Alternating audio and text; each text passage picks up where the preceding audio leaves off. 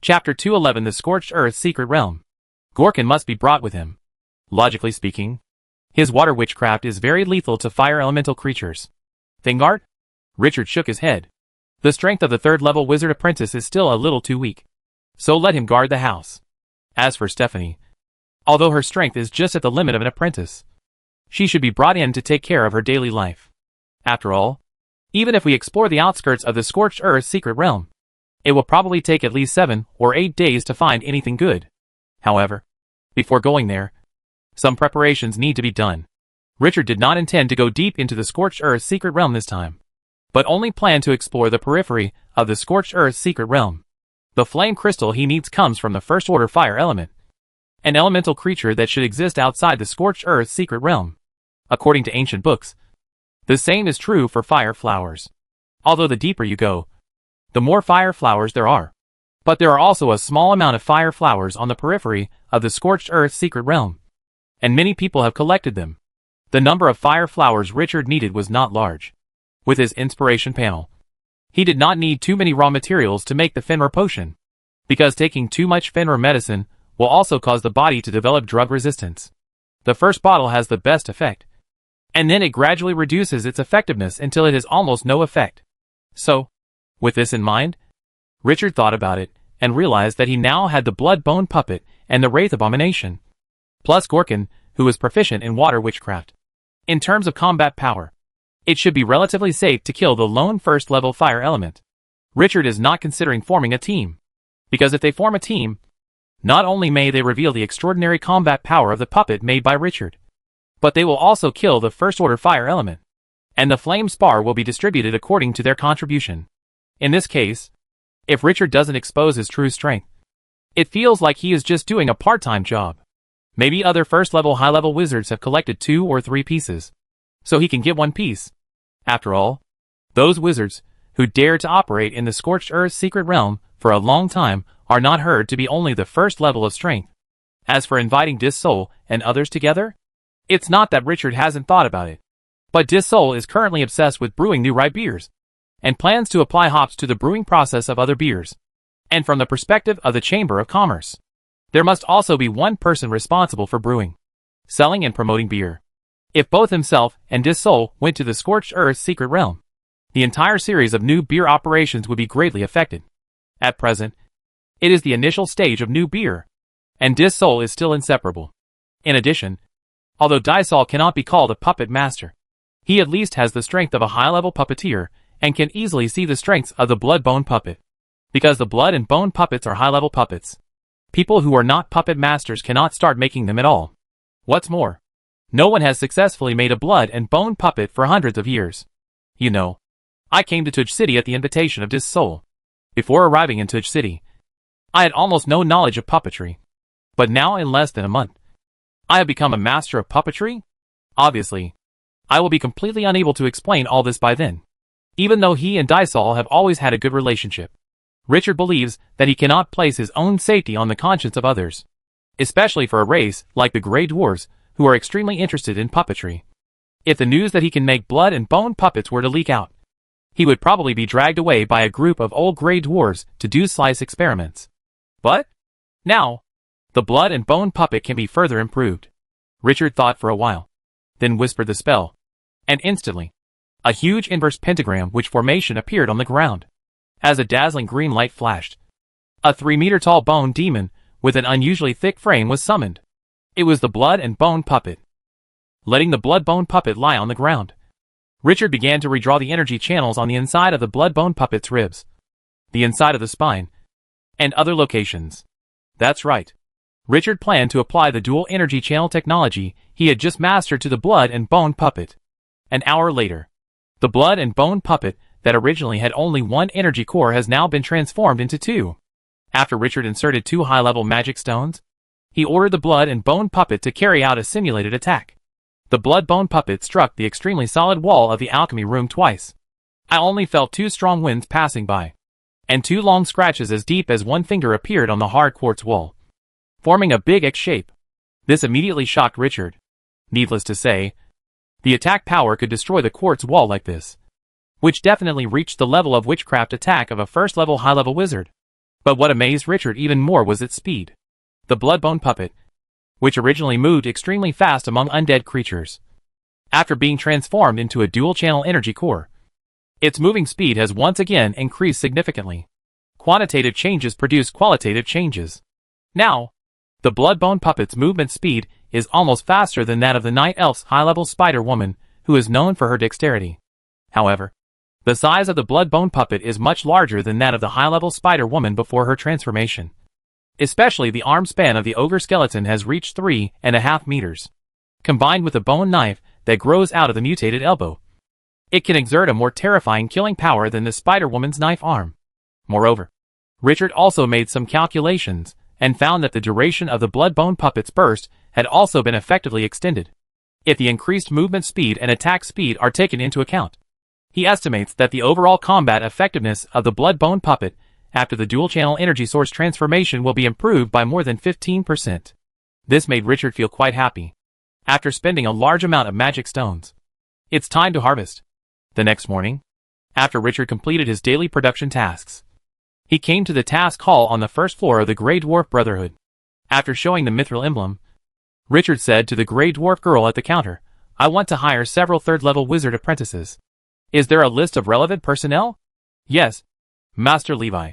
"Do you have any requirements for the gender, age, specialization, etc. of wizard apprentices?" Richard thought for a moment and said, "The best area of specialization would be plant cultivation. If that's not available, then choose the natural sciences area." "Please wait a moment," the little Grey Dwarf girl said with a smile, and began to quickly flip through the information. In the past few days, after Richard broke down the mass cultivation of hops step by step, he found that at least 2 third-level wizard apprentices, who can use 0-level natural witchcraft to grow at a rapid speed, and another, who can use water system are all needed. A third-level wizard apprentice with 0-level wizardry nourishment is enough. You must know that the hiring cost of a third-level wizard apprentice is at least 10 times cheaper than that of a formal wizard. If I can recruit suitable wizard apprentices this time, I can not only greatly reduce labor costs, but also lay a good foundation for the next expansion of production capacity. After a while, the little Grey Dwarf girl said slightly apologetically, "Master Levi, I'm very sorry. The last third-level wizard apprentice specializing in plant cultivation was hired the day before yesterday.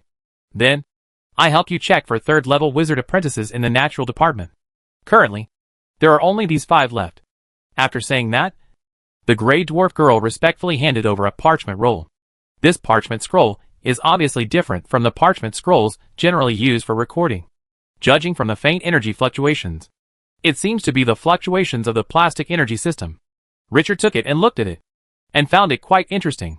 There were 2 columns on the parchment, one with 3 people and one with 2 people, a total of 5 people's resume files, which included names, genders, ages, specialties, and family, organization, or college affiliations. These are just ordinary. The most eye-catching thing is the appearance column of the 5 people. In the half-palm-sized appearance column, there are lifelike head portraits that look like dynamic photos from previous lives. These portraits are like living people, smiling and nodding towards Richard. Among the 5 people, except for 1 lizardman and 1 fishman, the other 3 are Grey Dwarves. But race is not the focus of Richard's attention. Since the content was not much, Richard finished browsing it quickly. But after reading it, he frowned, because Richard discovered that no matter whether it was the lizardmen, the murlocs or the Grey Dwarves, in the column of their affiliated organizations, it was basically clear that they had wizard families or wizard-level forces behind them. This immediately made Richard worried. The purpose of recruiting third-level wizard apprentices is to cultivate large quantities of hops. If the entire cultivation method is leaked, it will undoubtedly affect the profits of the Brewers Association. It's not that Richard thinks that no one can successfully imitate the new beer he sells. Even if it is kept secret, the master alchemists among the Grey Dwarves will inevitably discover that hops are added to the new beer after a while. But the other party also needs a lot of time to adjust the proportion of this ingredient, test the production process, etc. By the time the other party imitated the taste of a similar new beer, Richard had already made a lot of money. But at this stage, the matter of cultivating hops in large quantities cannot be leaked. Thank you. However, these 5 people are not suitable. By the way, did anyone take the repair task I issued last time? Richard asked. Before asking, Richard also knew that there was a high probability that no one would take it. Otherwise, the Grey Dwarf Brotherhood would have sent someone to contact him long ago. After all, the mutated summoning staff was still with him, and had not been deposited in the mission hall. Master Li Wei. I'm very sorry. The inscription masters are quite busy. So far, no one has taken over your task. The Grey Dwarf girl said very apologetically. Richard nodded to the Grey Dwarf girl and left the mission hall. It seems that I have to go to Daisol. Daisol has been busy recently with new beer, which is relatively easy to find and should be at his home. After a while, Richard arrived at Dissel's villa. Hey, Levi. My brother. Why did you think of coming to see me today? Dissol stepped forward and gave Richard a warm hug. I heard that you have been immersed in the secret drawings given to you by Lord Hawkins these days. How is your research going? Given our relationship, won't you reveal some inside information to me? Dysol said with a wink. Dissol. Although I really want to tell you.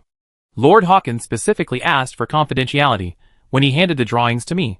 The most important thing is that I signed the confidentiality agreement. Richard spread his hands and said that he also very helpless. He said with a smile. Of course. Richard knew that Dissol was joking. Well, that's such a pity.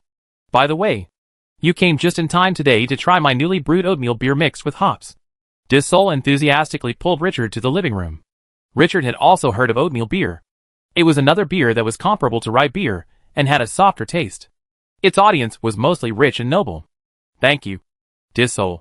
But I came here today to inquire about some information about the Scorched Earth Secret Realm. I plan to try my luck in the Scorched Earth Secret Realm in a few days. Levi. Are you kidding?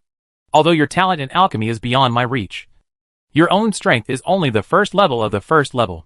The Scorched Earth Secret Realm is not suitable for you now. As soon as Richard finished speaking, Dysol jumped up in shock and shook his head repeatedly. Dysol? My brother? Is the Scorched Earth Secret Realm really that dangerous? Richard looked at Dysol suspiciously. The situation of the Scorched Earth Secret Realm was not top secret. Not only had Dicer briefly introduced it last time, but Richard himself had also checked the relevant ancient books and materials in the archives of the Grey Dwarf Brotherhood.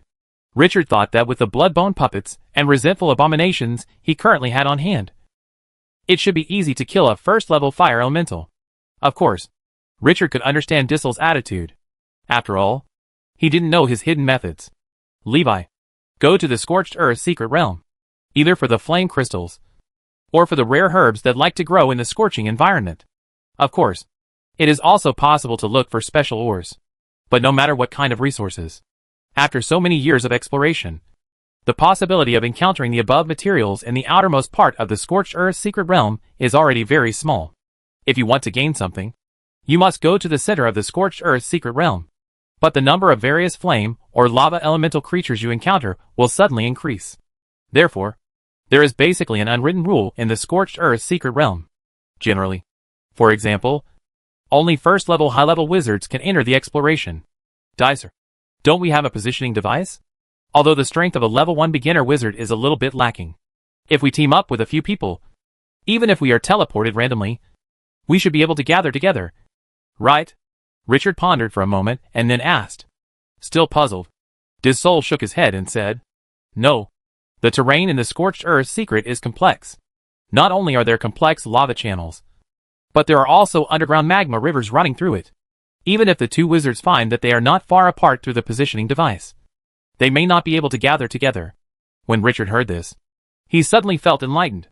The terrain in this Scorched Earth Secret is like Chongqing in the previous life.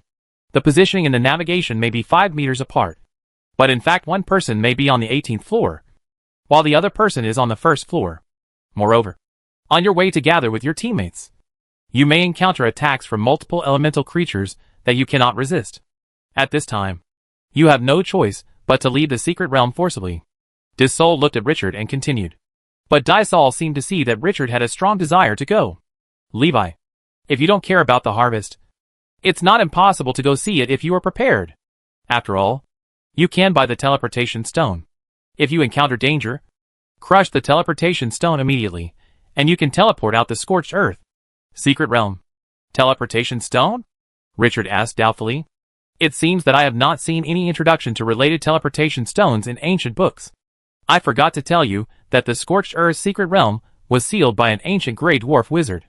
After so many years of research, The Grey Dwarf master of the wizard formation developed a unique technique for making teleportation stones based on the records of the ancients.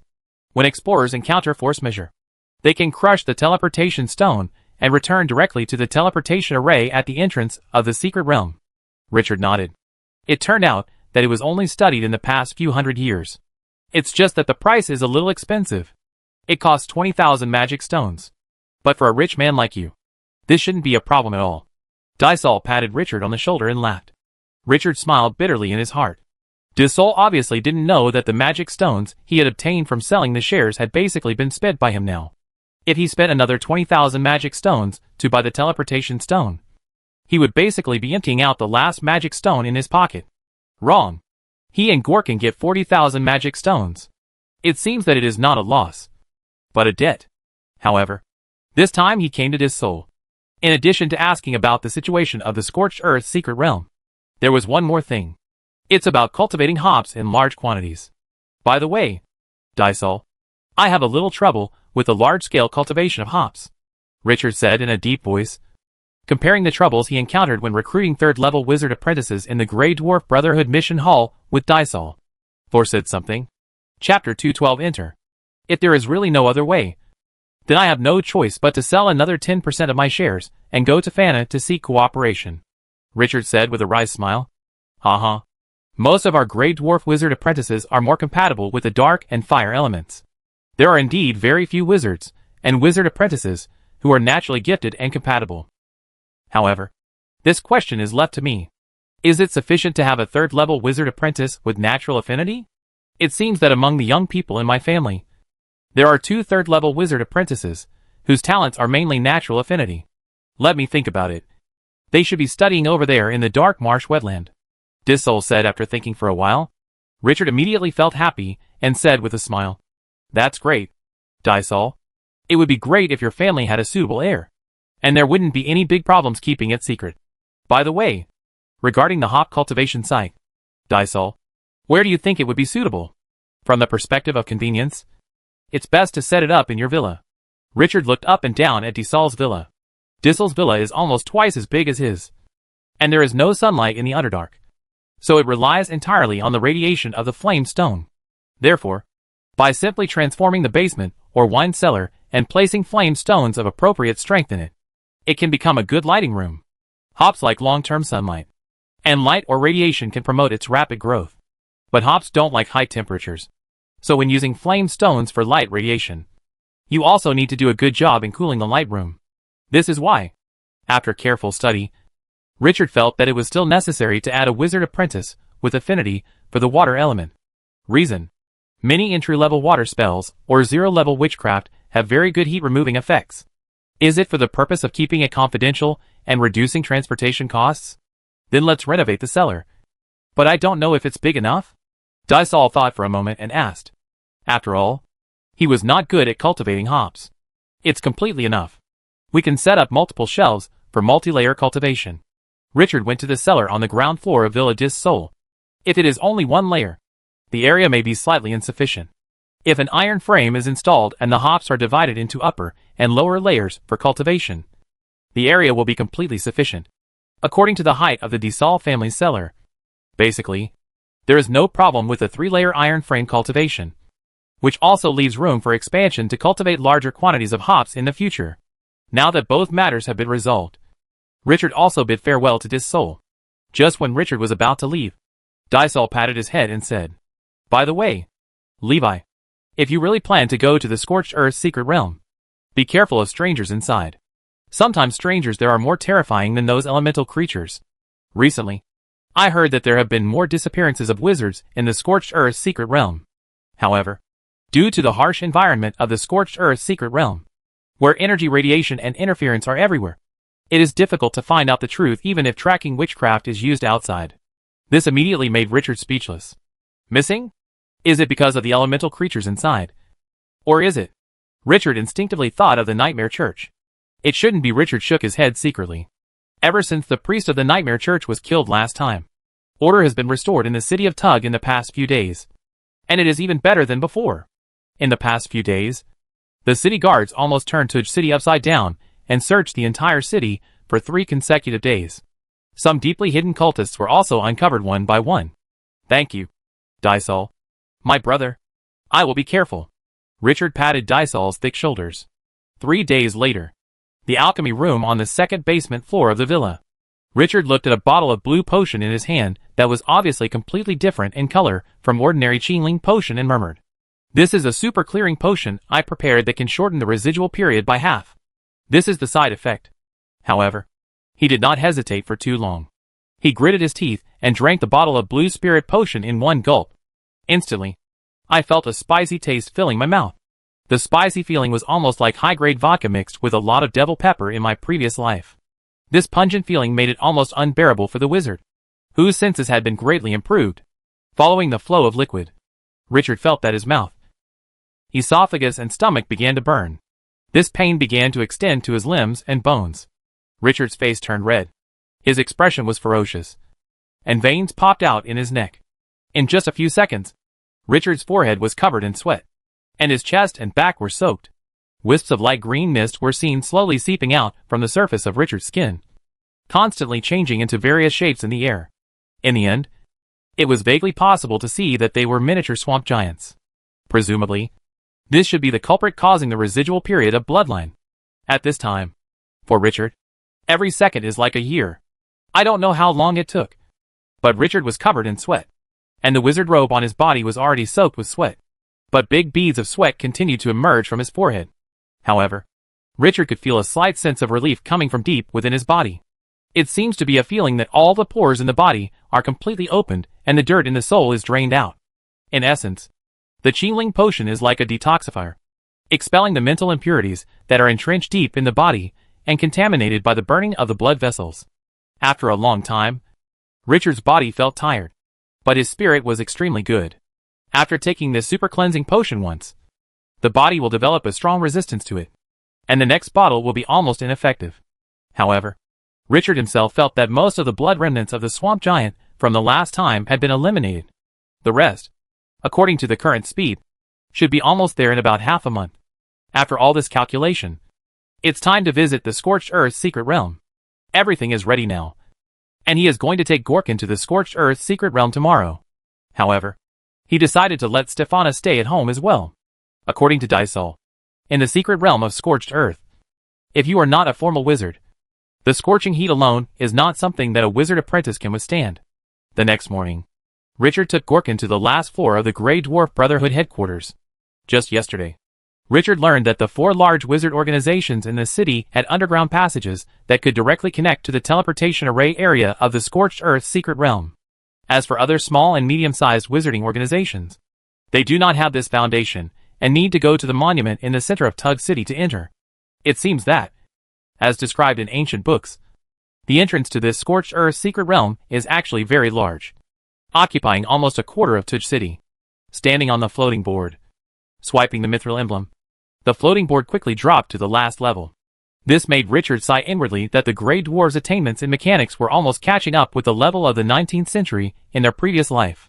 If you include magic stone power, it will be at the level of the early stage of the Second Industrial Revolution. Richard, who had just arrived at the last floor and jumped off the floating board, clearly felt the temperature rise.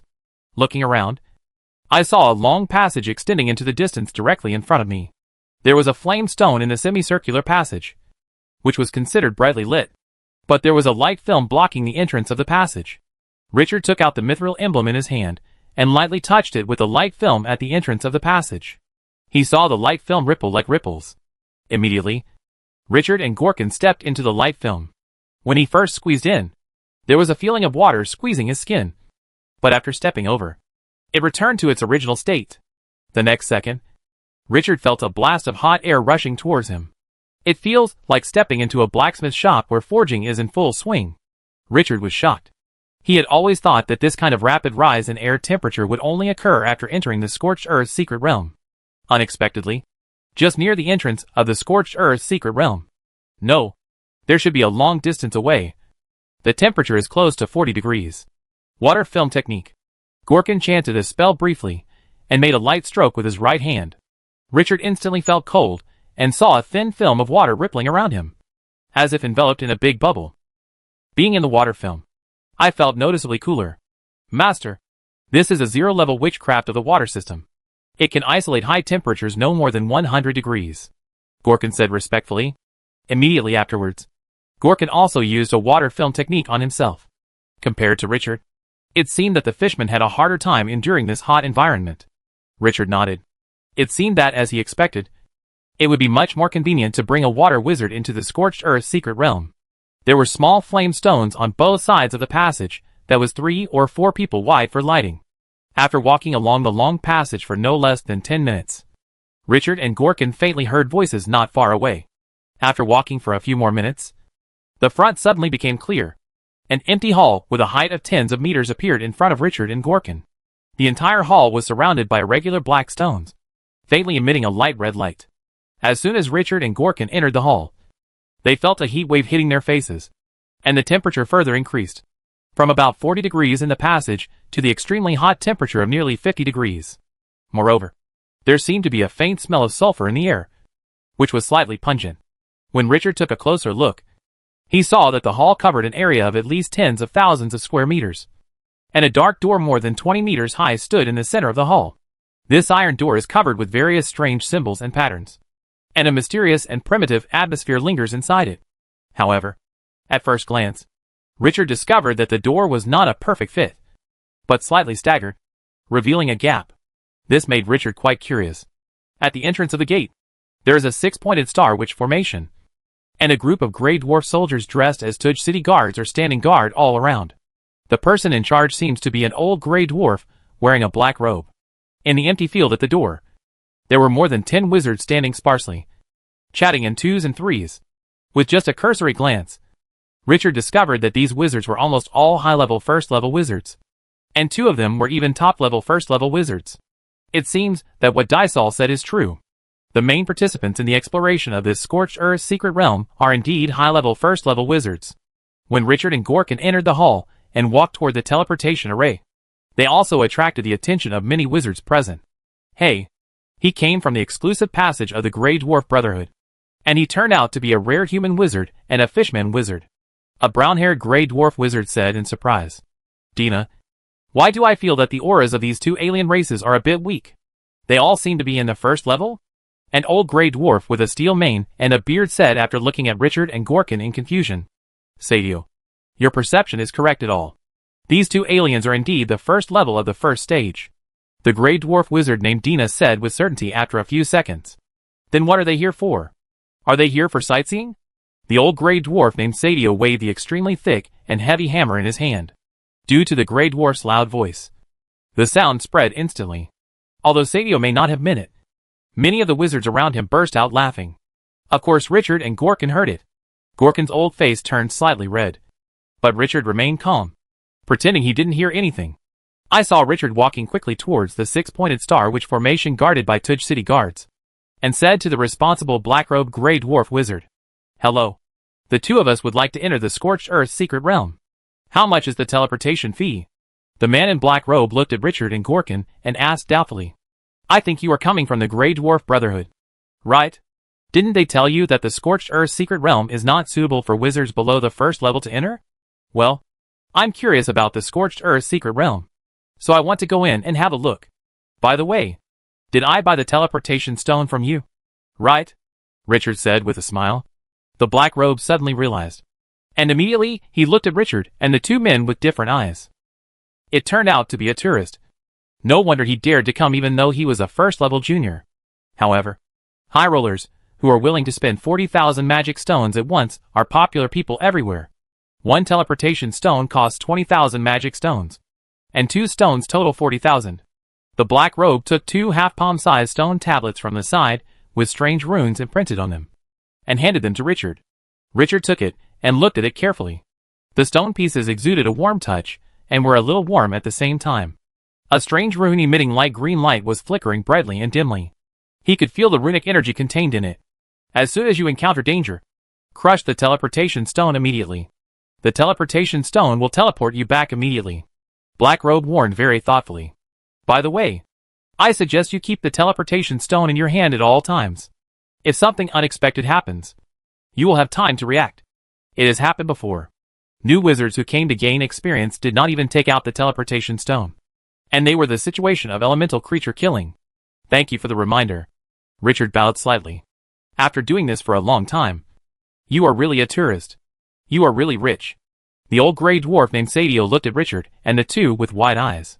You must know that 40,000 magic stones are useless anywhere. A small sum. Therefore, it is rare to see this kind of wizard purely for the purpose of gaining knowledge. But I didn't expect to meet him today. But, when did the Grey Dwarf Brotherhood get such a rich human wizard? I don't know. Maybe it's just since I arrived. Richard and Gorkin stood on the teleportation array. The black-robed Grey Dwarf recited a short spell. In an instant, a white light flashed, and the two disappeared from the teleportation array. Chapter 213 Discovery. After a dizzying moment, Richard felt like he had come to a place that was totally unsuitable for human survival. The ground around him was made up of exposed and uneven rocks, and the whole body was completely black. Nearly 100 meters ahead, there were many gaps in the ground. From time to time, with a chi sound, a stream of water would erupt. Hot sulfide gases. The ground also gradually turns dark red from near to far, which should be a sign that the ground is being scorched by high temperatures. Wherever he could see, Richard could even see a red magma pool area with a faint sense of liquid flow. And there seemed to be traces of elemental creatures in the distance. Boo! As the water film Gorkin applied to the surface of his body disappeared without a trace. Richard immediately felt the heat wave hitting his face, reaching at least 60 or 70 degrees, which was even hotter than the core of the Sahara Desert during the hottest period. Every breath he took brought a burning sensation in his nasal cavity. This temperature. Fortunately, I was prepared. Although Richard had long been mentally prepared for the harsh environment in the scorched earth secret territory, he did not expect it to be so bad. Moreover, he was obviously on the edge of the scorched earth secret realm. Richard concluded after casually looking around. Immediately, Richard took out the primary flame protection potion from his arms. After drinking it, a thin film of flame appeared on the surface of his body, immediately absorbing a lot of heat from the hot air surging around him. This immediately made Richard feel much more comfortable. With the soul mark that Gorkin gave him, Richard was basically certain that Gorkin was not far away from him. From this point of view, I am lucky, and the two of them should be able to get together soon. In this case, there is no need to use the positioning device prepared before.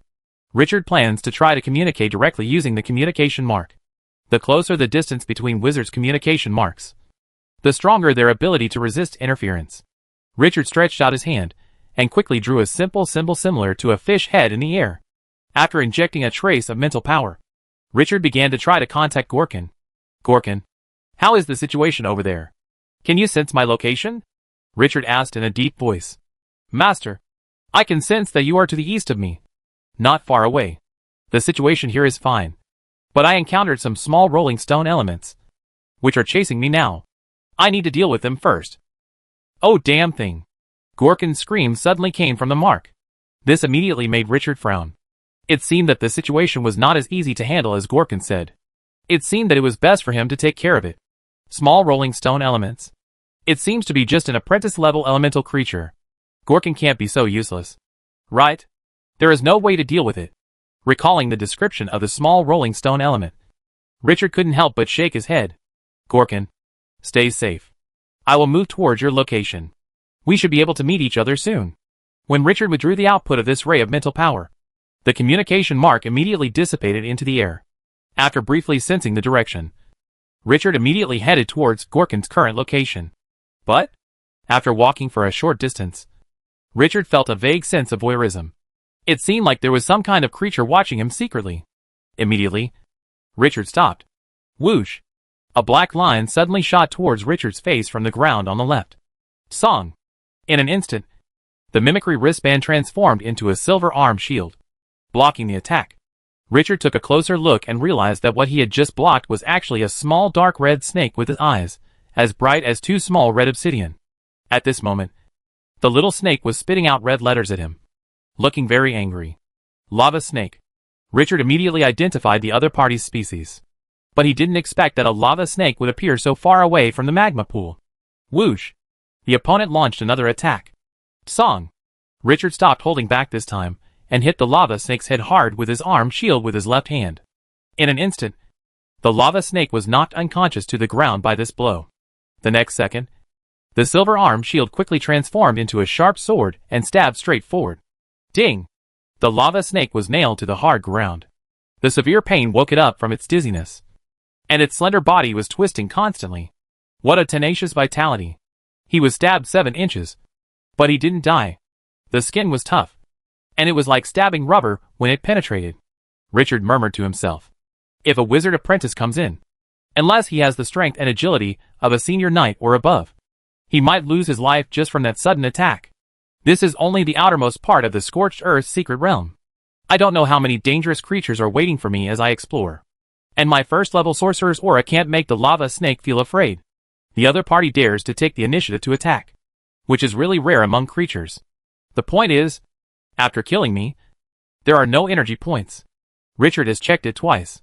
Yes, after the lava snake was killed, there were no energy points.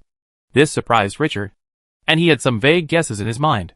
Could it be said that this is because the other party is not a monster, but an elemental creature? In addition, this lava snake is obviously a lower-level existence among lava snakes.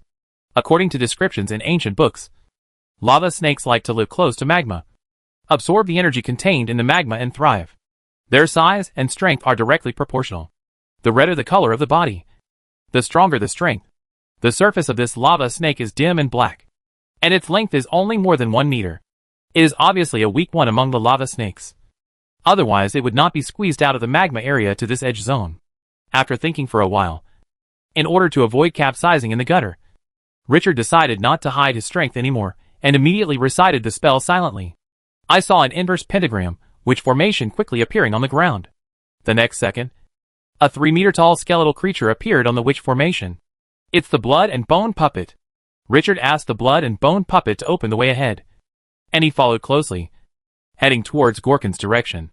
It seemed that because of the shock of the blood bone puppet's aura, Richard walked for more than 10 minutes, and never encountered another attack from the lava snake. From this point of view, it is very likely that it is not that the lava snake is not afraid of the strong, but that his first-level wizard aura is not strong enough. Not enough to scare the lava snake. After a while, Richard saw a familiar figure rushing towards him quickly. No, to be precise, it should be rushing towards him in a panic. A water shield was seen behind Gorkin. The water shield was under constant attack, causing multiple ripples all the time. Behind him were several round stones the size of basins. What was surprising was that there seemed to be a male face on the surface of the stone, grinning and shouting something. At the same time, behind Gorkin, Richard could also see a faintly flickering black line, which seemed to be a lava snake, which was also attacking the water shield behind Gorkin. This sight immediately left Richard speechless. He didn't expect Gorkin's combat effectiveness to be so weak. Go! Richard pointed. The blood and bone puppet quickly rushed forward. When Gorkin saw the blood and bone puppet, he couldn't help but be overjoyed and shouted, Master, I am here! Whoosh! Several more black lines attacked Gorkin from the side. Ouch! Gorkin's protection was finally overwhelmed, and was instantly broken by a lava snake, which bit him hard on the arm. Fortunately, the blood and bone puppet had arrived at this time. Swish! The sharp bone blade on the forearm of the blood bone puppet instantly cut several lava snakes chasing Gorkin into 2 pieces. Half of the lava snake's body fell to the ground, still twisting, and no blood flowed out. The blood bone puppet did not stop, and continued to swing its bone blade towards the surrounding washbasin-sized stones, basically one at a time. Crack! The small rolling stone elements were shattered one by one, and a sense of fear appeared on the surface of the stones. The remaining stones immediately scattered like birds and beasts. But how can their speed compare to the blood and bone puppets?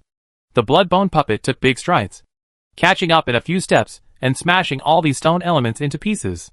There are also no energy points.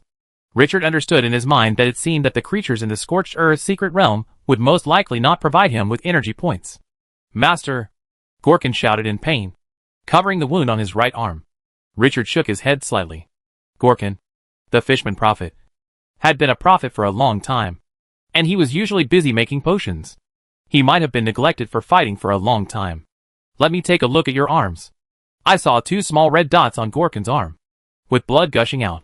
The red dots should be left by the fangs of the lava snake. The surrounding area was beginning to gradually turn dark red, and small blisters appeared. Master, this must be poisonous. Richard nodded and agreed with Gorkin's judgment, Yes. Have you brought the antidote? Yes. Then drink it. Gudong. Gudong. By the way, Gorkin, the person who was chasing you just now was a small rolling stone elemental. An earth elemental creature with the strength of an apprentice. It is not very strong. How could you? Richard couldn't help but ask. Gorkin blushed, and he faltered as he explained.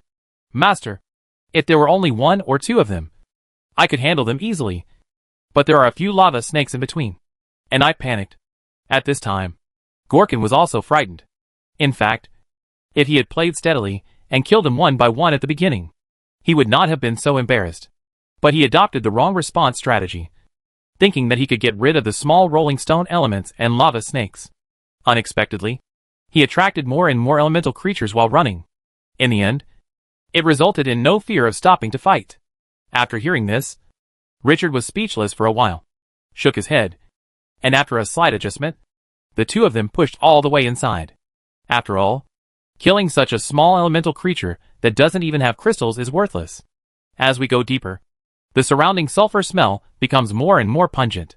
Fortunately, Gorkin's water film technique is there.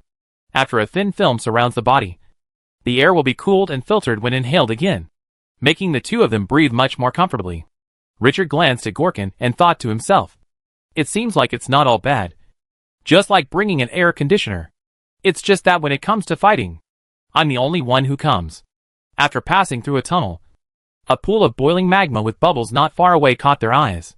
Dozens of bright red lava snakes were seen, standing high upright, spitting out red snakes, and leisurely soaking in the lava.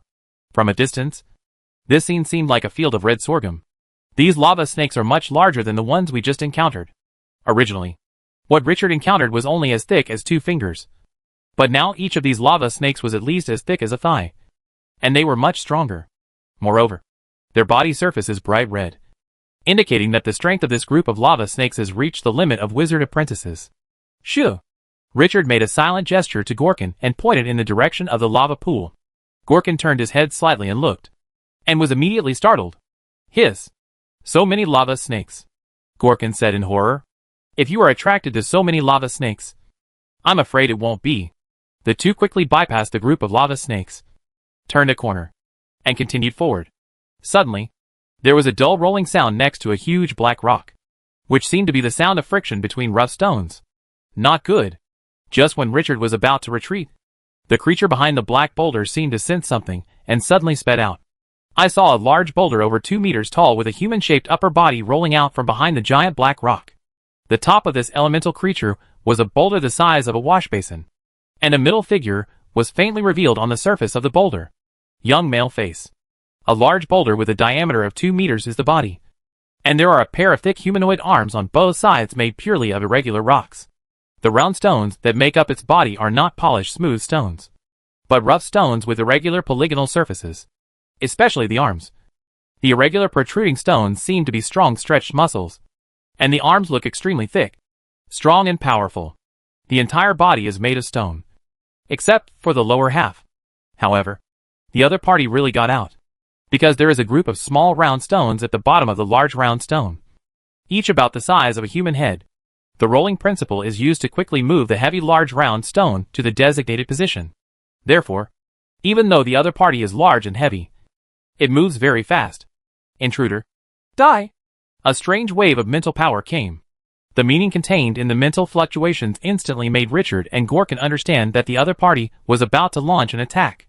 Master, it's a large rolling stone element, Gorkin reminded him quickly, and quickly used a prismatic transparent shield formed by water flow to block himself in front of him. Richard quickly dodged and hid behind the tall blood and bone puppet. At the same time, he silently recited the magic armor technique in his mind, and a black bone armor with spikes instantly covered Richard's body. However, perhaps due to the influence of the surrounding environment, Richard felt that the water shield technique performed by Gorkin was much less powerful than usual. In the past, the water shield technique performed by Gorkin was much larger and thicker than now. Just as Gorkin was about to cast a water shield on Richard, the large rolling stone element opposite raised his hands above his head. The next second, a stone the size of a wash basin suddenly condensed between his sturdy hands. I saw his thick arms holding up the stone, like a sling, and kept leaning back. Suddenly, He threw it heavily towards Gorkin, who was performing the technique. Whoosh! A sound broke through the air. The rocks flew so fast that only a gray line was left in the air. Just when Richard wanted to remind Gorkin. But the words were still in his throat. Gorkin was hit by a stone. Snapped. Gorkin's whole body was like a straw. In an instant, he was doubled up by the blow. Flew several meters, and fell heavily to the ground. The water shield in front of it broke apart the moment it came into contact with the rocks coming at high speed. What attack power! This stone throwing by the large rolling stone element immediately made Richard's eyes fixed and his face serious. Richard kept his eyes fixed on the other person while helping Gorkin up. Fortunately, Gorkin was protected by a water shield and was not seriously injured. But his face was pale, and he might have broken a few ribs. Obviously, the opponent's attack just now was so fast. It must be its innate ability. It's a kind of innate ability similar to the earth-based sorcery and stone magic. The process of condensing the stone is almost instantaneous. But the opponent has to lean back and accumulate power, which takes about 1 second. Hula! When I saw the stone thrown at me just now, the surface of the boulder at the top of the large rolling stone element actually showed a very humane smile. At the same time, it waved its thick arm, and a bunch of small rolling stones suddenly appeared behind it and rushed towards Richard. Obviously, the other party has a certain level of intelligence.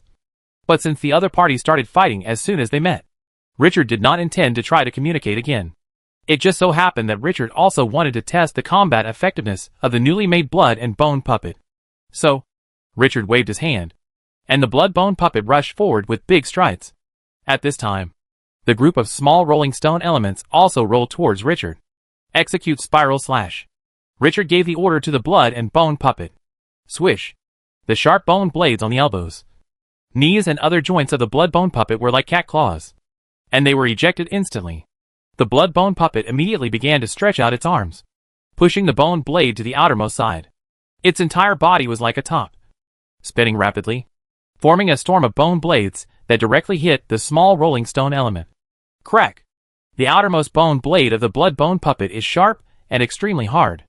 As long as it touches a small rolling stone element, it will immediately break the stone. In just a few seconds, the ground was in a mess, with more than a dozen small rolling stone elements shattered. This caused the large rolling stone element to send out a violent mental wave. My children! Damn your enemies! You have to pay the price. I saw the large rolling stone element raising its arms again as if to throw. In an instant, a round stone condensed between its hands, just as it was about to throw it at the blood and bone puppet. But he was stunned on the spot. It was Richard from behind who used mental shock. Taking this opportunity, the blood and bone puppet quickly approached the large rolling stone element. Paw! Paw! Paw!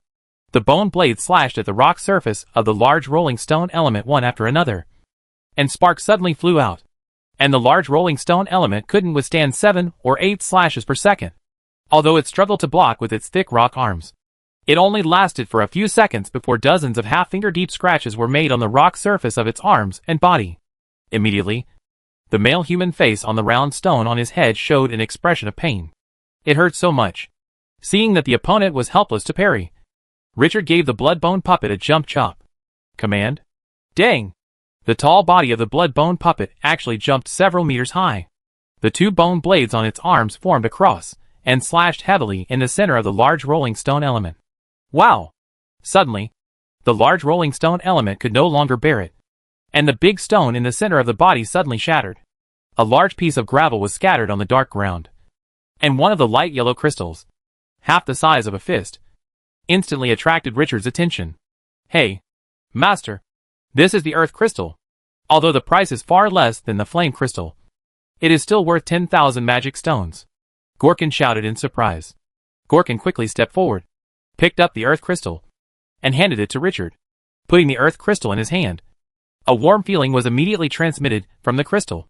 Richard could feel the majestic earth energy particles contained in it. Obviously, this thing should be more useful to wizards, who are good at casting earth-based magic.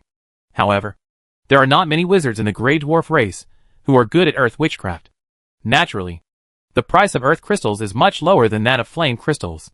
In the battle just now, except for a mental shock, Richard almost didn't make any moves. The whole process was basically a blood and bone puppet, single-handedly challenging a large rolling stone element. At this time, Richard recalled the blood and bone puppet, and took a closer look at the multiple bone blades at its joints. They were as bright as new. It seems that I have to thank Vice President Hawkins. The strength in front of this ogre must be extraordinary. Otherwise the hardness of the skeleton would not be so high. As a high-level combat puppet, the blood-bone puppet itself has extremely strong combat power, and Richard has transformed it into a dual-energy channel, and its current strength can be said to be extremely powerful. Judging from the opponent's energy fluctuations just now, the strength of this large rolling stone element is about the level of a mid-level wizard. But even so, it was quickly defeated by the blood and bone puppet after it got close to it, like chopping melons and vegetables. In his heart, Richard was very satisfied with the combat effectiveness of the blood and bone puppet. With the blood and bone puppet by their side, Richard and Gorkin headed all the way towards the depths of the Scorched Earth secret realm. 3 days later, after these few days of exploration, Richard is relatively familiar with the peripheral conditions of the Scorched Earth secret realm. There are many magma pools scattered around the periphery, as well as passages for large and small magma flows. Some are extremely narrow and can only be passed by one person, while others are relatively spacious. From time to time, beams of high-temperature steam emerge from the cracks in the rocks on the ground, mixed with sulfide and a small amount of highly toxic chloride, and the visibility is very poor. And indeed, as Dysol said, there are almost no first-order fire elements on the periphery of the secret realm. Due to the high price of flame crystals, many resource exploration teams have been scouring the periphery for first-order fire elements and herbs for a long time. As a result, this has led to the current situation. However, although Richard had no harvest of fire crystals and herbs, he did harvest 4 earth crystals. The two of them carefully walked out of a corridor. Hey, that's it. Gorkin's face lit up with joy. Master, look over there. Richard turned his head and looked in the direction Gorkin was pointing. 70 or 80 meters to the left of the two of them, where multiple streams of steam were rising. There was a faint burning flame, suspended in the air, and moving around. Walk. Hiss. First-level fire element. Richard was immediately overjoyed. Finally meeting a first-order fire element. It seems that I am quite lucky, and I am not unlucky. This fire element was like the king of this area, wandering around and patrolling its territory. When the lava snakes saw the fire element, they immediately lowered their heads to show their submission and respect. Just when Richard was planning to find an open space to avoid the interference of many lava snakes, he tried to kill this fire elemental. Suddenly, 3 shadow arrows struck from a distance and hit the fire elemental heavily. Immediately, Richard and Gorkin felt the violent fluctuations of mental power and screams. It hurt so much. What Richard was more concerned about was where was the person who sent out this wave of concentrated fire and shadow arrow attacks. I saw 3 wizards wearing black robes and hoods walking out of the left passage farther than the fire element.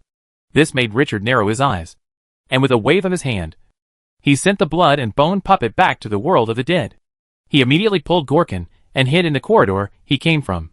The other party's attire immediately made Richard feel that they were not an ordinary resource search team, because at the gate of the Scorched Earth secret realm, he saw those first-level high-level wizards waiting for their team members, and most of them did not cover their faces. Although the fire element suffered heavy damage, the blazing flames that were originally 3 meters high have shrunk by a large circle, but they still have the power to strike. It finally saw the enemy that sneaked up on it appear. The flame hand waved forward and instantly blasted out a fireball the size of a basin. I saw a black-robed wizard on the other side raise his hand, and a spear made of condensed dark elements appeared, and it quickly bombarded the fire element. Just when Richard was surprised that the opponent did not make any defense and started to attack the fire element, the fireball suddenly annihilated a few meters away from the 3 black robes. The fire element was instantly penetrated by the dark element's spear. With a violent fluctuation of the spirit of the fire element, the flames were extinguished instantly, and a pile of ashes appeared on the ground.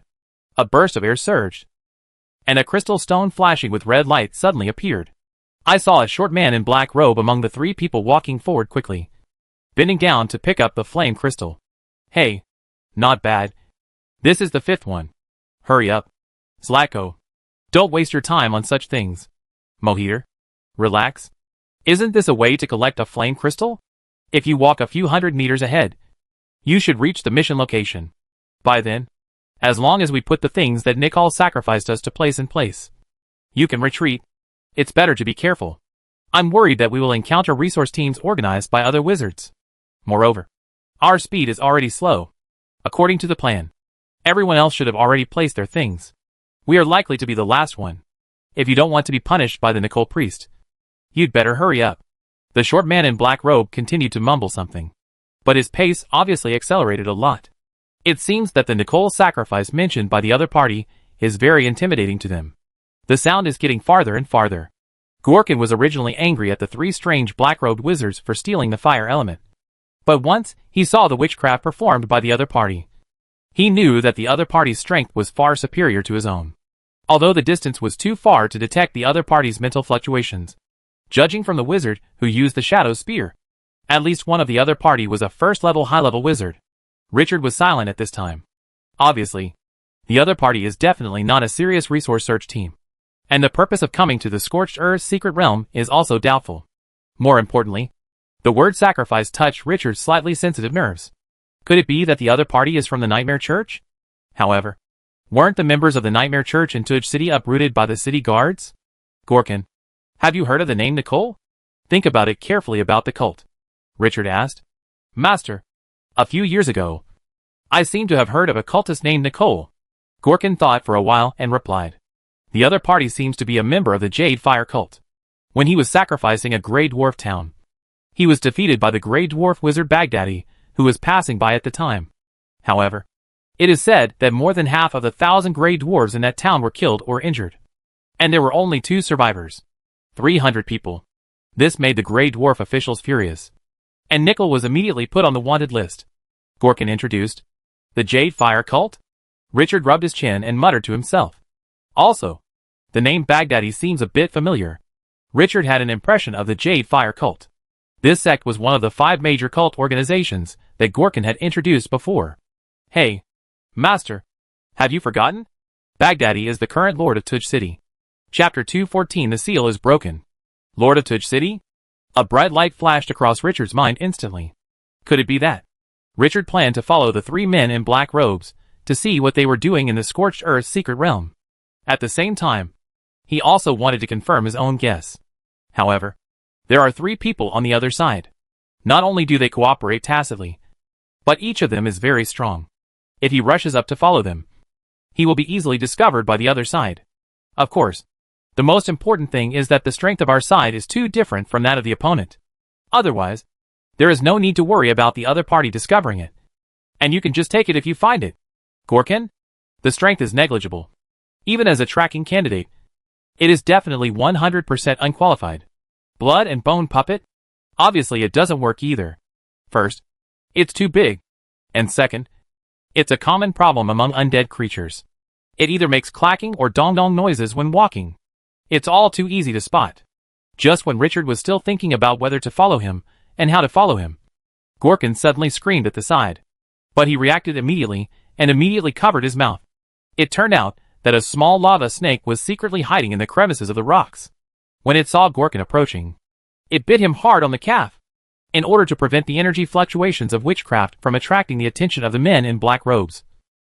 Neither Richard nor Gorkin used defensive witchcraft. Whoa! Richard immediately nailed the lava snake to death with a sword and threw the 2 snake bodies into the lava pool ahead. Although the lava snakes in the lava pool didn't know why the food fell from the sky, they apparently ejected and jumped into the air to start fighting for it. Lava snakes generally do not take the initiative to attack their own kind. But when they see the dead bodies of their own kind, they don't mind filling their stomachs with them. After a while, the body of the small lava snake was devoured. Zlako. There seemed to be some movement over there just now. The man in black robe, who used the shadow spear, stopped and asked with a hint of confusion. The other 2 men in black robes also stopped, and after sensing carefully, they said, Mohider, you are too sensitive. That is an infighting among the lava snakes. Okay. I guess I was wrong. The man in black robe named Mohider shook his head and continued to move forward towards the target point set ahead. This actually made Richard break into a cold sweat. Almost got discovered. Fortunately, the lava snake that attacked him was quickly killed by him, and his body was thrown into the magma pool by himself, which caused a commotion among the lava snakes and was able to cover it up. It seems that tracking is still impossible because the other party's perception is too sharp. When Richard looked around again, he found that the 3 of them were no longer visible. Master, I'm so sorry. Gorkin looked ashamed. He almost caused a big disaster just now. Richard waved his hand. It's okay. You have to pay attention next. The deeper you go, the more difficult it is for the elemental creatures to deal with. If the situation is really critical, Gorkin, crush the teleportation stone yourself as soon as possible. Master, that person. Don't worry.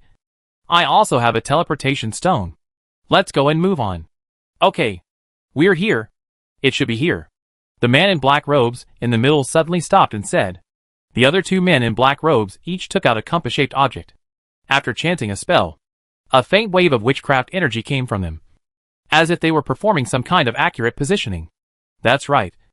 Mohider. It should be here. To avoid long nights and dreams. Let's start now.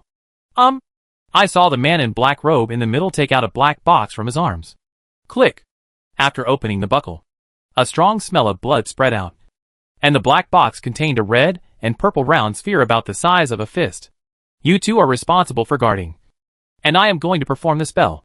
It will take 3 minutes. Is that okay? No problem. Mohider. Don't worry. As Mohider's low incantation sounded, the blood essence ball was seen floating in the chest-high air out of thin air, and began to continuously dissipate majestic blood energy to the surroundings. Tens of seconds later, suddenly, the blood essence ball erupted into a blood-colored light beam as thick as a bowl, which shot straight into the sky. If it weren't for the low visibility in the scorched earth secret area, I believe that at this time, Richard could clearly see that there were several bloody light pillars shooting straight into the sky not far from him. The main palace of Tudge City. Hawkins, I've been having a bad feeling these past 2 days. It seems like something is going to happen. An old gray dwarf holding a dark brown solid wood pipe and sitting on a large soft leather sofa said. His beard and hair are all white, and his clothes are simple but exuding luxury. If you look closely at the black wizard robe, you can find that the material is made of some kind of extremely rare silk material, which is expensive and smooth. The cuffs and collar are sewn with multiple gold threads as decorations. The most eye-catching thing is that on the left chest of the black wizard robe, there is a hammer and axe cross pattern surrounded by circular wheat ears embroidered with gold thread. Thinking about it, it should be the coat of arms of some wealthy nobles in the Grey Dwarf region. Hawkins took a sip of the fizzy beer and said, Baghdadi, as an old friend, I advise you not to think too much sometimes. By the way, don't you really want to try this newly brewed beer? It will definitely impress you and forget your worries. Uh-huh. Is the beer you brought this time really as good as you say? Then I'll try it too. Although I don't like drinking beer very much. But after your old friend recommended it, I will definitely give it a try. Baghdadi put down the pipe in his hand and said with a smile. Hawkins picked up a large wooden beer glass filled with fragrant liquid and handed it to Baghdadi. Come, let's forget our troubles. Cheers. Gudong. Gudong. It's great. This is how you drink beer. Hawkins drank it all in one gulp. Baghdadi saw Hawkins drinking so happily, and immediately took a big sip. He frowned at first, but the next second, his slightly narrowed eyes suddenly lit up, bitter first and then sweet. There is something very special about it. Refreshing and refreshing. Hawkins, where did you get the beer? It tastes really good. Gudong. Gudong. Baghdadi poured a full glass of new rye beer down his throat. Hiccup. Hawkins, I realized it's not that I don't like beer. It's because I've never tasted this kind of beer. By the way, isn't the craft of this beer very complicated? The output is very small. Baghdadi, who had not drank beer for a long time, drank a large glass of beer, burped without aristocratic etiquette, and asked curiously Road, Baghdadi, don't worry. As long as you like this beer, I will provide you with as much as you want. Hawkins patted his strong chest and assured his old friend. My only request is that I hope you, my old friend, can help me promote it among the nobles in Tudge City. After all, even good wine is afraid of deep cellars. Hey, does it mean that Hawkins has mastered the sales channels of this new beer? The mature Baghdadi immediately realized that Hawkins has probably mastered the sales channels of this new beer. No, Baghdadi, you guessed wrong. I not only own the channels, I am a shareholder of this new type of beer, Hawkins said with a little pride. What? You don't call me to do this kind of thing. It's so uninteresting. As the lord of a city, he has already made some calculations in his mind about the benefits that the new beer he just tasted can produce. Hawkins couldn't help laughing when he saw his old friend's expression of envy and disbelief. Suddenly, the entire Tudge City shook slightly. Immediately afterwards, A blood-red light beam shot out from the monument in the center of the city. And then the vibration became stronger and stronger. No! Baghdadi rushed out immediately without even having time to greet Hawkins. Not good. There is a problem with the seal of the secret realm. Hawkins reacted immediately. All the residents in Tuj City seemed to hear a sound in their minds. A sound similar to breaking glass.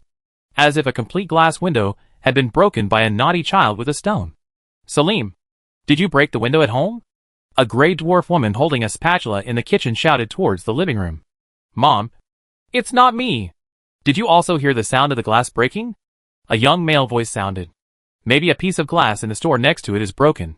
I'll go out and take a look. After a while, the ground in the entire Tuj city gradually began to shake. And it became stronger and stronger. Crack! The ground in the northeast corner of Tuj city suddenly began to collapse on a large scale. A large hole, with a diameter of tens of meters, was exposed on the originally flat ground. Yellow-white high-temperature gas kept rising from the ground, immediately filling the surrounding area with smoke. Lingering. At this time, many residents of Tuj city near the collapse, old and young, walked out of the slanted bungalows and looked at the collapsed ground in front of them and the sudden appearance of the deep cave, with horror on their faces. Is this an earthquake? It should be. But why did a big hole suddenly appear here? The residents all started whispering in twos and threes. The deep cave that suddenly appeared at the collapse site began to emit a faint red light, and the temperature around it began to slowly rise. Among the residents of Tuj city, there were many courageous gray dwarf teenagers. At this time, they were holding shields, heavy hammers and other weapons, and they were boldly walking towards the smoke-filled collapsed area. Ahem. Salim, you little bastard. Come back quickly and don't go. A gray dwarf lady shouted anxiously. The strong smell of sulfide made the gray dwarf cough continuously. She wanted to pull her child away, but found that the child had already run away. Mom, it's okay. I have a shield and a hammer. There will probably be treasures in the collapsed place. If I get there late, it will be gone. A gray dwarf boy with a slightly immature but resolute face waved the gray iron shield and gray iron hammer in his hand towards his mother. He answered while quickly squeezing towards the collapsed area. He was worried about how to pay for the tuition of the Grey Dwarf Warrior Academy. But he didn't expect to encounter such an opportunity. For ordinary Grey Dwarf families, the high tuition of the Warrior Academy was almost an unbearable burden. Emperor Dagran, please bless me to grab the treasure. No.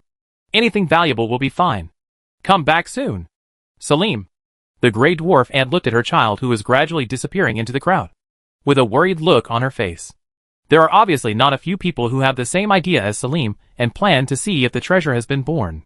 Many Grey Dwarf youths who were as young as Salim were already running towards the collapse area. In addition, some mercenaries dressed as Grey Dwarves, lizardmen, fishmen and other different races also ran out of the nearby tavern, carrying various wine bottles or glasses in their hands and looking around. After seeing the situation in the surrounding area, at this moment, everyone began to move towards the collapse area. At present, this group of people should be the most powerful group of people. In the crowd, from time to time you can see people from all walks of life holding spatulas in their hands, or wearing white bread clothes. It seems that there is no shortage of adventurous people in all walks of life. This may be because in the Underdark region, the appearance of many treasures or secret realms will be accompanied by the current situation. For example, the ground collapsed, or there was some kind of strange light. The scene in front of me happened to be consistent with both. Suddenly, a Grey Dwarf boy who was rushing at the front stumbled and fell to the ground, and let out a scream. I saw a small black snake, which seemed to rush out from the ground of the cave-in, biting the boy's ankle. Amusa, are you okay? I'm here to help you. A strong Grey Dwarf boy from behind yelled. It seems that he should be the companion of the bitten Grey Dwarf boy. I saw him holding a one-handed hammer, raising it high, and hitting it heavily on the slender body of the black snake. Just when he thought that his heavy hammer of more than 10 kilograms would definitely smash the little snake into a pulp. What he didn't expect was that the hammer hitting the little snake's body felt like it had hit a tree on a tough, stretchy rubber stick. Bang! The little snake seemed to twist its body and bounced on the hammer. The next second, the hammer bounced back at an even faster speed. Boom! The hammer hit the strong hammer-swinging boy hard on the head. Suddenly, the Grey Dwarf boy's eyes turned white. He stood staggeringly for a few seconds before falling to the ground. This immediately shocked everyone around him. Hiss! This is a lava snake. A gray dwarf mercenary wearing black leather armor on the side also noticed something strange here. He took a closer look and discovered that this inconspicuous little black snake was actually a rare lava snake. This elemental creature only appears in extremely hot magma zones. Despite its small size, it still has the strength of a second-level wizard apprentice. Without the strength and agility of an intermediate knight or above, it would be difficult to inflict effective damage to it. And even defending against the attacks of lava snakes would be difficult. Although the lava snake has a single attack method, it is extremely fast. Spread out. You kids. This is a lava snake. It's not that easy to deal with.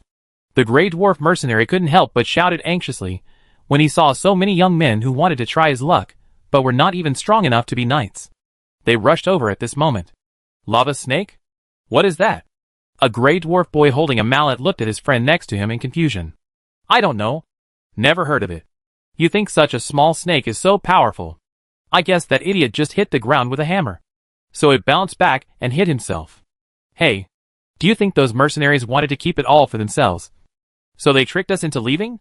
I guess so. Look, they are coming. A young man holding a blacksmith's hammer pointed at the mercenaries rushing over and shouted. Come on. Hurry up. If you're late, we won't be able to share it. A group of teenagers did not listen to the dissuasion of the black-armored mercenaries. When they saw the mercenaries coming up, they quickly ran towards the pothole. Swish, swish, swish. Several more black lines sprang out from the cracks in the collapsed area. Ah! Suddenly, screams came one after another. 7 or 8 of the group of teenagers who were at the front fell to the ground in one fell swoop. The remaining 2 or 3 who were standing suddenly turned pale. Their teeth chattered, and they were so frightened that they couldn't even speak. Only now did the teenagers believe what the black-armored mercenary said, because they didn't see clearly how the lava snake attacked. But their companions around them had already fallen to the ground, wailing. Obviously, this kind of creature is not something that ordinary teenagers like them can deal with. Fortunately, there were several taverns near the collapsed area. At this time, many mercenaries with the strength of intermediate knights also rushed up and fought with these black lava snakes, and rescued the 7 or 8 gray dwarf boys. Only, the wounds of the gray dwarf boys had begun to turn black, and the skin near the wounds began to show large blisters similar to those after being burned. This is fire poison. A tall mercenary holding a two-handed hammer glanced at it and said, Yes, this is troublesome. You need to find a pharmacist to treat it. I'm afraid ordinary pharmacists are of little use. At least a mid-level pharmacist is needed. An elder mercenary looked at it and shook his head. The mercenaries started discussing in a flurry. The group of lava snakes that had just appeared made them. A group of people who had been licking blood from their swords all year round. Not dare to step forward at will. But there are always those who are not afraid of death. Seeing that the little black snake no longer appeared, some people became bold and began to slowly continue exploring. Look at them. They are really not afraid of death. A mercenary shook his head when he saw several chefs holding spatulas dared to continue exploring. Don't worry about them. Hiss. These gray dwarf chefs holding spatulas heard a strange sound coming from a deep cave more than 10 meters ahead. Not good. This is the sound of a snake spitting out its secrets. A chef nearby shouted, Retreat quickly. But just as they turned around and ran a few steps, they heard a sound of breaking air coming from behind. Swish, swish, swish. Dozens of red lines appeared. The red line is much longer than the black line, and much thicker. Ah! However, there were fewer screams than before, because these red lava snakes are 3 to 5 meters long. They can often bite the neck of a gray dwarf, who is only 1.4 meters tall in one bite.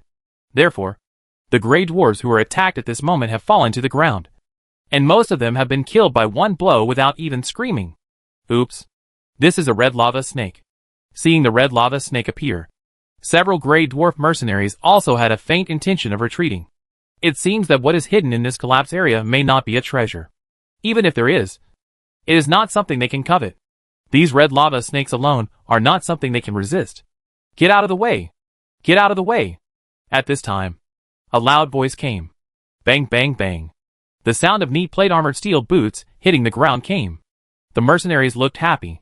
This is the sound of the arrival of the formal Grey Dwarf City Guards, as the official defense force of Tuj City. Although the individual strength is not strong, once the number exceeds 10 people, the overall combat effectiveness is not comparable to that of wandering soldiers like them. You all stand back. A gray dwarf dressed as a captain with thick plate armor and a silver hammer painted on his breastplate gave the order. First team, raise your shields and attack. Second team, intersperse and defend. The red lava snakes seemed to sense the danger, and they gave up the food on their lips and began to focus on the tin cans one by one. Suddenly, the red lion started fighting with the tin cans. The battle is raging. Suddenly, dozens of pieces of rubble were ejected from the collapse area, and a rumbling sound of rolling stones was heard in the deep cave. As the noise grew louder, the civilians and mercenaries who were watching turned their eyes. I saw a rock monster over 2 meters tall with the upper body shape of a human being, rumbling out of the underground cave. The civilians had never seen such a monster before. They screamed and cried in fear and fled in all directions. Many old people and children were trampled to the ground. Not good. The gray dwarf captain of the city guard suddenly changed his expression during the battle. This is a large rolling stone element, and no ordinary first-level wizard can match it. Casper, go and notify Commander Bram immediately. Quickly. Yes. Captain. I saw a gray dwarf city guard quickly turn around and ran towards the center of Tuj City. 1. 2. After a while, 5 large rolling stone elements rushed into the surface from the collapse area and wreaked havoc nearby. The dozens of gray dwarf city guards, who were still able to suppress the red lava snake, were now defeated by the impact of the large rolling stone element. Casualties also began to appear. The city guards, equipped with thick armor, are not afraid of elemental creatures like lava snakes that mainly bite. But when faced with stones thrown by large rolling stone elements, the protective effect of plate armor is much smaller. The stone, which was the size of a wash basin and struck at high speed, seemed to be projected from a large trebuchet. With just one hit, no matter which part of the body it hit, it would break muscles and fractures, causing direct serious damage. If you are unlucky and are hit directly in the head by a stone, your skull will definitely be smashed to pieces, and even the white brains will be blown out. Whoosh! A shadow arrow hit the large rolling stone element, splattering a pile of rubble. Don't use fire witchcraft. Large rolling stones have higher resistance to elemental flames. Use shadow witchcraft, shouted an old lizard man holding a black wooden staff. Whoosh! Several more shadow arrows were fired one after another. A group of lizard man wizards in black robes arrived at the scene, stood behind the old lizard man holding a black wooden staff at the beginning, and launched an attack on the large rolling stone element. Judging from the emblem on the chest of the black robe, the captain of the Grey Dwarf City Guard knew that they were all members of the nearest medium-sized wizard organization Shadow Flame, a group mainly composed of prophets or wandering wizards from various lizardmen tribes. The strength is quite strong. This immediately made the Grey Dwarf City Guard captain let out a long sigh, feeling greatly relieved. As long as the wizards destroy these big rocks, there won't be too many casualties.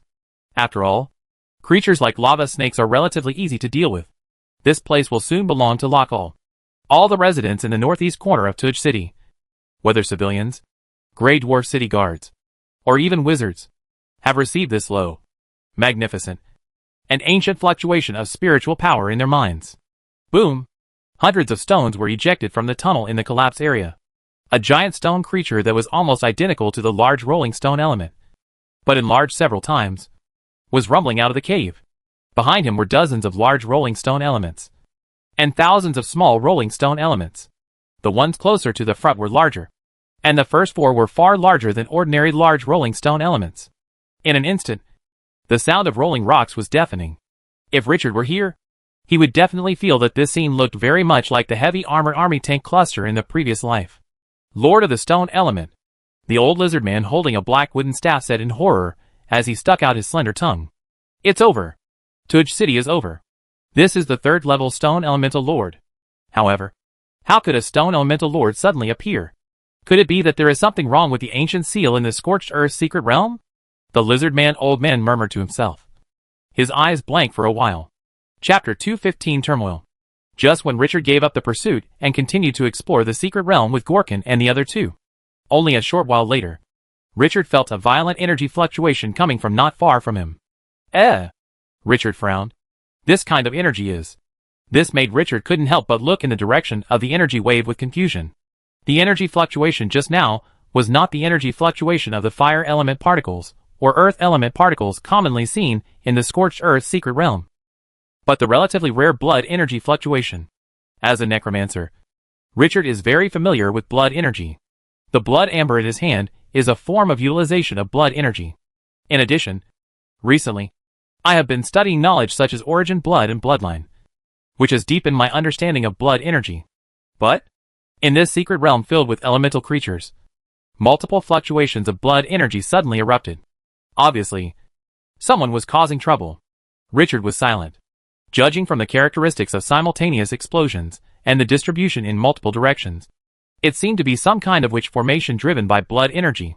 Sudden, the entire secret realm trembled violently, and the ground cracked. From time to time, bundles of high-temperature gas emerged.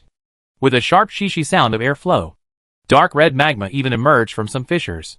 Some of the original corridors were now broken into pieces, with large pieces of gravel falling down.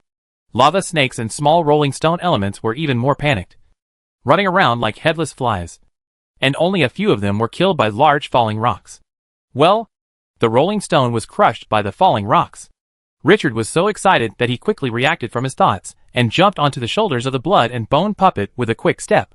At the same time, he extended his hand and shouted to Gorkin. "Quick! Gorkin! Come up! Thank you, Master!" With the help of Richard's pull, Gorkin, who was not very flexible, finally climbed onto the other shoulder of the nearly 3-meter-tall blood and bone puppet. Crack! A sound like breaking glass sounded to both Richard and Gorkin. "Master, did you hear what I just heard?" Richard looked solemn, nodded and said, "This is..." Before they could finish their words, they saw that on the right back side of the current position of the two people, the gray-black zenith, which was originally as solid as granite, suddenly cracked a huge hole, and various rock fragments weighing hundreds of tons fell down. Boom! Hide quickly! Magic armor. Water shield technique. The blood-bone puppet also raised its arms for a rare moment, and began to deal with the shock wave generated by the huge fragments of the ceiling falling to the ground. For a moment, dust and smoke were everywhere, and the surroundings felt like the end of the world. After a few minutes, ahem, Master, look! Gorkin waved his hand and pointed at the newly shattered zenith. Richard looked intently.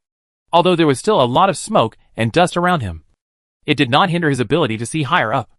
The entire shattered area had formed a slope due to a large amount of fallen rocks, leading directly to the original top floor of the secret realm. Richard could clearly see that along the slope, he could faintly see the shadowy gray dwarf-style bungalow. This immediately shocked Richard. Richard knew very well what this scene represented. This means that a gap has appeared in the seal of the Scorched Earth's secret realm. Although compared to the size of the entire seal, this gap with a diameter of several dozen meters is nothing. But in case there is no time to remedy it, many elemental creatures in the Scorched Earth's secret territory will rush out of this gap like a torrent. By then, even if all the wizards in Tug City came to block it, they would still be powerless. Just when Richard was thinking of quitting, suddenly, a low, majestic and ancient spiritual power wave came into Richard's mind. This place will soon belong to Rockhall. Gorkin next to Richard obviously heard this intermittent, low and inhuman voice, and his face was horrified at this moment. One wave comes after another. So much happened in just a few minutes. Now it seems that my journey to the Scorched Earth's secret realm may come to an abrupt end. Gorkin, let's crush the pass. Suddenly, Richard focused his sight and found that there were 7 or 8 wizards of different races, such as lizardmen and gray dwarves, appearing dozens of times in front of him. They all had terrified expressions and were running away quickly, as if something incredible was chasing them from behind. Richard took a closer look and saw clearly instantly. It turned out that there were several large rolling stone elements behind them, and some were even mixed with a few first-order fire elements that Richard had always encountered but had not encountered. Calculating this, there were a total of 20 or 30 first-order elemental creatures chasing the 7 or 8 people. No wonder all the wizards were chased away in a panic. Moreover, Richard didn't believe that these wizards didn't see the scene that just happened. It seems that none of these first-level and high-level wizards have purchased teleportation stones. This is normal. The teleportation stone is not permanently valid. It is valid for about 3 months. After it expires, it will no longer have the teleportation effect and needs to be purchased again. Therefore, for those wizards who have good strength but do not plan to go deep into the Scorched Earth's secret realm, and whose purpose is to collect resources, most of them will not choose to waste 20,000 magic stones to buy teleportation stones, because they came here to earn magic stones. And the Scorched Earth's secret realm has not had any special events in the past few hundred years, and it has been relatively stable. However, this had nothing to do with Richard. So he took out the teleportation stone from his arms. Hey! It's Fana. Richard, who originally planned to return immediately, suddenly saw that the person running towards him was the familiar dwarf witch Fana. She was surrounded by a light cyan light, holding a short wooden staff in her hand. The luxurious wizard robe on her body was also damaged in many places. Her delicate face was slightly panicked, and she was no longer as calm as before. It seems that she must have gone through a hard battle. Otherwise, she would not be in a bit of a state of embarrassment. Fortunately, Fana was only followed by a large rolling stone element and a first-level fire element, so he could still try to rescue her, if nothing else works. If more elemental creatures are really attracted. At worst, he and Gorkin will crush the teleportation stone and leave. Moreover, Fana is not proficient in puppetry, and there is a high probability that she cannot recognize that the ogre skeleton under her command is a blood-bone puppet. Then Fana can't blame herself. After all, she tried her best. Gorkin, prepare to save people. Let's go behind the rock. Richard quickly ordered the blood-bone puppet to hide behind a nearby boulder a few meters away. And then the two of them immediately jumped off the blood-bone puppet. Gorkin, water archery.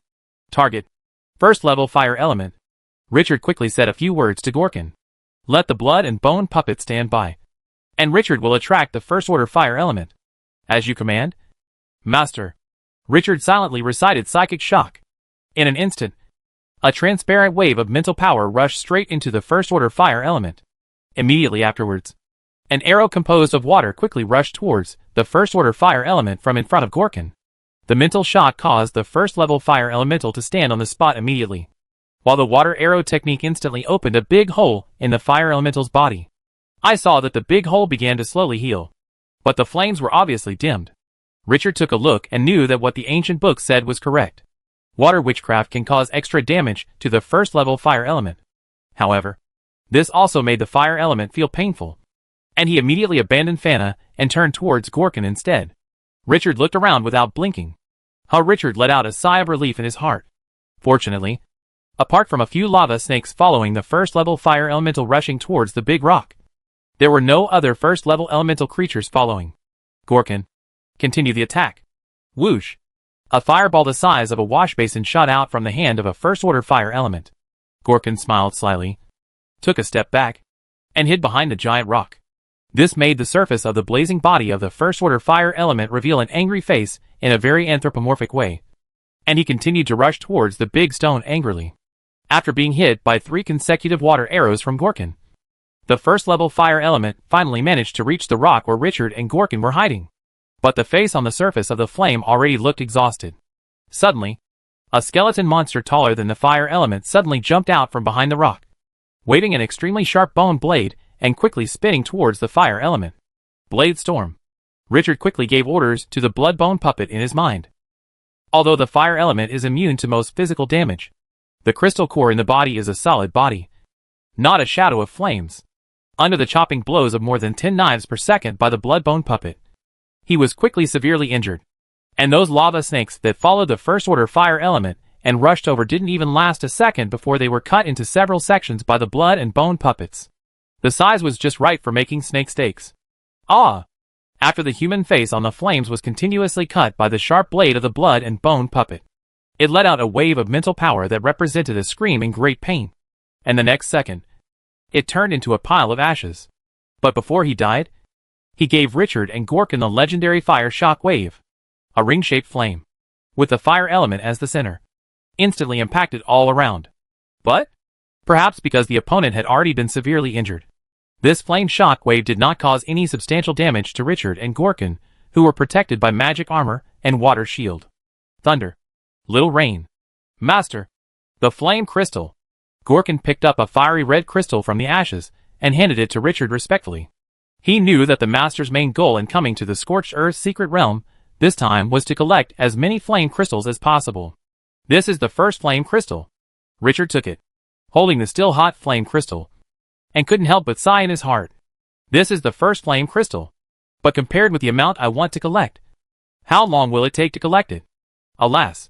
On the other hand, Fana sighed. Just as the water arrow released by the water arrow technique hit the fire element behind her, Thana felt the fluctuation of water energy particles behind her. Obviously, someone was helping her. But who could it be? Thana quickly turned her head and looked back. Since there was only one large rolling stone element left behind her, she was naturally able to take it away. After Richard and Gorkin eliminated the first order fire element, the battle on Thana's side was coming to an end. A few minutes later, Thana met the people who rescued her. Richard and Gorkin. Is it you? Thana's beautiful eyes suddenly widened. The heads of several people just ran through her mind. But she never thought it would be Richard. This young human alchemist master. Tuj City. Collapse zone. The old lizard man holding the black wooden staff woke up and immediately shouted to the surrounding wizards, who were also Shadow Flame. You retreat quickly. I will cut off the rear. Vice President Valeri. Let's retreat together. Shut up. Leave quickly. The city guard has collapsed. If you want to retreat, someone must stop you. You are still young. The old lizard man stabbed the black wooden staff on the ground heavily and glared at these disobedient young people. However, before he finished speaking, he heard noises coming from behind. Get out of the way. Civilians should evacuate quickly. At this time, a low but somewhat magnetic voice came. Bang, bang, bang. The neat sound of plate armor and steel boots stepping on the ground was heard again. Moreover, judging from the number, it was obviously far more than the city guards of the squadron just now.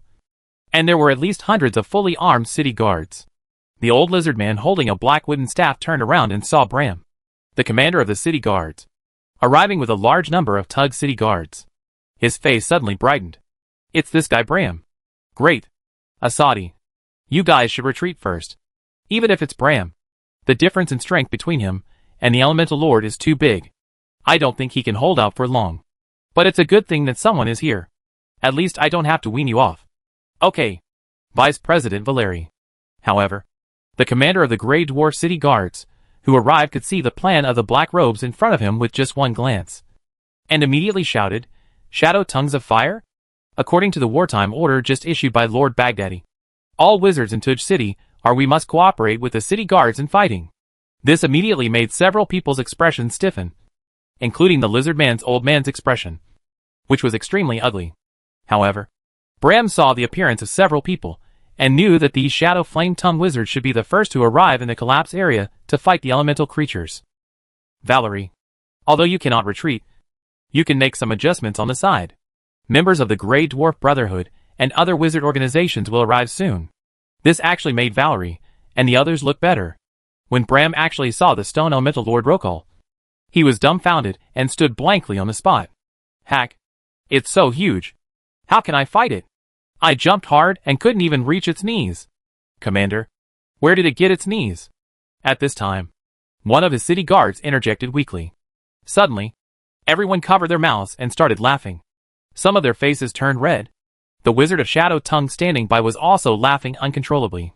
He had never expected that the leader of the city guards was such a fool. No wonder you were so direct when you spoke just now. People can't have a hard time with Hanin. However, this little episode made the pre-war atmosphere much more relaxed. As the highest commander of Tug City at the scene, Bram would dare to swing his hammer at the third-level Stone Elemental Lord. There is no doubt that the warriors under his command will naturally follow suit. Grey dwarves never lack courage.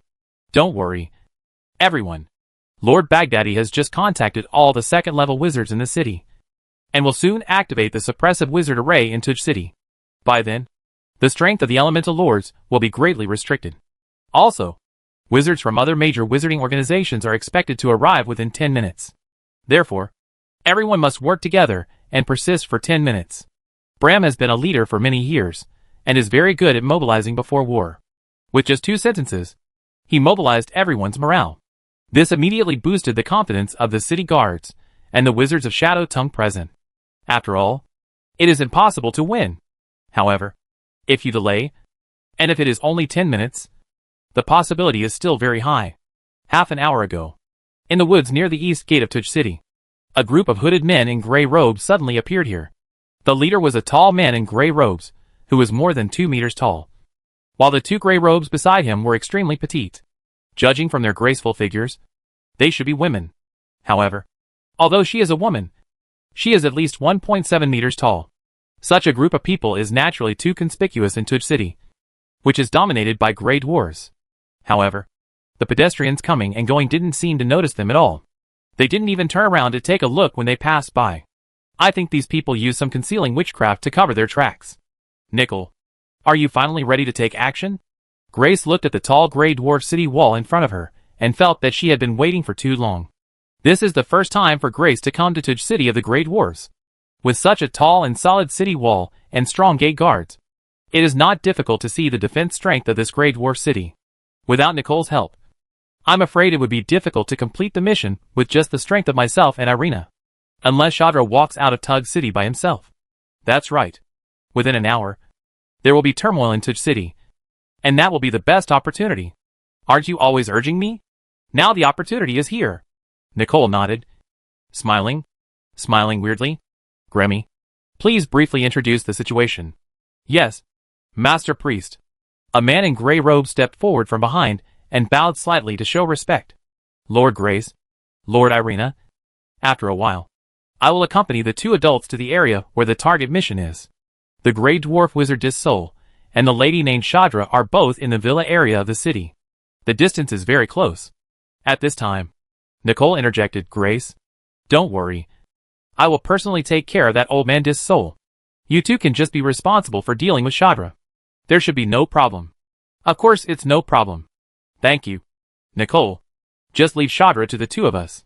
As long as there was no obstruction from Dicer, a high-level first-level Grey Dwarf Wizard. Grace was almost absolutely sure that she and Irene could defeat Chandra and take back the Source Blood and the Mirror. But Irene on the side remained silent, as if she didn't hear what Nicole and Grammy said, because she had deep doubts about Nicole's motives from the beginning. Even now, the other party just said that there will be unrest in Tudge City? Cut! In such a fortified city of Grey Dwarves, the manpower and material resources required for turmoil are unknown. Would he, Nicole, be so kind? Even if Grace is her first love, it is absolutely impossible. Therefore, Nicole definitely had no good intentions. The other party must have some conspiracy inside. And Grace now completely regards Nicole as the last straw. How stupid! While everyone was waiting quietly, suddenly, a violent energy fluctuation came from Tudge City. Immediately afterwards, there was a buzzing sound of the ground shaking. You know, they are currently outside the city of Tudge, and they can feel the obvious ground vibrations from such a distance. It is conceivable that if they are inside the city, the vibrations will be much stronger than here. After a while, a large group of frightened Grey Dwarf civilians, wealthy businessmen, etc. emerged from the city gate, mixed with many lizardmen and fishmen dressed as mercenaries. Of the dozen or so guards responsible for security guarding at the city gate, only 4 were left at the moment, and the rest seem to have been transferred to the city. For such a large city gate, there are only 4 Grey Dwarf city guards, which is obviously useless. Nicole couldn't help laughing and waved her hand, start taking action. In an instant, a group of people rushed straight to the city gate like a gray line. The team was faintly divided into 2 groups, and Nicole would lead 4 or 5 people to directly attack Dissel's residence. And Nicole's deputy Greeny is responsible for guiding Grace and Irina, and will help kill Chandra. Chapter 216 Attack.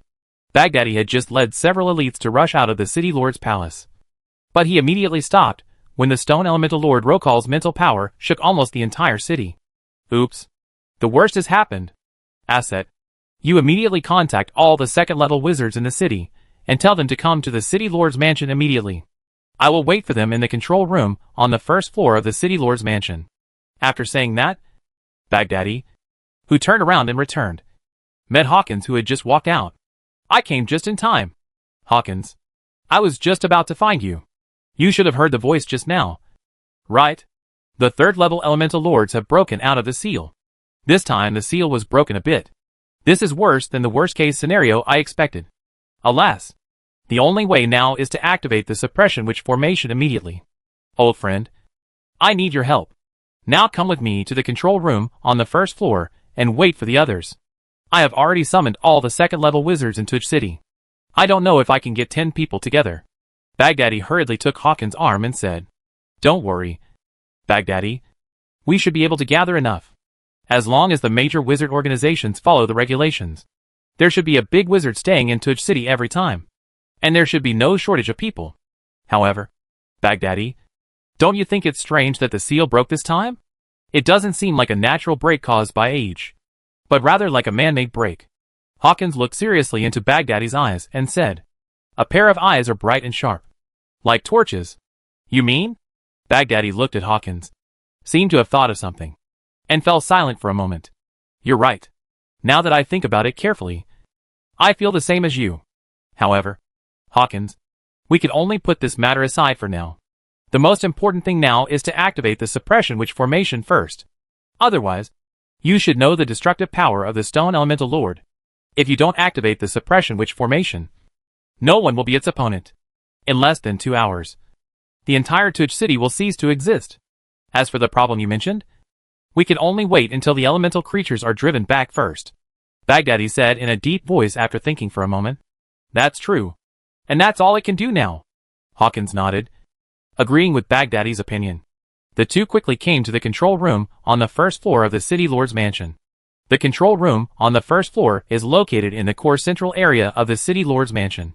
Although it is only a room of only 70 or 80 square meters, it is heavily guarded. Once you get close to it, you can feel the violent energy fluctuations. This is the control core of the giant witch formation. Its most important function is to be able to activate the witch formation immediately when there is a problem with the ancient seal in the scorched earth secret realm, suppressing the strength of all creatures in the entire Tuj city area below the 3rd level. Because deep in the scorched earth secret realm, there are a large number of 3rd level elemental lords, and even some stronger beings. If they were allowed to swarm out, not to mention the city of Tug, the situation in the western part of the entire Grey Dwarf Empire would be devastated. Therefore, when Tuj City was first built, the senior leaders of the Grey Dwarf Empire arranged for the master of the witch formation to set up this giant witch formation.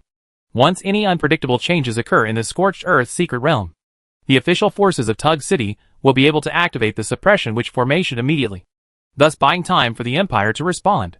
In the city of Tug, inside Richard's villa, Thingart and Stefana looked at each other. The violent shaking of the ground and the mental shock that went straight to their hearts made them realize this place will soon belong to Rock Hour. The two people were shocked for a moment and were at a loss. Stefana listened to the various noisy screams coming from outside the villa, and looked faintly through the door of the villa to the panicked people running around on the street. Worry revealed in her beautiful eyes. It wasn't that she was worried about her safety, because the defense power of the villa is already very strong at present. After all, Master Richard is a Mithra-level alchemist master of the Grey Dwarf Brotherhood. Before leaving with Gorkin, he applied to the Grey Dwarf Brotherhood for enhanced defense. Currently stationed at the villa, there is a small team of 12 3rd-level wizard apprentices, plus 3 official wizards, an elite force. Stephanie knew that Richard and Gorkin had gone to the Scorched Earth secret realm, but the series of events that had just happened seemed to have come from underground, and might be related to the Scorched Earth secret realm. So, at this moment, she couldn't control her worry. She walked quickly to a chestnut-haired Grey Dwarf wizard and asked, "Captain Bronco, did you hear the sound just now? Did something happen in the Scorched Earth secret realm?" Bronco, with a serious face, was discussing the sudden situation with the 2 Grey Dwarf wizards beside him. After hearing Stefania's voice, he immediately turned his head and looked at the mysterious woman in front of him, who was wearing a hood and a face scarf. He knew that this was Masterly Way's favorite woman, even though she had always considered herself a maid. Therefore, Bronco squeezed out a smile and said, "Madam, we were discussing this matter just now. It seems that the seal of the Scorched Earth secret realm is damaged. However, this does not mean that something happened to Masterly Way, because the seal is damaged every few decades. Once, so please don't worry too much. There is one sentence that Blanco has not said. That is, although the seal of the Scorched Earth secret realm is broken every few decades, usually only some 1st-level elemental creatures sneak out. An incident like this, where a 3rd-level elemental lord appeared, was something that, in his impression, had not happened in several hundred years. If it were normal, Stefana would definitely correct Bronco's address to her. But now, her heart was in a mess, and she obviously had no time to care. "Captain Bronco, can you apply to the Grey Dwarf Brotherhood now to send someone to the Scorched Earth secret realm to rescue the Master?" This Blanco thought for a moment, and then shook his head. "Madam, this is probably unlikely, now that the seal of the secret realm has been broken, which is an extremely rare situation. All the vacant combat personnel in the organization should have been transferred away. Even the president and vice president will be called away by the city lord. So, you? Bronco hesitated. Captain Bronco. Can you three? After Stefana said it, she realized that it was impossible. The three Broncos obviously understood what Stefana meant. Madam, according to Master Levi's defense mission, we need to stay in the villa until he comes back or the 1-month deadline is met. So, I'm really sorry. Stefana nodded, already expecting this answer. Unfortunately, she and Fingart were too weak. Suddenly, Bronco looked up and yelled, "Who is it?" Above Richard's villa, a surge of dark elemental energy surged, and the shadow of a huge spider began to appear. It's the wrath of the demon spider. Enemy attack. Upon seeing this huge spider silhouette, Bronco took a breath and shouted a warning. He immediately understood that the enemy was most likely the Shadow Elves, because this was one of the Night Elves' signature witchcraft. Night Elves and these guys, obviously taking advantage of the situation. Dark Fire Spinner. After Bronco warned, he quickly recited a short spell. The other two Grey Dwarf wizards beside him immediately began to unleash their witchcraft. In less than a second, Bronco condensed a ball of majestic dark element energy in his hand. Another Grey Dwarf wizard had a ball of fire element energy in his hand. And the third Grey Dwarf wizard took out a ball of energy, a gable-shaped candlestick-like object. The two energy balls seemed to be attracted by the candlestick and were pulled to the candlestick. In an instant, a ray of light flashed through. A dark element shield with a diameter of more than 20 meters and a hemispherical shape suddenly rose in the garden of the villa, covering Stefana, Fingart, and the team members. This is actually a rare joint defense witchcraft formation that relies on witchcraft weapons. Face the impact of the giant spider shadow head-on. The next second, the spider phantom slammed into the hemisphere surrounded by dark fire. In an instant, a deep dent was made in the entire hemisphere. The three Broncos continued to use their mental power to mobilize energy elements, and beads of sweat soon appeared on their foreheads. The opponent must be a first-level high-level wizard, otherwise the power of Spider's wrath would not be so great. Zamel, let everyone reinforce the witch formation. As you command. Captain Bronco, a Grey Dwarf with the strength of a third-level wizard apprentice, immediately led the other members of the team to quickly place triangular brackets at certain intervals around the bottom of the dark fire vortex. The movements were orderly and not chaotic at all. It looked like a well-trained team. At this time, Bronco and the other three looked much better. Although the three of them are all first-level wizards, they originally practiced defensive witchcraft and witch formation principles during their apprenticeships. After being promoted, they have been focusing on this field for a long time. Therefore, although it is only at the initial stage of level 1, it is capable of resisting the attack of a high-level wizard of level 1 and will not collapse in a short period of time. Hey, the defense is not weak. Grace looked surprised outside the villa. She didn't expect that the attack she just made didn't destroy the villa, causing the other party to panic and flee. This was quite unexpected. In this case, Uranai, let's take action together. Grace turned to Uranai beside her and said, "Okay, sister." Shadow gun. A 3-meter black spear made of condensed dark elements was quickly thrown from Uranai's hand, like a bolt of lightning, hitting the dark fire whirlpool heavily. Boom! After the violent explosion, the dark fire whirlpool shook violently. This caused Bronco and Stephanie, who had just breathed a sigh of relief, to change their expressions, and their relieved hearts suddenly became high again. Two adults. Let's help out. Grimmy next to him smiled modestly. As soon as he waved his hand gently, the two men in gray robes who came with Greeny immediately began to chant spells and perform spells. In less than 2 seconds, 3 turquoise giant flame snakes, 7 or 8 meters long, flew out from the hands of the 3 people, swimming towards the shield like living creatures. Everyone in the villa looked horrified when they saw the scene. Boom, boom, boom. Even the reinforced shield can no longer withstand the successive powerful attacks. Bang! Shattered and dissipated in the air. Poof! The 3 Grey Dwarf garrison wizards suddenly vomited blood and were extremely depressed. The team members whose strength was only at the apprentice level were even more unbearable. They were all knocked unconscious at this time. Bronco threw an arrow-shaped object to Stefana aside and quickly shouted, "Quick! Release a distress signal flare." Stephanie was slightly panicked and used her mental power to trigger the model transmitter. Whoosh! A red signal flare shot directly into the sky from the garden of Richard's villa, and dispersed into a faint word for rescue in the Grey Dwarf language. The only ones left standing in the venue were Stefana and Fingart, who were extremely eye-catching. Therefore, when Grace and the others slowly entered the villa. Grace's face immediately darkened. She could also see now that most of the defense forces in this villa were Grey Dwarf wizards. You must know that Grey Dwarves are the mortal enemies of the Night Elves. But now these mortal enemies actually serve Shadra. Could it be that the other party has contributed the Black Dragon source blood to the Grey Dwarf senior leaders? So it has obtained asylum? Shadra? You traitor! I didn't expect you to fall into the arms of the Grey Dwarves so quickly. Grace didn't take the rescue signal seriously, because she knew that Tuj City was now in chaos. In the short term, there will definitely be no rescue force from the Grey Dwarves coming here. The Villa Deeser next to it. After the ground shook violently, Dysol ran out of the brewery. While he was still assessing the development of the situation, he suddenly saw a signal flare rising over Levi's villa. This immediately made him startled, and he murmured to himself, "Is this a rescue signal from the Grey Dwarf Brotherhood? Could it be that something happened at Levi's villa?" After thinking for a moment, Dysol decided that he definitely wanted to take a look, and then walked quickly towards the door. At this time, a slightly joking chuckle sounded not far behind him. "Oh, old drunkard, where are you going?" Dysol was stunned. As if struck by a bolt of lightning, he froze in place. He knows his own strength best. But this time, he didn't even notice someone was getting close to him. This time the enemy. And this voice is a bit familiar. And it seems to be one of the voices that I least want to hear. Although he had only heard it once before. Dysol was deeply impressed by it. The knuckles of Dysol's fingers, which were holding the short staff, turned white from using too much force. He turned around slowly, and squeezed out a few words from his dry throat as if scraped by a knife. "Nicole?" The moment Dysol saw the other person clearly, his pupils contracted sharply. It was indeed him.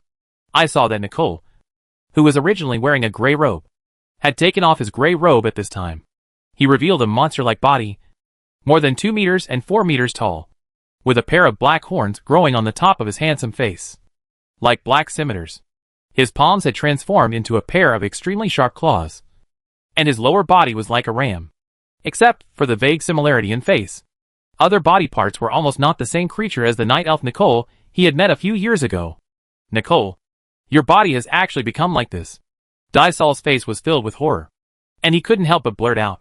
Chapter 217 Killing Streak. "Levi, I didn't expect it was you who saved me." Vanna's beautiful eyes looked at Richard, and then stayed for a moment on the tall blood and bone puppet beside Richard. It seems that Master Levi, who is proficient in alchemy, has many secrets besides the new beer recipe, now that the Scorched Earth secret realm has undergone drastic changes. "Master Levi, do you and your followers still want to stay here?" Richard looked around and saw that the elemental creatures within the visible range, which had been relatively peaceful, seemed to be rioting. Even though there are no outsiders like them around, they will still attack each other. It seems that the originally divided territory is now occupied by other elemental creatures of the same level. Obviously, with the strength of him and Gorkin, it is too dangerous to stay here. So Richard immediately shook his head and said, "Of course not. Gorkin and I are planning to go back. But, Miss Vanna, what should you do?" Richard showed Vanna the teleportation stone in his hand. Vanna smiled. "No wonder you and your followers bought this with confidence. Don't worry. Although I don't have a teleportation stone, it only takes me 2 minutes to set up the teleportation array and return. Can you two please help me guard it?" The three people's current position is behind the giant black rock, which blocks the view of most elemental creatures, so they are safe in a short period of time. Of course. Richard smiled slightly. He also wanted to see how Vanna could set up a teleportation array within 2 minutes. Even if he were proficient in teleportation arrays, he would not be able to complete the drawing of a teleportation array within 20 minutes, let alone 2 minutes. Moreover, the ground here is not flat, making it even more difficult to draw. I saw Vanna take out a black animal skin exuding rich elemental energy fluctuations from her arms, and quickly opened it. Richard took a quick glance and saw a pattern of a teleportation array painted on the black animal skin. Vanna spread the entire hide, with the pattern side down and the black bottom side up, and spread it flat on the slightly uneven ground. Then, Vanna quickly recited a short spell. After a while, the black animal skin, which originally contained energy, began to absorb the energy elements floating in the surrounding air. In an instant, blue light burst out. When Vanna put away the black animal skin roll again, Richard and Gorkin were surprised to see that there was already an exquisite, drawn teleportation array on the ground. and it was faintly emitting blue light. Obviously, this is a fully functional teleportation array that can be used to teleport at any time. Seeing the surprised expressions on Richard and Gorkin's faces, Vanna chuckled and said, "Master Levi, this is a short-distance teleportation array that can directly return to my residence in Tuj City. You and your followers, why don't you come to my house for a cup of tea first? Maybe you can save a fortune on the teleportation stone. Then I'll trouble Miss Vanna," Richard said with a smile. Since it's a good thing to get a ride, Richard has no reason to refuse. Moreover, the teleportation stone is effective within 3 months, so it can naturally be saved and used next time. However, Richard immediately thought of the shortcomings of this scroll. Vanna's teleportation scroll is very convenient to use, but it obviously cannot be used in battle. The enemy will not give you a minute or two to allow you to escape calmly. Therefore, this kind of scroll is only suitable for the wizard team that is adept at exploring the Scorched Earth's secret realm, such as those who do not go deep into the secret realm and collect resources in safe areas. Just like the emergency situation just now, Vanna obviously had no chance to use it at all and had to get out of the battle first. Masterly Wei, come quickly. Vanna had already stepped into the teleportation array and waved to Richard. Richard and Gorkin immediately stopped hesitating and quickly stood on the teleportation array together with Vanna. After a flash of blue light, the three of them arrived in a sealed room. I'm finally back. Vanna finally let out a long sigh.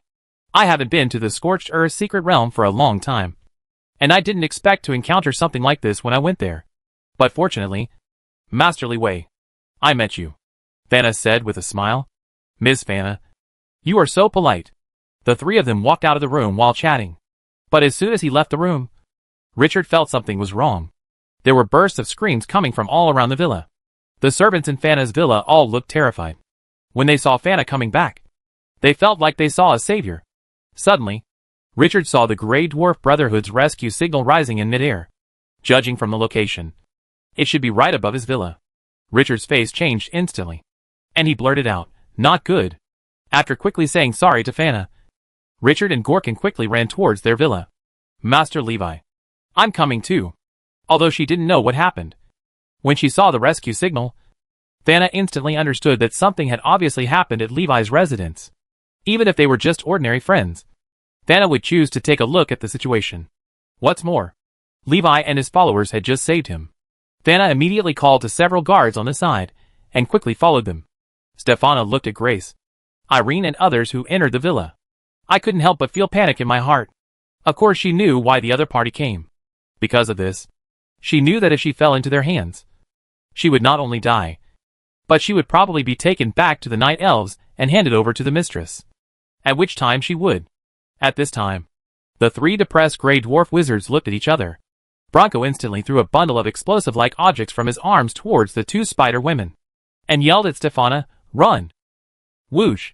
Stefana, who had the body of a high-level spider woman, quickly ran towards the headquarters of the Grey Dwarf Brotherhood.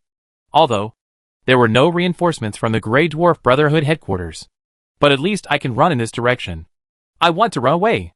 Grace showed a trace of ridicule. If this can make you run away, then her planning for so long will be in vain. But what was being thrown at her and Urena at this moment were 3 bundles of strange-looking combination bombs. Judging from the appearance, it seems to be the kind of alchemy combination bomb made by Richard. Alchemy bomb? Grace felt a hint of contempt in her heart.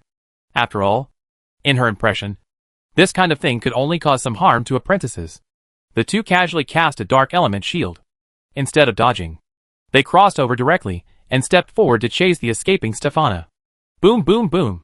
The explosion of 3 combination bombs in succession instantly raised large amounts of dust. Ahem. You're looking for death. Grace and Irene staggered. They didn't expect that this strange-looking alchemical bomb could be so powerful.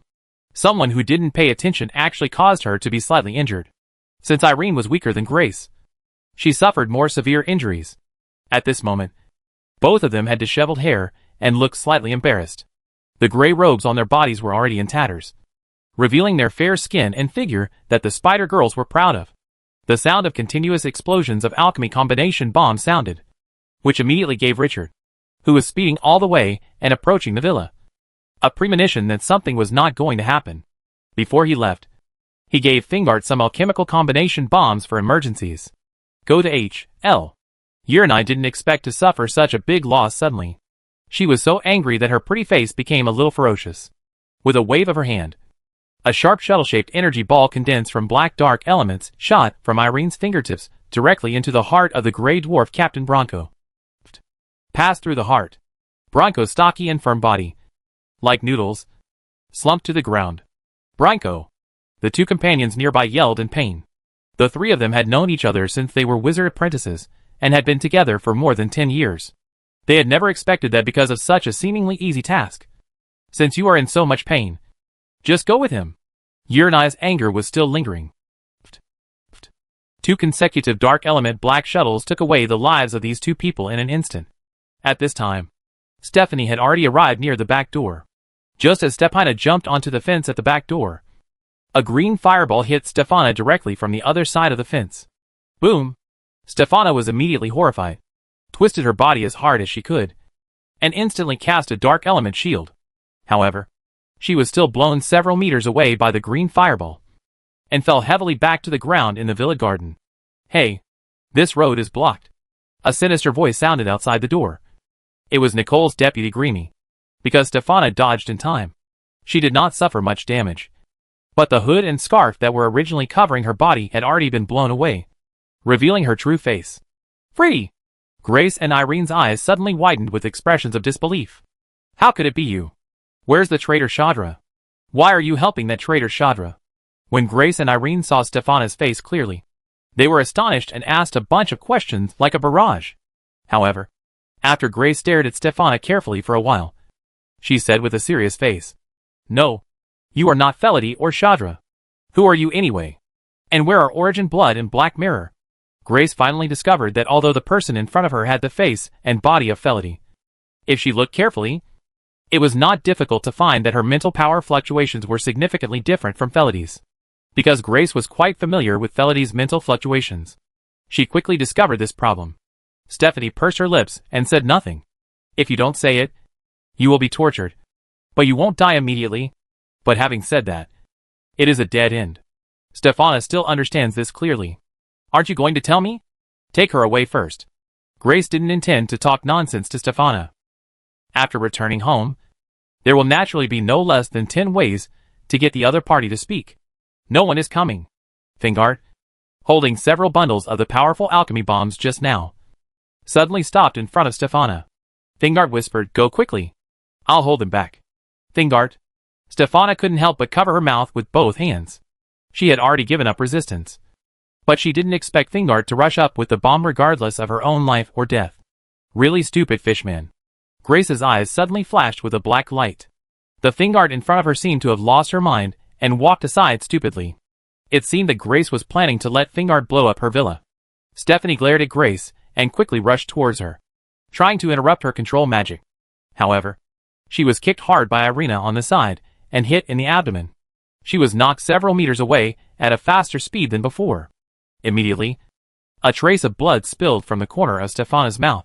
Uranai sneered and said, You still want to save others? You, like this fishman, will die today. Suddenly, a clear voice came from outside the wall. None of them will die today. Whoosh! A black iron chain was pulled directly behind Stefana, wrapped around her with a huff, and suddenly pulled out of the villa. Not good. Who? Seeing the meat on their hands fly away like this, Grace and others were shocked and angry.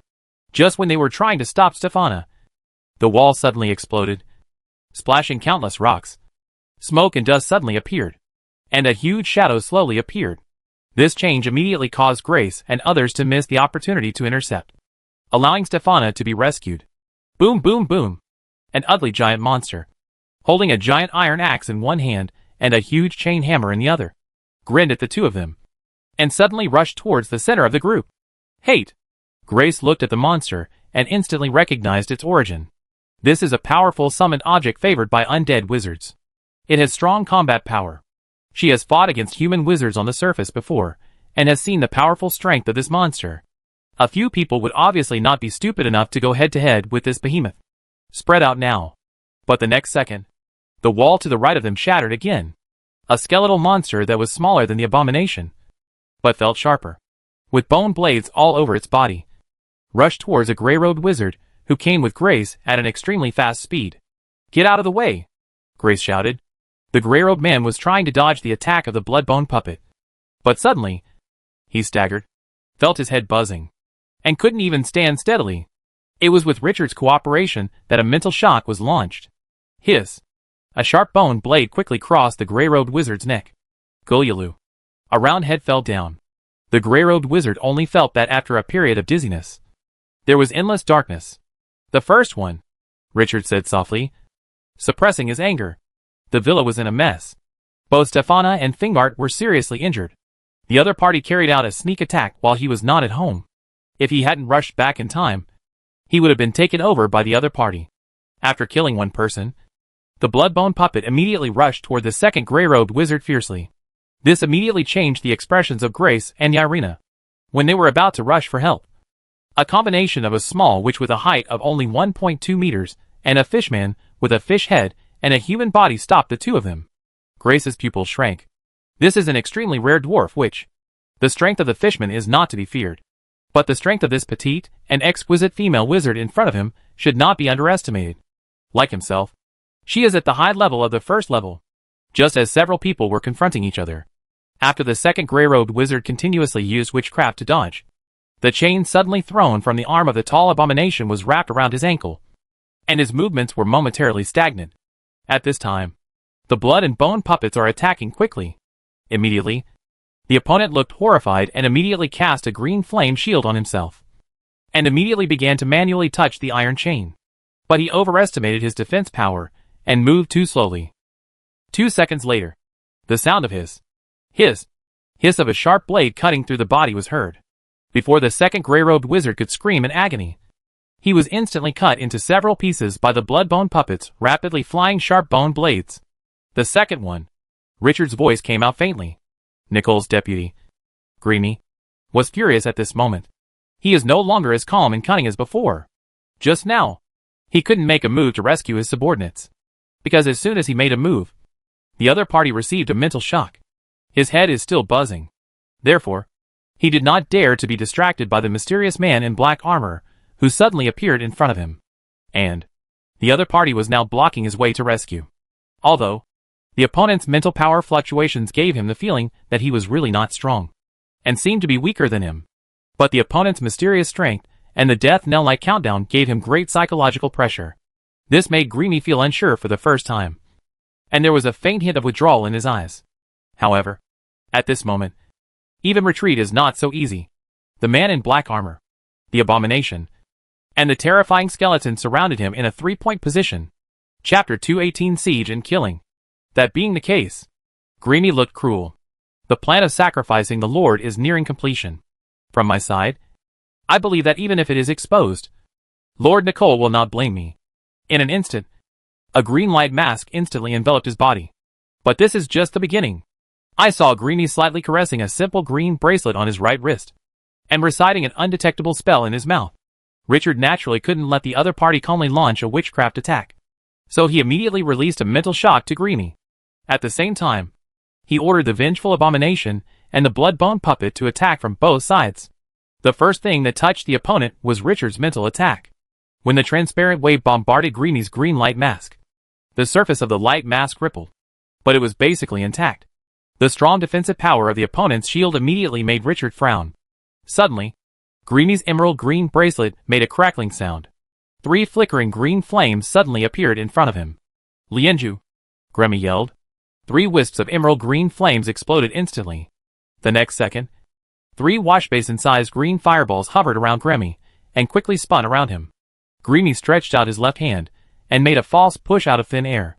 One of the 3 fireballs directly hit the fastest and closest blood and bone puppet, and with another false push with his right hand, he pushed the second green fireball in front of him towards the resentful spirit. Finally, he pushed hard with both hands and sent the last green fireball directly towards Richard. Grey-Road Greeny relied on the shattered green bracelet to perform this powerful witchcraft, which actually bombarded 3 targets at the same time. And the power was extremely powerful. Each hit had the power of a first-level high-level witchcraft. In an instant, Greeny showed his fierce strength. Boom! The green fireball that attacked the blood-bone puppet was the first to explode. The blood-bone puppet was so bombarded that he took several steps back before finally stopping. For the first time, tiny cracks appeared on the bones of his left arm intertwined on his chest. And the green flames, like gangrene attached to the bones, were still burning slowly. After the blood-bone puppet scraped it several times with the bone blade, the green flame slowly dissipated. But the originally snow-white bones were already charred black. This should be the first time the blood and bone puppet has been injured. At this time, another fireball also hit the wraith abomination heavily. With one blow, the heavy body of the resentful spirit abomination was staggered, and a large piece of skin and muscle on the chest was blown to pieces. The key to the problem is that at this time, the green flames were still burning and scorching on the chest of abomination. The strong smell of roasted meat overflows instantly. This caused Grace and Fana, who were fighting fiercely on the side, to look sideways. The resentful spirit shook his dizzy head in hatred, feeling the stinging pain in his chest, and couldn't help but roar to the sky. At the same time, he swung the giant iron axe and cut off all the burning skin and muscle tissue on his chest. Obviously, Greemy's move seriously injured Wraith Abomination. Judging from the power and difficulty of the opponent's two fireballs, Richard's pupils instantly tightened. Richard immediately abandoned his original plan to resist the green fireball head-on. He saw Richard duck and quickly jumped to the right. But Greemy looked cunning, stretched out two fingers of his right hand, and shouted, "Guide!" The green fireball drew a large arc in an instant and continued to attack Richard. Richard secretly thought something bad. The opponent actually knows the auxiliary witchcraft of spiritual guidance type. Psychic shock. Richard instantly sent out a transparent wave towards the green fireball. But it's not over yet. The mimic wrist guard on his left wrist quickly extended and transformed into a silver shield, blocking him in front of him. Then, Richard used his third innate witchcraft, which was extremely rare. Soul Link. In an instant, an inexplicable wave linked him to the hatred of the resentful spirit. Boom! The transparent mental impact collided with Greemy's green fireball and exploded instantly. But it was obvious that the green fireball was more powerful and dominant.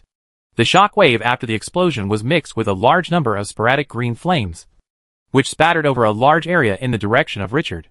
In an instant, Richard's sight was suddenly blocked, although most of the flames were blocked by the silver shield. A small amount of green flame stained on Richard's black bone armor were like sparks of fire, burning the black bone armor extremely tenaciously. Before Richard could quickly sweat it out, a sharp claw burning with green flames hit Richard's right shoulder heavily. Bang! The black bone armor at the hit area broke instantly, and Richard was knocked back 7 to 8 meters. The 3 jade fireballs just now made Greemy instantly understand that his feeling was right. The strength of the black-armored man is actually not as high as he thought. The opponent is just a stronger summoner. However, the opponent's defense is also very good. Greemy looked down at his palms that had transformed into sharp claws. Originally, he thought that the blow would at least break the opponent's bones. But now it seemed that it only caused some flesh injuries. Pooh! Richard quickly turned over and spat out a mouthful of bloody phlegm. He stared fixedly at the gray-robed man in front of him. At this moment, his right shoulder was in severe pain, but he could still barely move. It seemed that no bones were injured. Fortunately, he had just cast his natural witchcraft Soul Link, transferring half of the damage to the Wraith Abomination. Otherwise, even though there is the protection of the black bone armor, I'm afraid that the shoulder blade would have been fractured at this moment. The other party's green flames were so powerful that they burned the originally smooth black bone armor on his body into pits. Richard knew that he might have encountered a strong enemy this time. Under normal circumstances, once he has the blood and bone puppet and uses it with all his strength, even if the opponent has a high-level strength, he will not be his opponent. Could it be said that the opponent's strength is top-notch? This form. Only then did Richard realize that the other party's appearance had changed dramatically. The opponent's originally normal-sized hands have now turned into thick claws. No wonder they have such high attack power. Is this some kind of alienation? The gray-robed man opposite suddenly tore off his gray robe. Judging from the parts that had not yet been transformed, he was actually a rare red-scaled lizardman wizard. I was almost fooled by you. It was just a strange summoning object. Your own strength will never exceed the middle level of the first level. Hey. 1 minute. In just 1 minute, I can kill you. Devil's language, great king of jade fire. Please listen to the prayer of your pious and humble servant Greemy, and grant it to me. The red-scaled lizard man named Greemy has undergone further drastic changes in his body shape. 2 small bumps suddenly appeared on the originally smooth forehead and quickly grew into a pair of sharp, curved horns. The slender figure also swelled almost twice as fast, with muscles becoming intertwined, and the lower body turning into the lower body of a ram and strong hooves. At the same time, the aura also surged. Villa Disol. Disol was seen falling to the ground with a weak breath at this time. Not far from him, a monster that looked very similar to the transformed Greemy was looking at Disol, who was lying on the ground with a smile on his face. It was the Jade Fire Church that worshipped Nicole. Suddenly, his expression changed and he secretly said, What's going on? This guy Grimmy. Don't you know this will attract the attention of the top management of Tuj City? However, at this point in time, it doesn't matter. The other party probably won't have time to take care of this matter. Nicole thought for a moment, showed a smile, and said to Disol, Old drunkard, tell me your last words, and I can fulfill your last wish before you die. The control room on the first floor of the Tuj City Lord's mansion. Baghdadi and Hawkins are waiting for the arrival of other second-level wizards. Sudden! On the table in the center of the room, a green light suddenly appeared in the huge Tuj City sand table. Judging from the location, it seems to be somewhere in the inner ring villa area. Except for the fist-sized yellow ball in the northeast corner of the sand table. There are no light spots in the entire sand table. So this touch of green is also extremely clear. Hey! This is the marked fluctuation of the Jade Fire cult. But I can't leave it once. So I have to send someone to check it out. Baghdadi frowned and muttered to himself. For the special marked fluctuations of several major cults, the large scale which array control core located in the City Lord's palace can independently identify and display them in categories in the sand table on the table. Hawkins, who was thinking about it, heard Baghdadi's muttering to himself and comforted him, Old friend. The top priority now is still the issue of sealing.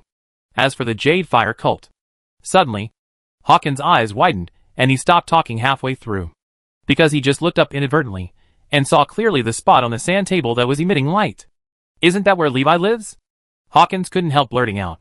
The sand table is used for military purposes, so it is extremely detailed and lifelike. Therefore, Hawkins recognized this villa at a glance. It was the place where he participated in the new beer equity auction 2 days ago. And it was Levi's residence. I have to go there quickly. This boy Levi is a rare treasure that our Grey Dwarf Brotherhood can find. As soon as Hawkins raised his feet, Baghdadi grabbed him. Wait a minute. Who just said that the top priority is to seal it? Besides, you are leaving. What if there is a second-level wizard missing, and the suppressing wizard array cannot be activated? You stay. I'll send Muriel over. Hawkins, who originally wanted to say something, heard that Baghdadi sent his personal guard captain out. His anxiety eased slightly, and he nodded. With Muriel, that should be no problem.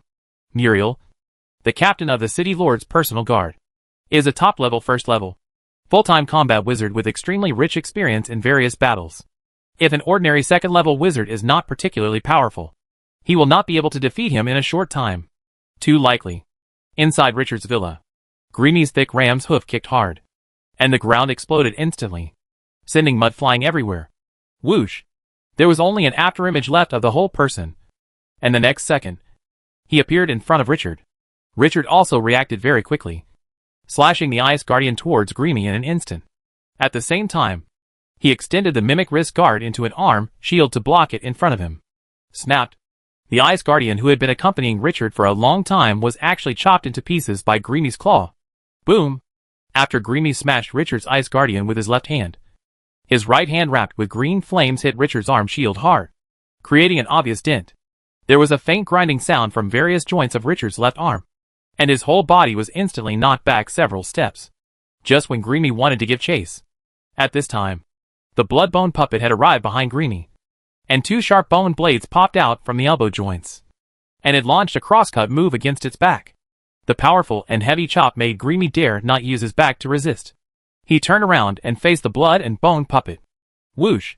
It was 2 claw strikes. Ding ding! Sparks flying. The other party was actually on par with the blood and bone puppet in terms of strength, which immediately shocked Richard. No wonder he collapsed at the first touch. The opponent's physical strength after alienation is actually so strong. Ding ding ding! Bang! Greemy broke a rib on the left chest of the blood-bone puppet. However, the blood and bone puppet was not without its gains. Greemy's emerald green light shield was finally broken by the continuous hacking of the blood-bone puppet. Psychic shock! The moment Greemy's green light shield disappeared, Richard quickly seized the opportunity and displayed his innate witchcraft. This suddenly made Greamy feel a little dizzy and shook his head, although this process only lasted less than half a second. But, boom! A giant axe struck Greamy from the side from top to bottom, instantly sending him flying 7 or 8 meters away. Although Greamy's body is extremely strong after being transformed, the giant iron axe hated by the resentful spirit is extremely heavy and powerful. This blow instantly tore open a 20 to 30 centimeter long wound on the shoulder blade of Greamy's left shoulder. The scarlet muscles were protruded, and a large pool of blood spattered out. The evil spirit that had succeeded in its sneak attack narrowed its eyes into slits and opened its mouth wide, revealing a mouthful of uneven yellow teeth, as if it was mocking Greamy. This immediately made Greamy furious, and he roared wildly. His skin turned red, and his veins popped out. Whoosh! The whole person was like a sharp arrow, rushing straight towards the hateful spirits. Richard was delighted when he saw it. It seemed that after the other party's transformation, an originally rational wizard would gradually lose his judgment. It was obviously the wisest tactic for the opponent to chase him and fight him at the beginning. But now, after being injured by the vengeful abomination, he didn't even look at himself and chased after the vengeful abomination. This should be the side effect of alienation. Irritability. The opportunity has come. Release the resentful spirit. Richard instantly ordered the resentful spirit to say in disgust, "I saw a white transparent human-shaped airflow, with several gray-white airflows, and instantly collided with the oncoming gray line. Puff puff. The sound of bubbles bursting rang out continuously, regardless of whether they were white or gray-white transparent spirits. They only lasted for a second or two before being killed by Greamy's sharp claws with green flames, just as Greamy licked his lips, still unsatisfied with the killing. The 1 or 2 seconds he delayed gave the vengeful abomination an opportunity. Wow! An iron chain as thick as a wrist was instantly wrapped around Greamy's waist, and a strong force immediately came from the other end of the iron chain. Greamy, who had been rushing towards the hatred of the wraith, had his own inertia, and with the heavy pull of the chain, he collided with the hatred of the wraith in an instant. Crack! There was a sound of ribs contracting on Greamy's body. The resentful spirit hated the strong arms as thick as an adult's thighs, so it hugged Greamy tightly and squeezed him. Greamy was also squeezed to the point of suffocation. His face turned red, but his sharp claws, with green flames, had penetrated deeply into the fat belly of the resentful spirit's abomination. "Hey!" came the scorched voice. "Both sides fight to the death. From the original yellow fat to the blood spurting out like tap water. Greamy's sharp claws have now pierced the fat layer in the belly that the resentful spirit hates, and touched the internal organs." The resentful spirit had a painful expression on its face, but in the face of such severe damage, it still ignored it and continued to hug Greamy tightly, squeezing him with its thick arms, just when everyone thought that the resentful spirit was about to fall short. 2 sharp bone blades penetrated Greamy's body from behind, and 2 white blade tips suddenly emerged from his chest. It was the sneak attack of the blood and bone puppet.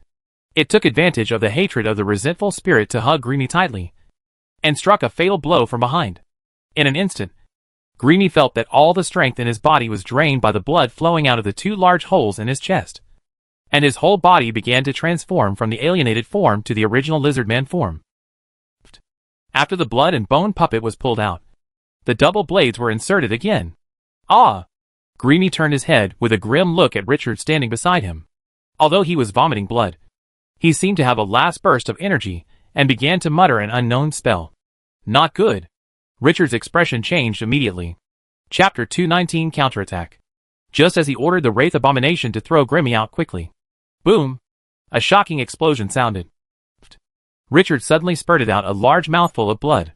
His headache felt as if it was exploding. His whole body was unsteady and on the verge of collapsing. After the smoke and dust in the center of the field dissipated, a large crater several meters deep was clearly visible. At the bottom of the crater was a large mass of fried and burnt meat. Although it was difficult to distinguish its appearance, it was easy to judge from its appearance. It was determined that this was obviously not Greamy's body. Obviously, this is the abominable body of Richard's undead summon, the Wraith. The mountain of burnt meat represents the glorious death of the resentful spirit. Since the death of the undead summons, Richard has been seriously attacked. The blood-bone puppet struggled to get up from the ground more than 10 meters away. Fortunately, although the blood and bone puppet looked miserable, it survived. Richard endured the headache that felt like a craniotomy, and turned his head to look at the blood and bone puppet not far away. He saw that it was damaged in many places, and 7 or 8 ribs on its chest were broken. But the bones on its legs and hands were broken. The bones were intact, and most of the combat effectiveness was retained. The blood and bone puppet, which had just received Richard's command to retreat immediately retreated several meters away from the center of the explosion. Otherwise, there is a high probability that he will end up like the resentful spirit. After wiping the blood from the corner of his mouth, Richard suddenly felt a shock all over his body, because he suddenly discovered that there were 3 consecutive reminder messages in the inspiration panel. Gain 45899 energy points. Gain 46532 energy points. Acquire 67883 energy points. This seemed to make Richard realize something. Master, are you okay? Stefana ran over with a look of fear on her face and helped Richard. It was the first time she saw her master Richard, who was always so wise, suffering such serious injuries. Stephanie, I'm fine. Put on your hood. Otherwise it will be bad if the Grey Dwarfs come and see you. Although Richard had a splitting headache, it did not affect his thinking. He was still very meticulous and reminded her immediately. The Night Elves and Grey Dwarves are mortal enemies. If Stefana's appearance is exposed, she will have to spend more time talking. Try to avoid unnecessary things like this. Okay, Master. Richard thought for a moment, then took out 3 bottles in turn. 1 red, 1 blue, and 1 green. He pulled out the stoppers, poured 1 bottle after another into his mouth. Suddenly, a cool feeling spread from the stomach to the limbs, and the splitting headache felt much better. However, I am afraid that I will still be unable to perform witchcraft in a short period of time, and I will not be able to concentrate at all to outline the runes. My victory just now was really a bit of a fluke. In other words, there is a considerable element of luck involved. The opponent, a red-scaled lizard wizard named Grimmy, possesses a high-level strength without changing shape. After its alienation, its strength has reached the top level. If he hadn't made a bloody bone puppet, he would have failed miserably this time. Thinking back on this, Richard still felt a lingering fear. Stepina, go get the waste pouches from the 2 grey-robed men, Richard whispered. It's not that Richard was so anxious to collect the spoils, but he wanted to see if he could find something useful from the enemy, such as magic crystals. Okay, Master. After a moment of wrestling on the bodies of the 2 grey-robed men, Stefana handed 2 long bags to Richard, opening both waste pouches. Hey, in addition to a lot of bottles and jars of commonly used medicines, they also contain several magic crystals, plus some valuable items such as flame crystals and earth crystals. Very rich. This actually made Richard feel happy. His expression softened a lot, and he felt a bit like a windfall from heaven. It's a pity that the leading man in grey robe, Greeny, blew himself up and all the items were destroyed. Otherwise, I would probably gain even more. Richard took out 2 magic crystals from his waist bag and handed the 2 bags to Stephanie for safekeeping. He then walked quickly towards the blood-bone puppet beside him. Click! Richard opened the dual-channel energy slot on the inside of the spine of the blood-bone puppet and took out 2 high-level magic stones that had turned white. When the magic stone is nearly exhausted, it will gradually change color and become almost pure white. Moreover, the energy-depleted magic stone has another characteristic. If you squeeze it with your hands, it will easily break into white powder. Richard placed 2 quail egg-sized magic crystals that exuded strong energy fluctuations in the energy slot, and fixed the plate buckle with a click. The next second, the blood and bone puppet gave people a very different feeling. How should I put it? If the blood and bone puppet gave people the feeling of being a little lethargic before, then now, it feels like the blood and bone puppet is full of wine and food, and is in high spirits. Although the injuries on the body are still there, the spirit is much better. A smile finally appeared on Richard's calm face.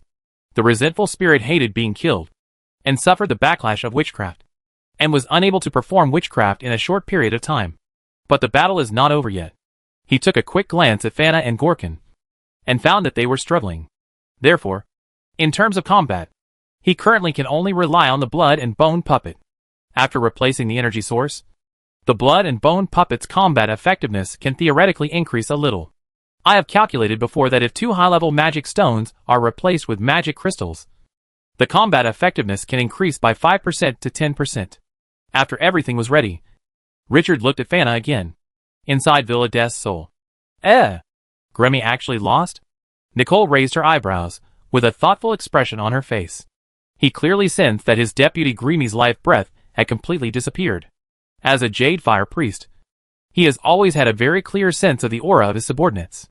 It seems that Grace's side must have encountered something unexpected. I have to hurry up and finish the work so that I can go over and have a look. Nicole lowered her head and glanced at Dis-Sol, who was lying on the ground with a cold expression. Dis-Sol's clothes were in tatters at this time, and the joints of his limbs showed an unnatural twist. The internal injuries may be more serious, because he kept vomiting large mouthfuls of blood.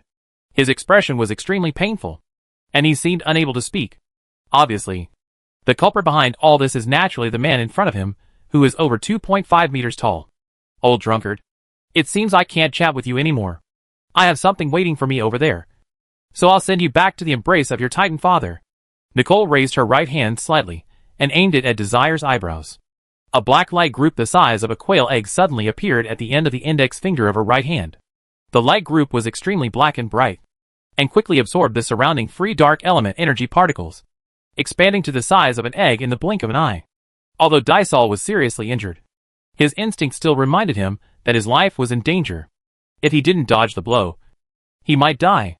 On the grass, Dis-Sol barely struggled, trying to avoid Nicole's blow. The next second, the black light group at Nicole's fingertips burst out with a black ray, which shot towards Dis-Sol's eyebrows at a very fast speed, like a black light, making it impossible for anyone to dodge. Dis-Sol fell to the ground and could never wake up. Lord Dis-Sol. Dis-Sol's family members were shouting at the top of their lungs. Especially the twins that Richard had seen were crying so hard.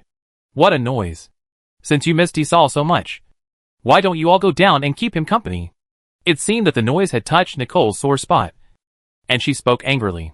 With a wave of a sharp claw, a trace of green flame appeared out of thin air, and quickly expanded into a small crystal. But the surging energy contained in it could be felt by ordinary people. Whoosh! Nicole flicked his nails. This green crystal, like a green lightning, shot towards the crowd of crying family members of Dis-Sol at extremely high speed. Boom! After the crystal touched the ground, it exploded instantly, forming a huge green ring of fire that invaded in all directions. Ah! Suddenly, all of Dis-Sol's concubines turned into burning fireballs, and screams were heard everywhere. At this time, a gray dwarf boy of about 6 or 7 years old crawled out from the crack in the corner of the wall while wiping his tears. Inside Richard's villa, Grace and Irina, 2 high-level spider women, were fighting on the sidelines. Although they clearly had the upper hand, they overpowered Fana and Gorkin. However, Fana is good at shadow cultivation. At this moment, there are hundreds of densely growing vines in front of her, and Gorkin's water witchcraft is constantly supporting her. The battle was tense, and the two sides were in a stalemate for a while. Grace and Irene were unable to rush over to support Greemy until the earth-shattering explosion sounded. The 2 spider women only then realized that Richard had actually killed 3 of Nicole's men, and their faces changed immediately. Irene, help me defend with all your strength. Sister, do you want it? This is the only way to end the battle as soon as possible, Grace said solemnly.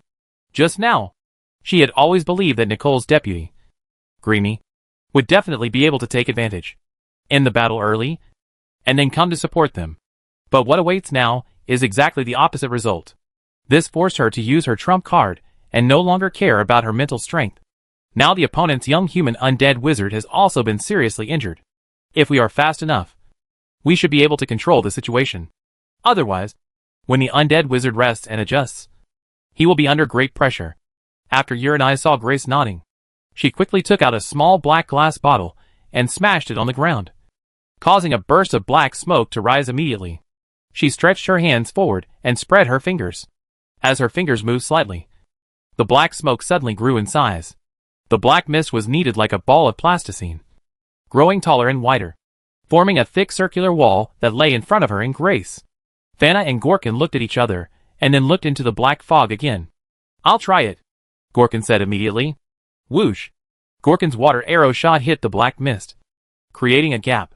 But in an instant, after a surge of the black fog wall, as if there was some mysterious power within the fog wall, the gap was immediately smoothed out, and it was as good as new. Whizzing! Gorkin did not believe in evil, and used 2 consecutive water arrows again. But the effect was exactly the same as before, like a mud cow entering the sea, without causing any waves. Gorkin was so shocked that he was speechless.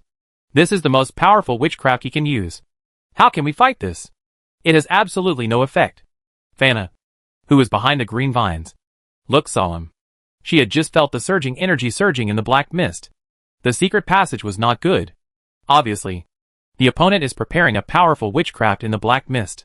He must either interrupt the opponent in advance, or he needs to cast a defensive witchcraft of equal power. Otherwise, the consequences will be disastrous. But, judging from Gorkin's water arrow attack just now, the defensive power of the opponent's strange fog wall is really amazing. Fana gritted her teeth, pulled off an emerald pendant hanging on her chest, spread her palms, held it flat on her chest, and began to recite a spell rapidly. Countless light green spots in the surrounding air began to gather, forming a light green energy vortex with the emerald in Fana's hand as the apex. Crack! As if unable to withstand such surging energy, the emerald shattered instantly. No! It was a tiny sprout that had grown out of a shrunken seed and had crushed the gem. The shoots are growing rapidly. Expand rapidly. Rapidly growing. Gorkin swore he had never seen a plant spawn so quickly. At this moment, a dark green rattan that was twisting like the tentacles of a giant octopus was whipping hard against the black fog wall like a whip. In the black mist, Grace, who was standing next to Yarina, was mumbling words at this time, clasping her hands on her chest, moving her fingers slightly. And the black light in the middle of her hands became brighter and brighter. Boom! Yarina's face turned pale. The whip just now made Irene's hands tremble. And the black fog wall also surged. Boom! The sound of continuous lashings of dark green rattan came. Sister, are you okay? I can't hold on any longer. Yarina's whole body was shaking, and sweat was pouring from her forehead. Grace looked solemn and remained silent. Suddenly, the black light between her hands disappeared. But 10 sharp black shuttles suddenly appeared in front of her, shining with black light. Go! Grace shouted tenderly, and waved her hands. 10 sharp black shuttles disappeared instantly, leaving only 10 black lines in the air. Seeing that Grace had finished the spell, Yarina looked happy and felt relieved. But all of a sudden, alarm bells went off in her heart. Something suddenly rushed into the black mist at an extremely fast speed. From the side and behind, Yarina just turned her head. Puff! Puff! Yarina looked at her chest and abdomen in disbelief. Several fatal wounds appeared in an instant, and then her whole body was picked up by a sharp weapon. Irene, Grace, who had just used her ultimate move, now looked at Irene, who was stabbed 6 times with 3 knives, with her eyes wide open. Her slender legs hanging in the air were still shaking. But Grace knew that Irene was hopeless. The situation outside the black mist is completely opposite. Puff puff. Gorkin looked down at the 3 extra blood holes on his body. His eyes widened, and he fell to the ground. Fana was also injured in many places, but fortunately, due to her height and the help of the dark green vines, the black energy shuttle just missed her. But because the witchcraft was broken, Fana was also feeling weak at the moment. Chapter 220 Murderer. As the black fog slowly dissipated, at this time, Yarina discovered through her dying eyes that the person who stabbed the sharp blade into her body was actually the tall skeleton of the young human necromancer. Greemy's self-destruction just now didn't even destroy it. What an irony! He would actually die in the hands of a summoned creature. The gurgling blood followed Yarina's toes off the ground and formed a small pool of blood on the ground. Yarina tried hard to open her eyes wide and continued to see the world clearly. But this was too difficult for her, and the brilliance in her beautiful eyes gradually disappeared. It turned out that Richard had been waiting for the other party to reveal a flaw. After all, he himself was unable to perform witchcraft again. Although the blood-bone puppet still maintained most of its combat power and replaced it with a higher-level magic crystal, but as a puppet with only powerful physical attacks, there are many ways to restrain it. Therefore, for Richard, who only has the blood and bone puppet in his hand, he only has the power of 1 blow. He must seize the moment when the opponent relaxes and attack suddenly to achieve the goal of defeating the opponent. Fana's giant vine attack just now was quite powerful. It had already knocked the black wall of fog into a crumbling state. Richard seized this opportunity. He ordered the blood-bone puppet to rush all the way from the side and rear and rush into the black fog. Although Richard could not sense the specific location of the 2 high-level spider women in the black fog, but the order he gave to the blood and bone puppet was to kill all living creatures. Yarina controlled most of the black mist energy, and when she was fully defending the giant vine in front of her, she was attacked by the blood-bone puppet's spiral blade and got close. Coincidentally, the first thing the blood and bone puppet discovered was Irene, who was exhausted from maintaining the black mist. So, Richard's luck came. But it was Irene's misfortune. Urirai fell to the snow-white bone blade of the blood and bone puppet before she could exert her true strength. Wow! Just like discarding a piece of debris.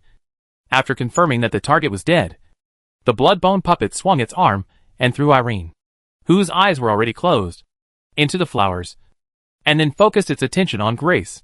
Grace was also exhausted at this time, looking at the deep green soul fire in the empty eye sockets of the blood bone puppet. The indifference and ruthlessness made her shiver immediately. Hastily, Grace took out a bunch of small blue glass bottles, took off the stoppers and poured them into her mouth. Gudong. Gudong. While drinking, Grace's eyes did not forget to stare at the blood and bone puppet. Whoosh! How could the blood and bone puppet let Grace take the mental recovery potion calmly? And immediately launched another attack. Although he has drank the mental power recovery potion, it still takes a few seconds to restore his mental power. Grace's eyes showed helplessness, and she quickly took out an egg-sized object from her arms. It was a round transparent glass ball that seemed to contain some kind of purple liquid, and she smashed it on the soles of her feet. Crack! The sound of shattering sounded. When the purple liquid meets the air, it volatilizes violently, producing large tracts of white mist. After the blood and bone puppet rushed to the place where Grace was standing, there was no trace of the other party. After repeated searches, Richard and others guessed that the other party had temporarily retreated. The northeast corner of Tuj City. Collapse zone.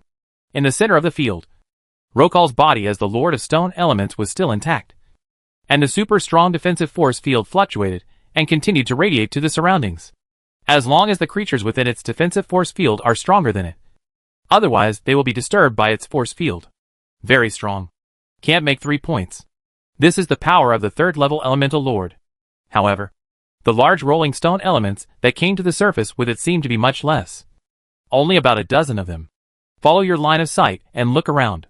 I saw a fan-shaped circle of gray dwarf city guard corpses and large pieces of rubble lying densely all around. A rough count revealed that there were already hundreds of bodies of the gray dwarf city guards, including many in black robes. Presumably, these black-robed men were the wizards from other wizard organizations that Bram had mentioned before, who came to support them. The city guard commander Bram had a grim look on his face, and his hands holding the steel shield and the one-handed sledgehammer were shaking slightly. At the moment, his condition was definitely not good. Fortunately, a steady stream of gray dwarf city guards behind him were gathering here from different directions, like 4 long snakes. Just after he killed several large rolling stone elementals, he was targeted by the elemental Lord Rocker. A simple charge from the opponent caused him to be defeated. If a few bodyguards hadn't stopped him, he would have been lying on the ground right now. The breastplate and shoulder armor made of sturdy heavy plate armor were completely shattered by the elemental Lord Rokal in the short contact. Unexpectedly, it was so difficult for a city guard brigade of more than 300 people to stop the stone elemental lord for even 10 minutes. He looked at a large number of dead brothers around him. Bram was extremely angry. What strength? Strength. He still lacks strength. The gap is too big, and he can only fill it with his life. However, the third-level elemental lord is completely impossible to kill using human sea tactics. Perhaps there is a slight possibility that the human wave tactic can succeed? But maybe 1,000,000 people are needed for this? Even more sacrifices. Fortunately, in a few more minutes, the city lord should be able to activate the suppression witch formation. Right?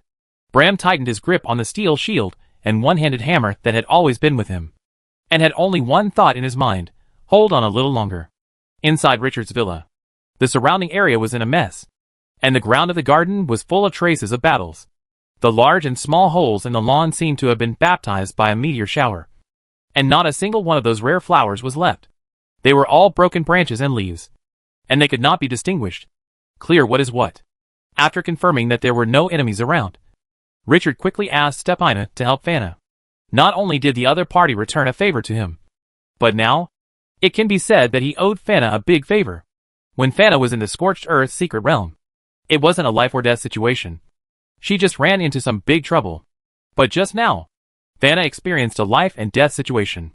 If she didn't handle it well, she would die on the spot. In the past, Richard had only average feelings towards Fana.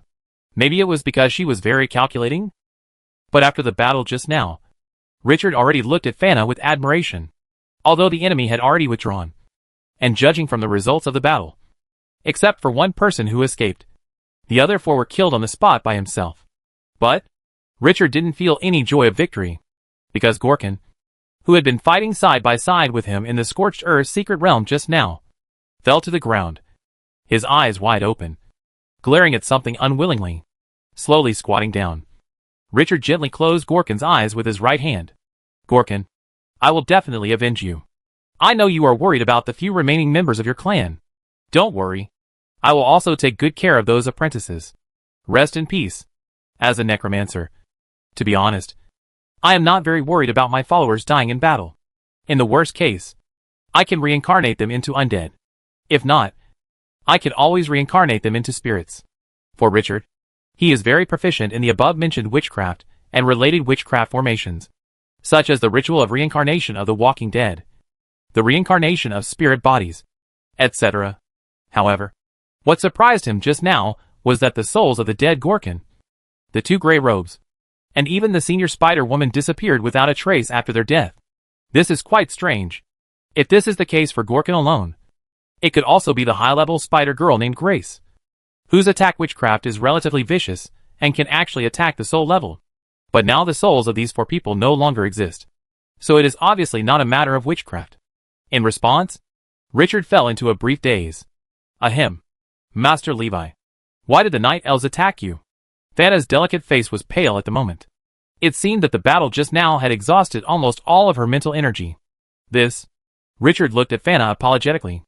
After fighting side by side with Thana twice, Richard felt that this petite dwarf, which possessed a tenacious fighting will and powerful strength that was totally inconsistent with her petite body. He knew that the other party had suffered such a serious injury and was implicated by him. As her friend, he should let her know the general whole story. Moreover, Vice President Hawkins of the Grey Dwarf Brotherhood had already guessed that he came from the surface, so he didn't need to hide it from Thana anymore. In addition, Thana has also seen the battle scene just now. Hate. Skeletons. It's all too obvious. It's a long story. Thana, I actually come from the surface, and am a necromancer among the surface humans, Richard said. Thana gave a look as if she knew there was something wrong with you. Master. A familiar voice sounded. Richard looked back and found that Thingard had survived, and he couldn't help but feel happy. Thingard? Just stay alive. Master. I thought I would never see you again. At this time, a grey dwarf child, probably only 6 or 7 years old, came in through the crack in the door of the villa while wiping his tears. Hey! Isn't this the little grandson of Mr. Dis-Soul? Stefana said doubtfully. This little devil is very naughty. He even broke off some precious flowers planted in the master's villa and gave them to his grandfather's beloved concubine. He was a rough-skinned little kid. Stefana tried to control him a few times, but the kid just winked and made faces, not taking him seriously at all. But why is this little guy crying today? Could it be said that he was spanked by Mr. Dis-Soul? Stefana shook her head. Probably not.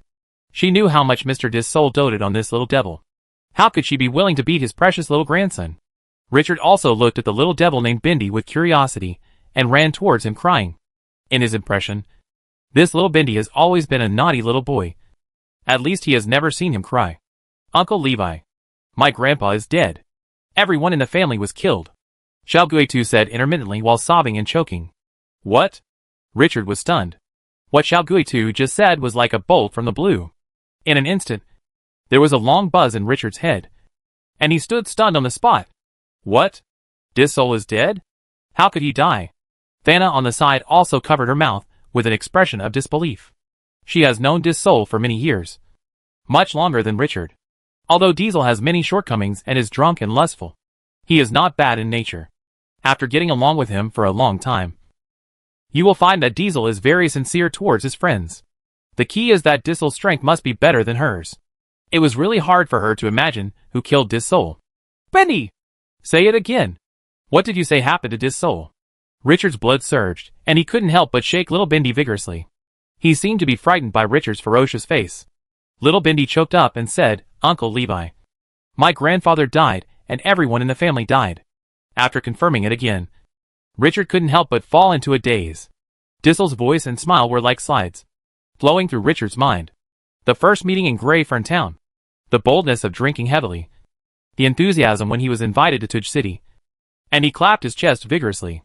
An introduction to the Grey Dwarf Brotherhood. Richard suddenly trembled, turned around, and walked towards the door. He planned to go to Dissel's residence immediately to check on the situation. But the hem of the wizard's robe was grabbed by someone. Shoo! Richard's black robe was torn into 2 patches, revealing the underwear underneath. Richard's face darkened, wondering who this guy was. But when I looked down, I saw it was Fana. Fana was 1.2 meters tall. After accidentally tearing off Richard's wizard robe, the position where her head was facing happened to be Richard's. He immediately turned his head and covered his face with his hands. His face turned red. Richard immediately waved to Stefana, who was snickering at the side. Go get me a new set. Being interrupted by Fana, Richard calmed down at this time. After seeing Richard put on a new black wizard robe, the blush on Fana's face faded a little, and she pulled her hanging hair up to her ears. Richard, calm down. How much fighting power do you have in your current physical condition? You must know that Dissel's fighting ability is very good. Fana didn't elaborate further, but Richard understood what she meant. Fana turned to look at the sobbing little Bandy and asked, That's right. Little Bandy, tell your aunt. You? Oh, little Grace. Is this human being the one who defeated you and killed Greemy? A sudden voice sounded in everyone's ears. Richard was shocked. No one present noticed that the other party had taken Grace and stood on the wall of his villa, looking down at them. The first time he saw the other person, Richard's alarm bells rang in his heart. He is over 2 meters tall and has a handsome face, but his head has black horns like a cow. His hands have transformed into a pair of extremely sharp claws, similar to the lower body of a ram, and thick hooves. This immediately reminded Richard of the guy named Greemy just now, after the other person was alienated. He also looked like this. But the guy in front of me is obviously stronger than Greemy. The opponent seems to be able to maintain this alienated state forever, and Greemy uses it as a trump card. Monster. Murderous hand. It's him. He is the one who killed Grandpa. And little Bandy was so scared that his face turned pale. He pointed at the other person with trembling little hands and spoke incoherently. Richard's pupils suddenly tightened. Clench your fists. The joints of the phalanges rattled. It turns out that the murderer is right in front of him. Chapter 221, the trump card. The burning anger in Richard's eyes made Nicole quickly realize something. He glanced at the trembling little Bindi again, with an expression of sudden realization, and said jokingly, Hey! I didn't expect that there is a fish that slipped through the net here. This is so bad. This little guy should be Dissel's son. Right? Or his grandson. But this is not important. What is important is, shouldn't the family be reunited together? When saying this, Nicole showed a sly expression. It's up to me to help with this. The words have not yet finished. Sudden! A black beam of light as thick as a thumb went straight from the tip of the index finger of Nicole's sharp right hand towards Bindi. In an instant, little Bandy was frightened and stunned, completely at a loss. Not good. Fana, who was closest to little Bindi, could only barely block him in front of little Bindi with a short staff in her hand. The gem on the top of the short staff barely touched the black beam. Fortunately, no explosion occurred. After the beam was blocked by the gem, it actually refracted to the side and hit the lawn 1 meter away, with a faint black smoke rising. Richard's pupils constricted. His whole body trembled, and his eyes were fixed on the mark left on the ground by the other party's casual blow. A hole with a diameter of less than 2 centimeters appeared out of thin air on the ground. What is shocking is that at a glance, you can't see the bottom at all. It is at least half a meter deep. This shows how powerful the opponent's casual attack just now was. The destructive power was almost at the level of a first-level mid-level wizard's ultimate move.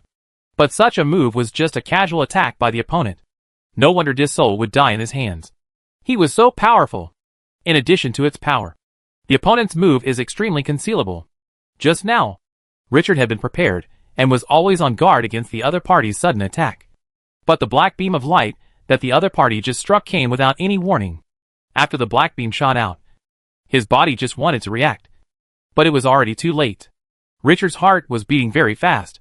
Fine beads of sweat oozed out from his forehead one by one. Oh! Very quick reaction. Dwarf wizard? It's rare.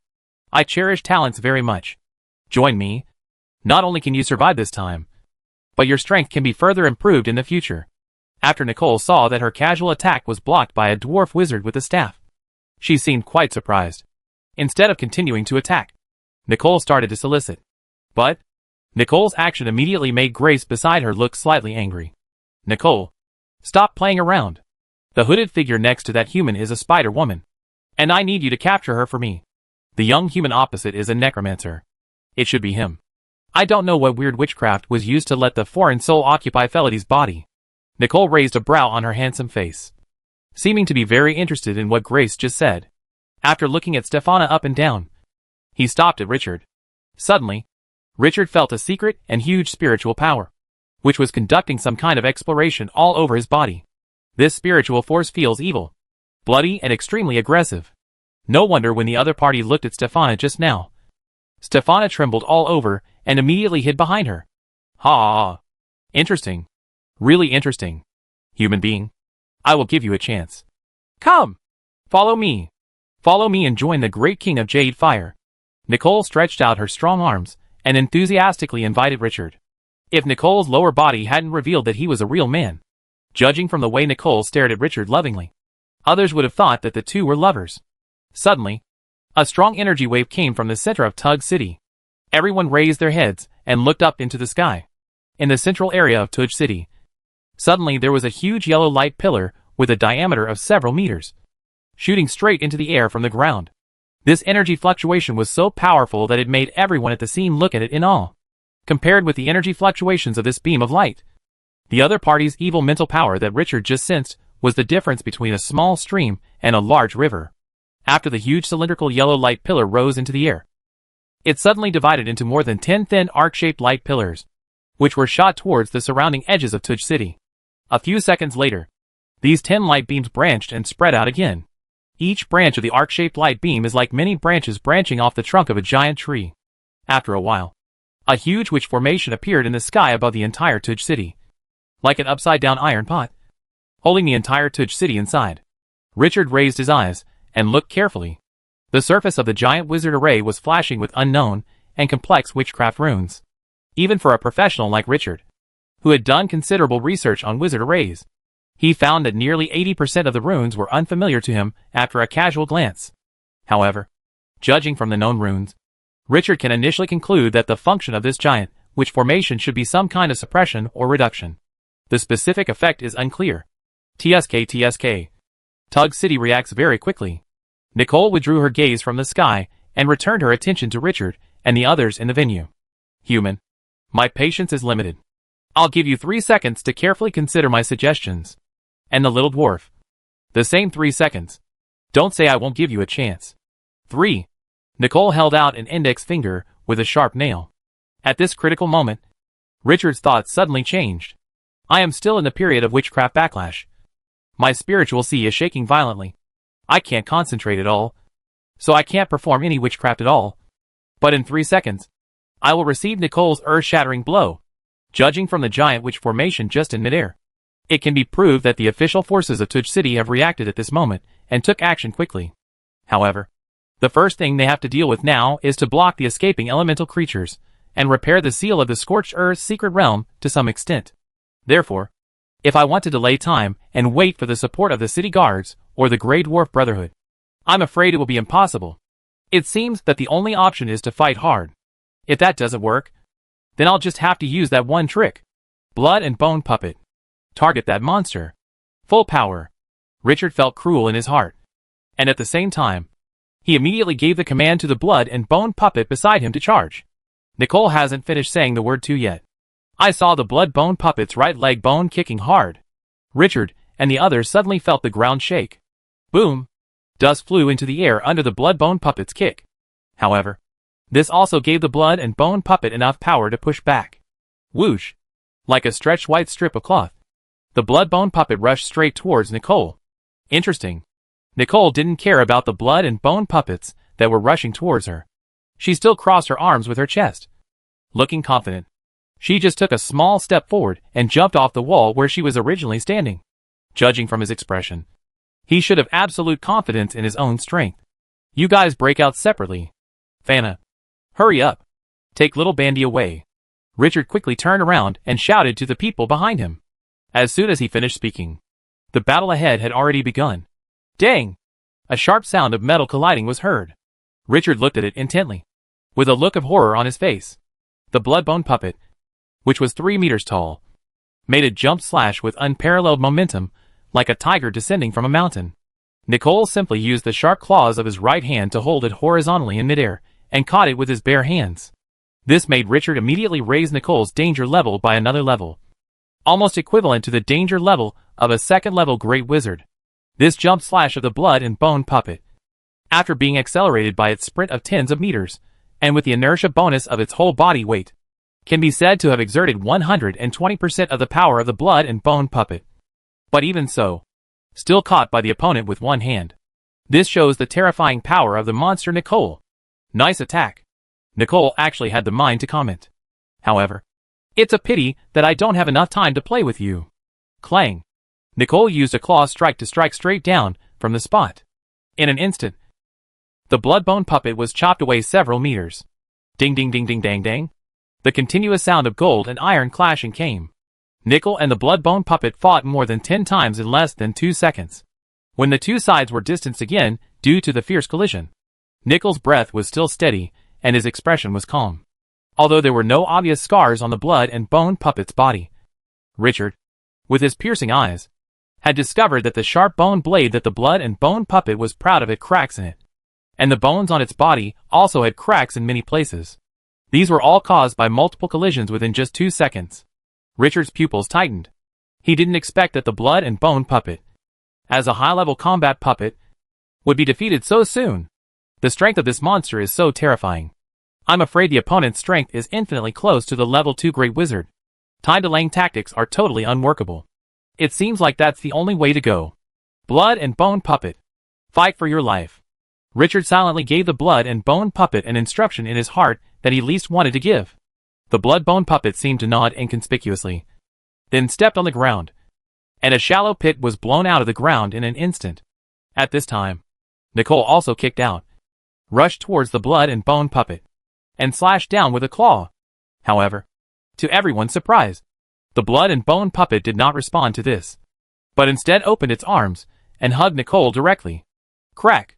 The extremely hard sternum of the blood-bone puppet shattered instantly after being hit by Nicole's sharp claws, and all of a sudden, the entire chest almost collapsed. Zhung! After the blood-bone puppet took Nicole's blow, it also got a perfect opportunity to entangle Nicole. All the joints in its body popped out sharp bone blades of various sizes, and from different parts and angles, pierced into Nicole's monster-like body. Ding ding ding ding. In the astonished eyes of everyone, these extremely sharp bone blades could only barely penetrate Nicole's skin for about 1 centimeter before being blocked by his hard muscles and facial tissue. It turns out you want to trade injuries with me. Nicole suddenly showed a joking expression. Crack! Nicole once again smashed a row of ribs of the blood-bone puppet with one claw. I believe that after a few more strikes, the blood and bone puppet will be broken into a pile of broken bones by Nicole. This ogre skeleton, which is harder than steel, does not seem to be much harder than chopsticks in Nicole's hands. It seems that just one claw with such ease caused considerable damage to the blood and bone puppet. Suddenly, the blood-bone puppet kicked its 2 leg bones hard, hugged Nicole, and instantly jumped to Grace, who was 7 or 8 meters away, just in Grace's surprised gaze, at the dual-channel energy source slot in the blood-bone puppet's chest. A dazzling blue light flashed for an instant. It was like a supernova exploding. Boom! A shockwave stronger than Greemy's previous self-destruction suddenly swept across the entire audience. Richard, Stepina and others, who were tens of meters away from the explosion point, were all knocked to the ground by the high-speed shockwave in an instant. This is Richard's trump card. The blood and bone puppet exploded. Richard believed that under such a violent explosion, no first-level wizard could survive, as long as he was not a second-level Great Wizard. Master, we won, Thingard said excitedly after getting up. He didn't expect that his master, Richard, could turn the tables in such a desperate situation. Thingard could see how difficult the opponent was. This time the enemy was much more powerful than the gray-robed men just now, especially the tall monster. Just a look could make him tremble. But the other party was so strong. Yet he was still killed by his master. TSK. My master is the most powerful. Thingard recalled that when he first met his master, he fell into his master's evil trap. Master, the other party must be dead. Right? Stefana obviously did not expect that Richard would make such a move. The blood and bone puppet actually explodes. And the power of this self-destruction is so great. Richard nodded slightly, looked at the smoke-filled center of the explosion not far away, and said slowly, "Should." Suddenly, Richard's expression changed drastically.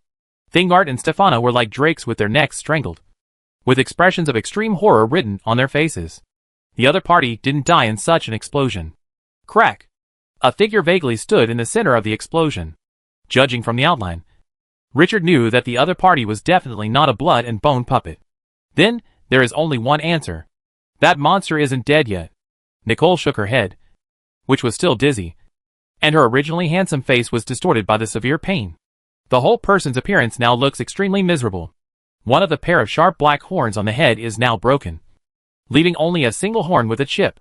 One of his hands had been blown off, and two white bones, either ribs or radii, had pierced his abdomen and chest. Blood was oozing out. There were puncture wounds all over his body. Why do puncture injuries occur? That's because after the blood bone puppet exploded, the ogre bones on its body were blown apart first, and then shot in all directions under the influence of the high-speed shock wave, just like the steel balls in artillery SH/LS in modern warfare. If Nickel could still tolerate the injuries of varying sizes all over his body, then the scene he saw when he turned his head almost made him furious. Not far away, Grace was vomiting blood. There were several broken bone blades and irregular bone fragments stuck in her neck, left chest and abdomen. The injuries were so severe that he was basically declared dead. Nicole shifted her gaze away from Grace, and stared at Richard not far away with a murderous look through the smoke that had not yet dissipated. Treacherous humans. Go to H.L. A familiar roar sounded. Anyone can hear the endless anger and resentment mixed with it. Boom! A tattered but still powerful body suddenly jumped out of the smoke and dust area, leaving a tight gray line and rushing straight towards Richard. Die! It was Nicole's angry blow. Chapter 222 Body Refining Wizard. Stare at the ferocious face of the opponent as he rushes over. Facing this test between life and death, Richard's eyes suddenly flashed with fierceness, like a lone wolf facing a desperate situation. He never surrenders or gives up. Wow! Holding 3 bundles of alchemical combination bombs in his hands, Richard was ready to fight a bloody battle with the opponent. These are the 3 bundles of alchemical bombs that Thingard dropped on the ground before. Suddenly, a slender and familiar figure stood in front of him. That's Stephanie. Richard didn't expect that Stefana would rush over from the side and stand in front of him with her hands crossed, as if she wanted to protect him. She actually wanted to use her high-level Spider-Woman body to block a wave of damage for herself. This made Richard inexplicably moved. You know, at the beginning, the relationship between the two was completely different, and they couldn't even be considered as people of the same kind. When the two were in Ignis school, they completely disagreed with each other's style of doing things. But since Stefana was reincarnated, the relationship between the two has changed step by step. From strangers, to friends, to master and servant, to now. What should this be called now? In the flash of lightning, there was no room for Richard to think clearly. Just listen to Richard roar, "Stefana, get out of the way! You are going to die!" However, the slender figure standing in front of him did not move at all. Slender, but inexplicably strong. Obviously, this scene between Richard and Stefana made Nicole, who was rushing towards her, seem to be stung by something in her heart, and she became even more furious. Then let's die together. Nicole jumped up high and struck Stefana and Richard with a condescending claw strike. This powerful and heavy claw attack can be heard even from a distance of 4 or 5 meters, with the sound of the opponent's sharp claws cutting the air. With a faint sharp sound, the skin on Richard's body seemed to feel the pain of a knife. The alarm bells are ringing in my heart, reminding my body that I must get away. Get away! Just when Richard was about to throw the alchemy bomb in his hand. Woo! A roaring dull sound broke through the air, suddenly sounding from the side. A shield that was dark but shone with metallic luster whirled and suddenly attacked Nicole from the side in midair. Nicole, who was the target of the shield attack, felt an alarm in her heart at this time. This momentary warning of danger let him know that if he ignored them and continued to attack Richard and the two, the incoming metal shield would inevitably cause him to be severely injured, causing him to suffer more injuries. So, Nicole quickly adjusted his body, changed his target, and struck the heavy metal shield with a heavy claw attack. Bang! Claw and shield clash. Sparks fly. I don't know what material the shield is made of, But under Nicole's full blow, there was no obvious damage. Nicole was blocked by this shield. And because there was nowhere to receive the force in midair, he was instantly knocked back several meters. After the shield was knocked away by Nicole, with a crack sound, it was deeply inserted into the lawn at Richard's feet. However, this scene is just the beginning. A burly figure suddenly attacked from the side, like a sharp arrow, straight at Nicole, who had just landed. When Nicole saw each other clearly, the two were already fighting together. Ding ding ding ding ding ding. After a burst of clashing sounds of gold and iron, everyone on the side was surprised to find that Nicole was beaten back and forth, and the two rams' hooves could be said to be constantly retreating. Clang! After the two exchanged a heavy blow, both sides were bounced away by the force of the shock. Nicole's pair of rams' hooves plowed two deep ravines on the lawn before he stood still. At this time, the burly figure was finally seen clearly by everyone. He was dressed in animal skins, which only covered his vital parts. Most of his gray-brown skin was exposed. His chest muscles, abdominal muscles, arms, and thigh muscles all gave people a rock-like texture. The most eye-catching thing is that there are all kinds of complicated witchcraft runes engraved on his exposed skin. He holds a bright silver metal hammer in each hand, and looks inexplicably tough. Richard felt relieved immediately. Although I don't know the other person, and from the other person's clothes, I can't tell the origin of the other person at all. But no matter what, the other party saved me. So it seems that there is a high probability that they are friends rather than enemies. Captain Muriel, Vanna blurted out after seeing the other party's figure clearly. Guard Captain? Richard chewed on 3 words. There seemed to be only one person who could use this title in Tudge City, and that was the City Lord's mansion. Could it be that the other party is the captain of the guard of the Lord's mansion of Tudge City? Hey, Vanna. You're here too. Long time no see. The burly gray dwarf named Muriel glanced sideways at Vanna and said with a smile. However, this is obviously not a good time for small talk. The animal-skinned gray dwarf named Muriel took a look at Vanna and immediately turned his attention back to Nicole. Captain Muriel, don't let the other party escape. He will kill this soul. Vanna shouted anxiously. What? Muriel was obviously shocked. Suddenly, he looked at Nicole with a more serious face and assumed a posture of continuing the attack. It seems that Muriel and Dissol must also know each other. Suddenly, Richard heard rhythmic footsteps coming from the back door of the villa. It was not difficult to tell from the sound that it should be the sound of multiple pairs of steel boots stepping on hard stone slabs. Sure enough, more than 20 fully armed gray dwarf warriors divided into 2 teams and ran into the villa neatly. These gray dwarf warriors are armed to the teeth, from their helmets to their boots. They are all made of plate armor. In terms of equipment, they are superior to the city guards. In addition, what is even more intimidating is that every member of the guard has the strength of an intermediate knight or above. No wonder Muriel didn't continue to fight Nicole just now. It turned out that she was waiting for the guards. Now the situation is reversed. Nicole glanced at Grace, who was still lying on the ground with her chest heaving slightly, and made a quick decision.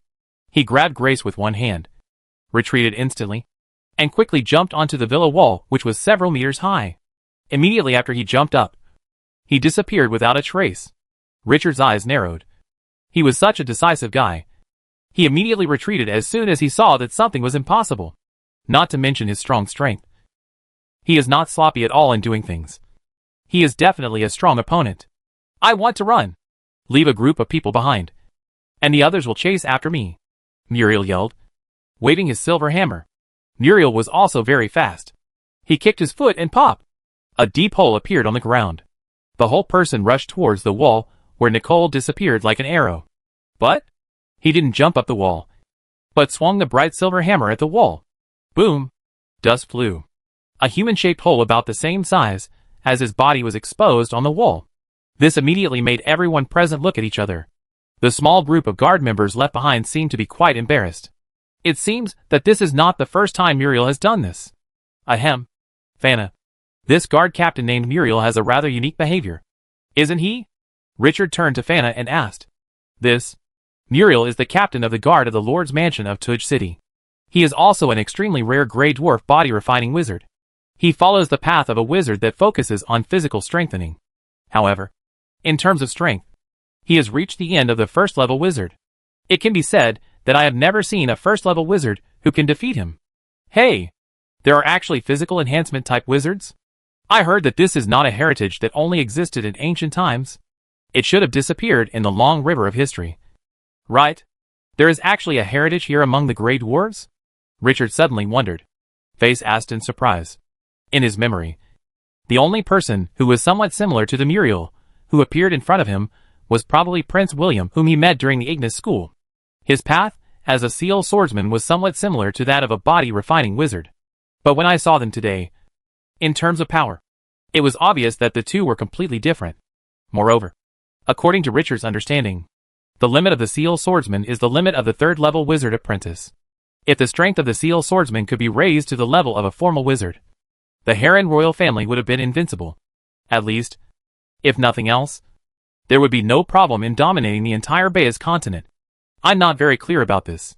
It is said that when Muriel was young, he obtained an inheritance about body-refining wizards from ancient times in a certain ruins.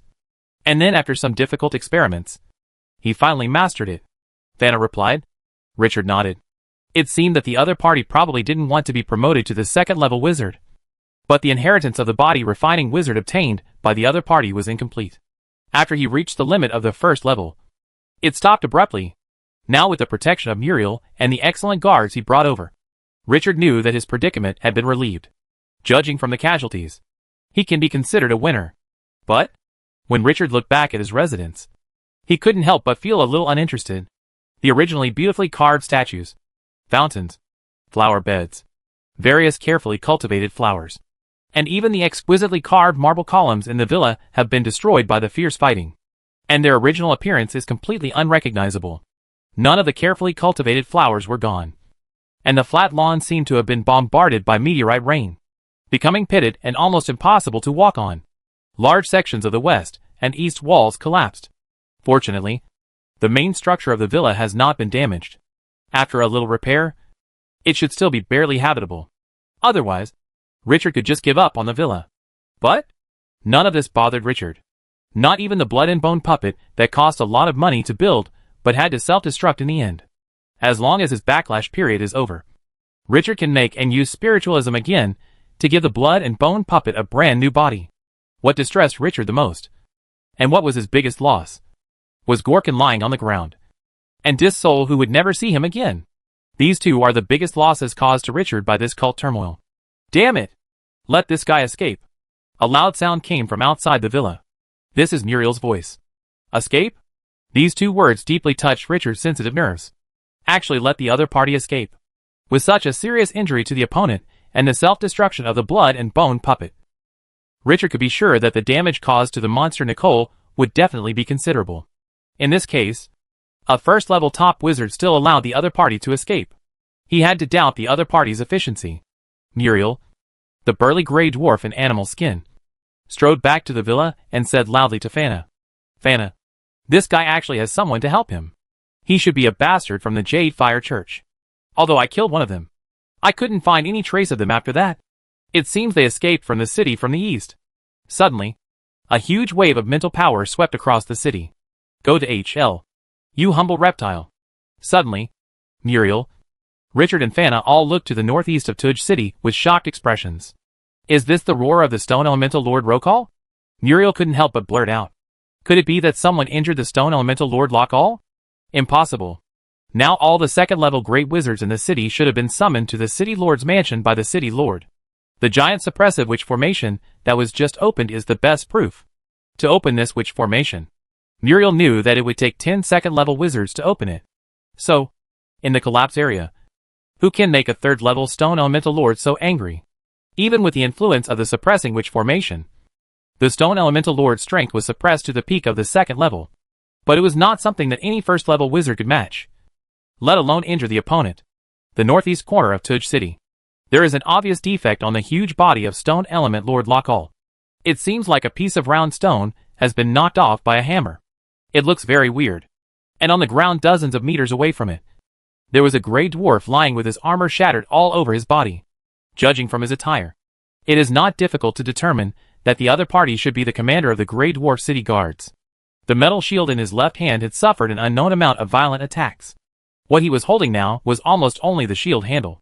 What he holds tightly in his right hand is a weapon that a warrior will always protect like his beloved child. an inconspicuous gray-black heavy hammer with a short handle. At this moment, the hammer head has been broken into several pieces. Bram reluctantly raised his heavy eyelids and took one last look at the defect on the body of Stone Element Lord Lockall, with a smile appearing on the corner of his mouth. Next second, his head dropped.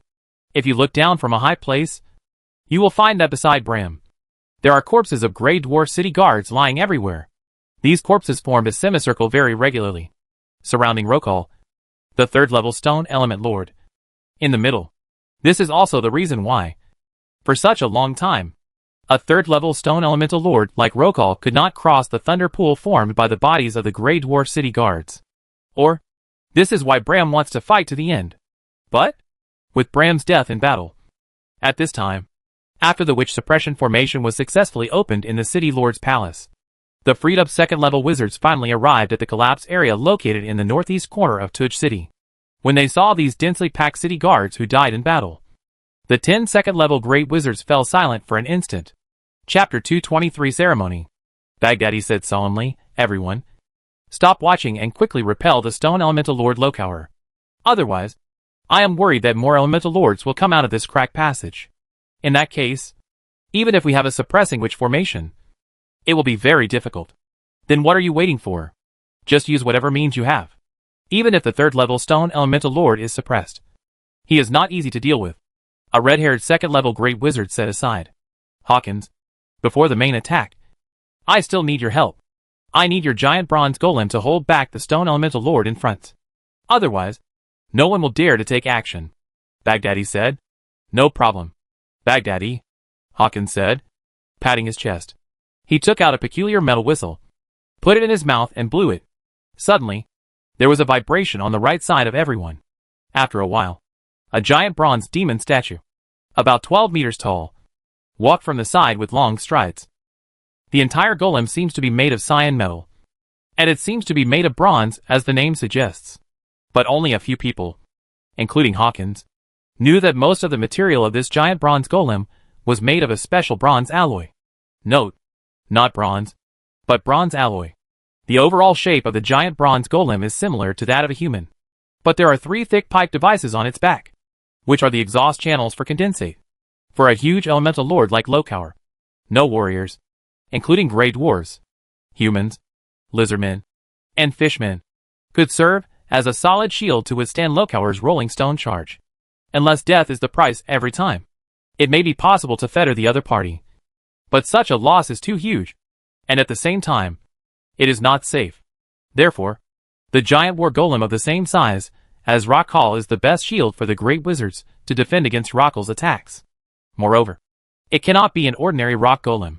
For example, the 2 rock golems at the gate of Tug City cannot be activated this time to join the battle against the Stone Elemental Lord Rocker, because once they join, these 2 rock golems will be restrained by the natural ability of the Stone Elemental Lord, and will instead become the enemy's helper. As soon as the giant bronze golem approached the designated battlefield, it immediately locked onto Rocker and began to charge towards him. Lockall obviously also noticed this giant structure that was only slightly shorter than himself. Boom! Suddenly, the 2 behemoths collided violently. After being suppressed by the witch formation, Lockall's power was weakened considerably. The giant bronze golem, which should have been no match for him, was actually able to match his strength. "Attack!" Baghdadi roared. Suddenly, colorful witchcraft flashed. Curse of weakness. Force field dispersal. Metal torrent. Slowed down method. For a moment, Lockall was beaten back step by step by the witchcraft, and was in powerless rage. Iron Fist combo. Baghdadi took advantage of the heat to hit the railway track. I saw 3 huge metal condenser tubes behind the giant bronze golem, and the whistle sounded loudly. Apparently the energy source in his body began to operate at high power, causing the body temperature to rise suddenly, and the condensate to boil. Boom boom boom. The huge iron fist, the size of a door panel, started a ruthless series of attacks against Lockall's hard rock body. The speed was so fast that the pair of iron fists swung back and forth like a high-speed pile driver, and only a trail of afterimages could be seen. A few seconds later, a large area of the rocky surface in front of Lockall was shattered. Stones the size of a wash basin kept falling off, scattering in a cloud of dust. This caused Lockall, who had at least 10 curses and negative effects in his body, to shout angrily, Mortals, you have angered me. It seems that the second-level Great Wizard, in the eyes of the Elemental Lords, is at least no longer an ant or a reptile, but has been named immortal. Hawkins on the side couldn't help but joked. To everyone's surprise, just when everyone was preparing to deal with Rokal's ultimate move. Who would have thought that the great stone elemental lord Rokal would actually turn around and start running away towards the passage? Yes. At this moment, Rokal was suppressed and restrained by the wizard formation, and he could not exert his third-level strength at all. Without the full coverage force field, Rokal was not much stronger than a second-level wizard. Moreover, those who are besieging Lochal now are not just 1 or 2 second-level great wizards, but 10 of them. The top leaders of the most elite forces in Tuj City. All kinds of rare magic potions, alchemy products, etc. No shortage. Upon seeing this, Baghdadi immediately shouted, Hawkins, let the bronze golem block Rokal's retreat. Everyone. I hope that everyone can use all their strength at this time to keep the elemental lord Lochal as much as possible, so that his head can be used to pay tribute to our heroic city guard soldiers. Several second-level great wizards suddenly looked at each other. For a third-level elemental lord, it would not be easy for them to kill him. The most important thing is definitely the worry about the other party's desperate counterattack. Don't worry. The giant cannon puppet is already on its way. I believe we have a high probability of success. Everyone, if we can successfully kill Rokal, I can represent the city lord's palace and not participate in the distribution of the spoils. I think just a third-level heart of the earth can definitely make up for all your losses. Baghdadi's words immediately made the eyes of the second-level wizards present brighten. The long-range attack power of the giant cannon puppet can be said to be no less than the melee attack power of the giant bronze golem. If a SHL hits the target, its power is no less than that of a second-level offensive witchcraft. Money attracts people's hearts, and so do the second-level great wizards. But the only things that can make them tempted are more cherished and precious items. The third-order stone elemental lord is full of treasures. If you can kill him successfully, everyone will naturally make a fortune. Suddenly, the density of witchcraft flying towards Lochal more than doubled. This made Baghdadi and Hawkins look at each other with a smile. Sure enough, they are all those guys who don't let go of the rabbit before they see the rabbit. On the outskirts of Tug City, Nicole, who was covered in injuries, was carrying Grace's body under her arm, and was escorted by several gray-robed people around her, rushing to somewhere quickly. Have you got the soul essence ball back? Nicole asked quickly as he walked away. Sir, I got it back. As expected, a total of 7 soul essence balls were collected. A man in gray said respectfully. 7? It was enough originally, but now I don't know if it is enough. Nicole lowered her head, glanced at Grace who seemed to be asleep, and muttered to herself. There is no other way now. Let's go back first. The group of people quickly ran towards the remote valley where they originally settled. Half an hour later, when Nicole arrived at the hidden valley, she did not stop and chose to continue walking inside. In the deepest part of the valley, there was a rock wall tens of meters high. After walking around a huge boulder, on the rock wall in front of him, there was a cave covered by vines, more than 3 meters high. The cave deep and dark inside. Although there are a small number of green flame lamps placed on both sides, the visibility is still not high, and due to its special green light, the entire cave presents a strange and evil atmosphere.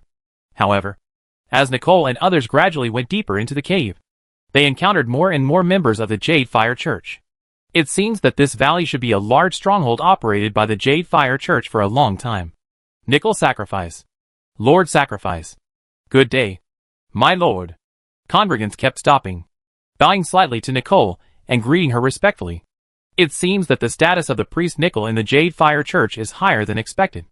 Although, logically speaking, there are bishops responsible for an area and patriarchs responsible for all academic affairs. In some churches, the patriarchs are called popes or patriarchs, etc. The names are different, but the meanings are similar. Is Bishop Antonio in the prayer room? Nicole stopped a gray-robed congregant and asked. Yes, Priest Nicole. Bishop Antonio has just woken up and is in the prayer room now. A gray-robed congregant replied with a hint of awe. Nicole's reputation for cruelty was well known even within the church. After letting his other subordinates wait outside the prayer room, Nicole tightened her grip on Grace under her arm and knocked on the door of the prayer room. Dong dong dong. Teacher. It's me. Is it Nicole? Come in. An old voice came. But what is surprising is that judging from the voice, The other party seems to be very weak. Not at all like the strength and grace that a bishop should have. You know, even if it is a cult, its setup is almost the same as that of an orthodox religion. Bishops generally need to possess the strength of a second-level great wizard to serve as a bishop. Nicole gently pushed the door open and flashed into the room. Teacher, I have collected all the soul stones, Nicole said respectfully with a slight bow. The prayer room in front of him was not large. Only about 70 to 80 square meters. There are very few decorations inside. There is a huge candlestick on both sides of the innermost part of the room. The shape of the candlestick is a mountain shape stacked 3 times, which means there are a total of 9 candles, which are burning with a special emerald green flame. Between the 2 candlesticks, in addition to a several meter high statue of the Jade Fire King Xavius, there is also a special stone platform placed directly in front of the statue. The stone platform is about 3 meters in diameter, and a special complex witch formation has been drawn on it. Nicole's so-called teacher was now kneeling with his back turned, hunched over, and praying in front of the statue. However, when he heard Nicole's words, he immediately turned his head.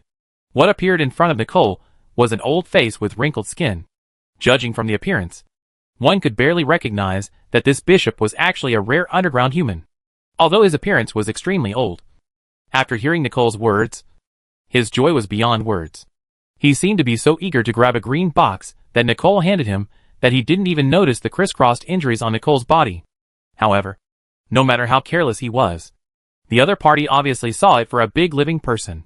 When Antonio saw Grace held under Nicole's arm, his face couldn't help but be startled, and he asked doubtfully, "Hey, Nicole, who is this person?" "This is my former lover from the Night Elf Empire. This time she came to the Grey Dwarves to carry out a mission and was seriously injured. I hope the teacher can save her life. Let me take a look first. Put it on the ground."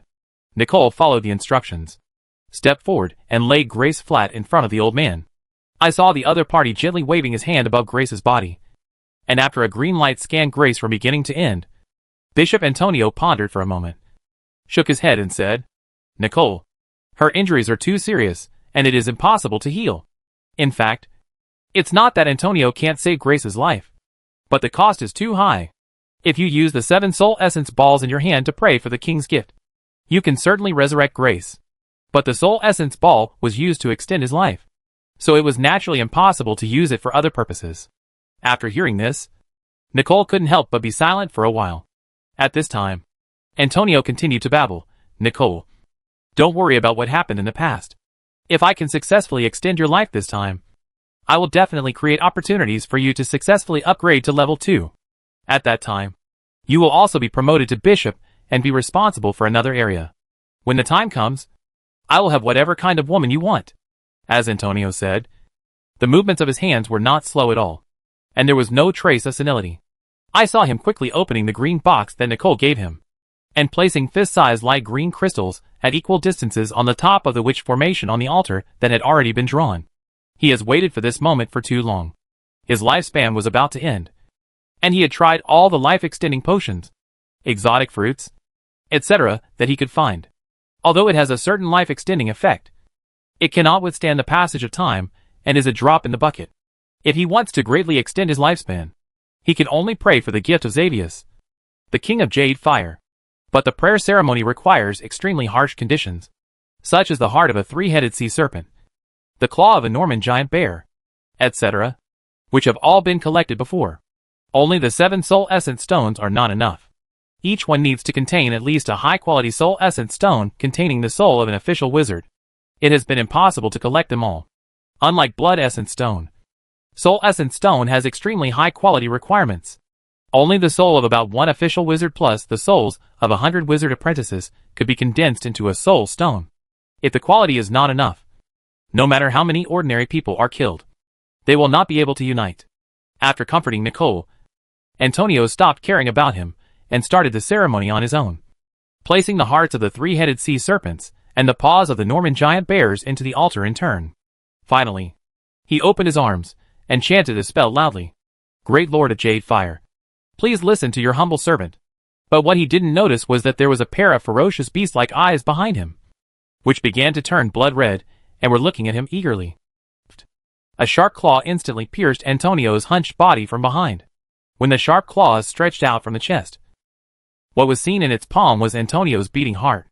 Antonio's eyes widened with an expression of disbelief on his face. He lowered his head and glanced at the claws. They looked so familiar. I barely turned my head and saw a pair of bloodshot and cruel eyes. Nicole, you snapped.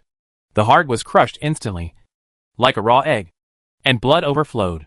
Nicole used his strong arms to throw Antonio's body away and abandoned it in the corner, and took a fierce breath. Old guy, I have tolerated you for a long time.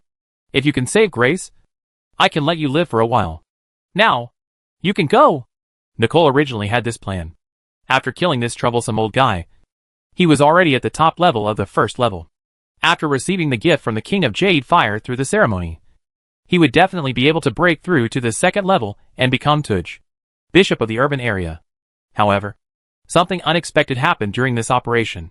Grace's sudden death forced him to change his plan. At the same time, a young human face appeared in front of Nicole's eyes. If it weren't for him, this would never have happened. Boy, sooner or later, I will pull out your soul and whip it for 100 years. I saw Nicole gently placing Grace's body on the altar in front of the statue. He began to chant a spell. Great King of Jade Fire, please listen to the call of your servant. After a long spell, a vague and huge wave of spiritual power came from the statue. In an instant, a low, cross-border voice sounded in Nicole's heart. I am very satisfied with this sacrifice. Tell me, what do you want? King, I want to improve my strength to level 2. At the same time, I would like to ask you to help me save the woman in front of me. After thinking about it, Nicole decided to give it a try. Even though she knew that making 2 requests at once might cause the king's displeasure, a stream of air suddenly appeared and spun twice around Grace lying on the altar. Greedy servant. She is already dead. If your sacrifice wants to meet 2 conditions, there is only one way. Wow. It turned out that 2 goals could be achieved at the same time. Nicole was so happy that she didn't even notice the slight sarcasm and ridicule in the low voice. I can accept any method, Nicole said firmly. In that case, fine. Nicole could actually hear the joking tone in the Jade Fire King's answer. Could it be that the king was particularly satisfied with himself? This must be the case. Suddenly, Nicole felt dizzy, and the next second, she fainted. When he woke up again, his body felt better than ever. All his wounds had recovered, and his strength had reached level 2. Only, at the soul level, he felt a sense of heaviness. No, a sense of overflowing. It seemed that something had been forced into his original body, causing it to feel full and swollen. Grace's body on the altar is no longer there either. The 7 soul stones on the edge of the altar, which had been emitting powerful energy fluctuations, had already shattered at this moment. Obviously, the energy was consumed during the sacrifice process, or was taken away by the King of Jade Fire. That's not right. The king promised to resurrect Grace. So why is she nowhere now? Nicole muttered to herself. He looked around but couldn't find Grace in the prayer room. Instead, Antonio, who he had killed, was still lying in the corner with his hunched body. Nicole, are you awake? Grace's hesitant voice sounded in Nicole's heart. Nicole was startled, as if the voice came from within her body. Could it be that? Grace, you? I seem to be inside you now. Nicole had an expression of disbelief for a moment, but after a while, his face returned to calm. At least Grace is still alive. Right? Grace, can you come out? After a moment of silence, Grace replied, it seems possible, but I can only come out after you, the original owner of the body, have fallen asleep. Suddenly, Nicole's handsome face turned extremely pale. If this is the case, it means that he will never see Grace. This seems to be another farthest distance in the world. My beloved, you are in my body, but I will never see you. Chapter 224, The Path to Improving Strength. Just as Nicole completed the sacrificial ceremony, the battle in the northeast corner of Tuj City also came to an end. No! How dare you mortals harm the great Lokal? I saw that the originally high-spirited 3rd level stone elemental lord was beaten like a bereaved dog at this moment. The hard rock body all over his body had been cratered, and a huge rock arm had been completely broken. Boom! Followed by a dazzling blue beam of light. Lokal's rocky body was hit by more than 10 kinds of weakening and defense-lowering curses. He could no longer withstand this heavy blow, and a circular hole the size of a door panel was penetrated in the center of his body. Immediately, the 3rd level elemental lord Lokal entered his deathbed. The great Loka, The originally strong mental fluctuations on the giant stone soon returned to calm. And a third-level stone elemental lord fell into the hands of a group of second-level great wizards. Of course, this does not mean that the strength of the third-order stone elemental lord is just that much. The giant suppressive witch formation that covers the entire Tuj city must be ranked first in its role. The giant suppressive witch formation effectively limits Rokal's ability as a third-order stone elemental lord. The ability of its force field aura is severely restricted, which can be regarded as a direct solution to the most troublesome group battle weapon of Lord-level elemental creatures. Secondly, the cooperation of as many as 10 second-level great wizards, with the giant bronze puppet acting as a human shield, gave the great wizards a chance to hit the target. The great wizards present were all moved when they looked at the heart of the earth element, which was exposed from a pile of huge broken stones, the size of a human head, and still flickering with earth-yellow light. This is a third-level treasure, and has too many uses. Even if it is used in the most stupid way, putting it into a second-level giant rock puppet can continuously increase its activation level, thus slowly raising it to the second-level extreme level. Not to mention the alchemy plan of using the earth elemental heart together with other treasures. Hey, Baghdadi, have you noticed that the souls of the fallen city guards seem to have disappeared? A second-level wizard who is proficient in the shadow system said with a puzzled face. Just now, he saw with his own eyes that the soul of a grey dwarf soldier from the city guard who had just died suddenly disappeared. It stands to reason that after a person dies, the soul will slowly dissipate within half an hour, and it will never disappear suddenly. This is not in line with common sense. It seems that it was absorbed by the ground. The second-level great wizard thought for a while, and added hesitantly. The other party is a second-level great wizard who is proficient in the shadow system. The other party's words naturally attracted Baghdadi's great attention. After all, the city guards can be said to be his direct line troops, and he cannot let his direct line troops lose their souls even after death. Rest in peace. Similarly, this incident also attracted the attention of other second-level wizards, who all looked around. Baghdadi, look here. Soon, one of the second-level wizards was discovered in a bakery nearby. I saw him lifting up the carpet covering the bakery floor, pointing to a looming witchcraft rune on the ground and saying, "This is the mark of the concealing witch formation."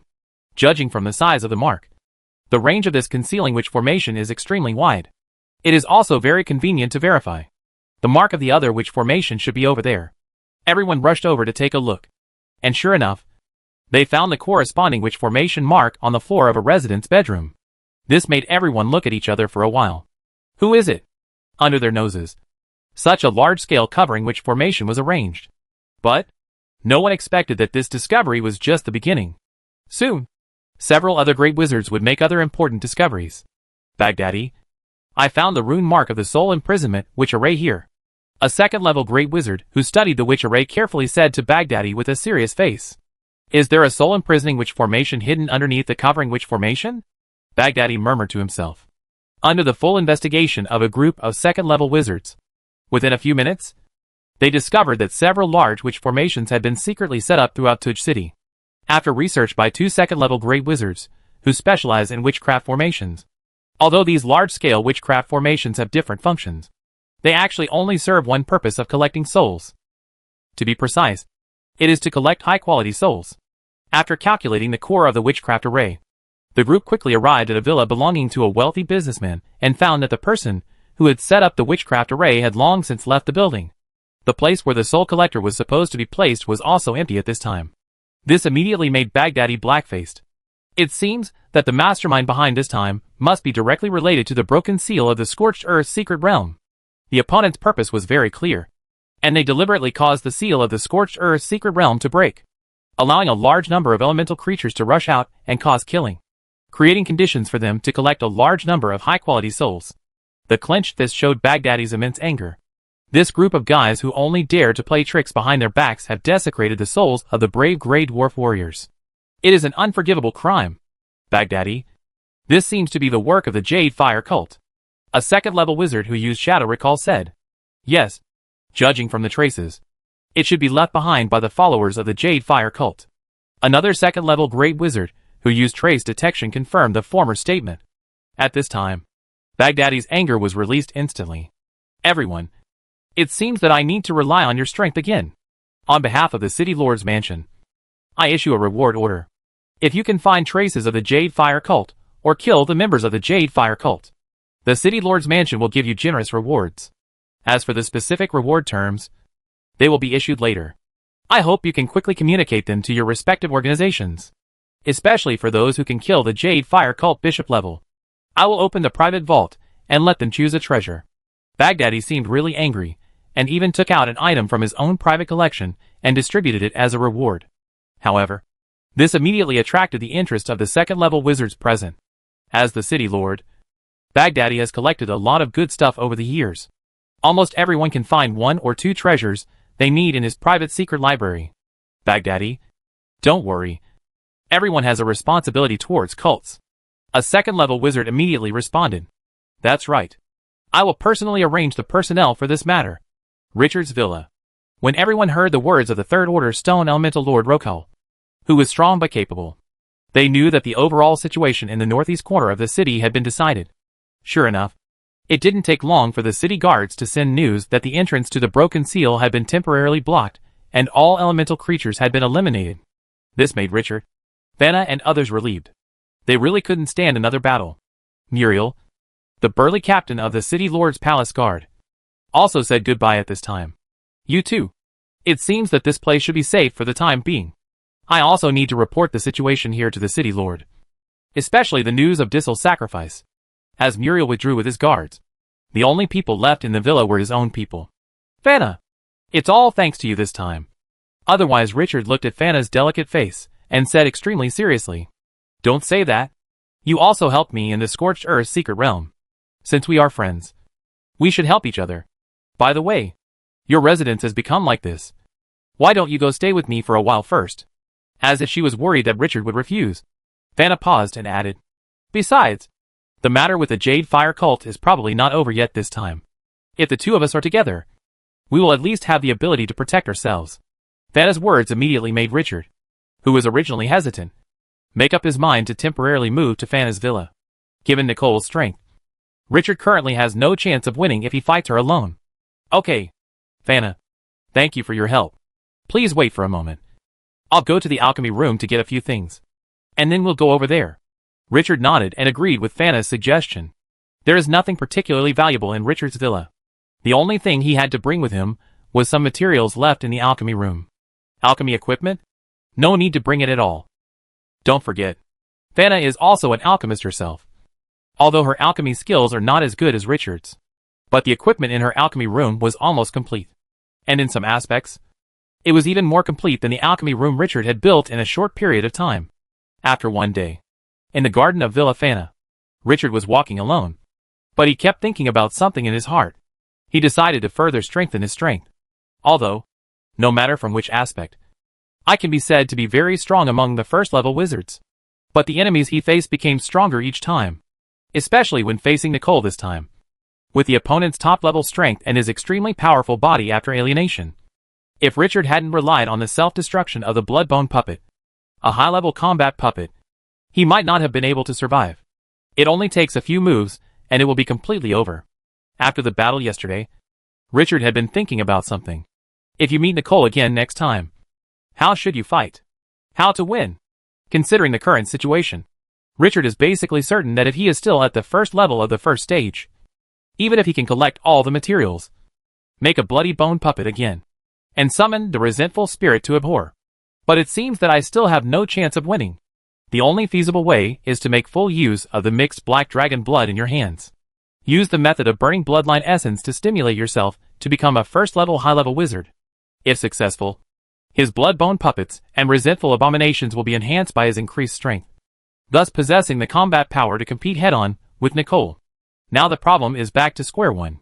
That is, how to solve the problem of igniters.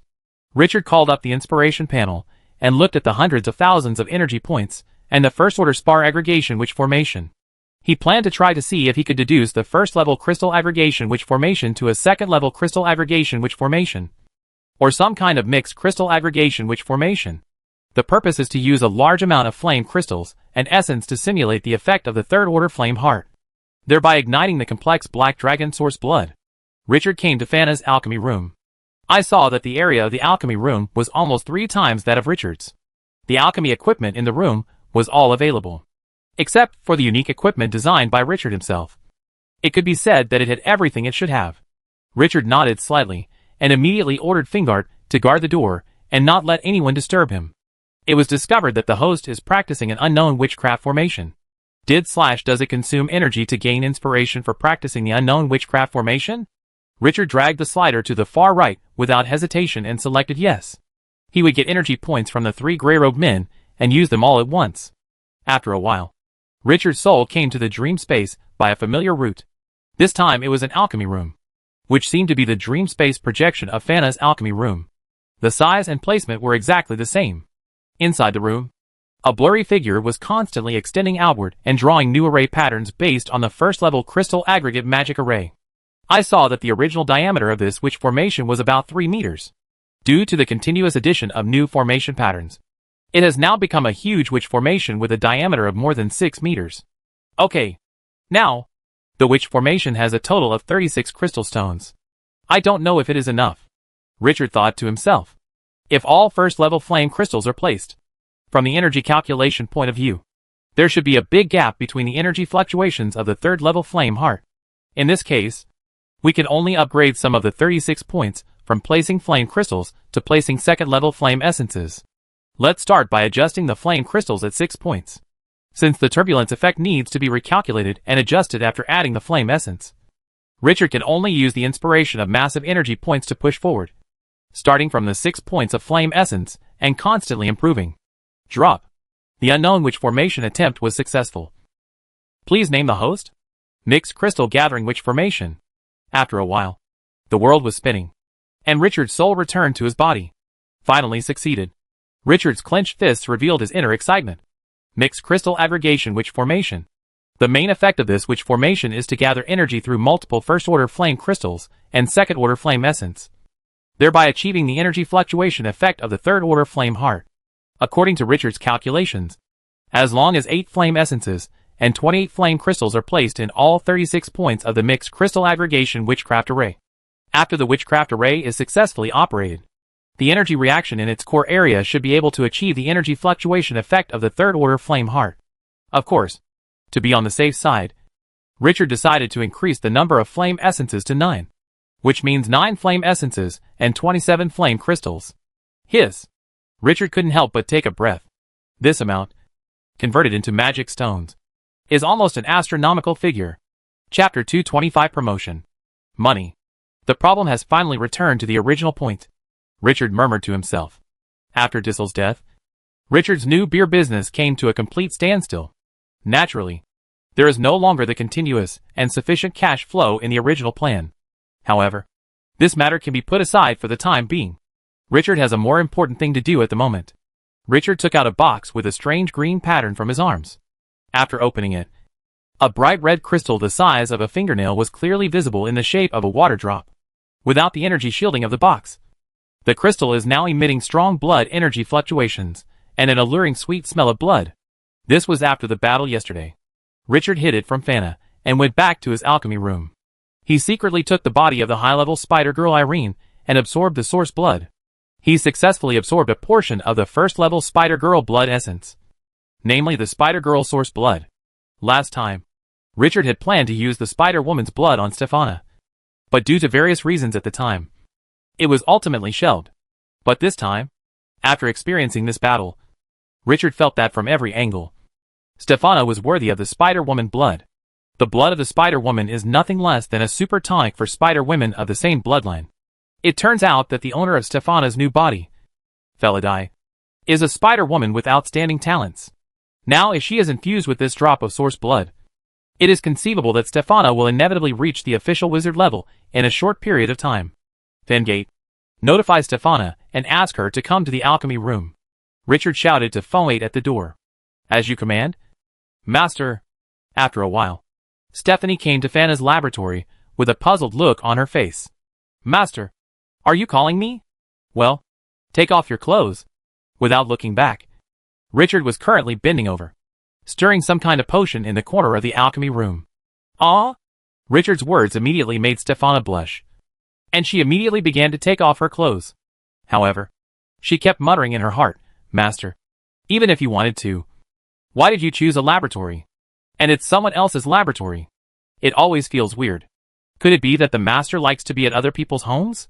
Thingard, who was originally in charge of guarding outside the door, vaguely heard the voice of the owner Richard in the alchemy room saying, "Take off your clothes." And his face couldn't help but look strange.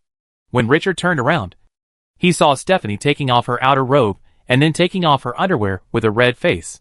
He slapped his head and said immediately, "Stop. Sorry. I didn't make it clear. Stephanie, just wear your underwear and enter the wooden box." Stefana's movements suddenly froze. And then she realized that she might have been completely distracted. She looked in the direction pointed by Richard's finger. A rectangular wooden box resembling a sleeping coffin was placed in the corner of the alchemy room. It had no lid, and you could clearly see a pool of turquoise liquid inside. This should be the potion that Master Richard was just bending over to stir. Right? Master, do I want to lie down in that sleeping coffin? Stefana timidly stretched out her white fingers and pointed at the sleeping coffin.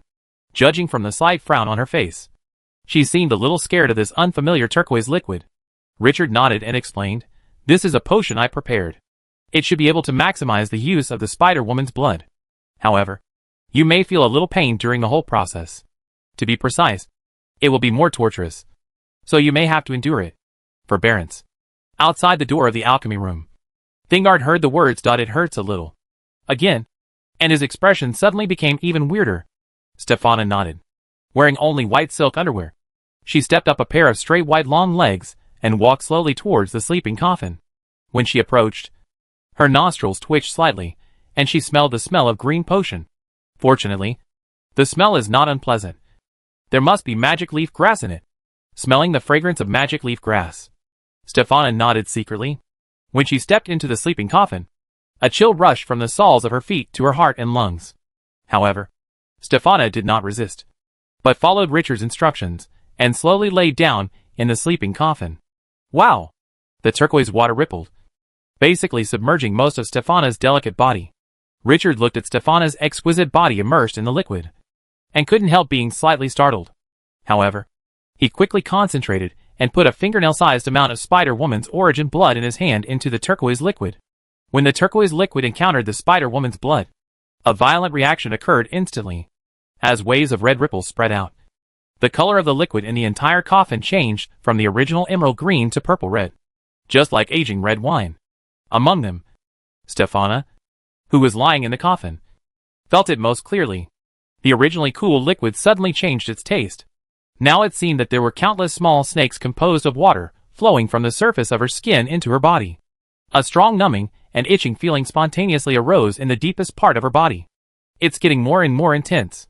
If it was just pain, Stefana thought she could hold on for a long time. But this tingling feeling touched her weak point. After a while, Stefana couldn't help it anymore. "Ah! Master, I can't stand it." Fengate, who was outside the door, could no longer keep his composure. He took a few steps forward and shook his head slightly, saying, "Alas! Although the master he is a young man after all." At this time, Thingard heard footsteps coming from the corridor. He raised his head and looked straight ahead, only to see the petite Miss Fana walking towards him. Oops. Immediately, Thingard realized that he must not let Miss Fana in now. "Good day, Miss Fana." Thingard bowed slightly and said respectfully, "Miss Fana is very powerful and has helped her master a lot this time. Moreover, she and her master are currently staying in other people's homes. So Thingard respects Fana very much. Is Master Li Wei in the alchemy room?" "Just in time.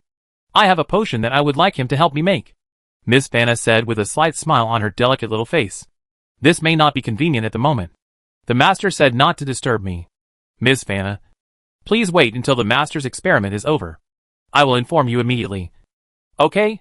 Thingard had to take a step at this time, blocked Fana's path, and explained, "Miss Fana is of great help to her master, so she cannot let her master's glorious image be damaged in front of Miss Fana.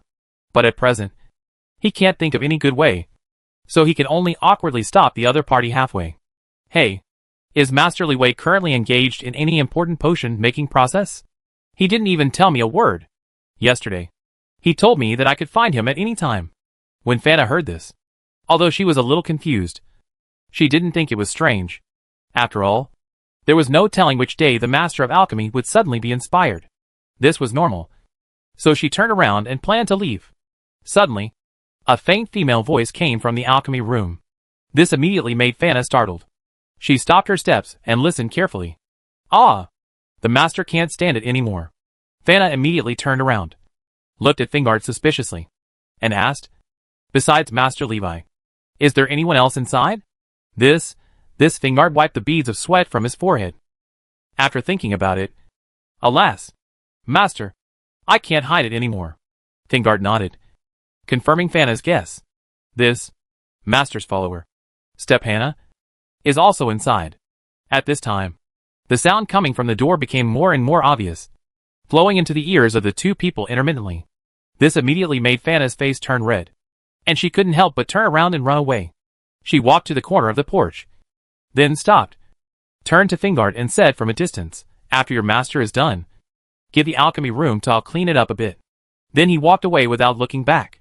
This made Fingate shake his head and mutter to himself, "Master, I'm afraid your reputation is ruined." Inside the alchemy room, Richard, who was paying close attention to Stephanie's physical changes, naturally had no time to pay attention to what was happening at the door. Although, based on his current perception, he could clearly detect that someone was coming, and judging from the breath, it should be Fana. But Richard focused most of his attention on Stephana's physical changes. 2 hours later, the purple-red liquid slowly turned into slightly turbid water. Richard nodded. This was pretty much what he expected. The Spider-Woman's source blood has been fully stimulated, and most of it should be absorbed by Stephana. This is equivalent to once again improving the qualifications of Stephana's highly qualified body.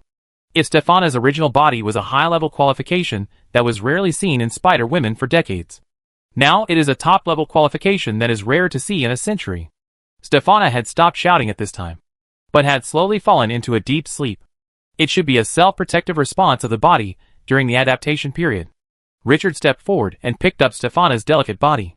Suddenly, a warm and hot feeling came from Stephana's delicate body.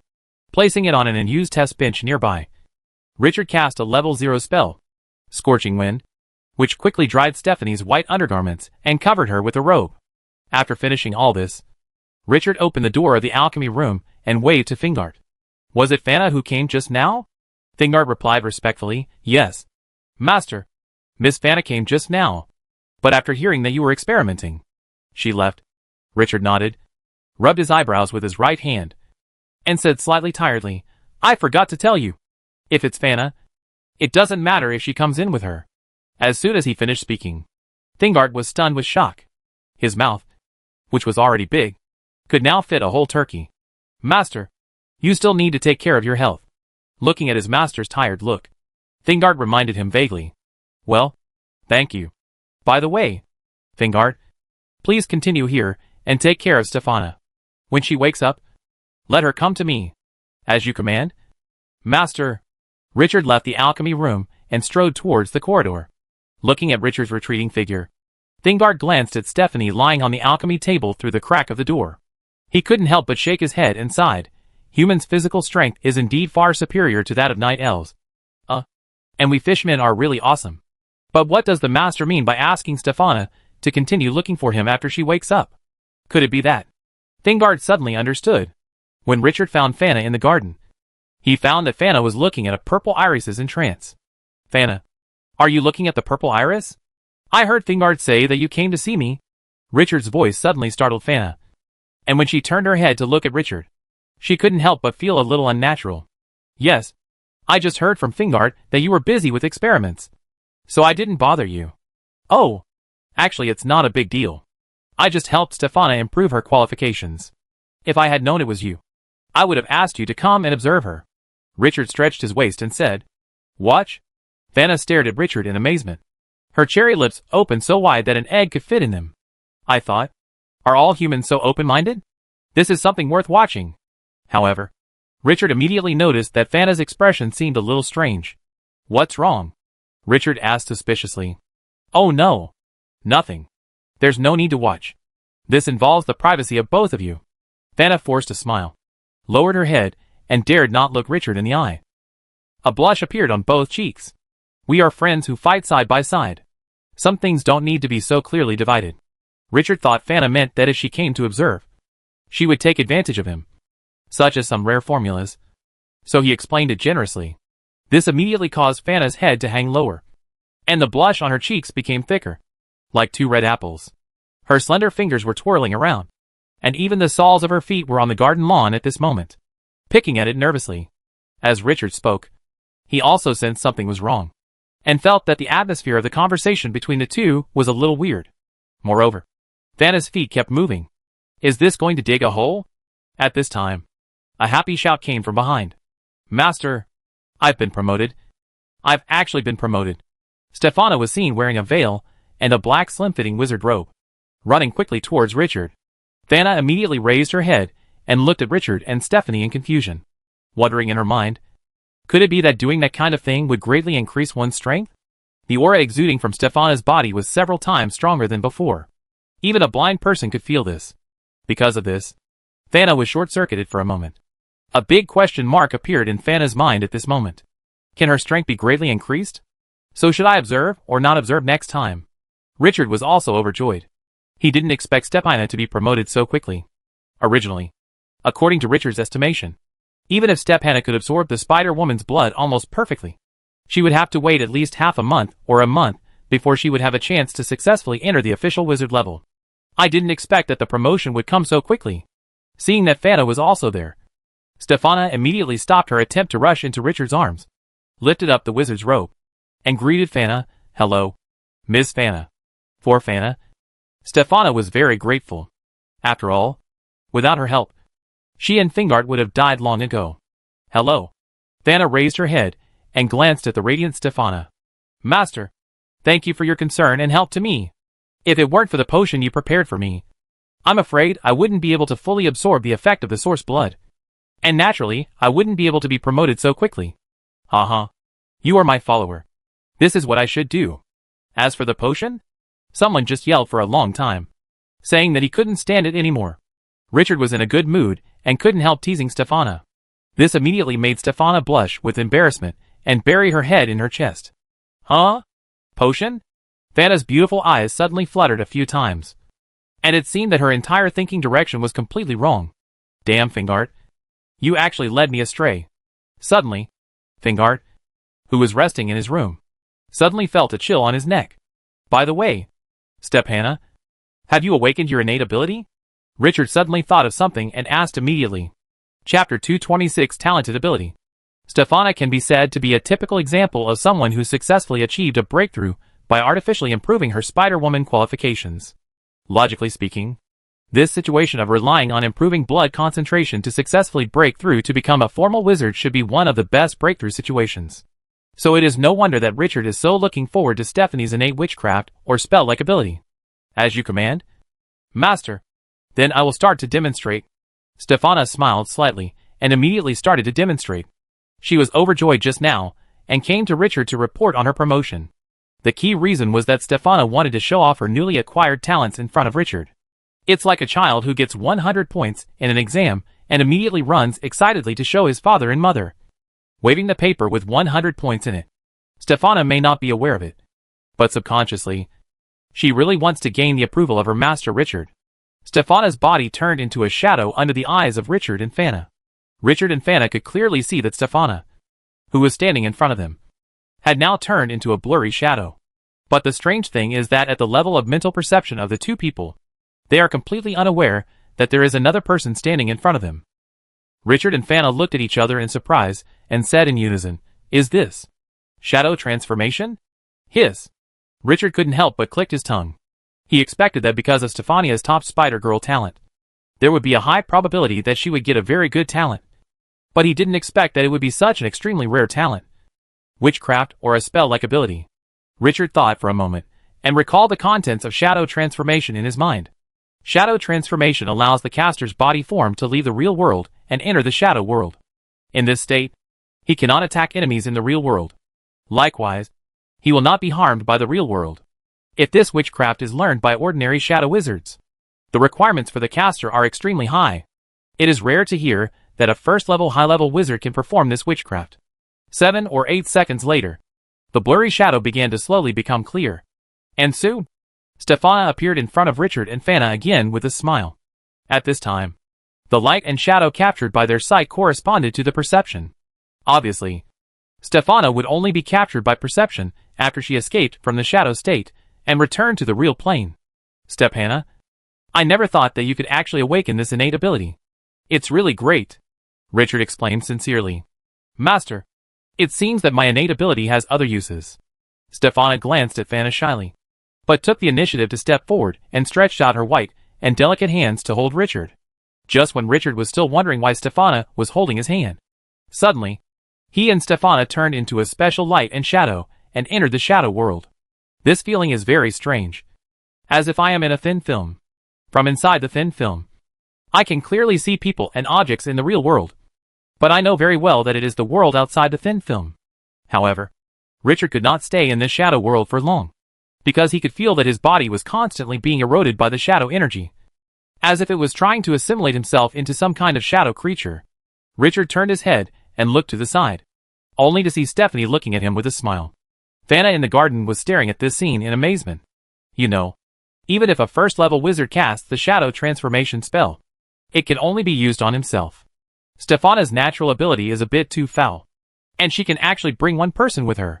A few seconds later, Stefana took Richard back to the real plane from the shadow state. However, the moment she came back, her steps staggered slightly, and her complexion changed from rosy to a little pale. Stefana, are you okay? I'm fine, Master. Stefana's slightly pale face was filled with a happy smile, although her mental energy was exhausted. The surprised expressions of her hosts Richard and Fana just now made Stefana cheer in her heart, and a sense of recognition and happiness filled her heart. After thinking about it for a while, Richard basically understood Stefana's talent.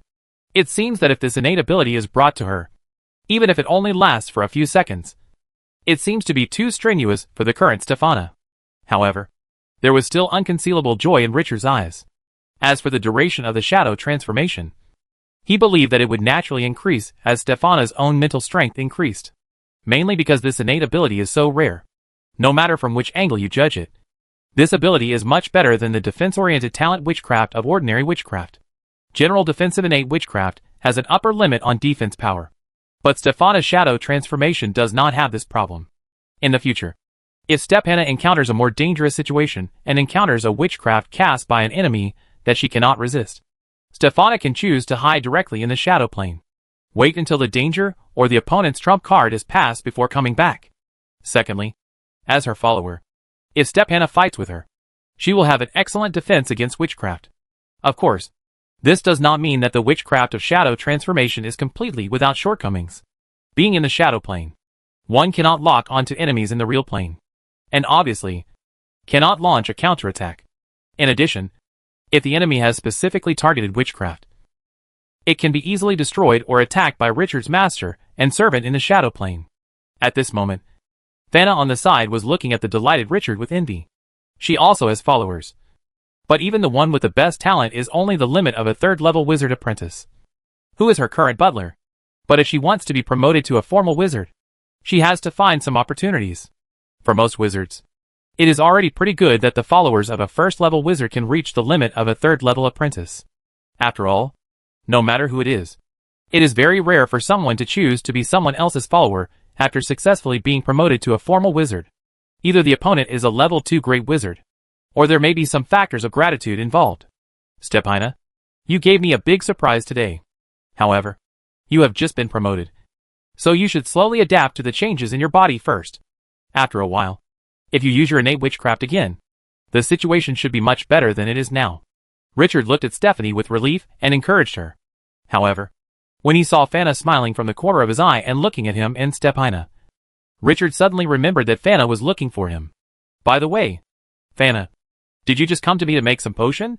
Yes, but it's not that I need it, but that you might need it, Fana said playfully while looking at Richard. Richard raised his eyebrows in interest, so he stretched out his hand to signal Fana to continue speaking. This morning, Tuj city officials, in conjunction with the major wizarding organizations, officially issued a wanted order for the Jade Fire cult members, deacons, priests, and bishops, Fana said slowly. Richard nodded. He really didn't know this. He hadn't had time to go to the Grey Dwarf Brotherhood headquarters today and had been staying in the alchemy room. However, He had already expected that the Jade Fire cult would be severely encircled and suppressed. Not to mention that the deaths of Dis-Sol and Gorkin were directly caused by Nicole of the Jade Fire cult. And the rupture of the seal in the Scorched Earth secret realm was also closely related to them. I just don't know if it's the Jade Fire cult's family, or if other cults are involved. Then unexpectedly, just outside Tuj City this morning, there were many battles between the city guards and the Jade Fire cult. The demand for some combat potions and alchemy bombs increased greatly. I saw that the conditions for a mission were: exchange 1 kilogram of mimic metal for 10 bottles of fire potion. Fana, are you sure it's mimic metal? Richard couldn't help but be slightly stunned. He couldn't believe that he could encounter such a good thing. He was familiar with the firepower potion, and it was not difficult for him to make it. In comparison, mimetic metal means a lot to me. My wristband is made of mimetic metal, but it only weighs more than 700 grams. Moreover, after yesterday's battle, he lost the Ice Guardian and currently does not have any handy weapons. If there is enough mimic metal, the problem of melee weapons will naturally be solved.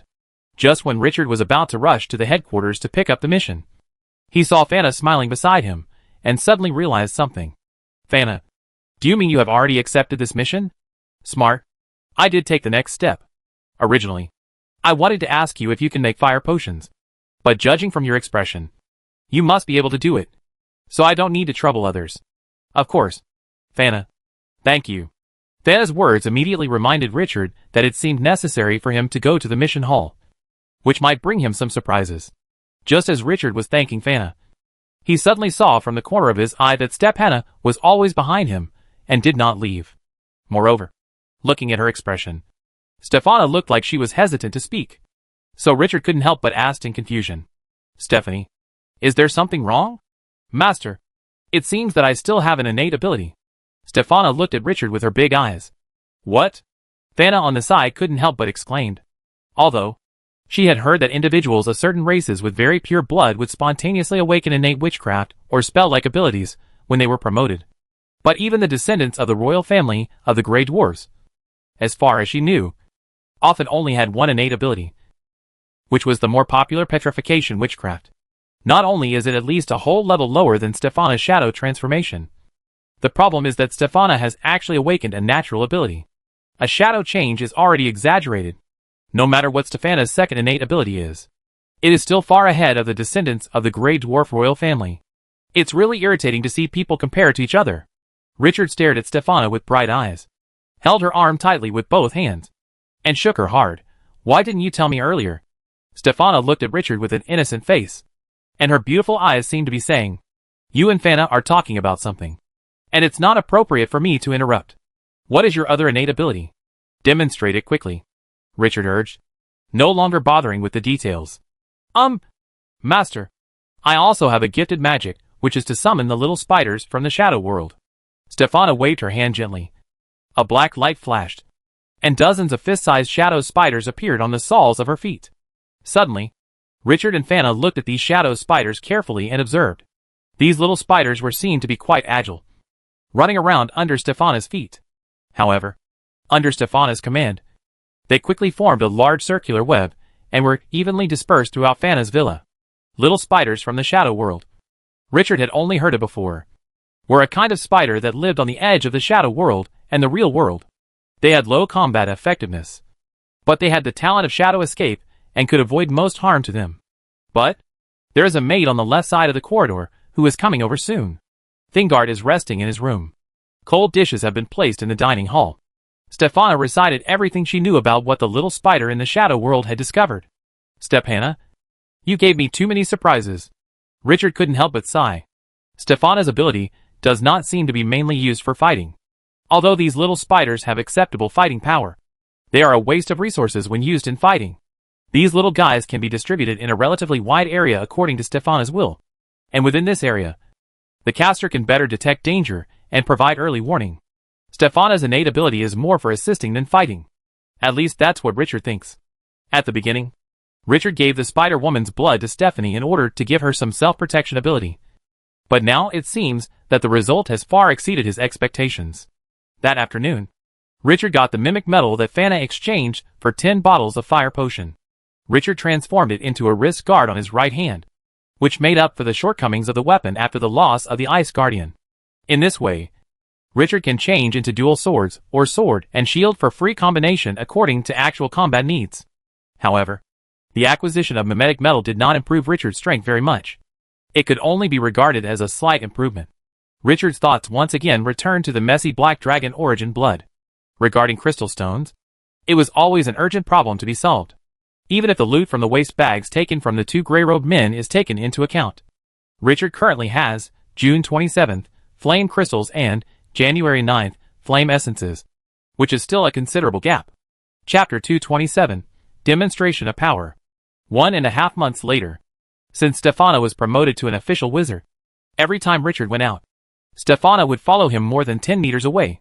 Although Richard felt that Stefano was making a fuss, considering that it was only 15 minutes away, it was easy to do so. There she went.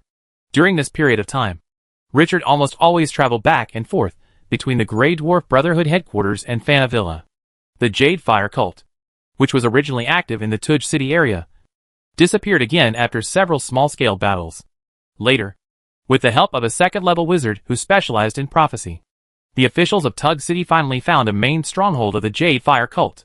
It was said that the battle was fierce and the results were quite fruitful, killing dozens of cultists and several deacons, and even a cult priest. At first, Richard was quite excited when he heard the news. But after he read the battle report and asked the wizards organized by the Grey Dwarf Brotherhood who participated in the battle, Richard knew that the priest who was killed was not Nicole. This made Richard feel both disappointed and a little lucky.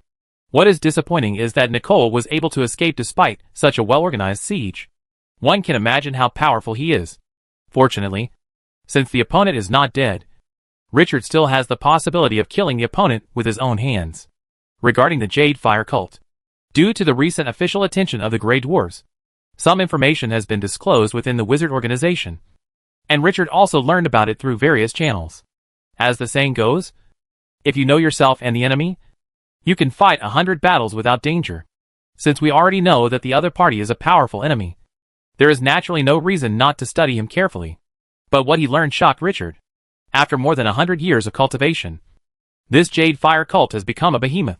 Originally, Tudge City officials did not discover it, and did not regard the Jade Fire cult as a major enemy. However, after the sealing incident, they discovered that the cult's forces had penetrated into all aspects of Tudge City, such as bakery clerks and mill owners, innkeepers, etc.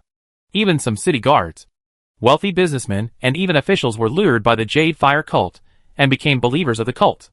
Otherwise, the other party would never be able to set up a large-scale witch formation under the eyes of the city guards.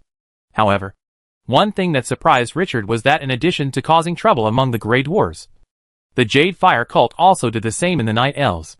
Therefore, the Night Elves also had the same attitude of eradicating the cult. So, here comes the strange part. Why did the spider women who tracked me last time get together with Nicole? The cult priest? This question puzzled Richard. Regarding the hatred of resentful spirits, Richard has successfully transformed it again. Just like last time, a complex witchcraft formation is engraved deep in the belly of hatred to imprison all the resentful spirits now and in the future. However, since all the resentful spirits were released last time and were exhausted in the battle, they have not been replenished. Therefore, the resentment of the resentful spirits now has only its name, and the combat effectiveness is greatly reduced. Unless you wait for Richard to replenish it with a large number of resentful spirits, or even evil spirits. But in the short term, Richard has not considered this matter, because for him, his strength is still relatively weak. Therefore, whether it was an outing mission or participation in wiping out the Jade Fire cult, Richard was not involved. Now everything is focused on improving strength. Otherwise, just rush to avenge his soul. Kill the cultists and harvest energy points by the way. Richard has already participated in it. The fundamental reason for not participating is lack of strength and being too dangerous. This month, in addition to completing daily tasks within the Grey Dwarf Brotherhood step by step, Richard often visits the mission hall on the first floor.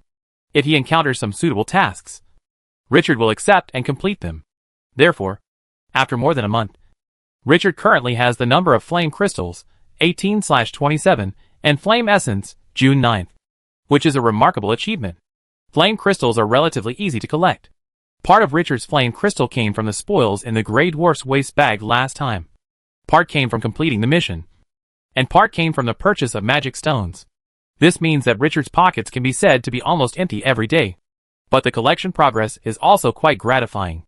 As for the essence of fire, Richard was able to get 5 of them within a month, which was obviously not obtained by completing tasks. Instead, Richard sold all of his remaining 30% shares of the new beer to the wealthy woman Fana. At present, the entire new beer business has been fully launched, and the situation is gratifying. It's just that the person in charge has sent Dysol to become Fana. Every time he thinks of this, Richard can't help but sigh. My old friend has passed away. Fortunately, little Bindi is still there. Currently, little Bindi is being cared for by Fana. Perhaps subconsciously, Richard also considered this factor. So he sold all his shares to Fana. Even the entire set of hop cultivation techniques has been taught to Fana by Richard. However, to Richard's surprise, although Richard had sold all his shares, Fana still kindly left Richard 10% of the shares and gave Richard the title of consultant, as if to make it easier for Richard to accept it. Fana also proposed that Richard cannot trade this 10% of the shares, and he only has the right to share the shares, but not the right to make decisions. To put it simply, Richard exchanged 30% of new beer shares for 5 pieces of flame essence. In this matter, we really can't say that Richard is short-sighted. For him, improving his strength is always the first priority. And now the residual period caused by the last time he used the Swamp Giant Bloodline Essence is about to end. Therefore, Richard is thinking about a question at the moment. Whether to sell the First Order Spar Aggregation Witch Formation to the Grey Dwarf Brotherhood. But after thinking about it, Richard felt it was still inappropriate. After all, I am a master in both the Potion Branch and the Explosion Branch. I can barely explain that these 2 branches are within the large system of alchemy. But the First Order Spar Aggregation Witchcraft Formation that I want to submit this time is a Witchcraft Formation, and it has nothing to do with alchemy. If you submit this, it will be too conspicuous. Others must regard him as a monster. However, the missing 3 flame essences must be collected. Therefore, Richard also made the decision to sell the improved version of Fire Dance Star to the Grey Dwarf Brotherhood. He was sure that the other party would be interested, because the Fire Dance Star was the most important component of the alchemy combination bomb. The explosion power of the improved Fire Dance Star has been increased by 17%. If the combination bomb uses the improved Fire Dance Star, according to actual measurements, the power of the alchemy combination bomb can be increased by about 12%. Secondly, this is an improvement of the explosive branch of alchemy. It is reasonable to submit it by myself, which matches my status as an alchemist master. Now that he had decided, Richard was not one to drag his feet, and immediately planned to go to the headquarters of the Grey Dwarf Brotherhood. However, before leaving, Richard contacted Fritz through the mark on his chest. After a while, Fritz responded, Master Levi, Master Hawkins is currently at the headquarters. If you come over within 20 minutes, I can inform you now. Okay, Fritz, I'll come over now. I'll be there in 15 minutes. After making the appointment, Richard strode out of the room. Richard, walking on the road, discovered that in the past 2 days, the number of pedestrians on the streets of Tudge City has gradually increased, and their faces are finally not as hurried as before. Ever since the seal of the Scorched Earth Secret Realm was broken and the cult incident, Tudge City has been in a state of panic. But, after more than a month, the situation has calmed down, and the patrols and inspections of the city guards have also relaxed a little. The overall atmosphere in Tudge City is finally not so tense, and it is slowly regaining its popularity. Richard walked all the way towards the headquarters of the Grey Dwarf Brotherhood. At this time, a woman wearing a black hood and black wizard robe walked in front of him. Although her face could not be seen clearly, judging from her graceful figure, she must be a woman. Somehow, when he saw the other party for the first time, Richard felt an inexplicable sense of familiarity. And then he naturally thought of Stefana. When the other party was about to pass by Richard, he suddenly asked, Hello, how can I get to McDowell's Armor Shop? Mike, just as Richard was thinking about the name of the store. Suddenly, a dazzling black light on the right side pierced Richard's chest. This cold light is as fast as lightning and as fast as thunder. Whoosh! A black feather arrow flashed past. Clang! Richard used the mimic metal shield on his right wrist to block the incoming sharp arrow. However, the sharp arrow was so powerful that it collided with the hard metal shield in his hand and sparked sparks, which shocked his body. Good chance. The woman in black robe opposite Richard, who was asking for directions, flashed her eyes and stabbed Richard hard in the abdomen. This sword is extremely rare and glows with silver light. He almost didn't have time to react, so Richard instinctively raised his hands to block. Clang! A crisp sound of gold and iron clashing came out. Richard grunted, and because he had to resist in a hurry, the metal shield transformed into a mimic wristband in his left hand shook violently, and he almost couldn't hold it. At the same time, Richard's whole body felt sore and numb. He was knocked away by the collision and fell into the air towards the shop on the right side of the street. However, while Richard was still in midair, the alarm bell rang in his heart again. It turned out that there were also two cold lights coming from behind him. Not good. Richard immediately used his innate witchcraft magic armor, but there is no force to be exerted in midair, so he could only contract his muscles, twist his body, and avoid vital points. Boom! Sparks flew out twice in succession, accompanied by the harsh sound of metal cutting. Richard looked down and found that although he was protected by black bone armor, his side and abdomen were still penetrated in two places. But fortunately, I reacted quickly enough and dodged promptly enough, so the injuries I suffered were only flesh wounds. However, there was still a trace of blood seeping out. Richard rolled on the spot and quickly drank a bottle of antidote. Who knows if the weapons used by the other party are poisonous? So be careful, and you won't make a big mistake. Only 2 seconds have passed since the entire assassination. Ah! Pedestrians around saw the fighting here and immediately ran away. The little bit of popularity that had originally existed on the street disappeared because of the fighting. But for this assassination, the fight just now was just the beginning. Although he did not succeed, Richard was already injured. At this time, the three assassins no longer concealed themselves and vaguely surrounded Richard. The most threatening one among them was the assassin with the bow, who was aiming his bow at Richard and locked on him. The reason why the other party didn't shoot was probably because she was waiting for her companion's coordinated attack.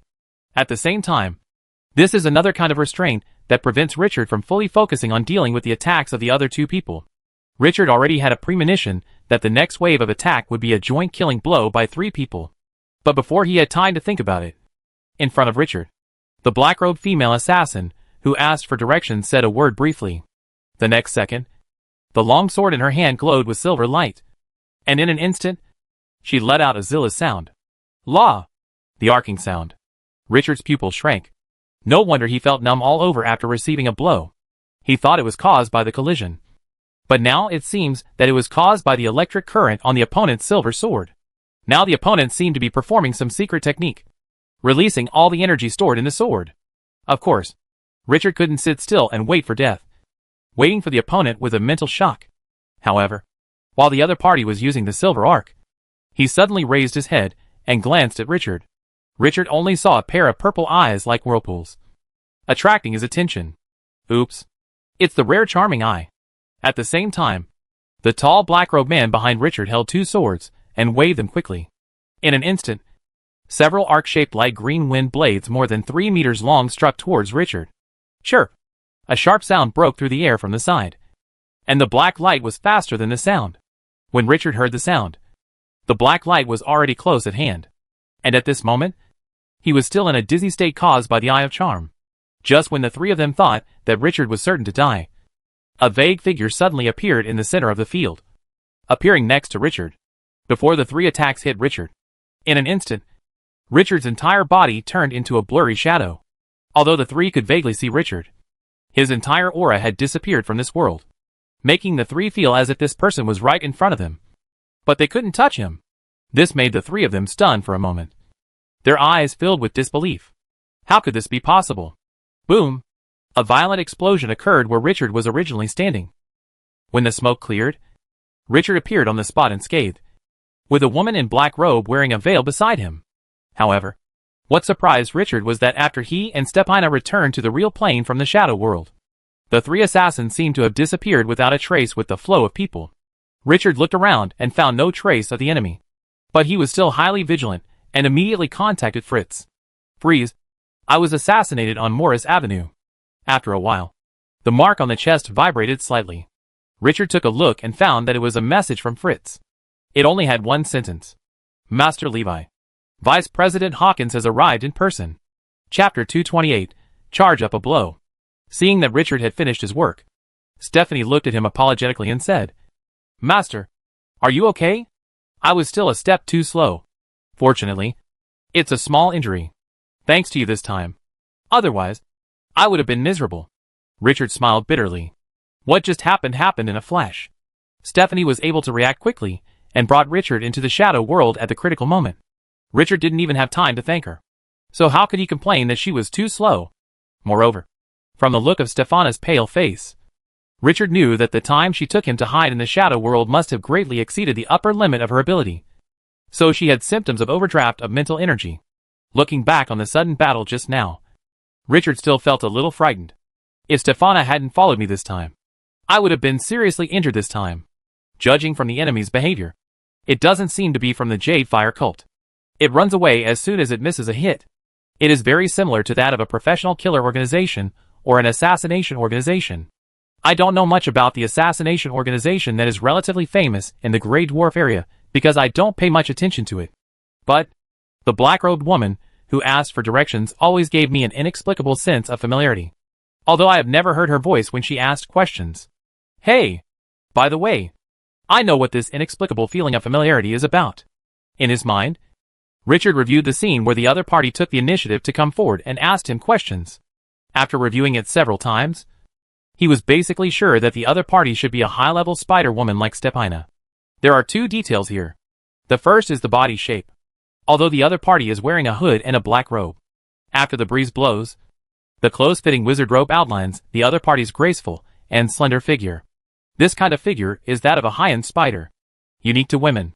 There are obvious differences between them and the Grey Dwarves, Murlocs, and even Lizardmen. Secondly, although the other party spoke fluent Grey Dwarf language, looking back carefully now, it was mixed with two unusual accents, which revealed that the other party probably did not live in the Grey Dwarf area for a long time. Although these 2 points cannot be used as 100% evidence, he is not solving the case and does not need to prove anything. If 1 point is a coincidence, then 2 points are most likely not a coincidence. Master, enemy attack, Stephana shouted anxiously. This shout immediately brought Richard back from his thoughts. Richard quickly followed Stephana's line of sight and saw a black figure holding a giant bow suddenly appear on the roof of the shop along the street behind them. At this moment, the other party had already started drawing arrows and aiming at the two of them. Richard's pupils suddenly shrank. Isn't this guy the archer among the 3 who attacked him before? Unexpectedly, the opponent didn't retreat yet, and even shot him a counterattack. Obviously, the pale Stephana, whose mental strength has not yet recovered, is no longer able to lead him to perform shadow transformation again to avoid the opponent's upcoming attack. I saw the archer suddenly pulling the huge bowstring in his hand to full length. Charge a powerful blow. The archer scolded. A black spot of light suddenly appeared at the front end of her arrow, and it quickly grew to the size of an apple at a speed visible to the naked eye, and continued to expand. Hua-la-la. From the black light spot, violent energy fluctuations and tidal sounds continued to be heard. Judging solely from the degree of energy fluctuations, the opponent's attack this time is not simple. Moreover, the more critical issue is that the timing of the opponent's card is too good. The card was just after the last sneak attack, and the mental state of Richard and Stephana had just relaxed. It is also the time when we are most tired and our reactions are slowest. The black-robed archer's thumb suddenly relaxed when holding the arrow. Whoosh! The arrow, carrying a black energy ball the size of a human head, headed straight for the area where Richard and Stephanie were. With the help of arrows, the black energy ball moves very fast, like a spherical lightning with a little tail. After shooting this powerful and heavy arrow, the black-robed archer didn't even look to see if the arrow hit successfully. Instead, he immediately took out a fist-sized glass bottle filled with green liquid from his arms and threw it towards the street. The person quickly disappeared.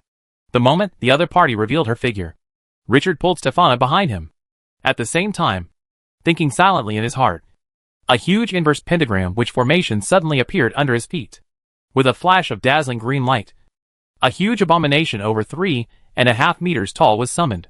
The summoned resentful spirit was disgusted and found that its master Richard was in front of him.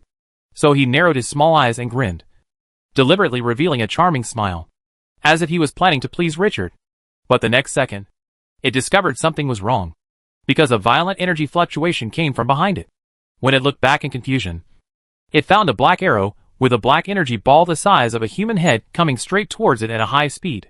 Now, It immediately understood the intention of its owner, Richard, in summoning it. This is to use it as a shield. The resentful spirit's hateful face suddenly showed a wry smile. However, although the resentful spirit had a wry smile on its face, the movements of its hands were not slow at all. Its left and right hands quickly crossed the giant iron axe and the heavy hammer ball to protect its chest. Almost at the same time, Richard, the master, placed his hands on the waist of the wraith abomination, which was much thicker than a bucket. 2 streams of dark silver-gray metal film, like streams of water, quickly gathered from the back of the wraith abomination to its chest. Due to the insufficient amount of mimetic metal and the large surface area of the body of the wraith abomination, only half of a thin metal breastplate and a metal helmet could be formed. But this move by Richard made the resentful spirit hate particularly heartwarming. Suddenly, the huge body adjusted its posture slightly, protecting the master behind it tightly to prepare for the impending attack. Boom! Duo! The black ball of light hit the intersection of the 2 weapons of wraith and hatred. And immediately, a violent explosion occurred. The power of the explosion was so powerful that it was as big as the resentful spirit abomination, and it actually took a few steps back before barely standing. The 2 weapons used by wraith abomination to block were all damaged at this time. There was a huge gap on the blade of the iron axe, and the heavy hammer ball had fallen to the ground, due to the hatred of the resentful spirit blocking him like a wall. The shock wave of the explosion only made Richard take 2 steps back, and Stefana behind Richard was even more safe. And it seemed that Stefana's veil had only been blown away. After the smoke dissipated, Richard, dressed in black bone armor, quickly stepped forward to check on the wraith's injuries. Under the protection of the mimicry metal, the overall injury was much better than Richard had expected. But the black feather arrow still penetrated the defense of the mimicry metal, and most of it penetrated into the chest of the evil spirit. Hiss! What a sinister attack! Richard's face couldn't help but froze. In this double attack, the last feathered arrow was the fatal blow. If he didn't have a huge summon like the wraith abomination to resist him, I'm afraid this arrow would penetrate his body in an instant. No elemental shield, bone armor, or the like can completely protect against this blow.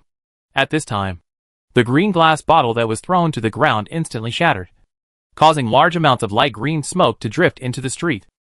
If you get closer, you can smell the pungent smell, which is obviously highly poisonous. Richard quickly pulled Stefana back to a safe area. Rescue always comes too late. Although Hawkins was already very fast, by the time he arrived with 2 of his men, the assassins had already disappeared. Levi, how are you? Are you injured? Hawkins casually cast a hurricane spell to disperse the poisonous mist, and pulled Richard with concern and asked, Lord Hawkins, I'm fine. Richard waved his hand, signaling Hawkins not to worry. After Hawkins looked Richard up and down, he seemed to confirm that Richard was not seriously injured, and the anxious look on his face faded a lot. At this time, a small group of city guards blocked the scene and began preliminary investigation work. Apart from a series of explosions and traces of witchcraft, the assassin did not leave any useful information at the scene. Hawkins asked a wizard from the Grey Dwarf Brotherhood to stay, and after checking on the relevant situation, he took Richard back to the headquarters of the Grey Dwarf Brotherhood. After all, it is inconvenient to say many things on the street. On the 2nd floor of the Grey Dwarf Brotherhood headquarters, in Hawkins's vice president's office, Hawkins and Richard sat facing each other on the soft leather sofa. Levi, do you have any guesses about the assassin? Hawkins asked, looking into Richard's eyes. Hawkins was also quite confused about the assassination that Richard suffered this time. The previous assassination that led to Dysol's death can be attributed to a private vendetta. Richard was implicated by Dysol. After all, in the incident with Nickel a few years ago, Lord Baghdadi and Dysol severely injured Nickel on the spot. If Nickel hadn't escaped by chance, he would have been killed at that time. Therefore, it makes sense in all aspects that the other party came to take revenge last time. But this time, Hawkins felt that the assassination that Richard suffered was quite strange. Although there were not many useful traces and information left at the scene, he had already seen some clues due to his rich experience. It seems that the assassination attempt on Levi was carried out by a secret spy organization of the Night Elves, the mortal enemy of the Grey Dwarf's military intelligence department. Ordinary people don't know that Night Elves touch spies to assassinate them. It should be the killer of the Night Elves. In the previous battle between the Surface Necromancer Academy and the Night Elves, I used alchemy bombs to kill several high-level spider women on the Night Elves side. So, Richard explained with mixed truth and falsehood. Obviously, he must not disclose the mixed black dragon origin blood and the seizure of the night elf bloodline witchcraft. If it is revealed, even if Hawkins himself is trustworthy, the senior leaders of the Grey Dwarf Brotherhood may not necessarily have the same attitude as Hawkins, let alone the Grey Dwarf officials. The expression on Richard's hesitation that he was about to speak well expressed his modest attitude of not wanting to deliberately take credit. Hawkins stroked the beard on his chin and nodded. He had no doubts about what Richard said. And he also admired Richard's humble attitude. He has achieved great things at a young age.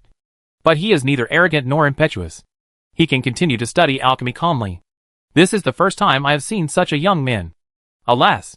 Why haven't I seen this among the Grey Dwarves? Young genius. Levi's talent in alchemy is obvious to all. It is entirely possible for the opponent to accidentally fall into a bomb or trap laid by Levi, resulting in heavy casualties. But Leeway has come to the Grey Dwarf area, but he can still find the other party. What does this mean? This shows that either there is a spy within the Grey Dwarves, or they have been infiltrated by Night Elf spies. Therefore, the secret identity of Levi, who provided the alchemy combination bomb, was known to the Night Elf spies. This must be the reason why the current assassination incident occurred. Well, the organizational work was not in place, and this young alchemist master nearly suffered misfortune twice. After thinking about the above information, Hawkins couldn't help but feel very sorry for Richard. From Richard's perspective, since the last assassination incident, Richard has listed the inquiries he may encounter and carefully considered the relevant answers one by one. Therefore, now Richard's answer is almost seamless, unless the Grey Dwarves caught his assassin and pried out some key information from the other party. But this possibility is slim. When it comes to defeating or even killing the Night Elves assassins, Li Ju feels that the Grey Dwarves have the ability to do so. But it is much more difficult to pry out key information from a Night Elf spy than to kill a Night Elf spy. I won't go into details on the reasons. Not wanting Hawkins to continue to stare at the assassination, Richard took the initiative and said, "Mr. Hawkins, I happen to have an improved formula when I come here this time. I would like to ask you to help me evaluate it." Richard slowly took out a parchment from his arms and handed it to Hawkins. Hawkins took it with a curious look on his face, opened it, and looked at it carefully. After a while, Hawkins's facial expression became richer, although he tried his best to hide it. The faint surprise and joy were still revealed from the brows. This made Richard smile inwardly. It seems that in terms of facial micro-expression management, it is difficult for Grey Dwarves to compare with old and cunning humans because of their bold and cheerful nature. Even Hawkins, a great wizard of the second level who holds a high position in the Grey Dwarf region, cannot compare to the average profiteer among humans. Li Wei, your talent in alchemy is really unmatched by ordinary people.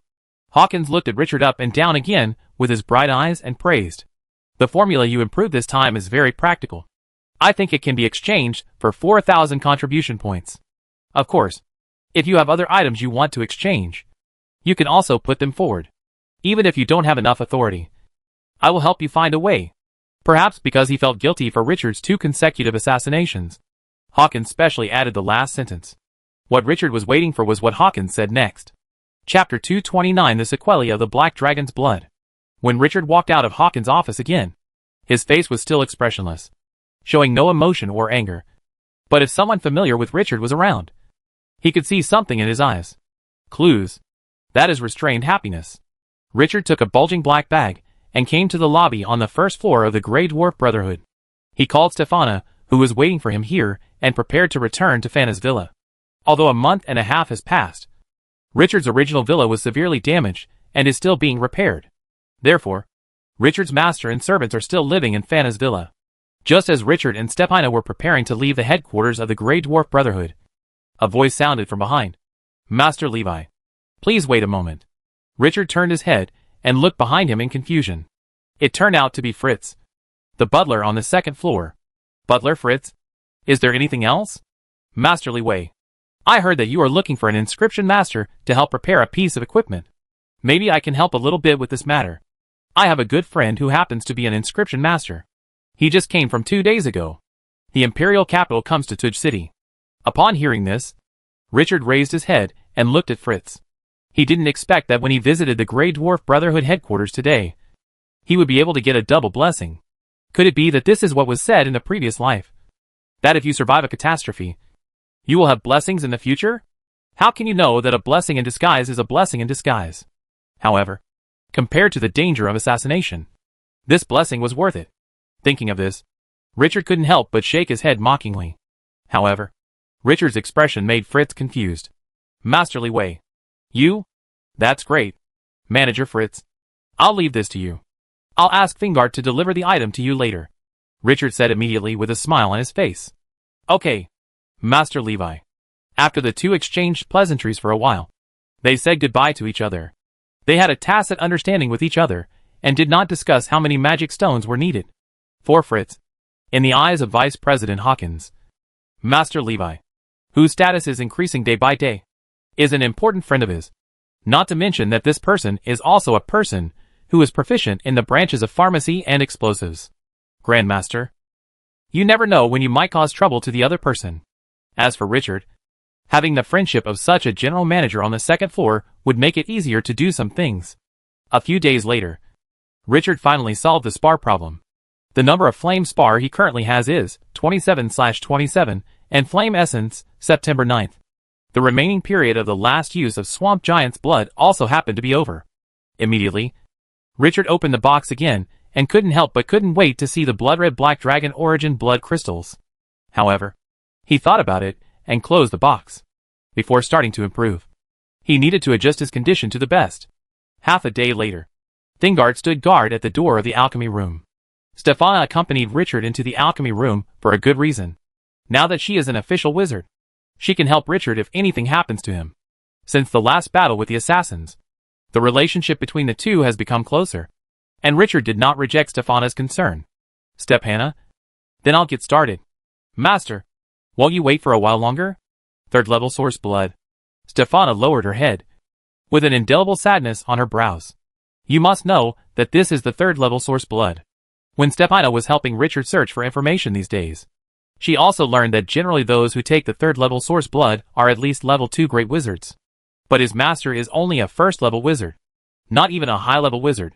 At least in the relevant records he searched, he couldn't find a third level origin blood user with such low strength. The unknown means risks. Don't worry, Richard said to Stephanie with a smile.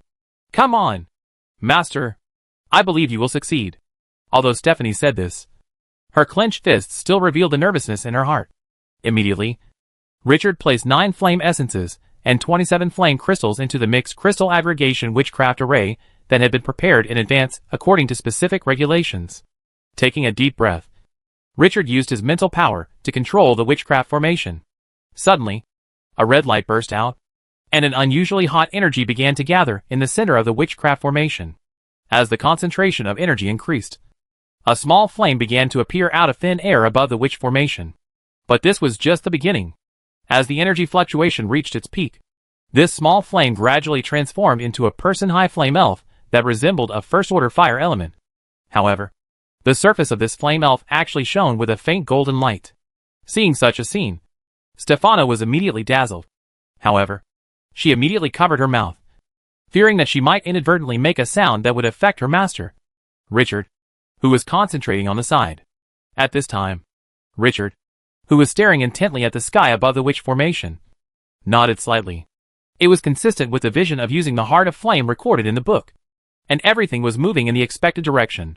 At this moment, the temperature of the flame had reached its highest point. Richard quickly ejected the fingernail-sized blood-colored crystal that he had prepared long ago into the arms of the flame elf. All of a sudden, the mixed black dragon source blood crystal shattered. In less than a second, a simple and ancient aura came from the center of the witch formation. Stefana on the side suddenly felt something bad. This aura was completely irresistible to her. It had nothing to do with strength.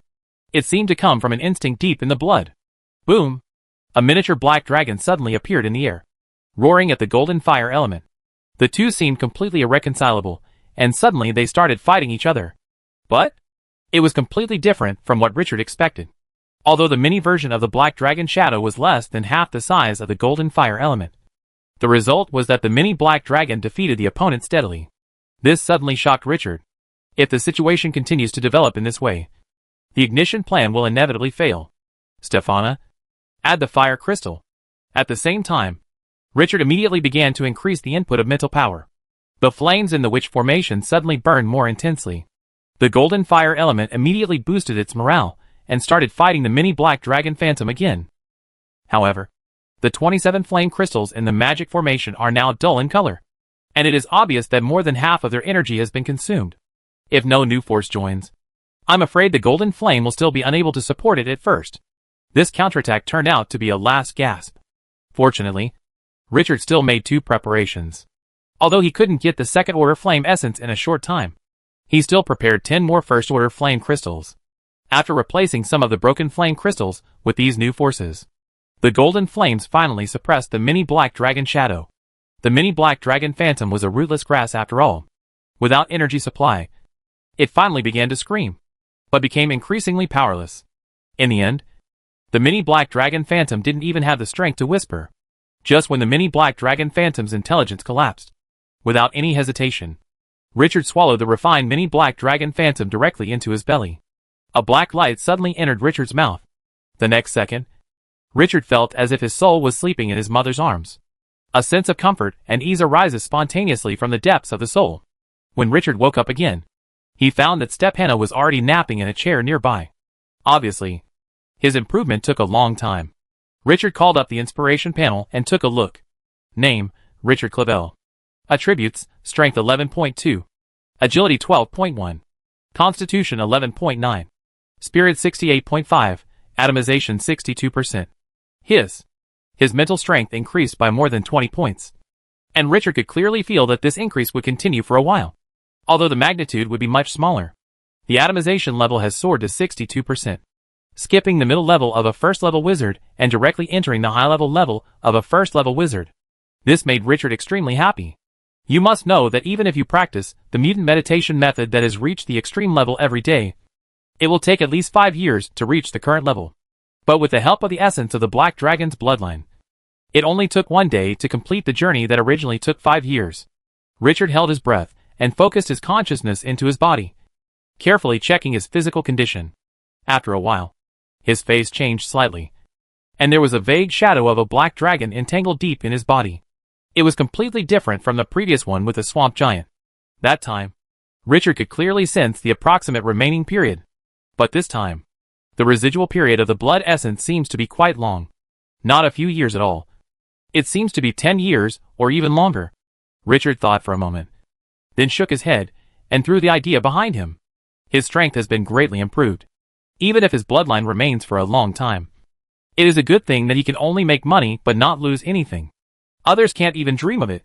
But, although my strength has greatly increased this time, I can obviously feel that my perception is sharper, and my mental power is stronger. But it seems that.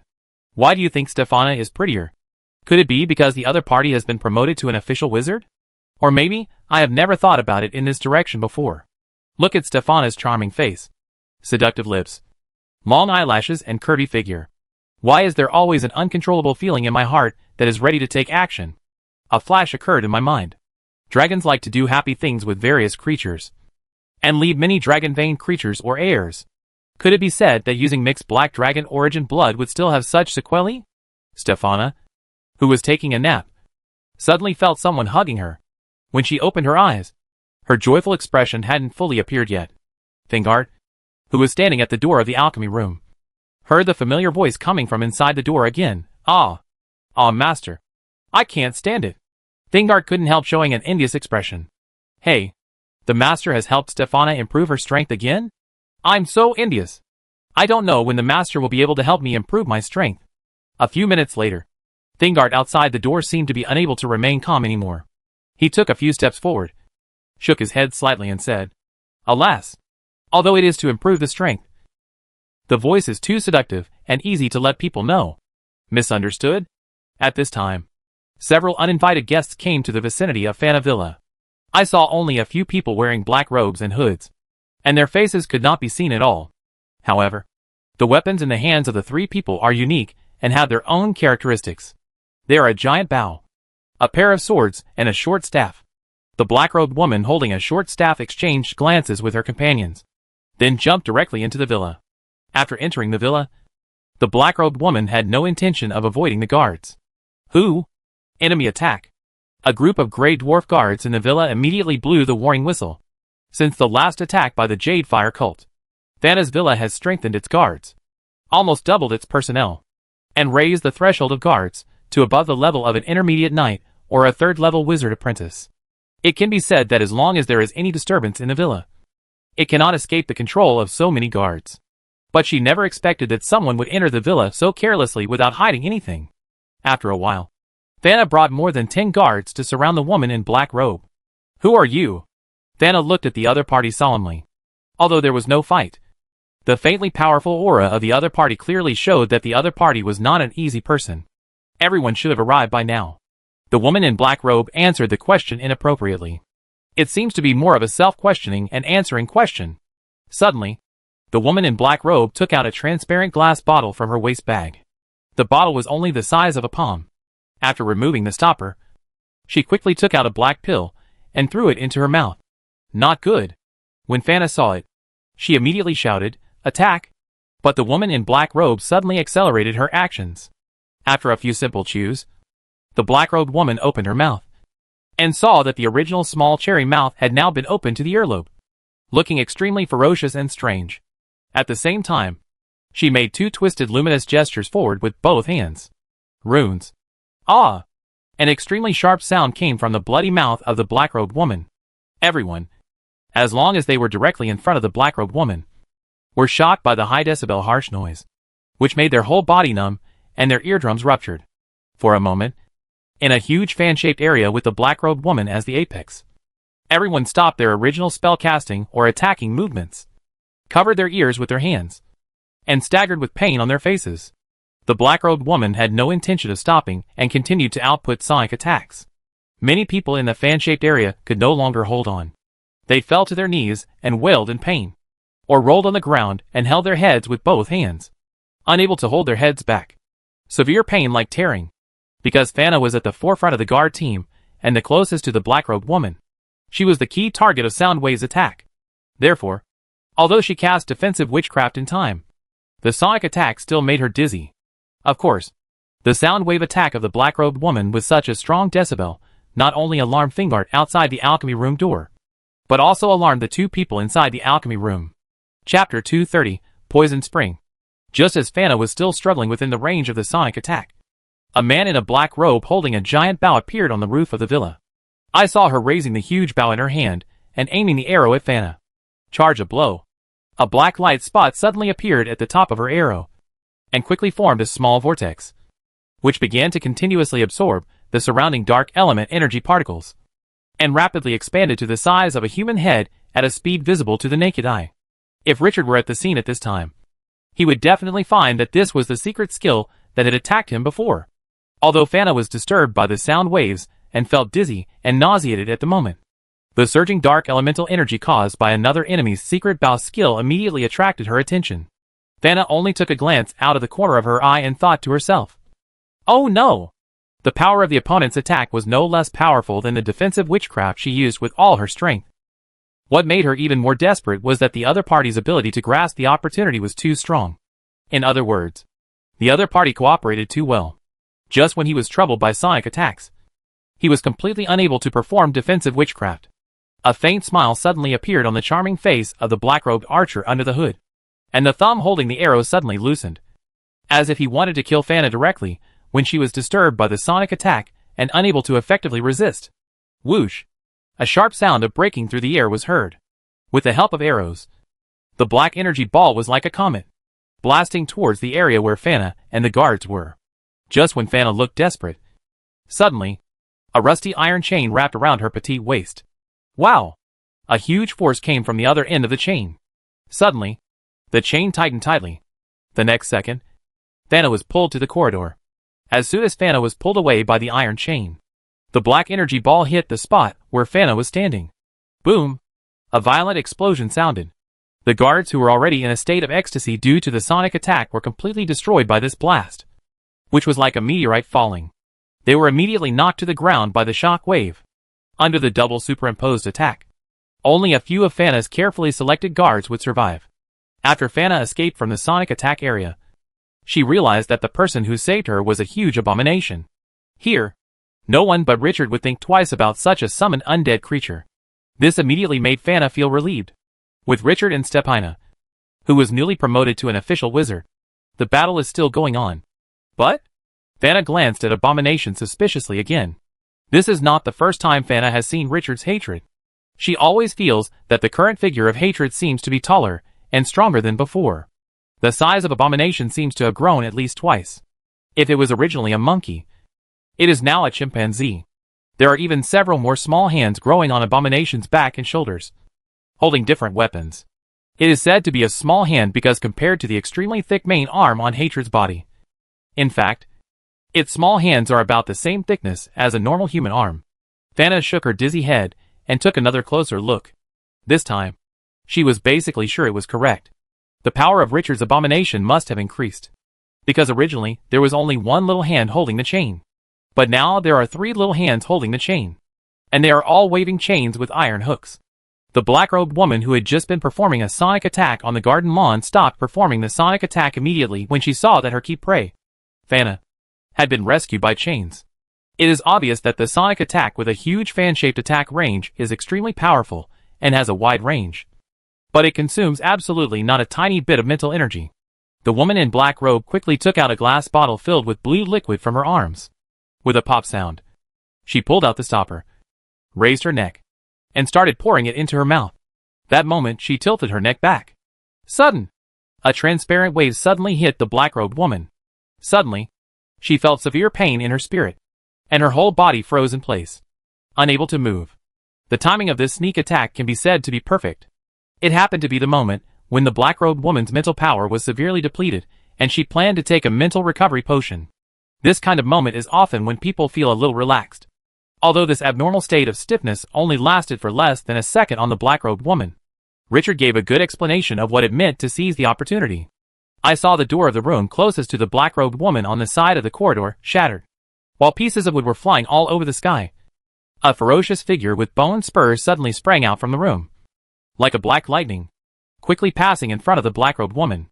It was Richard, the mimic that was originally located on his right wrist guard. The metal had already turned into half sharp hand and half sword. A silver arc of light flashed by. Suddenly, a stream of blood spurted out from the black-robed woman's white neck. She kept her head tilted back while drinking the medicine, her beautiful eyes wide open, her body stiff and motionless for several seconds. Finally, he collapsed to the ground with an expression of disbelief. Until she fell to the ground, the cracks on both sides of the black-robed woman's mouth had not yet closed, and her beautiful body twitched from time to time. After a long time, she finally died and never moved again. How is this possible? It's not like I haven't fought against this young human necromancer before. The last time we fought, the opponent also used a transparent wave attack, but it only caused me to be stunned for less than half a second. But this time, I was almost dizzy for 2 seconds. How is this possible? The woman in black robe didn't stop thinking about this issue until her consciousness dissipated. But she never figured out why this happened until her death. Obviously, they were just a little bit close last time, and the 3 of them were able to successfully kill the human necromancer and complete the mission. So, this time, they planned carefully and specially strengthened one person. As a result, he was killed instantly. How unwilling. This sudden counterattack instantly caused a reversal of the fighting situation on the field. Night Elf, go to H.L. The tall man in black robes with 2 swords seemed to be unable to accept it for a moment when he witnessed his companion being suddenly killed. He lost control of his emotions and rushed toward Richard while yelling. When the man in black robe with double swords cursed, the Night Elf language he blurted out suddenly revealed his origin. This also confirmed Richard's guess that the other party was definitely an assassin from the Night Elves. The black-robed archer on the roof was currently being entangled by Stefana. Stefana, who is in the shadow state for a while, and returns to the real world for a while, can be said to be one of the best candidates to pester her opponent. She can make the opponent confused without any direct confrontation. When Stefana is alone, she consumes much less mental energy when using shadow transformation. For a time, the black-robed archers on the roof were interfered by Stefana, and were unable to support their double-sword companions on the field. The long sword in Richard's hand, and the black-robed man's double swords clashed heavily. Clang! The 2 men had similar strength. The man in black was hit by the shock force, and was stunned. However, Richard used this force to rotate his body, and the long sword in his hand drew a semicircle, and hit the man in black again. The opponent hurriedly parried. Suddenly, A transparent ripple appeared on Richard's chest, and instantly struck the man in black robes with 2 swords. It's Richard's innate witchcraft spiritual shock. This blow was too fast. In the astonished eyes of the man in black robe with double swords, in an instant, the transparent ripples broke through the black defensive film on the man in black robes with double swords, and made the opponent sluggish for a while. The next second, the mimic metal sword in Richard's hand suddenly split into 3. The man in black robe with 2 swords only had time to parry 2 swords. The third sword flashed and disappeared between the eyebrows of the man in black robe. The figure of the man in black robe suddenly stagnated. I saw that Richard's long sword had easily pierced the forehead of the man in black robe at this moment, and the tip of the sword was still exposed from the back of the head. Wow! Richard pulled out the long sword smoothly, and saw a stream of blood spurting out from the wound on the opponent's forehead and pouring on the ground, forming a small pool of blood. The opponent didn't even have time to scream. He just widened his eyes and took 2 steps back, with an expression of disbelief on his face. He fell to the ground with bang, and remained motionless. Just when Richard was controlling the long sword in his hand to extend and lengthen, he was about to lift the hood of the man in black robe to see his true appearance. Suddenly there was a sound of glass breaking. Snapped. Richard immediately turned around to check. I saw a man in a black robe whom I had never seen before standing not far behind me. It was obvious that the glass bottle was thrown by him. The glass bottle shattered instantly, and the light blue liquid contained in it splashed out instantly.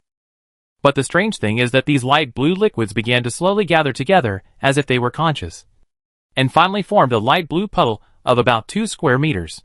The surface of the puddle is extremely smooth, like a mirror, reflecting the gray sky of the Underdark, as well as the surrounding flowers and green plants.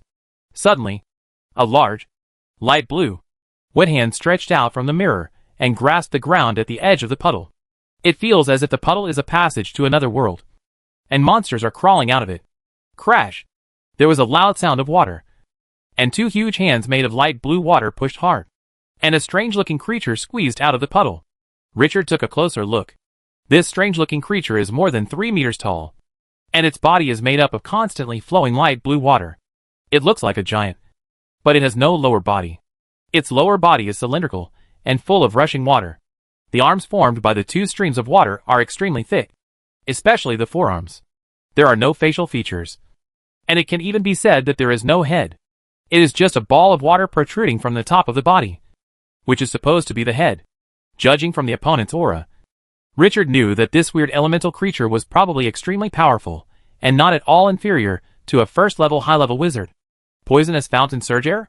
Vanna is currently helping Stefana to besiege the black-robed archer, but she was always paying attention to the situation in the center of the garden. When she saw other creatures emerging, her expression immediately changed and she reminded Richard loudly. At this time, the top mutant of the first-level water element is between the first-level high-level or the first-level top wizard. Richard, you have to be careful of the opponent's poisonous spring attack. Richard nodded slightly, indicating that Vanna had heard it, but his eyes were fixed on the strange man in black robes. Mattia, the man in black robe, was also a little confused at this moment, as if there were 10,000 grass and mud horses running through his heart. He is a foreign aide invited by the Dark Bow group. According to what the Dark Bow team said before, they were just a hair away from killing the human necromancer in the last ambush on the street. Calling him here this time was just to make sure nothing went wrong, according to what they said during the meeting at that time. Mattia, your main job is to hold the line. Generally speaking, our team can handle it by ourselves. The opponent is just a new wizard who is in the early stages of the first level, so there is nothing to worry about.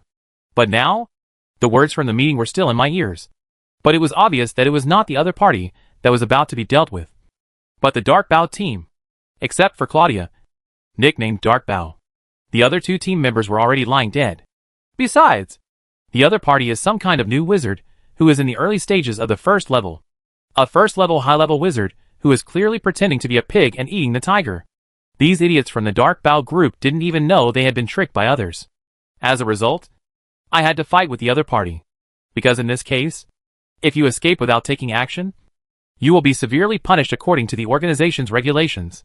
The poisonous spring surged all the way towards Richard. The grass it passed by was wet, and the next second it turned burnt yellow. Obviously, the light blue liquid on the other party's body is highly poisonous. Richard immediately ordered the resentful spirit abomination, whose strength had greatly increased, to take a big step forward and block him.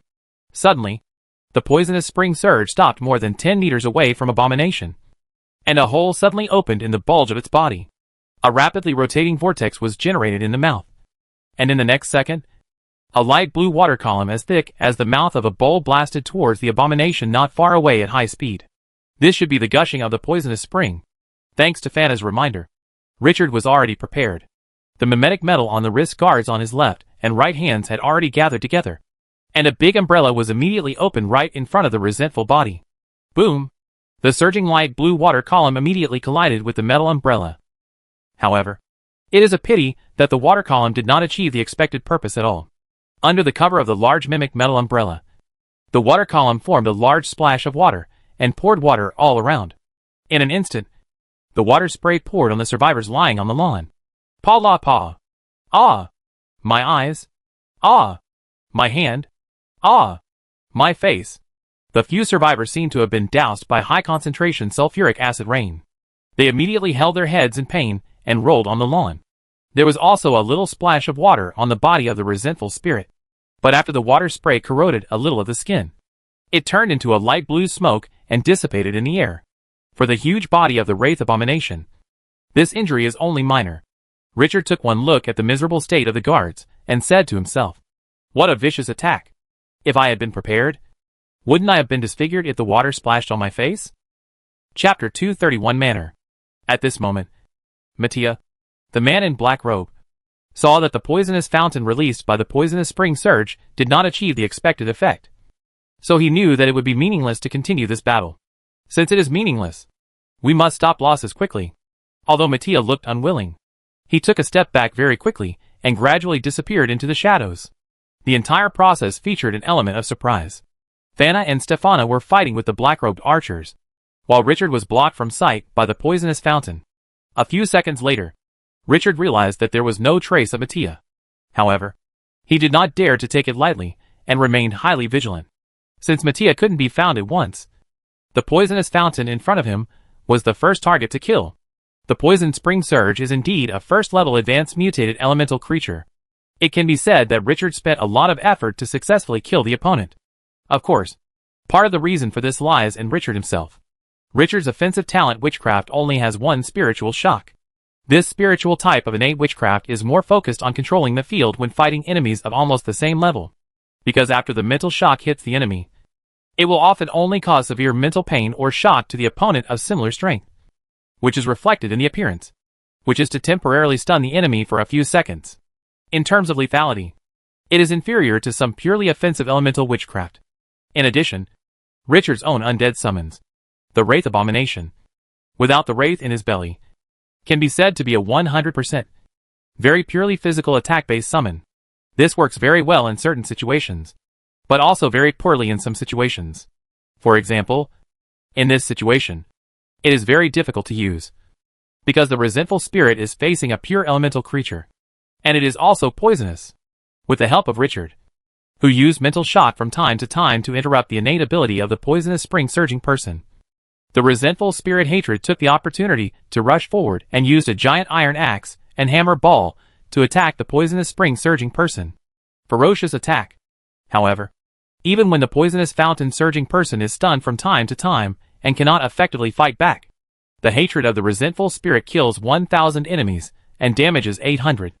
Every time the Wraith Abomination chopped, the poisonous blue liquid would splash everywhere.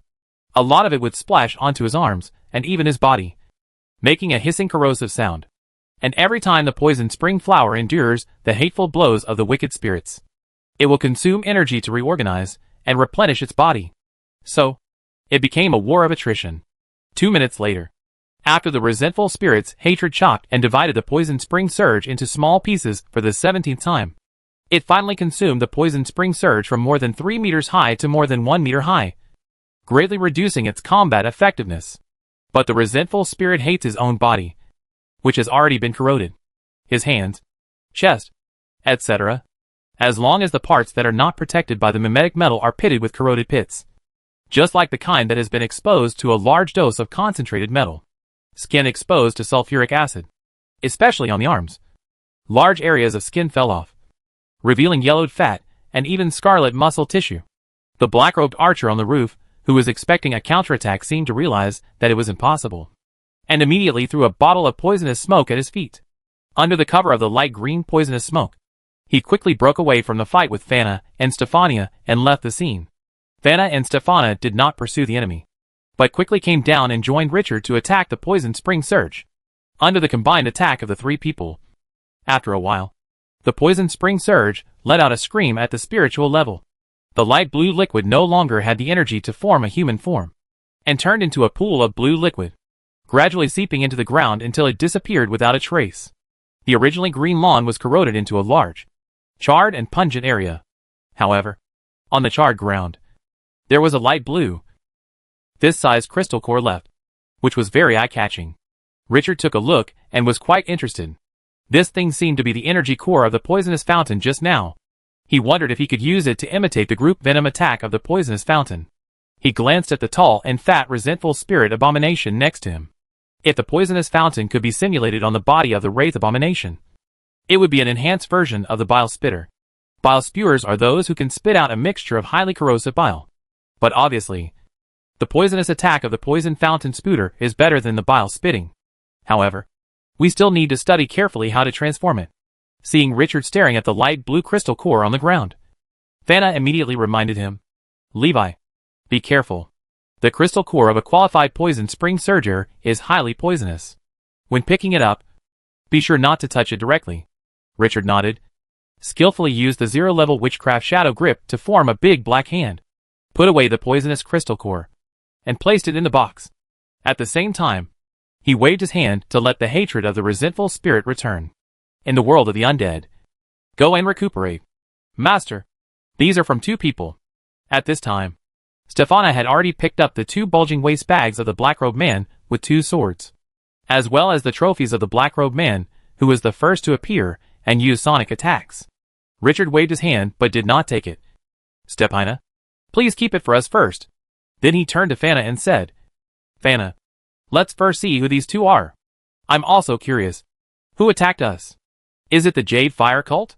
Speaking of the Jade Fire Cult, Fana's delicate face showed rare anger. Although Richard had already made some guesses about the enemy's origins, some things were best verified on the spot.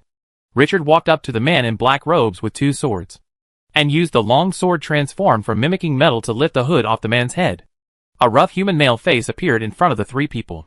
Obviously, this was a bit beyond Richard's expectation, and the three of them looked at each other for a while. As if he thought of something, Richard immediately squatted down and rolled the other person's eyelids. "It's actually an underground human being?" Richard thought the assassin who attacked this time must be a night elf, but he didn't expect it to be an underground human male. As for whether the other party is a human on the surface or a human underground, this is also very easy to identify. The complexion of underground humans is generally pale because they have not seen the sun all year round. In addition, the eyes of underground humans have mutated, and their pupils are vertical like those of many nocturnal creatures. After checking the man with dual swords, Richard and the other two came to the black-robed man who was launching the sonic attack. After some inspection, the pointed ears proved that the man in black robes was undoubtedly a night elf woman, although she has a beautiful appearance. Judging from the crow's feet at the corners of her eyes, she seems to be very old. No wonder she was not appreciated by her mistress even though she was so powerful. So she was transformed into a high-level spider girl. If she wasn't a high-level spider woman, she wouldn't be of much use to Richard.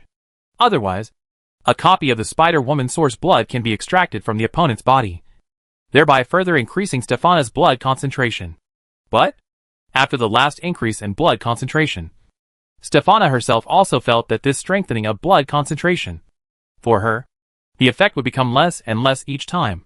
Of course, this was within Richard's expectation. As the concentration of Stefana's own blood becomes higher and higher, the improvement of this source of blood for her will definitely decrease day by day, until it has no effect at all. "Levi, this is what you mentioned last time. The night elf assassin who ambushed you on the street a few days ago?" Fana asked, looking at Richard seriously. The strength of the assassins was a little beyond Fana's expectations. There was hardly any mediocre one among them, and each of them was a high-level wizard of the first level.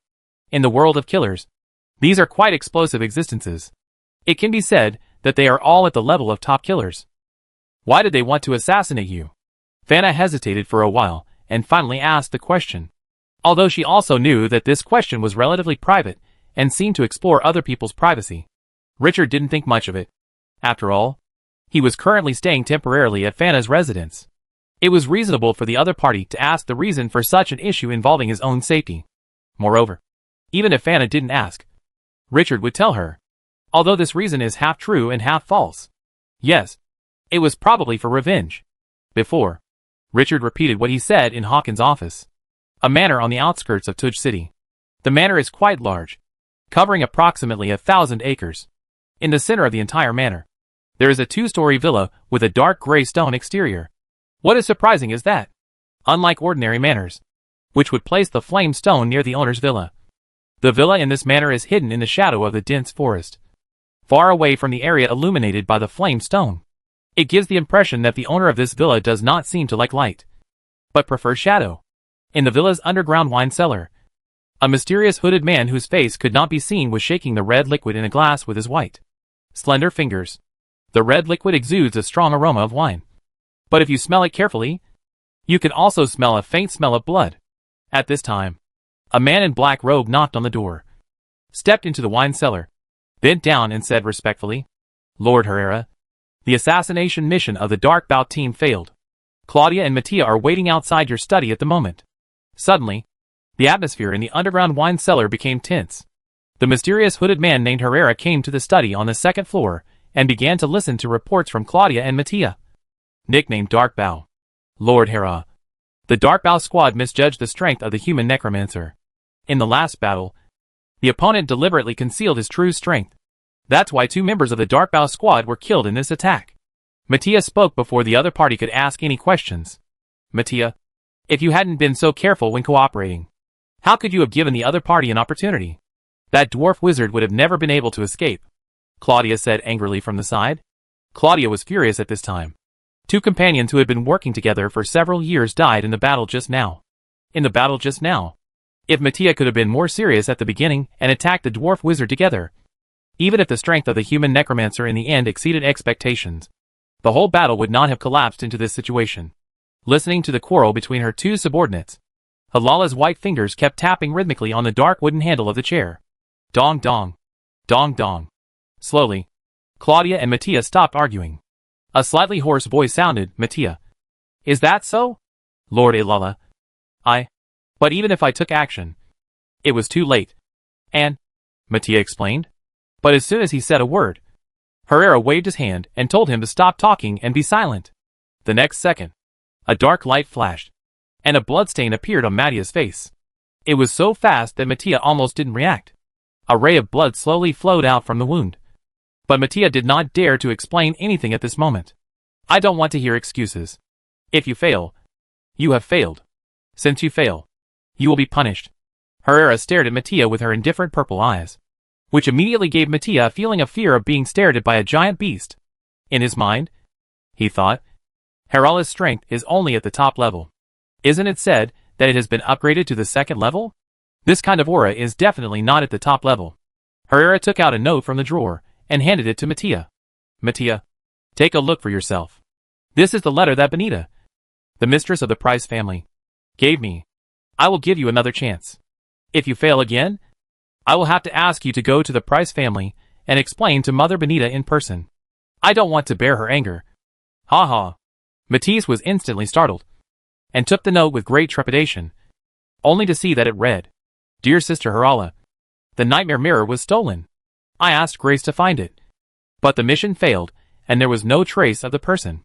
I sent some rush again, but it still disappeared. Tudge City is your jurisdiction. I hope you can help me find the nightmare mirror as soon as possible. Love you, Benita." After reading the letter, Mathis frowned and remained silent. It was obvious that Herrera's intention of showing him this secret letter was to put pressure on him. It seems that the several originally planned solutions for buck passing and wrangling are currently unworkable. I had to bite the bullet and take it first. Lord Herrera, if this operation fails, the opponent will inevitably strengthen its defenses. Therefore, the difficulty of the assassination will be further increased. I need your support." Matisse bowed. Although what he said was very respectful, he was cursing in his heart. "Claudia is your direct descendant, so this difficult task has been entrusted to you. Oh! Then what are your plans? The manpower in the organization is very tight at present. I can't spare too many manpower to help you complete this task. Upon hearing this, Herrera crossed her fair hands and crossed her chest. On this point, Mattis knew very well that what Herrera said was not entirely an excuse. The Night Elves are currently fighting on two fronts. The battle with the surface humans is extremely fierce, and there are also minor frictions with the Grey Dwarves. But the overall intensity is not too bad. Here is a contribution to their organization. Chapter 232 Spray Transformation. But this is not my mission. It is clearly your own mission, Herrera. But Matisse obviously did not dare to say this kind of thing. So he could only secretly complain about it in his heart. Moreover, there is another meaning in Herrera's words. That is, the assassination team within the organization has a mission at this time. And Mattis must find a way to find manpower, or complete this mission. This is almost making things difficult. But there is no way. Wherever there are people, there will be struggle. Whoever makes him, including his backstage, is not in the same line as Herrera. Lord Herrera, can I advance 2 ghost flowers? By then, I believe I can complete this task. After hearing Mathis's request, Herrera did not answer. Her face was hidden under the hood, and could not be seen clearly. I saw her playing with the seal ring on the ring finger of her right hand for a while, and said, "Okay. I agree to your request. I will issue an order to you immediately, so that you can advance part of the reward in advance. But, if the mission fails again, I think, Mattis, no matter what reasons you have at that time, you need to bear the consequences." Although Herrera agreed to Mattis's request, she also blocked Mattis's retreat.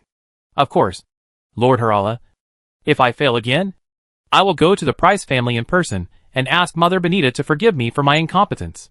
Matisse bowed slightly, and judging from his expression, he seemed very confident. Said, Matisse knew in his heart that Herrelocke's promise to advance the ghost flower in advance was probably for the sake of Vice President Dowling's face. But as long as the other party agrees, it's fine. As for how to complete the task, Mattis already has his own plans. In the study room on the 2nd floor, after Matisse exited with Herrera's warrant, Claudia, nicknamed Darkbow, turned around and asked Herrera, "Sir, are you confident that Mattis can complete this task? There are some things that are obviously difficult to say in front of Mattis. But now that he is gone, it naturally doesn't matter." "Uh-huh. Does it have anything to do with me whether Mattis can complete the mission?" Herrera smiled softly, judging from Hera's relaxed expression. It seemed that the failure of Claudia's team's mission did not cause her much trouble. Herrera glanced at Claudia and saw that her subordinate was still frowning. She couldn't help cursing in her heart that she was really an idiot. But she explained, "Claudia, this mission is not from the military intelligence line, and is not included in the assessment of the area's missions. So, if Mattis fails to complete the task, he must either go to his patron, Mr. Dawn, or go to the Price family and Mother Benita to explain. Tell me, why should I worry?" After hearing Herrera's explanation, Claudia suddenly understood. After Mattis paid 2 ghost flowers in advance, he found a pharmacist within the organization. 3 days later, Matisse came to a hidden valley with the 2 potions he successfully produced. There seemed to be a concealing magic formation around the valley. On the surface, it looked like a cliff. But after taking a step into it, it was a completely different world. A deep path winds its way deep into the valley. The trees around the valley have distinct layers, including tall ferns and dwarf vines. But these plants seem to have been polluted in some way, giving people a special and weird feeling. Matisse seemed unaware of it, and walked along the path step by step, as if he was familiar with the place. After walking more than 100 meters, he came to a cave and stopped. "Mr. Mobutu, I am Matisse. I am here to visit you." At this time, a deep voice sounded, but it was intermittent, and it seemed that he couldn't even speak clearly. "Mathis, that's a very familiar name. I remember you are the lizard man." It seems that because he remembered who Matisse was, the being in the cave decided to come out. Boom! Boom! The ground shook. Judging from the sound, the opponent must be very large and heavy. Otherwise, there would not be such dull footsteps. Sure enough, after a while, a huge body over 4 meters tall slowly walked out of the shadows. Because the entrance of the cave was covered by tall tree branches, and the light was behind it, the other party's appearance could not be seen clearly. But what was shocking was that the shadow of the other party on the ground actually took on the shape of an octopus. A few seconds later, when the other party completely walked out of the shadows. His entire appearance was revealed. Above the neck is an octopus head, with 8 tentacles flying in all directions. Below the neck is the body of a swamp giant. The surface of the body is covered with moss and various mushrooms. Mattis looked calm, as if he already knew what this man named Mobutu looked like. Lord Mobutu, this is a pain potion. I hope you like it. Pain potion? Great. Thank you. Mathis. My friend. I didn't expect you still remember me. Mobutu spoke this sentence much more smoothly. The big eyes on the octopus's head stared at Matisse with a very happy expression. A tentacle slowly stretched out and took the purple glass bottle that Matisse took out. Matisse, you came here this time and brought a pain potion. It must not just be to visit me. Right? If you have anything to do, tell me. Mattis was stunned, cursing in his heart. Didn't they say that Mobutu's mental state has been on the verge of collapse? How come he is still so lucid? It seems that the side effects of the forbidden technique of the Nightmare Church are not as terrible as the legend says. Mobutu was once a priest of the Nightmare Church. Later, when the Nightmare Church stronghold in Tuj City was besieged, he fought against many wizards. In the end, he managed to escape using forbidden magic. But then, Mobutu became what he is now due to the sequelae of the forbidden technique. Although Matisse was several meters away from the other party, he could clearly sense that there seemed to be some kind of pollution source in the other party's body, which was emitting fluctuations wantonly. Matisse instinctively felt disgusted. Mobutu still suffers from severe sequelae. Pain potions, which would give ordinary wizards strong stimulation, were actually painkillers for him. I heard that after he drank the pain potion, he was able to sleep soundly, but the effect only lasted for a few days. Mr. Mobutu, I do have something here that I might need to trouble you with, Mattis said as he rubbed his hands, looking embarrassed that you had seen through him. Haha. Matisse, I'm in a good mood now.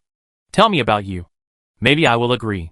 Seeing this, Mobutu burst out laughing, and seemed to be amused by Matisse's actions. The laughter immediately shook the surrounding trees, and caused them to drop their leaves. When Matisse saw it, he immediately stopped being secretive, and said directly, Your Excellency Mobutu, I would like to ask you to get something back for me, which is a black mirror. Currently, this mirror is in the hands of a young human necromancer in Tuj City. However, the trouble is that he does not live alone now. Including him, there are 2 first-level high-level wizards, and 1 first-level junior wizard. A total of 3 official wizards together. When Mattis was about to continue his introduction, suddenly Mobutu interrupted his introduction. Mattis, as long as they are not level 2 great wizards, the number of ordinary wizards does not mean much to me. Tell me, if I help you, what are you willing to pay? If there is nothing that makes me excited stuff, you can go back. Of course, Lord Mobutu, you will definitely need what I have prepared for you. A bottle of precious nightmare potion. After the mission is completed. Of course. What? Nightmare potion? Give it to me quickly. As soon as he finished speaking, Mobutu's octopus eyes widened instantly. The 8 tentacles around Mobutu's octopus head suddenly stretched out from their initial curled state and shot towards Mathis. Matisse did not expect that Mobutu would suddenly attack him. Although he activated the elemental shield instantly, he was immediately rolled up by the tentacles together with the shield, and moved into the air to face the 4-meter-tall Mobutu. See, Lord Mobutu, what are you doing? I didn't bring the nightmare potion with me. In addition, I told people before I came here, unless I come to get it myself, don't believe it. So, please stay calm. Although Mathis was flustered after being caught by the tentacles, he still expressed his meaning clearly. This immediately restored a little bit of rationality to the thirsty Mobutu, who immediately stood still, seeming to be thinking. After a while, I heard him say, I have been looking for the nightmare potion for a long time. Where did you find it? Lord Mobutu, you should put me down first. Otherwise, how can I tell you? 5 days later, Tuj City. Since the last assassination, Thana has further strengthened her defense measures. The Grey Dwarf Brotherhood attaches great importance to the safety of Richard, the Master Alchemist, and has specially arranged guards to be responsible for Richard's safety on the road and at home. At this time, Richard was fiddling with something in the alchemy room of Thana Villa. I saw a huge mountain of meat lying in a huge witch formation on the floor of the alchemy room. It turns out that Richard is carefully transforming the disgusting thick neck. It seems that the entire transformation process is quite difficult. In fact, this is indeed the case. The transformation of the neck requires exquisite design and stable, and safe witchcraft drawing skills. It cannot damage the blood vessels, tendons, and nerves in the neck of the abomination, but also allows the abomination to be able to control and spit out independently venom's purpose. Therefore, the entire transformation process still has a very high technical content. In the past few days, Richard exchanged his share of the last loot from the 2 gray-robed men for magic stones. Then let Fingate use these magic stones to buy some monsters for him to kill and earn energy points. Relying on the inspiration panel, Richard transformed the process of resentment spewing that was unfamiliar to him and practiced it repeatedly in the dream space alone. Finally, just yesterday, Richard was lucky enough to hear the system prompt. Drop. The unknown transformation technique was successfully attempted. Please name the host? Hateful Venom Spray Transformation Technique. 2 hours later, at the neck where the resentful spirit hated, Richard had cut it open and placed a bag made of special material. After stuffing it in, he carefully drew several witch formations with different functions around it. At this moment, it was emitting with different colors of light. Richard wiped the beads of sweat on his forehead, feeling quite excited. At present, the entire renovation has been completed for the most part and everything is going smoothly. It is expected to wrap up in another hour or so. However, the originally ugly abomination now looks even uglier. In order to spit out the highly corrosive venom smoothly, the bag containing the venom is modeled after some creatures with the ability to breathe, such as swamp-flying dragons. In order to improve practicality, Richard created 2 sacks on both sides of the abomination's thick neck to store venom. As expected, the crystal core of the poison fountain surge can slowly absorb discrete energy particles in the air, and it takes roughly a day to store a full bag of venom. With 2 bags, it takes almost a whole day. In fact, Richard had already created a capsule space in the upper part of the stomach on the side of the hated esophagus. Therefore, in actual combat, Wraith Abomination can use the transformation ability of venom spitting 3 times in total. If you want to use it again after using it, you will need to wait for a day and a half before you can spray venom 3 times again. It's not like Richard hasn't thought about remodeling a few more pocket spaces to increase the number of times the Wraith Abomination can release venom. But the difficulty is not that high. As far as the current transformation plan is concerned, Richard has spent a lot of energy points in the dream space and barely completed it with the blessing of massive inspiration. If you want to continue to improve, you have to use a lot of energy points to continue evolving.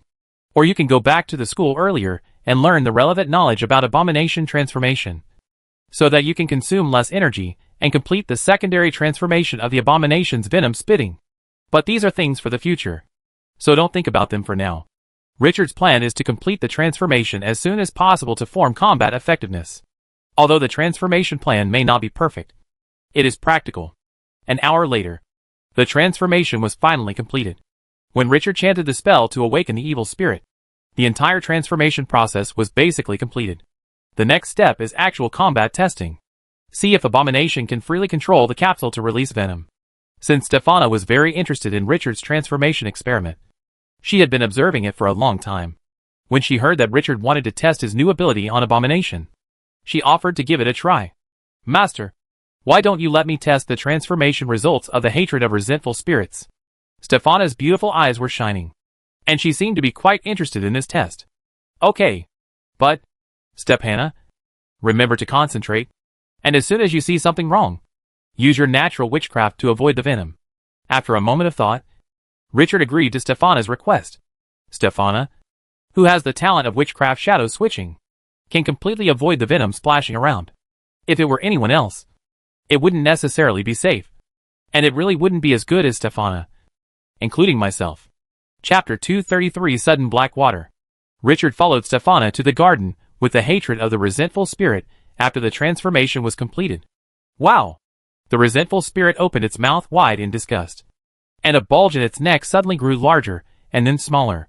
The contraction force was converted into a jet force, and a light blue high-pressure water column as thick as the mouth of a bowl rushed straight towards Stefana not far away. As soon as the light blue water column shot out, a fishy smell filled the air. However, the abomination of Wraith seemed to have deliberately controlled the angle of the spray. Richard could sense that even if Stefana did not dodge, the spray would not hit Stefana head-on, but would hit the ground 1 meter in front of Stefana. As Richard's strength increased, he felt that the evil spirit abomination became smarter and smarter. For example, Now I could understand that this was just a competition, not a formal battle. Stefana didn't panic at all. Instead, she smiled softly on her charming face. Her whole body gradually blurred and turned into a gray shadow, making it difficult to see clearly. The hateful little eyes of the resentful spirit showed a hint of doubt, and it could see Stefana's faint shadow there, but its perception told it that no one was there. This contrast seemed to confuse and surprise him. Suddenly, a large amount of light blue liquid poured onto the lawn without any obstruction. Large patches of green grass made a hissing corrosion sound, and suddenly became withered and brown. After all the 3 venomous spews of the resentful spirit's hatred were used. Richard nodded slightly. The transformation was a success, regardless of the attack distance and power of the water jets. They all achieved the expected target.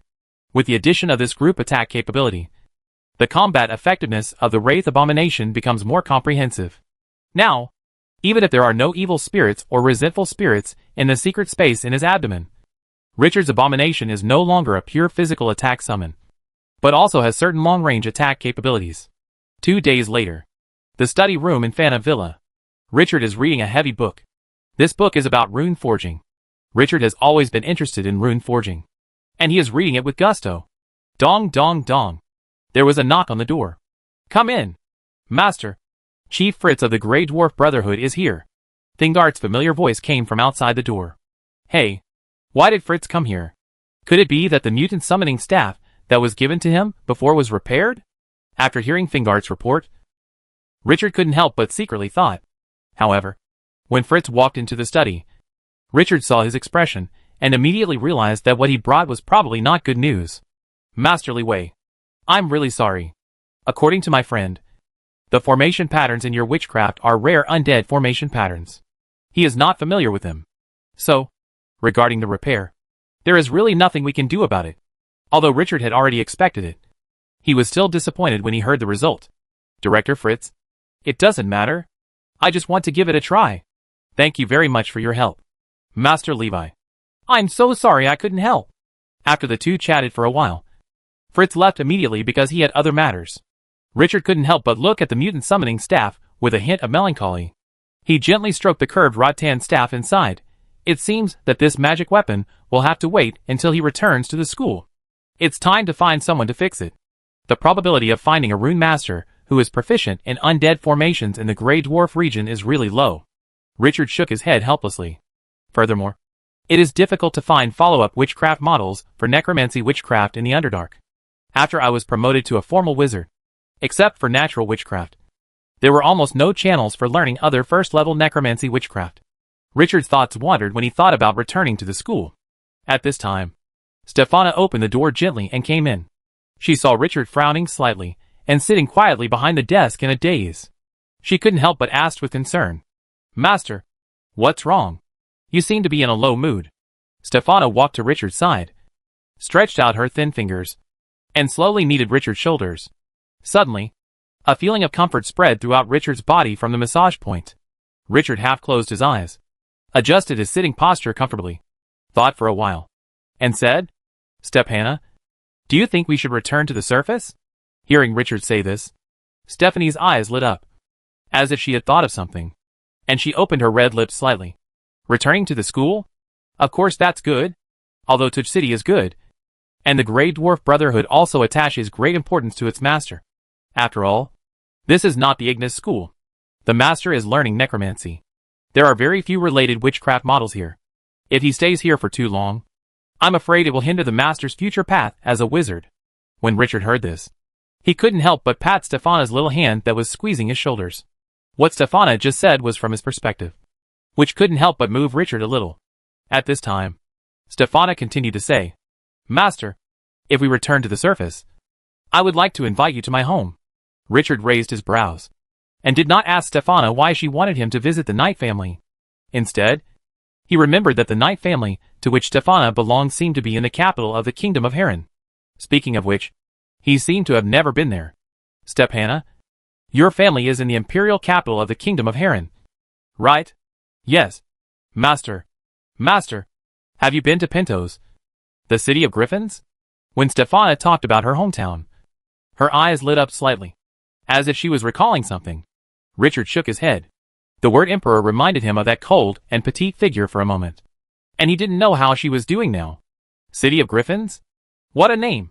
Seeing Richard's expression of being lost in memories, Stefana did not continue to ask and disturb, but stood quietly behind Richard. Suddenly, the whole room was silent. Suddenly, Richard seemed to smell a faint fishy smell. How should I say this smell? It was like a smell of leaves falling down, piled on the ground, and slowly decaying. The next second, Richard's pupils suddenly shrank, and his eyes were fixed on the door. The door to the study was tightly closed, but at this moment, a pool of black water appeared on the ground for no reason. This pool of black water is as black as ink and shiny. Did it come in through the gap under the door? While Richard was still thinking about how the black water flowed into the room, this pool of black water is like a living thing, slowly starting to rise and to form. Ah! Master! What is this? Stefana suddenly exclaimed. Although Stefana was frightened by the sudden change, she took a step forward from behind Richard without hesitation and became alert. The fair little hand tightly grasped the hem of Richard's black wizard robe.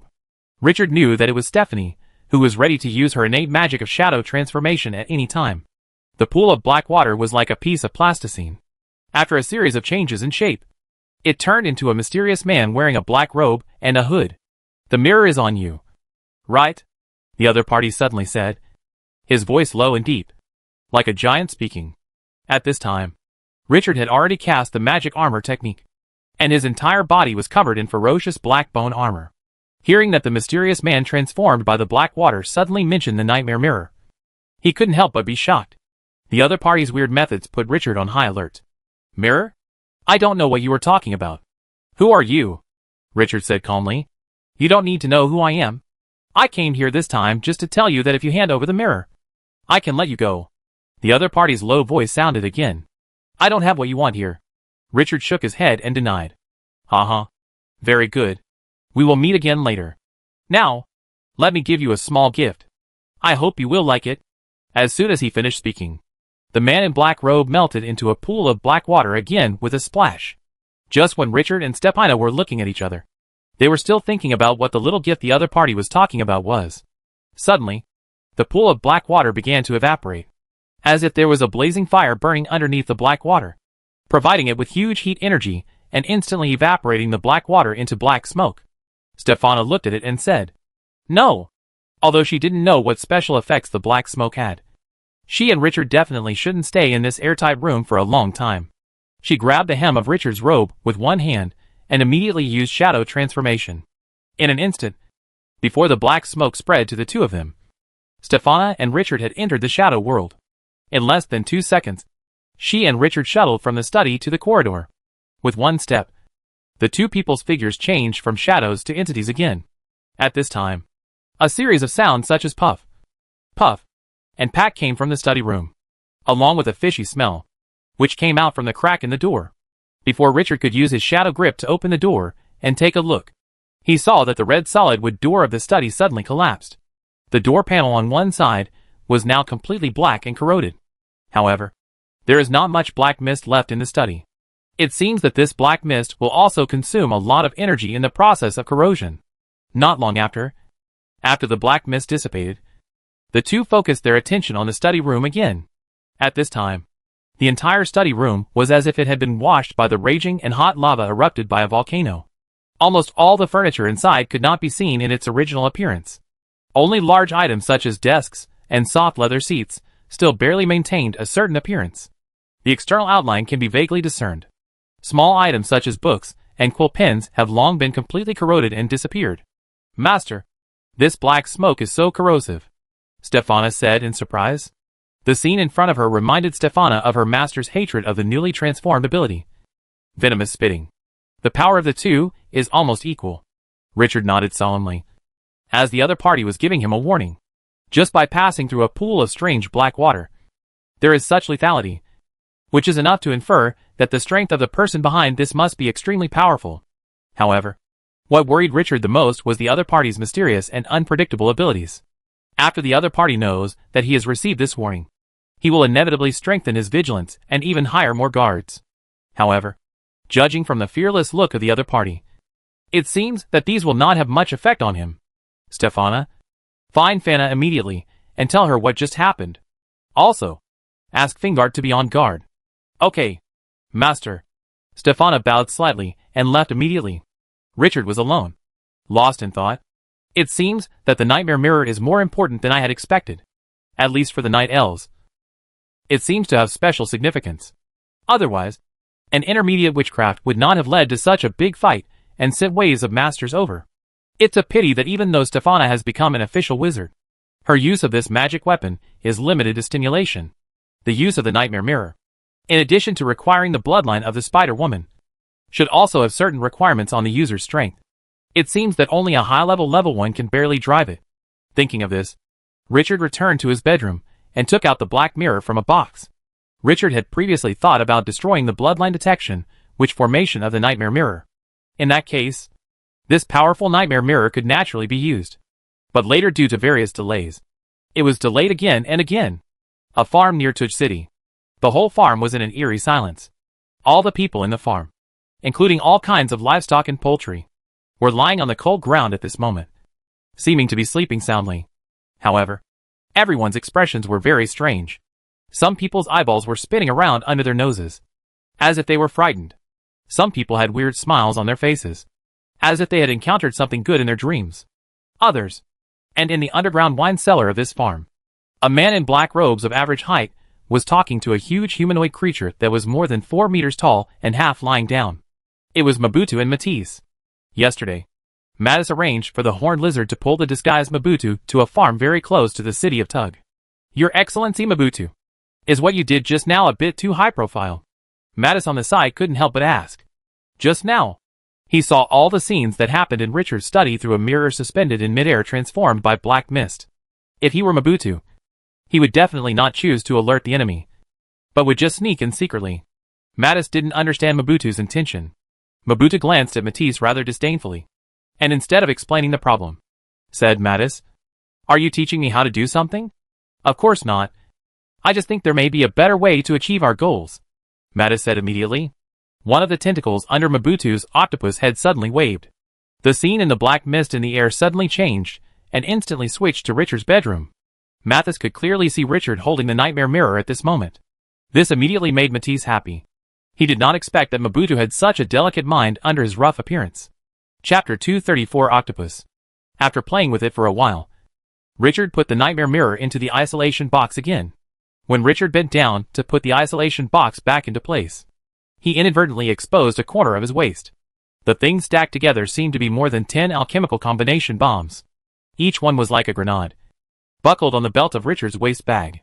If there are people who have used Richard's alchemy bomb before, they will definitely be amazed by the alchemy bomb hidden on Richard's body, because the bomb is not only smaller in size and easier to carry, but from the outside, it is also inlaid with flame crystals inside. That's right.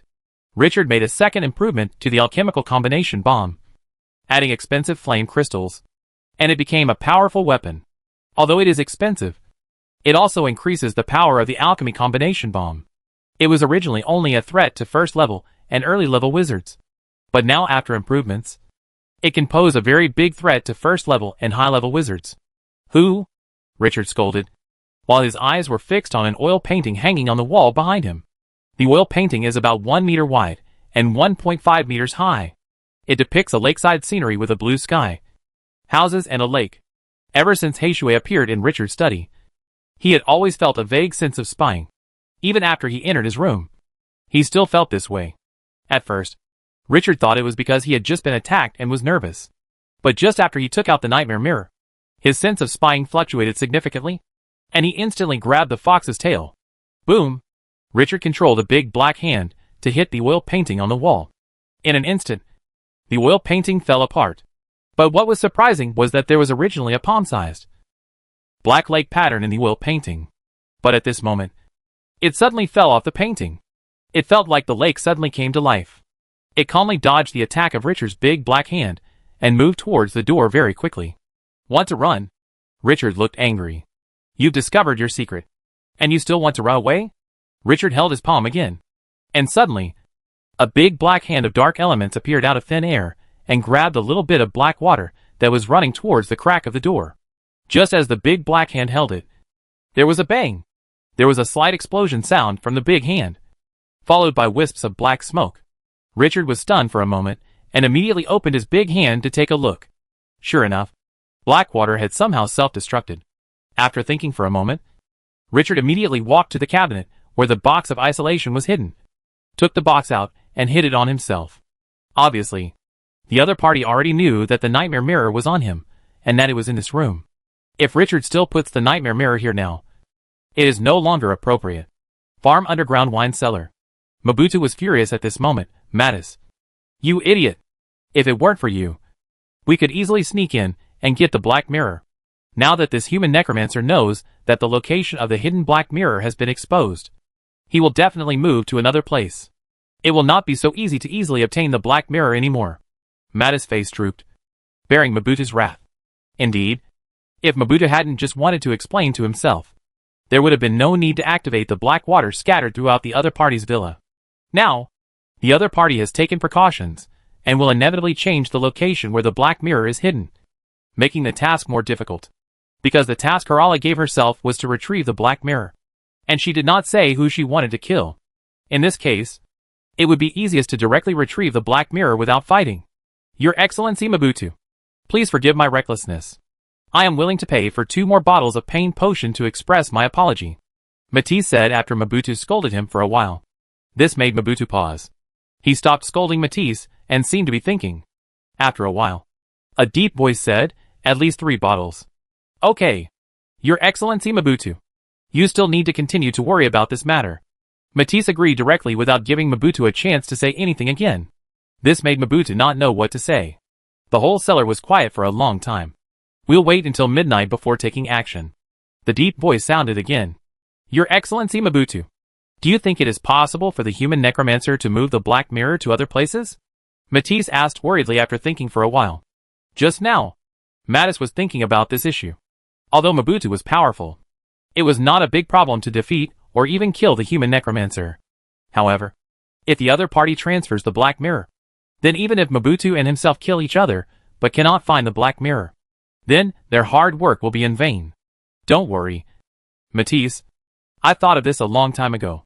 I saw 3 mirrors composed of black mist appearing out of thin air on the ground. They were monitored from the roof of Fana Villa, the main entrance, and the side door of the villa respectively. Mathis suddenly understood. It turns out that Mobutu had already monitored Richard's entire residence.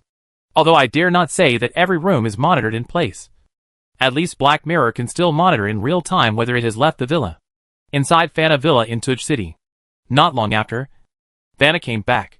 In addition to bringing back 2 teams of fully armed Grey Dwarf Brotherhood guards, she was also accompanied by a first-level high-level wizard. Richard, a first-level high-level wizard, also knew him. He was none other than Angelus, whom he had met at the party before. After Fingard notified Fana of what had just happened in the villa, Fana immediately planned to return from her residence in Angelus, as Fana's friend for many years. After hearing about this situation, Angelus naturally wanted to take a look. Under this situation, everyone is in the mood for not having too many pleasantries. After some discussions, several people made detailed arrangements for the guards of the Grey Dwarf Brotherhood. All guards were divided into 2 groups, rotating every half a day, and guarding all day and night. Plans have been made for every situation. Although these Brotherhood guards are not very strong individually, they are each wearing heavy armor. It is still difficult to kill them all at once, and each of them is equipped with a special flair for rescue. Once an enemy situation is discovered, everyone around can be notified immediately. Even the Grey Dwarf headquarters will get the news immediately and send personnel over. However, after Richard briefly described the strange black water he encountered, Angelus suddenly interjected. Masterly way. Judging from your description, this reminds me of the witchcraft of those evil cults. The witchcraft given by these evil gods is generally very powerful, and sometimes it is very weird and unpredictable. Even if you are stronger than the evil god, the higher the level of the cult, the more likely they are to be tricked. So, the enemies this time might be cultists? Richard said thoughtfully.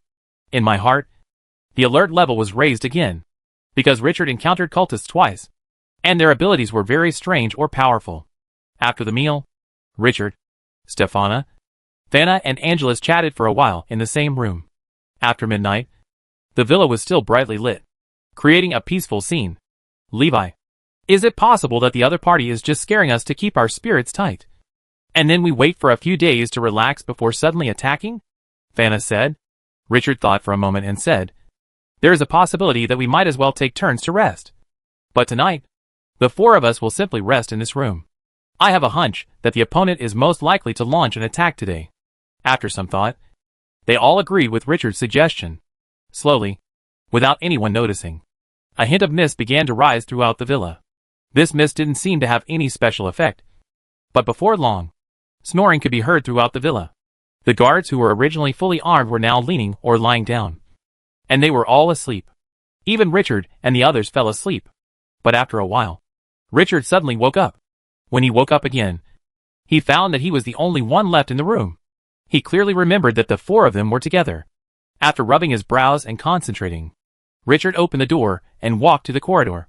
At this time, he noticed that a thin layer of mist had spread around him. The mist was like a veil, allowing Richard to only see clearly the contents of a few dozen meters nearby. If the impact on the field of vision was not serious, then what surprised Richard was that all the guards, who had been arranged to cover the entire villa, were gone at this moment. The entire villa was empty, giving people the feeling of a haunted house. There was no one except Richard, and it was eerily quiet.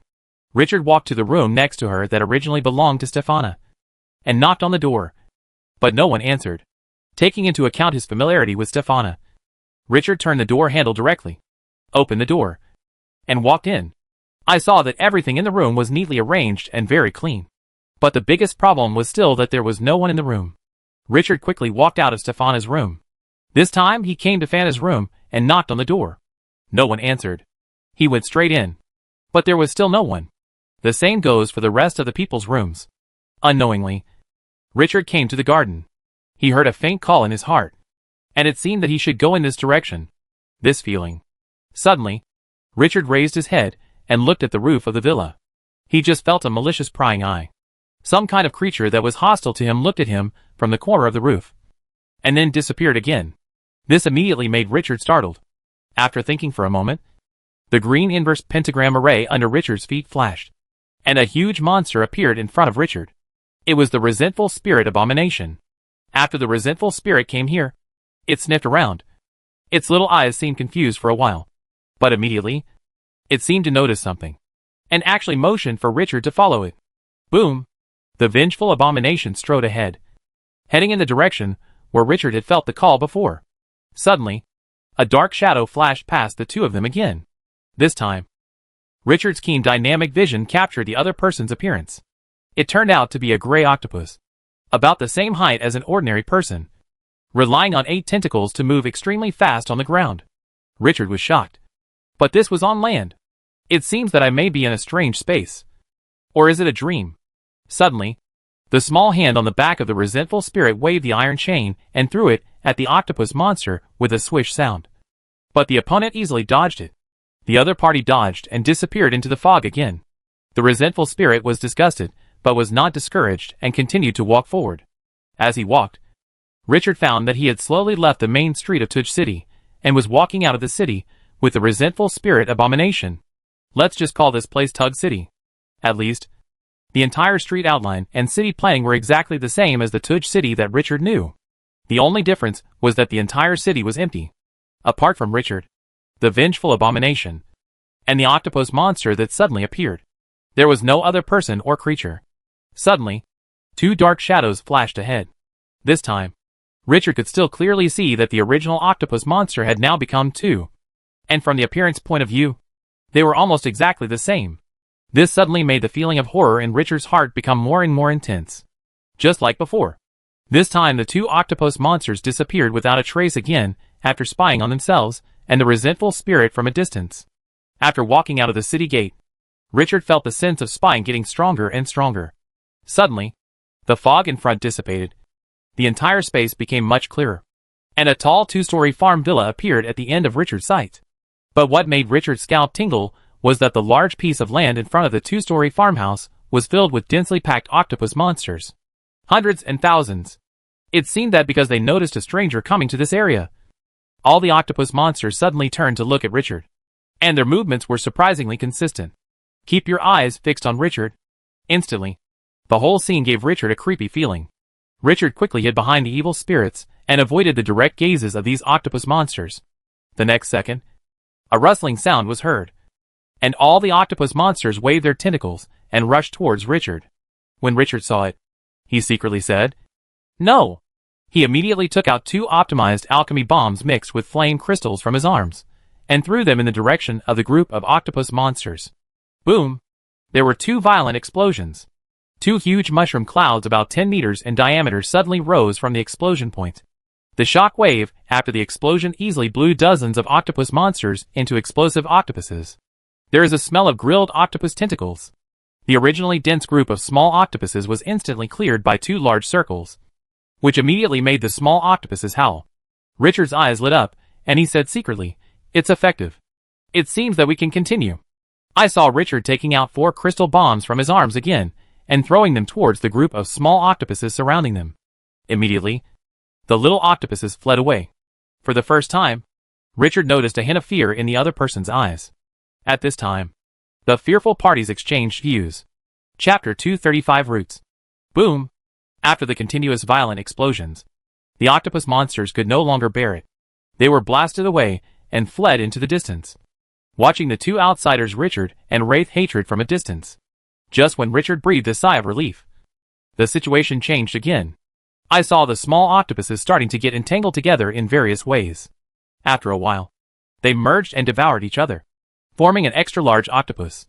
Judging from the size alone, it was almost twice as tall as the Wraith abomination.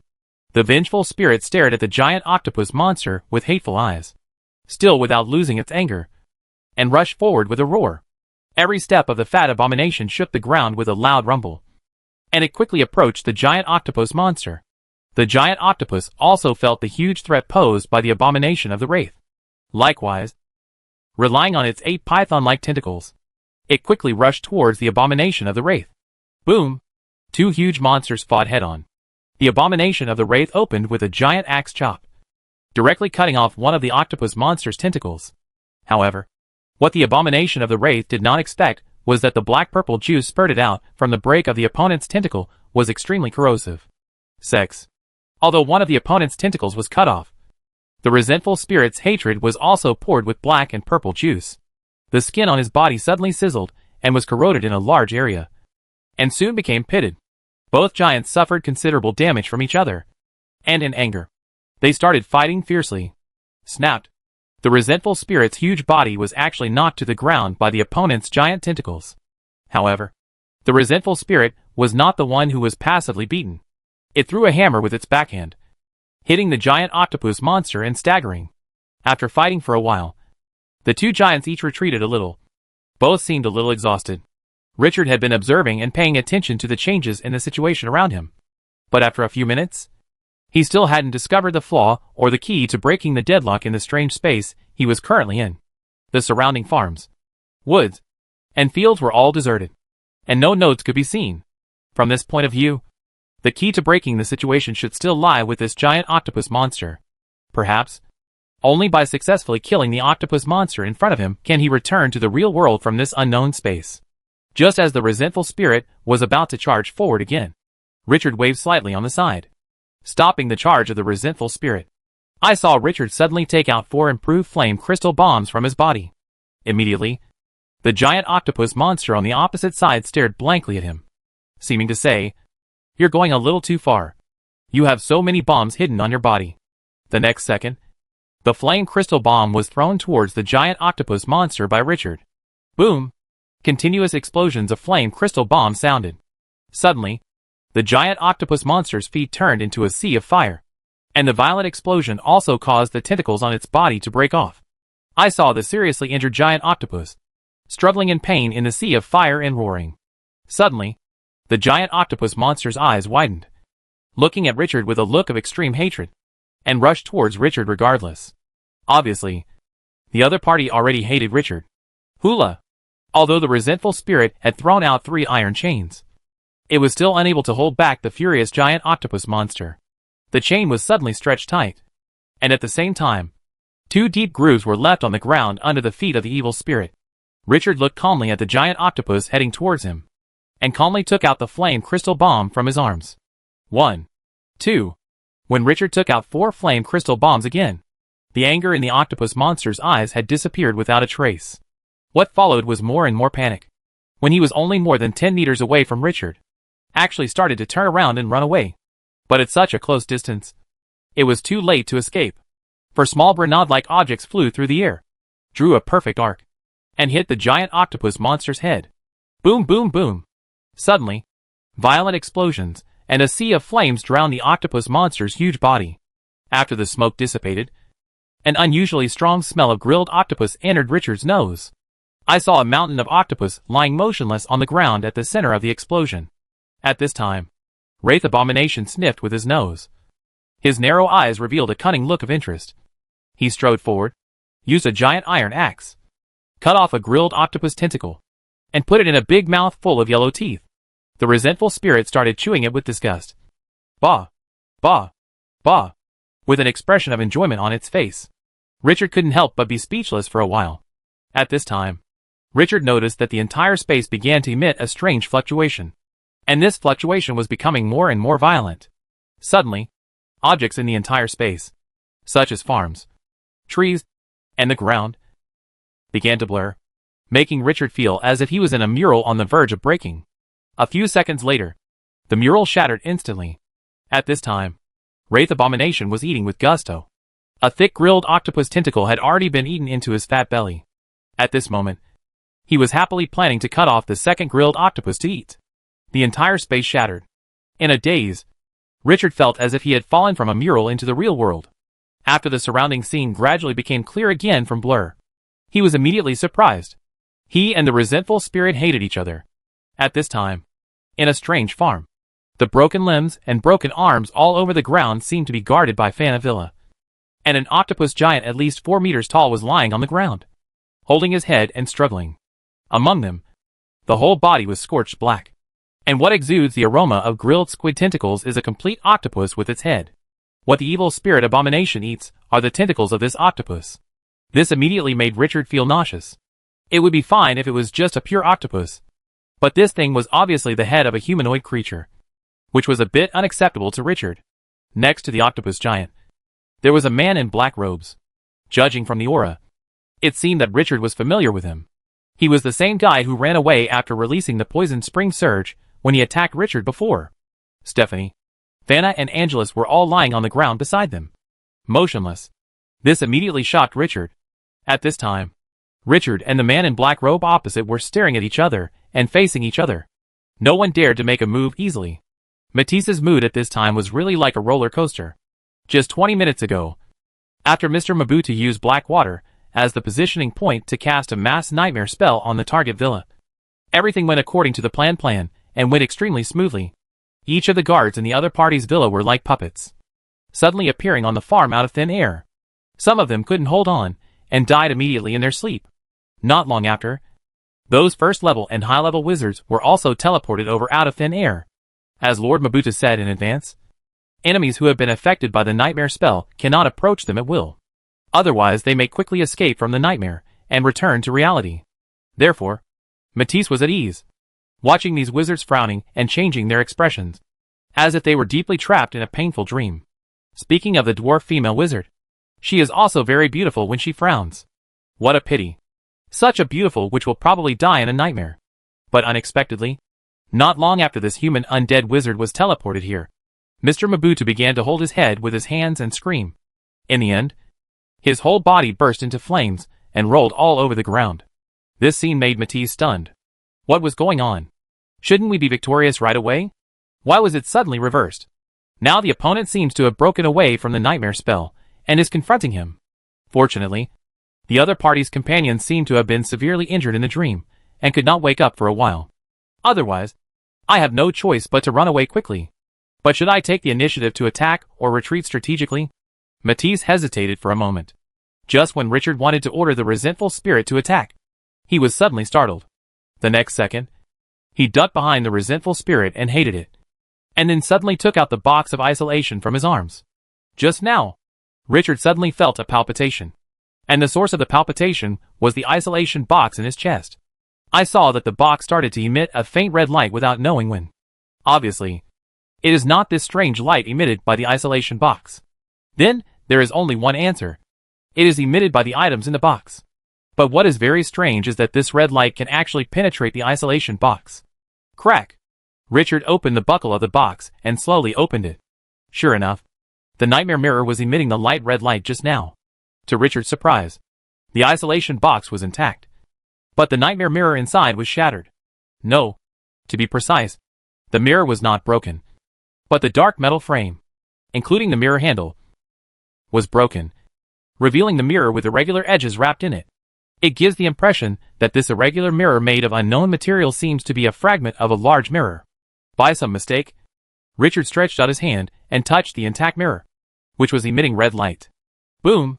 Richard's mind was shaken and he felt dizzy, as if his soul had entered a strange space. This is a dark underground hall, and Richard is at the very edge of the hall. Several huge braziers were burning around the hall. What was strange was that a group of people stood in the center of the hall. Although they all wore wizard robes and looked different, these people seemed to be phantoms and spirits, giving people a translucent feeling. There are gray dwarves, night elves, lizard men, and even murlocs. It seems that all the representative races of the Underdark are here, and they are all elite wizards from each race. And their aura is extremely powerful. They all look like second-level wizards, and a few are even above them. However, at this moment, they were arguing around a red stone the size of a wash basin with an extremely smooth surface. Richard did not dare to step forward and listen, so he could only secretly distinguish the arguments of this group of people. Fortunately, they all spoke Hebrew, a wizard language from the medieval period, and Richard could understand it. The nightmare stone is too dangerous. I don't think we should enter the nightmare world through it. Yeah, we should seal it as soon as possible. No, level 3 is the end. Are you willing to do so? Only by breaking out of the cage can you have a chance to reach a higher realm. A beautiful night elf matron said angrily. Verisa, when you stare into the abyss is also staring at you.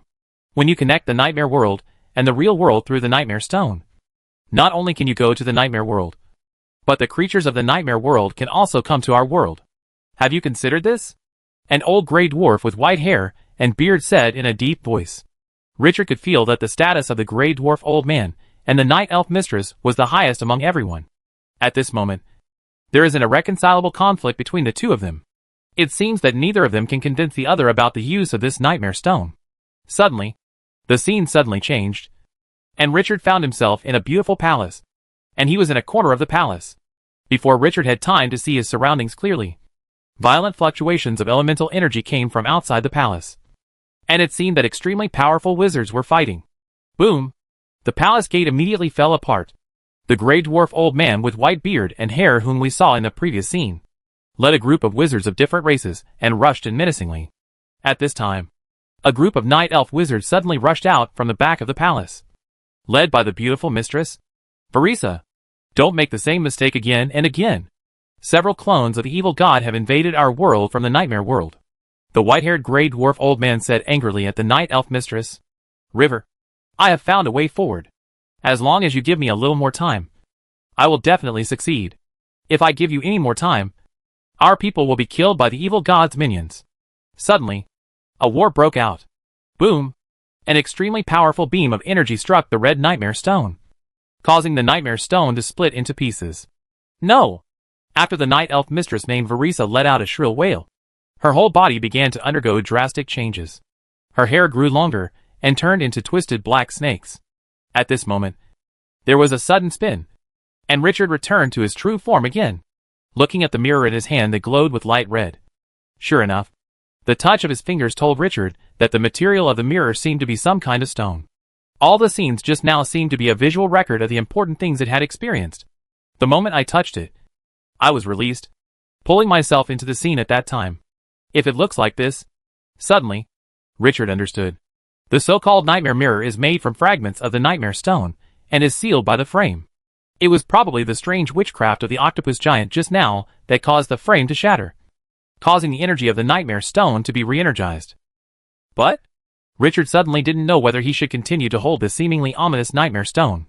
Chapter 236 Preparations Before Departure. But the scenes just now seemed to say something very important. And that was about the path to breakthrough after level 3. Although it was a bit far away for Richard, But people always have to prepare for a rainy day. It seems that because he took Richard to see many scenes, the light red light on the surface of the nightmare stone suddenly dimmed, just like it was sealed before, becoming dark and ordinary. Richard felt it, and found that although he had just been distracted, the actual time that had passed should only be a few seconds. At this moment, the familiar man in black robe was slowly retreating into the shadows. Want to run away again? I let you slip away last time. But this time you brought me into a big trouble, and almost caused me to flip over. Richard glanced at the octopus giant, who was about to die on the ground, and thought to himself, this time, I must keep you.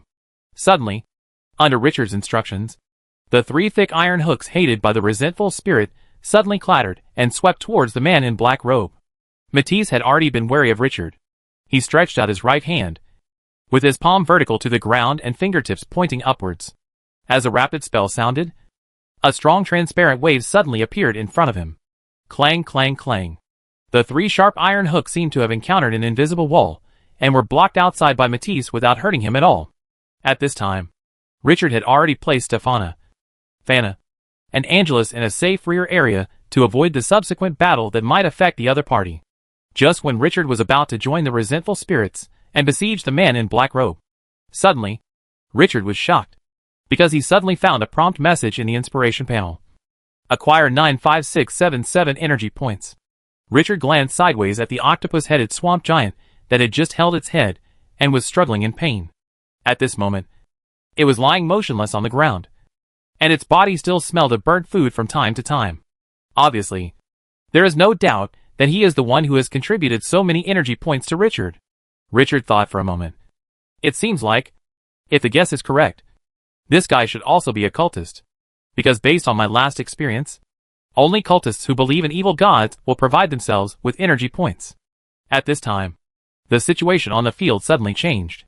The man in black robe took out a white glass bottle from his arms and smashed it to the ground with a pop. Suddenly, a pool of transparent liquid exuding a trace of mist appeared on the ground. The resentful spirit abomination that rushed towards the opponent noticed something was wrong at the right time, and was about to lift its legs to step over the strange liquid. But within a second, it staggered.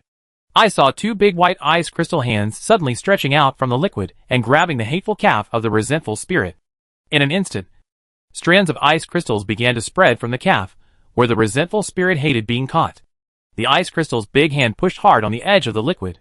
After a while, a humanoid-looking elemental creature made up of ice crystals and more than 3 meters tall appeared in front of the resentful spirit and hated it, and confronted it. Roar! The vengeful abomination was obviously very angry at the monster that suddenly blocked its attack. It roared at the monster and rushed forward waving a giant iron axe. The ice crystal giant also roared angrily, raised his hand, and unleashed an ice storm on the resentful spirit. In an instant, frost mixed with strong wind blew towards the wraith abomination, greatly reducing its speed. Looking at the 2 monsters fighting together, the man in black robe showed a smile of relief. But immediately his smile froze, because Richard had already taken out several bombs from his arms, and threw them at the ice crystal giant. The evil spirit, which had received Richard's order, had already wrapped the ice giant with chains. But he himself took several steps back, his narrowed eyes revealing a smile of success. And he looked at the ice giant leisurely. Boom, boom, boom. Continuous explosions mixed with the roar of the ice crystal giant immediately drowned it out. When the smoke and dust cleared again, only the upper half of the body and the right hand of the ice giant were left, and he was still struggling in the same place. At this time, Mattis's face was filled with astonishment, and at the same time, he immediately realized why the other party was able to defeat Mr. Mobutu. Perhaps the other party's sharp alchemical bomb attack was a crucial link. The resentful spirit hated seeing his opponent meet such a miserable end. He couldn't help grinning, showing his yellow teeth, and laughed happily. At the same time, the movements of his hands were not slow at all, waving the hammer and preparing to kill him. The opponent's remaining body was completely shattered. But the next second, the situation suddenly changed. The ice crystal giant chanted a short syllable, and his whole body suddenly exploded, forming a large cloud of mist and ice crystals that struck in all directions. Richard and the Wraith Abomination immediately dodged this huge shock wave. After the shock wave passed, the entire place was in a mess, and the figure of the man in black robe was nowhere to be seen. Richard couldn't help but feel a little regretful that he still couldn't keep the other party this time. After confirming that the other party had indeed escaped, Richard performed treatment on Stefana and the three of them respectively. Fortunately, the three of them seemed to have suffered mental trauma and fell into a coma. But they soon woke up one after another. The first one to wake up was Fana. After she groaned, she rubbed her head and looked around. "Richard, you saved us." "Right. I didn't expect that the other party's attack would be so weird. And it could actually pull us into the dream space. This method is like the method of the nightmare cult. I have only heard of it before. But this is the first time I encountered it. I was lucky. Otherwise, I'm afraid we would all be in trouble this time." Then Stefana and Angelus both woke up. When Angelus woke up, he rubbed his eyebrows in pain while observing his surroundings. When he saw the tall octopus-headed swamp giant lying aside, his eyes widened and he was shocked and said, "Mobutu, the priest of the nightmare cult. It turns out that he attacked us secretly. No wonder we were pulled into the dream space even if we were prepared. Richard, you are so powerful." Mobutu was once a top-level wizard and a priest of the nightmare cult. After being killed by a level 2 wizard and escaping, there has been no news. I didn't expect this time. Killed by you. Richard immediately raised his eyebrows. He didn't expect that the other party had such a background. He originally thought that the other party was a master in the Night Elf Assassins organization. But he didn't expect that the other party was actually a priest of the nightmare cult. But this made Richard even more wary. Could it be that the Night Elves Assassin organization is colluding with the cult? It seemed that he had to return to the surface as soon as possible and hide for a while. After all, in the Underdark, whether it is the Grey Dwarf area or other places, the Night Elves are all pervasive. Not to mention that this time the other party seems to have hooked up with a cult. For him, the risk is getting higher and higher. And he doesn't want to drag Fana into the water again because of this matter. By the way, it seems that Tuj City officials have a bounty on Mobutu. And the bounty is quite large. Angelus patted his head and added, "Huh. There is such a good thing?" This was something Richard had not expected. At least the Fana guards don't have to pay for their pensions out of their own pockets. After a few people discussed it, they quickly got up and returned to Tuj City to avoid a long night and many dreams. It didn't take long before a large number of Tuj City guards surrounded the farm. Sure enough, as Angela said, the Tuj City Lord's reward for Mobutu was extremely generous. After offsetting the compensation for the death of the Fana guards, there was still a lot of magic stones left. These magic stones were used by Richard to purchase some materials unique to the Grey Dwarf region. For 2 consecutive days, Richard was actively preparing for various matters before leaving. The original villa had been renovated, and Richard thought about it and decided to sell it. After he and Stefana left, Fingate would continue to stay with Fana in Tug City. At the same time, he also left a sum of magic stones to Fingate, so that Fingate could use them to resettle his people who were originally in Darkwater Lake. Most of the remaining magic stones were used by Richard to set up the teleportation array. As for the teleportation array, Richard had already made rubbings of it before, so it was not too difficult to set it up again. It was just a matter of preparing several high-level magic stones. Because Tuj City is further away from the teleportation point on the surface than the original Blind Murloc tribe in Darkwater Lake. This causes the energy consumed by the teleportation array to increase geometrically. As for the fact that he was about to leave Tuj City and return to the surface, Richard did not mention it to anyone else except for a brief chat with Fana. As for the Grey Dwarf Brotherhood, Richard left a letter, which would be handed over to Hawkins, the vice president of the Grey Dwarf Brotherhood, by Fana after he left. Last night before leaving, in Richard's bedroom in Fana Villa in Tug City, as Richard fell into a deep sleep. After a while, an inexplicable light red light flashed on his body, and his whole body strangely became transparent. And gradually, he disappeared out of thin air on the bed. My head hurts. Richard suddenly felt that his mouth was dry, and he wanted to drink water. But when he opened his eyes, he keenly discovered that his surroundings seemed a little different from before. Although he was still in the bedroom, the scene was clearly different from the scene before he fell asleep. There was already a thin layer of dust on the coffee table not far from him. And further away, there was a large spider web in the corner of the room. But how is this possible? Not only does a servant come to clean my room every day, but I walked around the room before going to sleep. So I was very impressed. There is absolutely no way there are large cobwebs. Could it be that I slept for a long time? That's even more impossible. If I sleep for a few days, there's no way Stefana and the others won't call me. This strange change immediately made Richard's pupil shrink, and he lost all sleep. However, Richard did not get up immediately. Instead, he sat on the bed and looked around the room carefully again, and then touched the quilt on his own bed.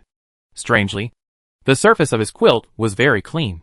He looked down at his fingers that had rubbed the quilt twice, but there was no trace of dust on them.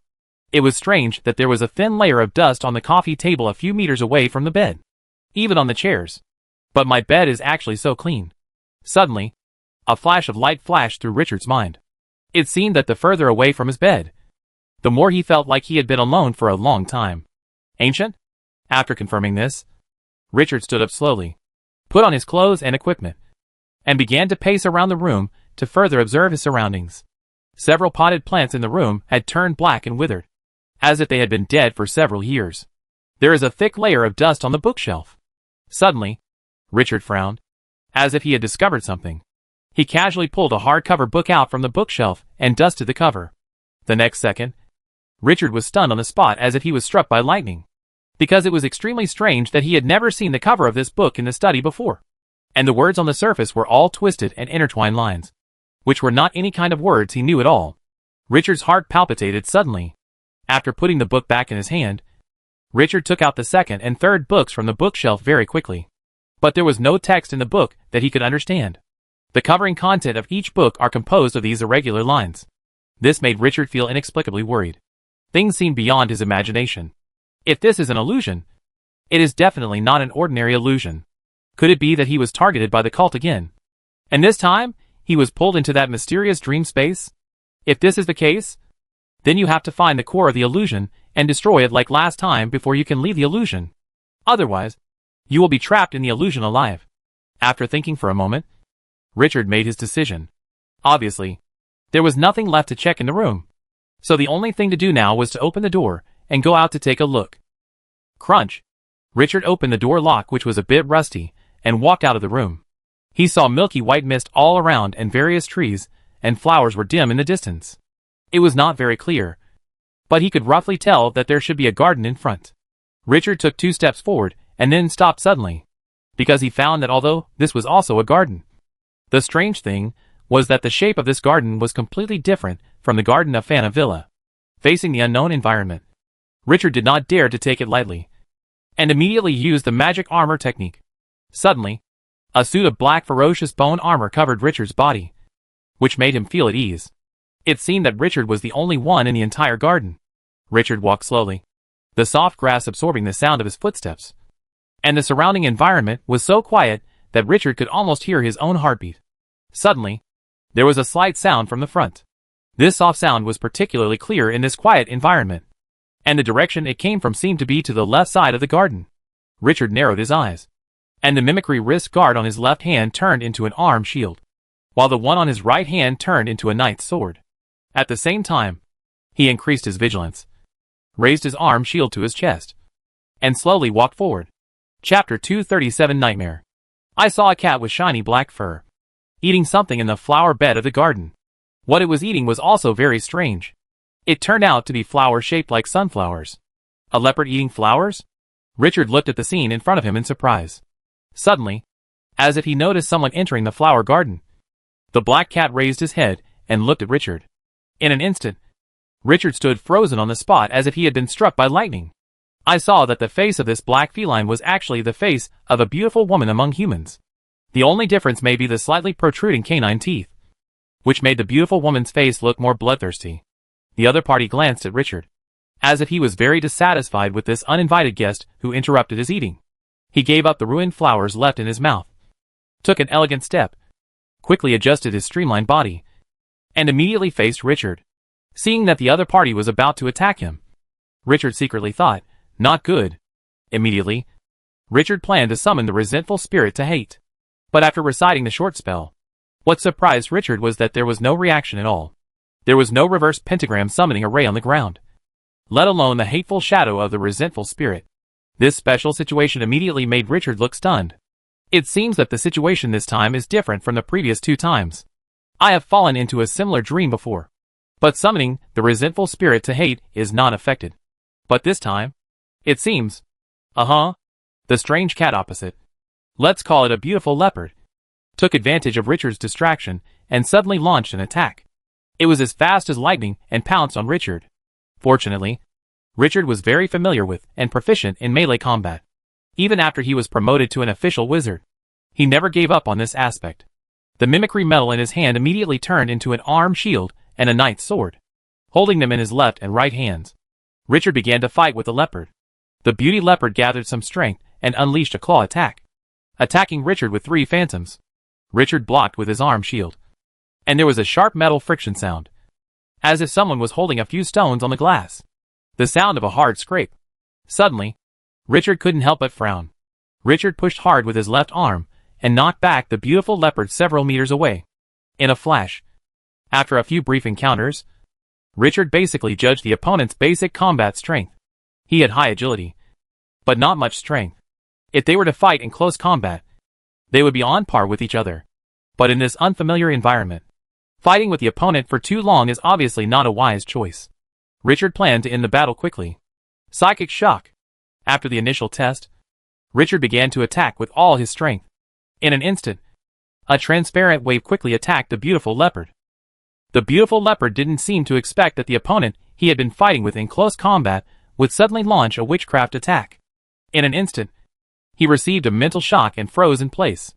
Richard stepped forward and aimed a horizontal slash at the neck of the beautiful leopard. Gurgle. There was a line of blood on the beautiful leopard's neck in an instant, and his head immediately rolled to the ground. Big pools of blood were gurgling out from his neck, and soon a small drop of blood overflowed on the ground. Depression. It seems that even the beautiful leopard never expected that he would be killed so easily by his opponent.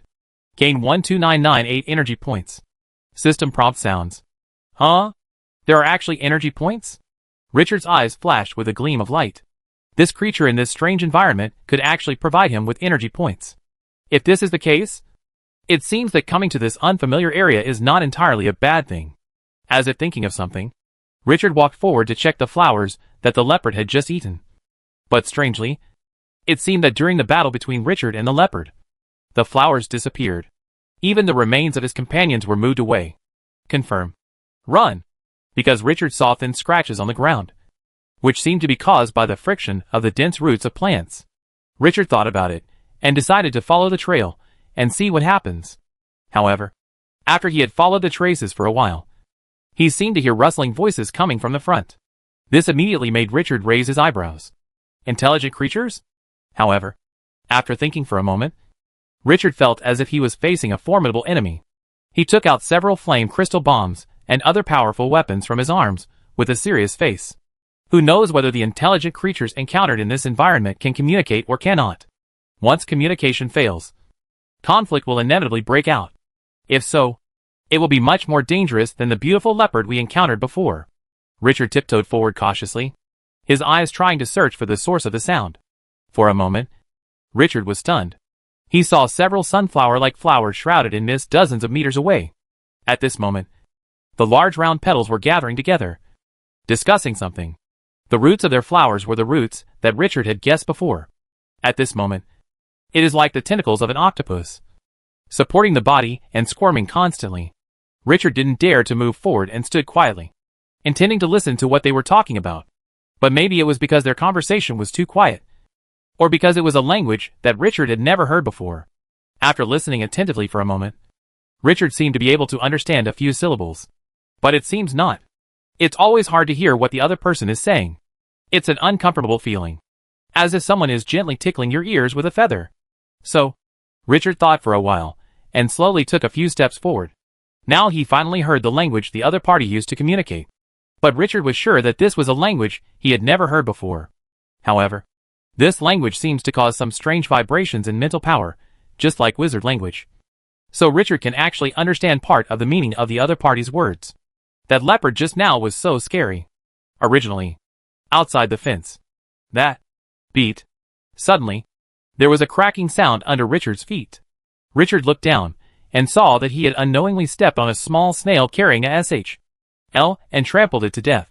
But the next second, when he looked up again, what he saw was that all these talking sunflowers turned their heads to look at him in a daze. There is a strange mouth in the center of the stamens of these sunflowers. After looking at each other for a few seconds, suddenly, these little mouths suddenly screamed and shouted. Ah! The monster is coming! Run! These little things ran forward without looking back. Richard immediately gave chase. It was rare to encounter a creature that could talk and seemed to be very weak. If he could capture them, he would naturally be able to learn a lot about this strange environment. At the same time, Richard also carefully observed his surroundings. Some cunning monsters would use bait. Richard could not be sure whether these little things would be bait for some powerful monster. The little thing was running in front, and Richard was chasing behind. Unexpectedly, these little guys who only used their roots to run were not slow. After a while, Richard followed them to a lake. The lake was very large and seemed endless. But because the fog near the lake was thicker, Richard could not see how big the lake was. Within a few dozen meters of his sight, there was only gray, rippling water. Richard saw the little things gathering together at the edge of the lake in front of them. Shivering, they seemed to rather choose to face themselves than go into the water. As if there was something more terrifying than Richard in the lake. Richard put away the camouflaged metal sword in his hand, transformed it into a wrist guard, and wrapped it around his hand again. He tried his best to show a kind expression, opened his arms, and slowly moved forward. At the same time, he also said in Hut, the oldest wizard language, "Don't be afraid. I have no ill intentions." Hut is also a language that can produce a certain kind of mental shock. Ancient wizards have visited or invaded many planes and worlds. When communicating with alien creatures, Hut may be one of the best choices. Sure enough, these flowers seemed to understand Richard's words. After chatting for a while, a bold flower seemed to want to communicate with Richard. Just as the mutated sunflower picked up its roots and walked towards Richard, suddenly, there was a ripple on the lake surface. Wow! A black shadow 4 to 5 meters long jumped out of the lake, opened its bloody mouth, and swallowed all the flowers in one gulp. Seeking death? This immediately made Richard furious. Richard took a closer look and saw that the opponent seemed to be a hybrid aquatic creature that looked like a salamander and a catfish. It had 4 small claws, catfish whiskers on its head and lower jaw, and was covered in smooth, scale-free skin. It seemed that there was a layer of skin on the surface, then mucous membrane. After this guy swallowed the flower, he showed an extremely satisfied expression, and lay on the lake shore without leaving in a hurry. It seemed that what he had eaten was some kind of supreme delicacy. Damn thing. You actually ruined my good deeds, Richard scolded angrily. Just now, those strange little flowers had begun to have the will to communicate with themselves. But they were destroyed by this strange fish. This immediately made Richard's blood surge, and he was furious. Whizzing! 2 grenade-like flame crystal bombs instantly drew 2 straight lines, heading straight for the monster fish. The monster still had an expression of enjoyment on its face at this moment, as if it didn't know that a disaster was coming. Puff! As if he felt 2 hard things hitting him. The strange fish lowered his head and glanced down. Boom! The next second, a violent explosion sounded. A sea of blazing fire immediately drowned the strange fish. Ouch! The strange fish immediately started roaring and struggling, rolling on the ground, trying to extinguish the flames on its body. Although the monster fish has a mucus-protected body, the power of the flame crystal when it bursts out at once is quite astonishing. Large areas of burnt marks appeared on the body of the strange fish, especially the 2 short hind limbs that were just in the center of the explosion. They had been blown away and looked bloody, as if finding the flames difficult to extinguish. The strange fish struggled and turned around with its forelimbs, intending to escape into the lake. But Richard had already expected this. The mimic metal in his hand had already transformed into a 2-handed sword and rushed over from one side. A flash of sword light flashed, and the strange fish followed in the footsteps of the beautiful leopard and was beheaded by Richard's swift strike. As the huge fish head fell to the ground and rolled into the water, a large pool of stinking blood flowed out from the thick neck, like a thin stream, and merged into the black-gray lake. Gain 31877 energy points. As the system prompt sounded, Richard couldn't help but raise his eyebrows. There were energy points again. Does this mean that all creatures in this place can provide him with energy points? If this is true, then this is a treasure land for me. But I don't know how dangerous this strange place is, and I have only explored a small area around it.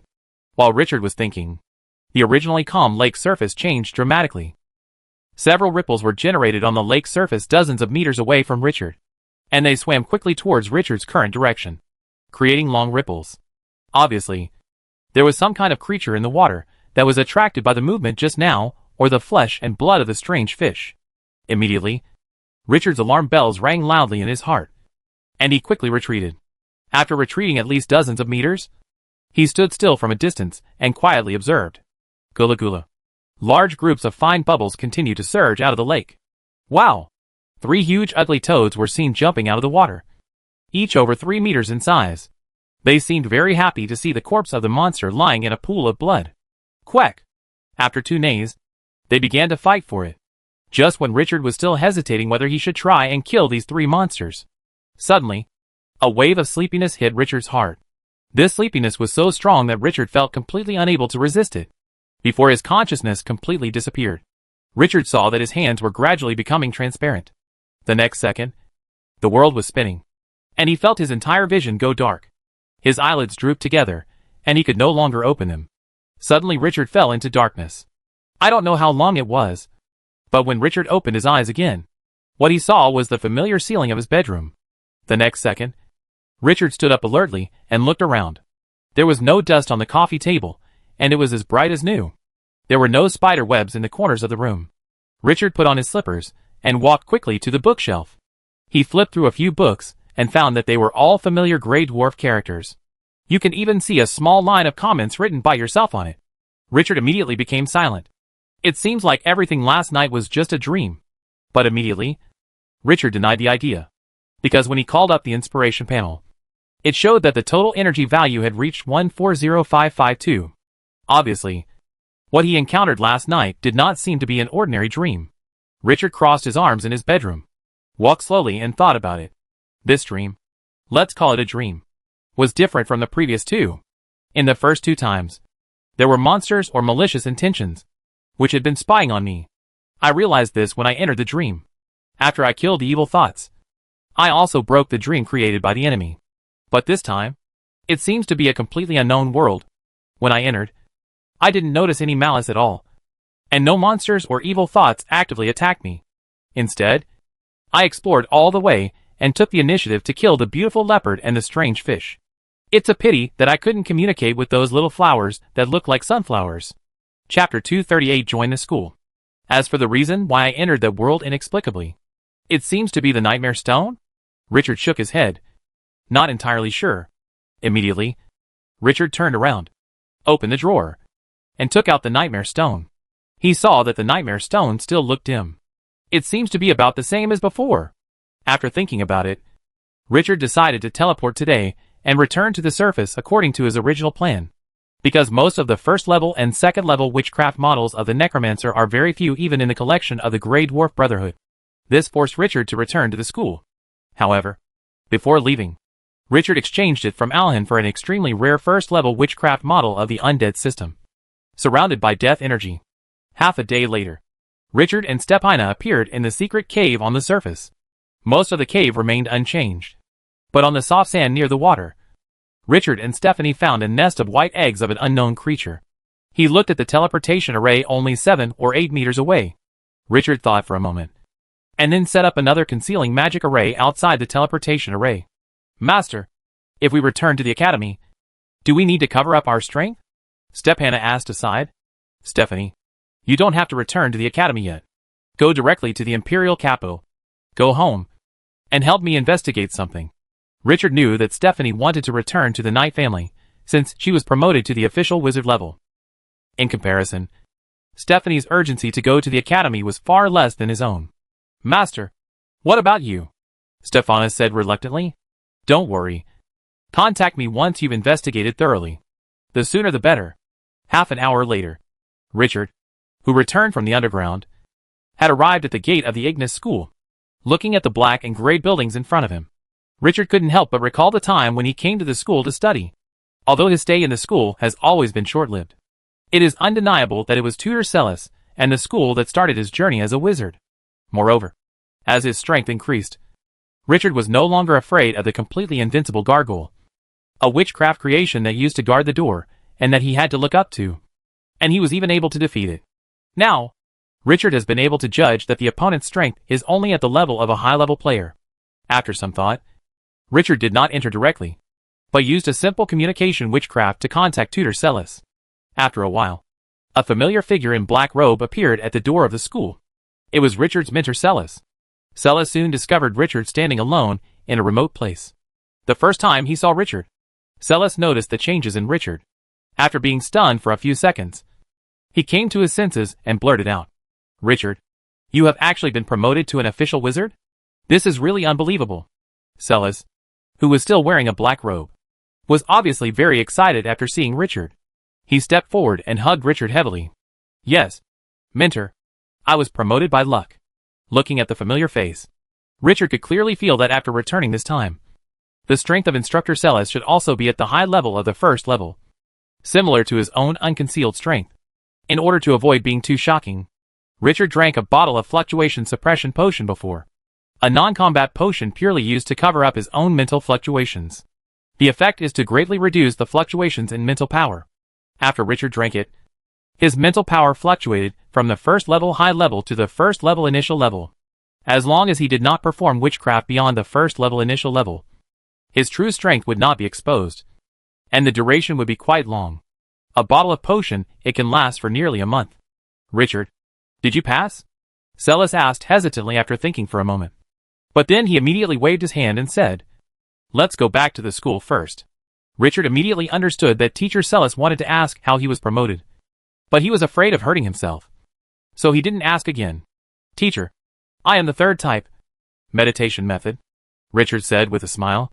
Richard didn't want to hide this. After all, wandering wizards often accidentally discovered advanced meditation methods in some ancient ruins. It was not surprising that he obtained the incomplete advanced meditation methods at the wizard level. "What?" Celes turned around in surprise, grabbed Richard's arm and said, "Really? You didn't use the limit-breaking water?" This was really beyond Celes' expectations. He had always thought that he, a talented student, had entered the official wizard level through the second method, relying on the water of breaking limits and a certain first-level witchcraft model. Who would have thought that Richard actually used the third method? Using advanced meditation techniques are a natural breakthrough. This means that Richard still has broad prospects for improvement. "Really, Teacher Celes, it's a pity that the advanced meditation method at the wizard level that I obtained is also incomplete. It can only allow me to practice to the level of a top wizard. If I go up, I'm afraid," Richard explained with a smile. Celes smiled and waved his hand. "None of this matters. You are now a formal wizard, and you have reached the level of a top wizard. I don't know how long it will take. 50 years or 100 years. So, Richard, you no need to start worrying about this now. For example, I am only at the high level of the first level. Maybe when your strength reaches the middle level of the first level, you will have new opportunities." The two entered the academy while chatting, looking at the wizard apprentices coming and going. When they saw two black-robed wizards approaching, they all gave way and bowed slightly to say "Lo," especially when they looked at Richard. They were full of curiosity and surprise. It seemed that he was surprised that Richard looked so young and had entered the official wizard level. This was the first time that Richard came to Tutor Celes' residence, an independent two-story villa located behind the college dormitory area. The decoration in the hall is simple and completely different from the decoration in Fana's villa, symbolizing the different personalities and pursuits of the owners of the villa. "Richard, what are your plans to come back this time?" Signing to Richard to sit down casually, Celes thought for a while and asked proactively, "Teacher, after I am promoted to an official wizard this time, I want to join the Ignis school, but I don't want to sign a contract that requires me to serve the school for 100 years. I don't know if the school has a more relaxed contract." Richard paused and continued, "My idea is that by completing tasks for the school, I can gain the right to redeem some basic witchcraft models. Regarding this, I wonder if my instructor can give me some advice." After listening to Richard's story, Celes was silent. After a long time, Celes said, "Richard, the school has what you said, which is similar to a guest teacher's contract. By completing tasks at the official wizard level, you can get the opportunity to redeem some witchcraft models. But most of these witchcraft models are basic models, not improved ones. Secondly, some core potion formulas and supplies cannot be exchanged. Have you considered this?" This made Richard stunned. They were all basic witchcraft models, which was not a big problem. But some core materials could not be exchanged, which was quite troublesome. "Teacher, what about your suggestion?" Richard thought for a while and asked. "My suggestion is that you should consider joining the school directly, since you are an official wizard who has been promoted by yourself. The contract will not be so demanding. Although there are mandatory teaching tasks and foreign assignments. In general, it's still relatively loose. Under Celeste's explanation, Richard quickly understood that with this kind of contract, even if he failed to complete teaching tasks and assignments on time, the penalty would only be that he would not receive the quota he deserved. The clauses with strict constraints are mainly such as not to harm the fundamental interests of the school, and Richard will not have any objection to this. After the two chatted for a while, Celeste decided to take Richard to go through the formalities immediately. Celeste took Richard to a room in the teaching area. Lilith, this is my student Richard. He has been promoted to an official wizard. He plans to join the school. Please help him go through the relevant procedures. Lilith looked at Celeste with a puzzled face and said, Hey, Celeste, in my impression, there is no one named Richard among the third-level wizard apprentices under your name. Right? And the seedlings who can be promoted to official wizards. Could it be that before have you never signed a training agreement? Celeste also had a wry smile on his face. Lilith, to be honest, this student has only been in the school for less than 2 years. I didn't expect that after this trip. He was promoted by chance. He was registered as a second-level wizard before. Apprentice. What? Lilith's beautiful eyes widened. She looked at Siri's expression and saw that he didn't seem to be joking. She also knew that Siri's rarely joked about important things. Only then did Lilith look at Richard carefully. So young. Richardly. Right? Please fill out this form. Lilith took out a form from the drawer and handed it to Richard. Richard took a quick glance and found out about his origin, major direction, etc. There was also a guarantor column. If there was a guarantor, it would save a lot of unnecessary trouble. The purpose of the major direction is to arrange the courses reasonably. Secondly, it also facilitates the new apprentices to choose tutors according to the specialties of different tutors. After Richard quickly filled it out, he handed it to Lilith. Are you good at puppetry? This is rare. There are very few wizards in our school who are proficient in puppetry. By the way, if a new wizard joins the school, he needs the approval of the second-level Great Wizard. Celeste, since he is your student, you will be responsible for taking Richard there. Today the Great Wizard Graf is in the school. Lilith smiled. Okay. Thank you, Lilith. We'll be on our way there then. Dong dong dong. Celeste led Richard to the tallest building in the teaching area, stopped in the penultimate room, and knocked on the door quite formally. Come in. A deep voice sounded. Richard, don't be nervous. Celeste reminded Richard in a low voice, as if she was worried that her favorite disciple would be nervous. Richard smiled slightly and nodded. He once again felt the concern of his mentor. Although, for Richard, this was not the first time he had met the second-level Great Wizard. Even the second-level Great Wizard Hawkins, the vice president of the Grey Dwarf Brotherhood, had a relationship with him. Intimate. After the two of them entered, Richard discovered that the room of Grand Wizard Graf was quite large. Moreover, it has a unique style. He saw more than a dozen skeletons of different creatures placed around and on the walls as decorations. And Richard was immediately stunned. At this time, an old man with a majestic appearance and gray beard was behind the mahogany desk, looking at Celeste and Richard with a smile. Great Wizard Graf. This is my student Richard, who has just been promoted to an official wizard. Celeste bowed slightly and patted Richard beside him. Celeste, you gave me a big surprise. I didn't expect you to train an official wizard so quickly. Hearing the kind tone of the Great Wizard Graf, Richard felt relieved. Apparently, after taking the fluctuation suppression potion, even the Great Wizard Graf could not see his true strength. Young man, welcome to join the Ignis School. Hello, Great Wizard Graf, Richard said a little stiffly. Relax.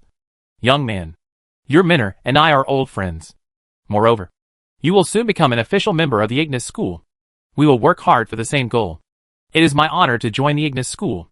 I am deeply grateful to Teacher Series and the school for training me. Richard bowed again. Well, young man, how about we sign the contract now? Sure.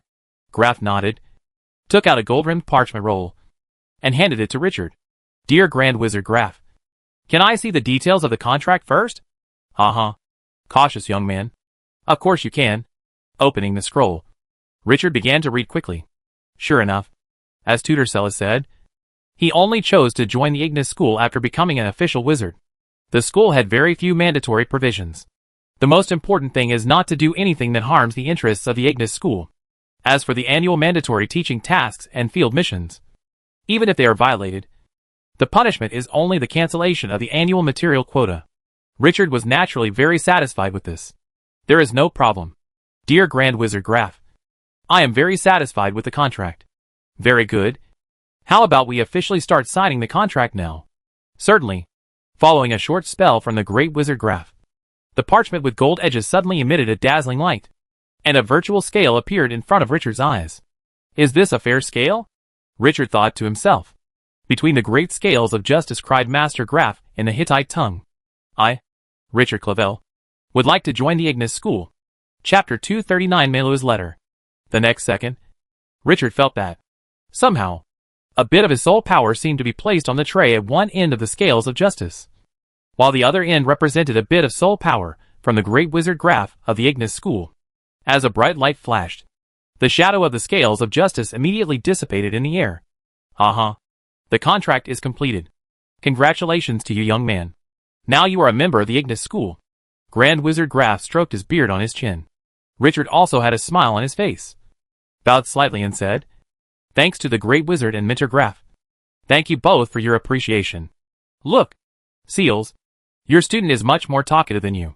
By the way, Richard, I took a look and found that the field you are good at is actually puppetry. You must know that this is a very unpopular field in the Necromancer School.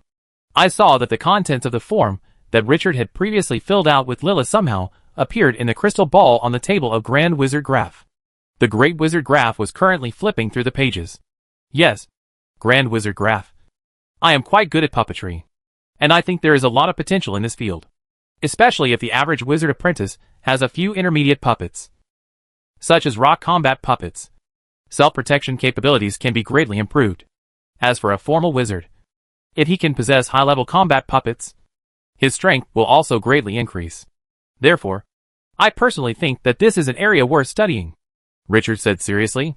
Regarding the teaching of puppetry, Richard planned to teach only a few simple puppet-making knowledge. Basic puppet-related knowledge was not within the scope of contract restrictions in the Grey Dwarf Brotherhood. However, due to geographical restrictions, the knowledge of puppetry is very rare among human wizards on the surface. Of course, as for the Bloodbone puppet, he and Hawkins of the Grey Dwarf Brotherhood had signed a confidentiality agreement at the time, and could not disclose it. Hey, I have heard of rock combat puppets. The Highland Dwarves have this kind of puppets. I didn't expect that you, Richard, are so good at research in this field at such a young age. I thought you would be good at potion making, just like your mentor, Graf said with a smile. It seems that Richard's words made the Great Wizard Graf take the young man in front of him seriously. In that case, Richard, you will be responsible for opening a paid puppetry course for those second and third level wizard apprentices. For them, this may be the time when they need a puppet. Graf quickly agreed. As you wish. Richard naturally would not refuse. Okay, Celis. Regarding Richard's recruitment procedures, you can go to the logistics office and help arrange it. Grand Wizard Graf looked at Celis with a smile and said, No problem, Grand Wizard Graf. After saying that, Celis took Richard out of Grand Wizard Graf's office. Richard, is it true that the level 2 Great Wizard is not as serious as you think? Celis said with a smile. Indeed, Grand Wizard Graf is a wise elder. As kind as you, Richard said with the same smile. However, just as Seals and Richard went downstairs and were about to go to the logistics department, a burly wizard in black robe came towards them. The pattern of hatred on his chest indicated that he was a wizard from the Ring of Noth. When Richard saw the other person's face clearly, his heart tightened. Isn't this guy the same guy who hunted me down with Gildas last time? Why is this guy here? Celis. The other party nodded. And Dino. Seals also responded with a smile. The other party did not recognize Richard, but seemed to realize that Richard was also an official wizard. He nodded slightly and left again. Is this man called Andino? Richard remembered the other party's name, although Andino looked like he didn't seem to connect himself with the black-armored man who fought him a few months ago. However, to prevent problems before they occur, Richard always needs to understand the strength of his potential enemies. Teacher, who was that just now? Richard asked, pretending to be ignorant. Oh, you mean Andino looks unfamiliar? Right, because he is a wizard from the Ring of North. So it is normal that you have never seen him before. Celis looked at Richard's expression and understood that it was Li Cha. Jia was curious about the strange wizard and explained it specially. Andino, whose full name is Andino Neville, is a first-level high-level wizard. It is said that he will soon enter the ranks of the first-level top wizards. The North Ring specializes in combat-based wizards, and is especially good at hating transformations. I also have a very powerful modified abominable bile spitter in my hand, which is even stronger than me. When talking about the opponent's strength, Celis rarely showed a solemn expression. He should be here to trade some precious herbs. I heard that one of his friends was seriously injured, and Dino has traded with me before, so I am a little familiar with him. Richard looked strange while listening. Could it be that his friend was Gildarts, helping to collect the raw materials for the healing potion? But, in that case, Gildars was not injured. He was really lucky. Richard rubbed his chin as he walked, and Dino walked forward, frowning and thinking about something. For some reason, the young man standing next to Celis just now gave him an inexplicably familiar aura, which was strange. Richard followed his mentor Celis into a tall building with a dark gray marble facade, then turned a corner and walked to a room marked as the office of the logistics department. Hello, my lords. I believe this must be Lord Richard. I have received instructions from Lady Lilith. A beautiful female third-level wizard apprentice with blonde hair stood up and said respectfully.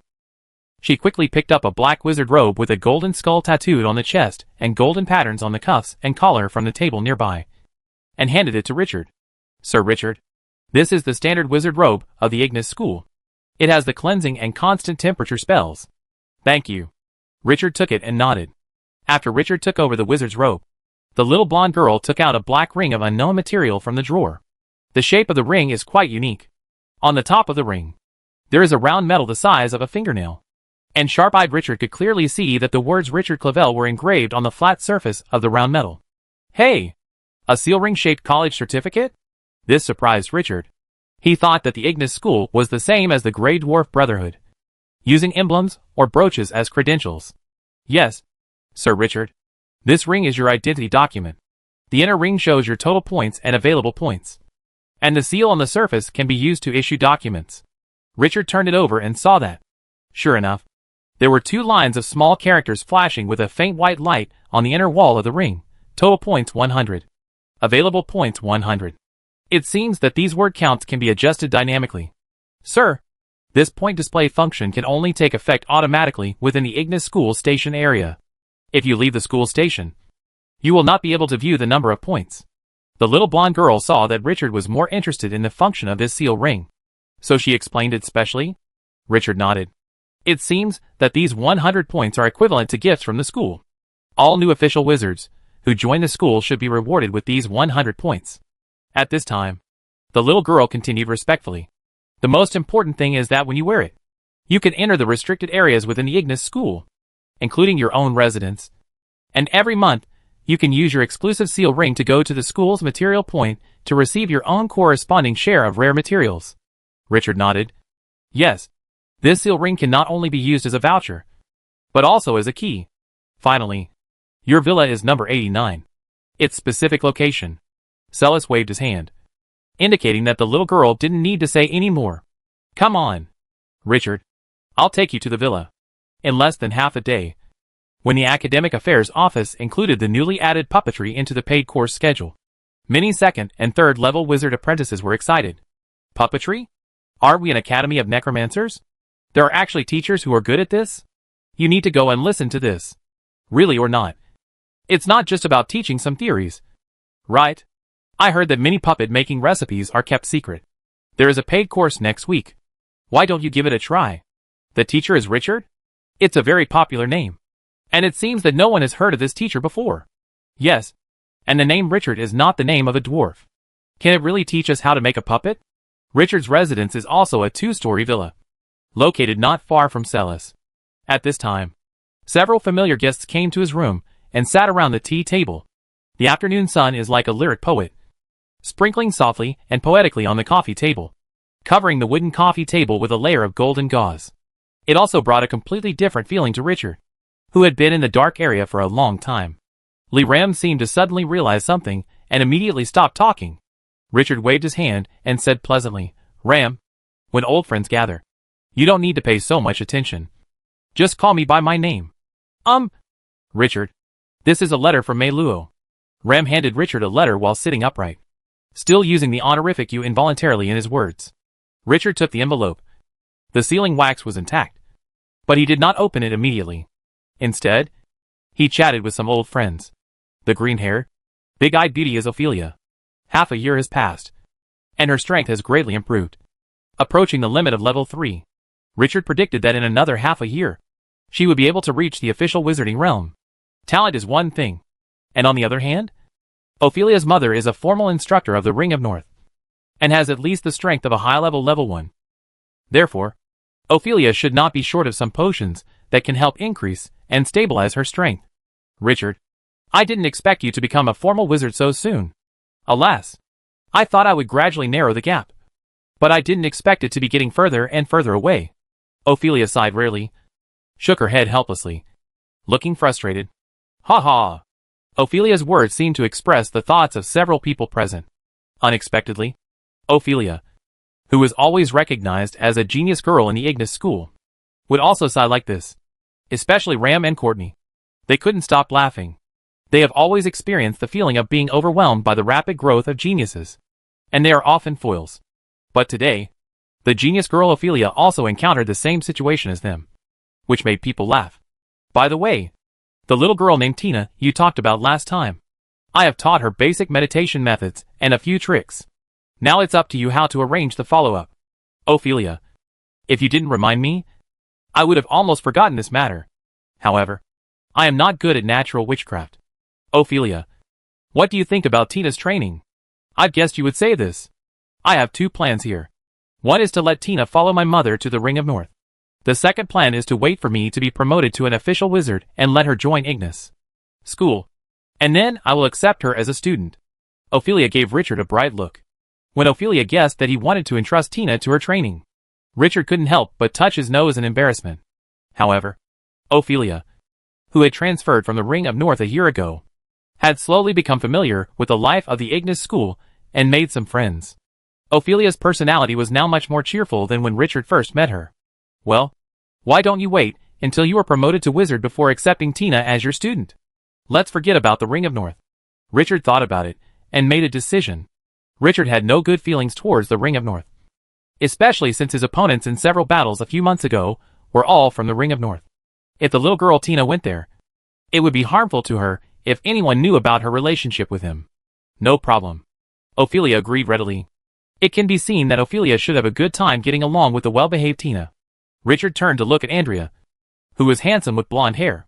Half a year later, he had become more mature and had a rare aristocratic temperament, making him a perfect female killer.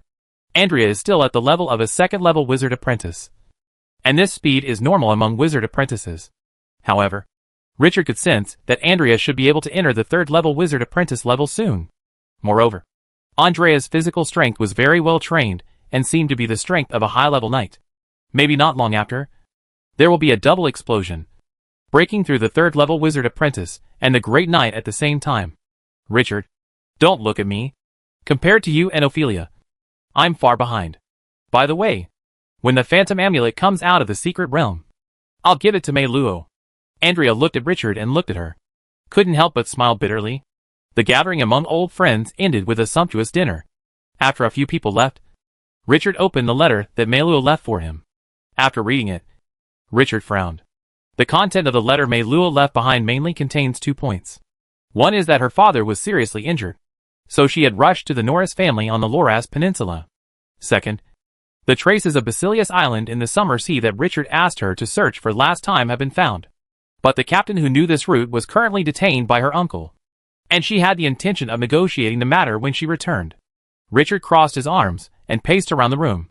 Mei Luo had mentioned to him before that her family, the Norris family, was the most prominent wealthy family on the Loras Peninsula, famous for controlling the peninsula's huge shipping business. There were many factions within the family, and internal strife had always occurred frequently. This time his father was seriously injured, which must have been a concentrated outbreak of this contradiction. It seems that I have to find time to go to the Loras Peninsula. But it's just right, because the closest route to the Loras Peninsula is through the Crab Claw Peninsula of the Heron Kingdom. It takes half a month to take a sea ship and cross the Storm Strait to reach the Loras Peninsula of the Vitrol Continent. If you want to go to the Crab Claw Peninsula, you can just take a trip to Pantos, the capital of the Kingdom of Heron, known as the City of Griffins, and pick up Stepina, which can be regarded as an additional official wizard, and visit that person. If this is the case, you must quickly sort out some advanced knowledge this month and submit it to the school so that you can quickly redeem the required first-level witchcraft model. Chapter 240 Witchcraft Model Exchange and Classes. Dong dong dong. Come in. A clear female voice sounded. When Richard walked in, he saw a girl with maroon hair working in the office of the Material Point. Judging from her scent, she was about to enter the level of a third-level wizard apprentice. When he saw Richard coming in, he immediately greeted him respectfully. Stand up, Master Wizard. What are your orders? The other party has a good appearance and temperament, and a relatively clear voice. He should be from a noble family or have received etiquette training. Richard was a little surprised.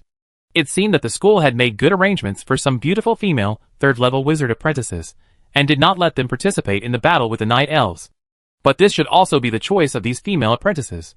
For example, Ophelia's choices are completely different from theirs. I'd like to take a look at the first-level witchcraft models available for redemption. Okay, Master Wizard. Please show me your credentials. The red-haired girl smiled sweetly. Richard took out the black seal ring worn on the ring finger of his left hand and handed it to the other party. The girl touched the seal ring lightly on the crystal ball on the table. In an instant, the large black stone wall beside her displayed a series of densely packed witchcraft models that could be redeemed. Sir, please sit down. Do you need a cup of tea? We have black tea, absinthe tea, and honey grapefruit tea here. No, I'll watch for a while. Richard waved his hand. The girl immediately stopped talking, quietly retreated, and sat in her seat. For fear of disturbing Richard, rows of lists of first-level witchcraft models available for exchange, as well as the exchange conditions, quickly appeared on the black slate. Richard just glanced at the content displayed on the black slate and frowned slightly. Bones hand, a large hand made of bones. To release it, you need a witchcraft medium, Bones hand. The power is determined by the spirit and the quality of the witchcraft medium. Redemption conditions. The total points exceed 1,000 points. 450 points are required to redeem this item. Bone shield. The body is surrounded by a shield composed of 3 sides of white bone powder. It has good physical protection and witchcraft protection capabilities. Its release requires the witchcraft medium, bone powder. Defense strength is determined by mental strength. Redemption conditions. The total number of points exceeds 1,500 points, and 650 points are required to redeem this item. Shadow teleport. Use the current position as the origin and perform short-distance teleportation in a specified direction. The distance of teleportation is determined by the strength of the mental power. Redemption conditions. The total points exceed 1,500 points, and 550 points are required to redeem this item. Curse of Shadow. Reduces the strength and agility attributes of a single target, and reduces the target's resistance to shadow witchcraft. The degree of reduction is determined by the mental strength of the caster. Redemption conditions. If the total points exceed 600 points, 350 points are required to redeem this item. Death Wail. Releases a circular mental shock, which determines the fear of targets within a few dozen meters. Anyone with lower mental power than the caster will be affected by fear to varying degrees. The power is determined by the mental power consumption of the caster. Redemption conditions. The total number of points exceeds 1,500 points, and 700 points are required to redeem this item. Shadow Arrow. Release an energy arrow composed of dark elements to attack a single target. The power is determined by the mental strength of the caster. Redemption conditions. The total number of points exceeds 1,500 points, and 500 points are required to redeem this item. Death Ray. Releases a very concentrated dark element energy ray to attack a single target. The power is determined by the caster's mental strength. Redemption conditions. Total points exceed 2,000 points. 900 points are required to redeem this item. These were some of the information that Richard displayed on the first and second pages of the black slate. However, after reading 2 pages, Richard found that the page numbers on the lower right side of the slate showed that there were 6 pages that had not been viewed. This can't help but surprise Richard. The school actually has so many first-level witchcraft models? It seems that I came back at the right time. But Richard flipped back and realized that starting from the next few pages, there were first-level witchcraft models from other departments, such as fire, water, earth, etc. This made Richard shake his head slightly. He thought that there were 8 full pages of schools to choose from for the first-level witchcraft of the Shadow system alone. Turning to the first page again, Richard found that the 100 points on his seal ring were not enough to exchange for any first-level witchcraft model of the Shadow system. because even the cheapest level 1 witchcraft shadow curse requires 350 points. Moreover, the more powerful the first level witchcraft model is, the more expensive it is, and the more rare it is, the more expensive it is. In addition, almost all first level witchcraft model exchanges have a limit on the total points amount. After seeing so many shadow-based witchcraft, Richard initially determined that there are 3 witchcrafts that are more complementary to his own, namely Bone Shield, Shadow Teleportation, and Death Ray. The Bone Shield is good for both physical and witchcraft defense, and can further enhance Richard's defensive strength, while Shadow Teleport makes the caster more flexible and less vulnerable to concentrated fire attacks. Improving defense and mobility is never too much. After all, whether it is exploring ruins or fighting various battles, if you can do both of the above to the extreme, you will be almost invincible. The final Death Ray is the powerful single-target attack witchcraft that Richard lacks most, so it is naturally a must-have option. However, in this case, the number of points required by Richard is very considerable. For these 3 witchcraft alone, the total points required are 2,000 points. What I want to explain here is the total number of points. The total number of points refers to the accumulation of all points earned since the holder of the certificate has records, including points spent. The current points refer to the points currently owned by the holder of the certificate. Therefore, if Richard can collect 2,000 points, there is a benefit. The limit of the total points of the Death Ray can be exceeded. After learning about the shadow witchcraft that he could redeem, Richard left the supplies office and returned to his villa. I can submit a school of thought. What advanced knowledge can I use to redeem points? The first is elementary puppet knowledge, which includes the theory of elementary puppetry and several elementary puppet making recipes. Of course, except for the most critical one, the primary control core. The content of the advanced control core is something that Richard has reservations about. Before, Richard spent tens of thousands of energy points and tried countless times in the dream space before finally breaking through the Grey Dwarf's primary control core monopoly and acquiring technology. This time, I naturally didn't want to exchange it easily. The main reason is that if this aspect is retained, the apprentices who make junior puppets will need to come to him to buy the junior control core, which will become a long-term business. Who knows? The efficiency of earning magic stones in the future may be comparable to the new beer in the Grey Dwarf area. But, generally speaking, because the puppets involved in this section are not very powerful, they are not considered to be the combat power of formal wizards. Therefore, even if it is a complete set of advanced knowledge in a system, the number of points that can be exchanged should be relatively limited. Richard didn't have much hope for this either. Secondly, there is the rare first-level witchcraft of surrounding death. Richard thought about it again and decided to submit it this time too. This Death Chi surrounding level 1 witchcraft model can probably be exchanged for points similar to the Death Ray, or even more. The last thing is about the recipe for the alchemy combination bomb. You should be able to exchange for a lot of points after submitting it. Although I have already sold it once to the Grey Dwarf Brotherhood, the area in the contract is limited to the Underdark. He did not spread in the dark territory, but on the surface, so naturally he was not restricted by the original contract.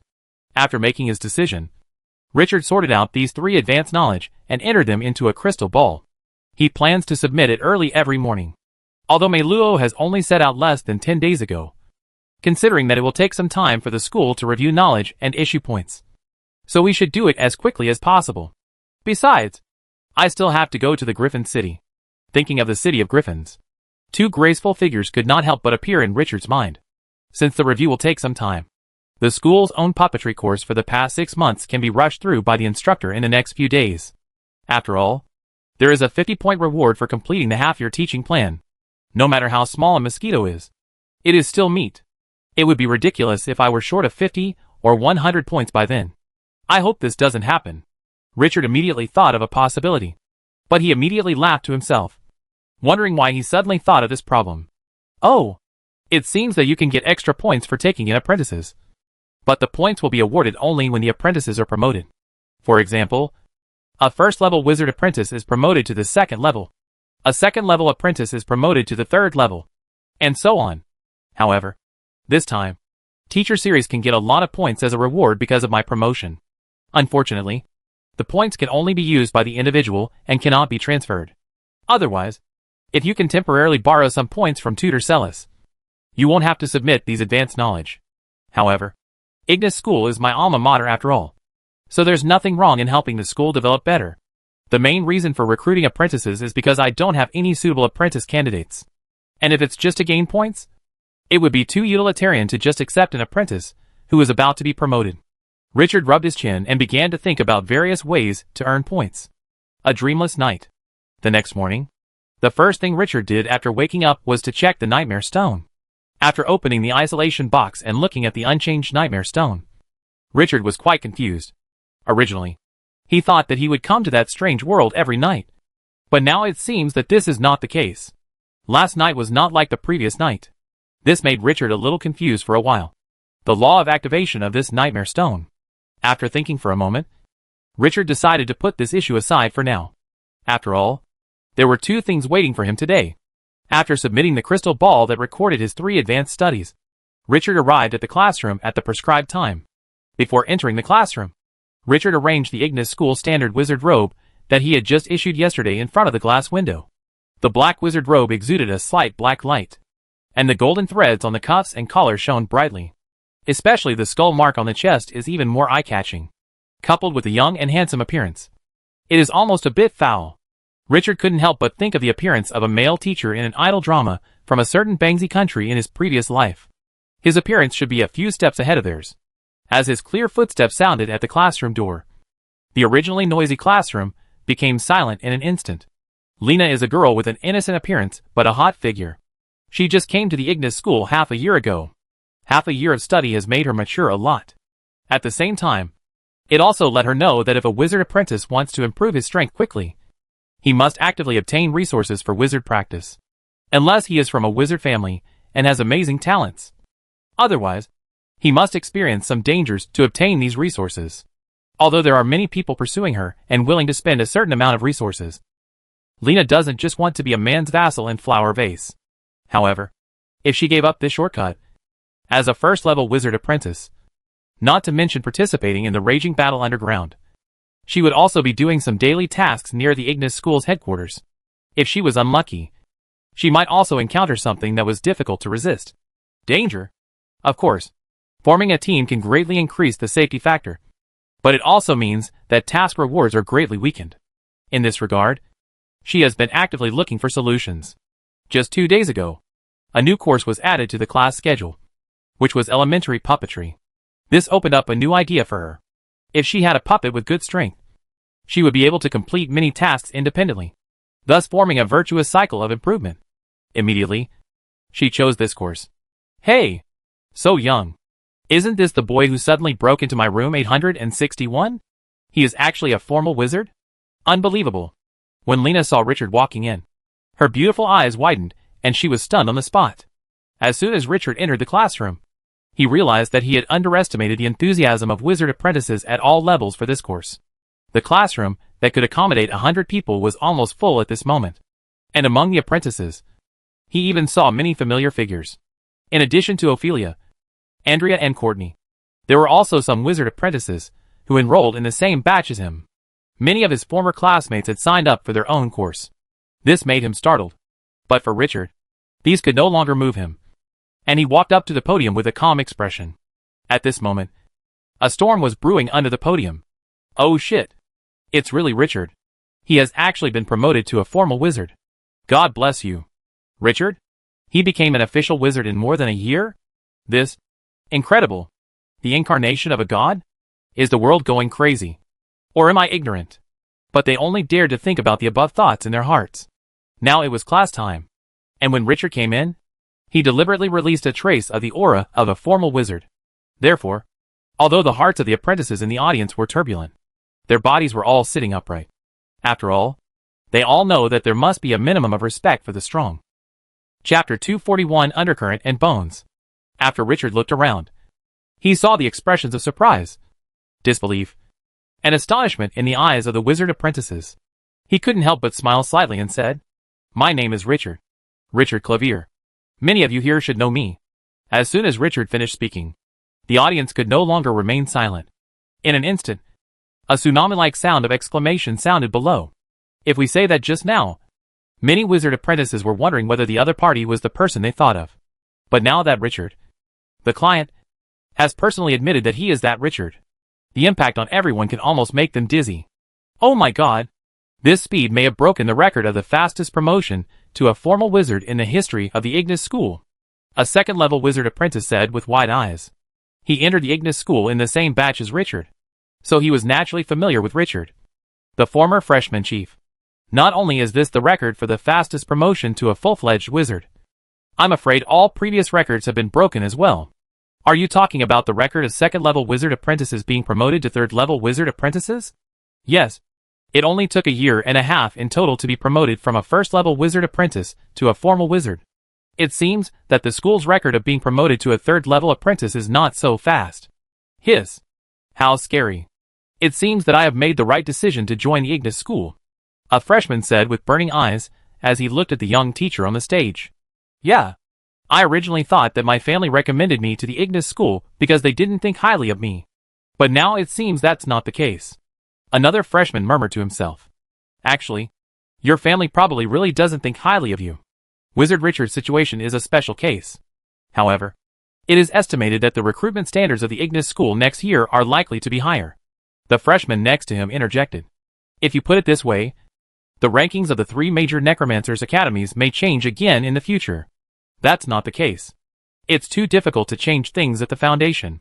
Richard looked at the many wizard apprentices below who couldn't help but whisper. But he wasn't angry at all. After all, the speed of their promotion really impacted their existing concepts. So it was normal for them to find it difficult to control their emotions. A minute later, after he released some of his mental power fluctuations again, the entire classroom was silent again. Now, let's start class. The origins of puppetry can be traced back to ancient mythology. Richard's magnetic voice began to ring in the classroom. Puppetry can be used to create various mechanical devices and combat puppets, and is applicable to a variety of combat scenarios. For example, I saw Richard taking out a small squirrel from his arms. At first, the apprentices below did not react, but later they discovered that this was not an ordinary squirrel, but a mechanical squirrel. Yes, this is a mechanical squirrel. It can be made without even needing to control the core. It is considered an entry-level product of puppetry. But such a little thing has very weak combat power. So what use does it have? If we place a bottle of fire dance star in the mechanical squirrel, and set the mechanism that it will automatically explode when attacked, it may not be of much use to enemies with high intelligence, but it can be used to deal with enemies with low intelligence. The words of the monster. Richard's in-depth explanation of puppetry immediately fascinated many of the wizard apprentices below. This is a drawing of a primary puppet harvesting puppet. It is also a very popular primary puppet in the dwarf area.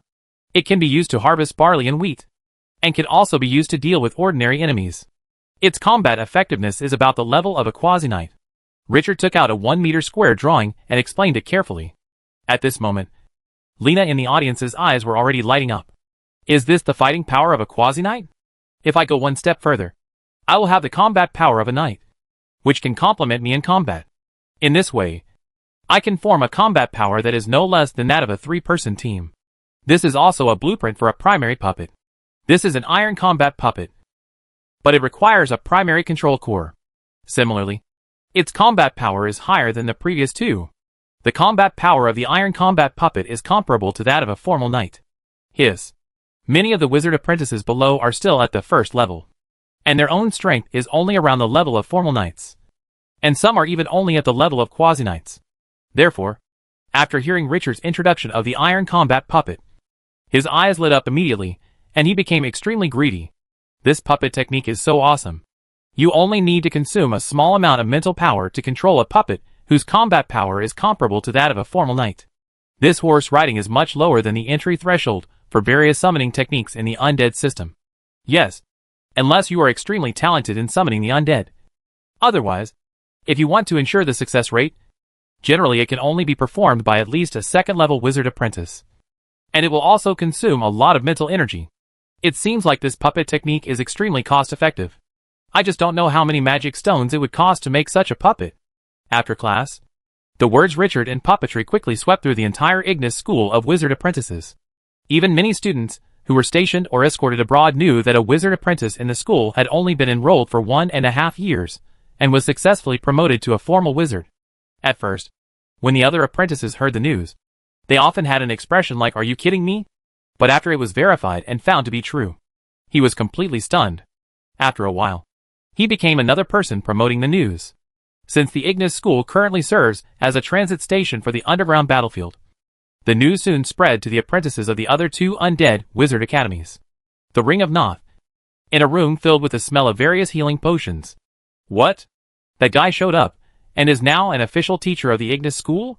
The pale Gildas, who was lying on the bed, couldn't help but sit up suddenly when he heard the news that Richard was already an official teacher of the Ignis School. However, the surprise on Gildarts's face quickly disappeared. I should have thought of it earlier. If he is really promoted to an official wizard in a year and a half, he will definitely be valued by the Ignis School. It is not surprising to be hired as a teacher. It's just that in this case, many of my methods cannot be used openly. Gildas muttered to himself after his expression returned to calm. Looking at Gildarts's dazed face, the burly Andino beside him sighed and said, Gildas, you should recover well first. There will always be opportunities for some things in the future. Gildarts was seriously injured in the last battle, and because of the injuries, his strength almost fell below the level of a formal wizard. Half a year has passed, and countless magic stones have been spent to finally preserve Gildas's formal wizard-level strength. This is the result of the great efforts of the Kalana family behind Gildas. But, since then, Gildart's potential and future have been almost cut off. At the same time, Gildas was quickly replaced by a new clan member as the chief heir of the Kalana family, and his treatment in all aspects was also reduced across the board. In a large wizarding family, the internal selection and competition are also very fierce. Similarly, it is impossible for the family to choose a child whose future has been cut off to succeed the patriarch. This will cause turmoil for the entire family. All of this, in Gildas's eyes, was caused by Richard, and the consequences caused by Richard. It can be said that Gildas hates Richard deeply. No! Andino, I must take revenge. Gildas's red, bloodshot eyes burst out with a destructive and ferocious gaze. Andino couldn't help but shake his head. Seeing his former high-spirited friend become like this, he couldn't help but sigh in his heart and said, Gildas. But as soon as Andino opened his mouth, he was interrupted by Gildas. Don't worry, Andino. I know what you are going to say. Now that the other party has become a trend and has become an eye-catching new star of the Ignis School, I know the importance and will not take action myself. However, don't forget, I know exactly what the other party did in the Norman secret realm. The little guy Robert Soto also died in his hands. I will reveal this news to the Soto family immediately. Robert Soto. If Richard were here now, he would definitely think of this person. The opponent was the first level 3 wizard apprentice that Richard killed after entering the Norman secret realm. The Soto family behind it is a very powerful family in the Ignis School. When Robert Soto died, the Soto family sent someone to ask Gildas about the relevant matters. But Gildarts was in a coma at the time, and there was no evidence to prove that Robert Soto died at the hands of Richard. So the matter was left unsolved. When Gildarts woke up, he paid a huge price to hire a powerful astrologer for divination, only to find out that not only his son, but also Robert Soto died at the hands of Richard. But before Gildarts could tell the Soto family the relevant information, Richard disappeared. Now that the other party is back, Gildas can take advantage of this news. He will never make Richard feel better. There are 3 official wizards in the Soto family, which can be said to be the leading large wizard family in the Ignis School, and its influence is deeply rooted in the Ignis School. In particular, there is an elder in the Soto family who is more than 150 years old. His strength is close to the first level top wizard, and his status in the Ignis School is second only to the second level great wizard. If the other party knew that his most beloved grandson, who had the greatest potential to be promoted to an official wizard in the family, died in the hands of Richard, the other party would definitely not be reconciled and would do something. After class, Richard went to the laboratory located underneath the Ignis School. Before coming to the laboratory, Richard had never imagined that such a vast space had been excavated beneath the school. There were dozens of laboratories of different types, control rooms for various witch formations, and an array that had been passed down for a long time. Spirit. The wizard's point statistics or complex calculations are all completed by this array spirit. No wonder. If the wizards leave the school's residence, the points cannot be updated in real time. At this moment, Richard had just finished making 100 primary control cores and was thinking about something. My return this time is quite high profile. The main reason is that there may be some sequelae of the previous incident in the Norman secret realm. Therefore, I deliberately joined the school in a high-profile manner and taught puppetry courses. If under this situation, Some people continue to make trouble for me. I think I can counterattack appropriately, so that the school will not be too biased. It turns out that this is the purpose of Richard's high-profile return. In addition, the production of blood-bone puppets can start immediately. In addition to the bones, other raw materials include advanced control cores. I prepared 3 of them when I left Tudge City. Several of the skeletons I saw in the Grand Wizard of Glass's room this time meet the requirements for making blood-bone puppets. However, it is not appropriate to go to the Great Wizard Graph directly. You should go to the school supply point first to see if there are any high-quality skeletons you need in the exchange materials. Even if there is none, it would be more appropriate to ask Master Seals to trade with the Great Wizard Graph. After a while, Richard sorted out several things he had to do. After thinking about it, Richard quickly left the underground laboratory and came to the supply point. Inside the supply point, the girl with red hair was still working today. When she saw Richard coming in, she stood up and smiled sweetly, saying, "Master Richard, what do you need this time? Help me find raw materials related to the skeleton," Richard said with the same smile, and at the same time, handed his seal ring to the girl. "Okay." The girl took Richard's seal ring respectfully, with both hands, and quickly started operating it. After a while, rows of material names were displayed on the black slate nearby. "Master Richard, this is a list of the materials you are looking for. You can turn the pages to find them by yourself. Of course, you can also tell me more detailed requirements, and I will help you with the operation," the girl said respectfully. "No need. I can do it myself." Richard looked at the list of materials on the black slate carefully. Under the control of the underground formation spirit of the school, this black stone slab almost achieved the effect similar to the tablet in Richard's previous life. Of course, the effects mentioned here are only display and simple page-turning control. The list of material related to the skeleton shown on the black slate is not long. Soon, Richard eliminated some irrelevant options such as bone powder, bone palms, and bone staffs, and then eliminated the skeletons of non-humanoid creatures, leaving only the following 3 items. Strong orc skeleton, a rare orc skeleton from the continent of Vitrol. It is estimated that the current strength is about a high-level first level. Complete. Redemption conditions. The total number of points exceeds 1,000 points, and 250 points are required to redeem this item. Ogre skeleton, a skeleton from a wandering ogre. It is estimated that the current strength is mid-level. Complete. Redemption conditions. The total points exceed 800 points, and 150 points are required to redeem this item. The skeleton of an ancient troll warrior comes from a certain ruins. It is estimated that the strength during life was at the top level. The little finger and ring finger of the right hand are missing. Redemption conditions. The total points exceed 1,500 points. 300 points are required to redeem this item. The sight of these 3 skeletons immediately made Richard's heart heat up. From his own perspective, all 3 skeletons had reached the minimum expected goal in his mind, and he wished he could capture them all at once. But when Richard looked at the 100 points displayed on the inner wall of his seal ring, he couldn't help but sigh. It takes 700 points to get all of them. It's really a headache. I have already made a preliminary calculation. The points that can be exchanged for the 3 advanced knowledge are just enough to exchange for the first level witchcraft model. If you want to exchange the bones again, it seems that you are unable to do so. Richard crossed his chest and rubbed his chin. Let's wait for the review results to come out first. Not long after leaving the supply point, Richard met Instructor Celis in the corridor. However, Seals looked at Richard with a serious expression, as if something bad had happened. This immediately made Richard's heart skip a beat. "Richard, come with me. I have something to ask you."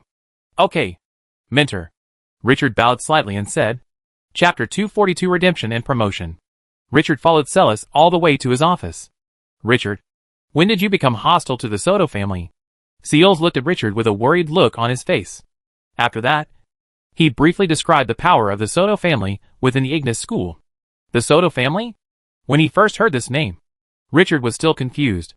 "I do have many enemies, but I have no impression of the Soto family." "But? It seems that I have seen or heard it somewhere." Celis glanced at Richard angrily. "Richard, people are looking for me. The most promising heir of the other family was killed by you in the Norman secret realm.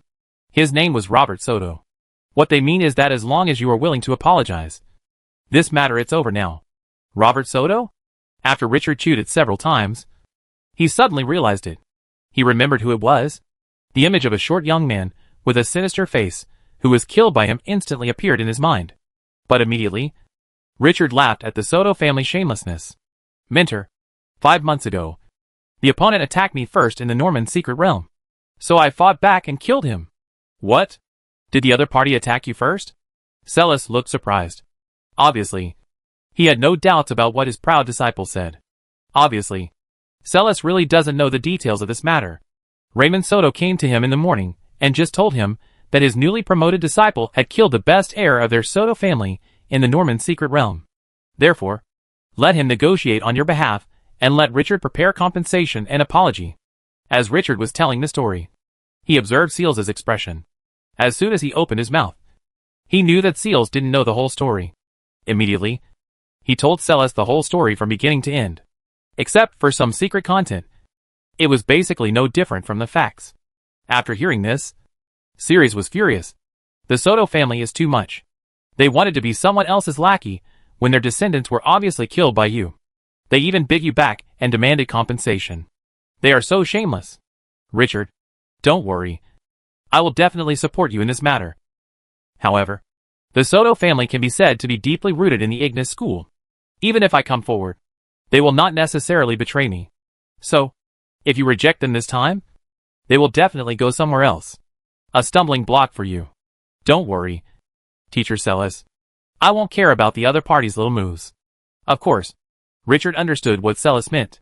It would not be wise for him to directly confront the other party. So his mentor hoped that he would endure it.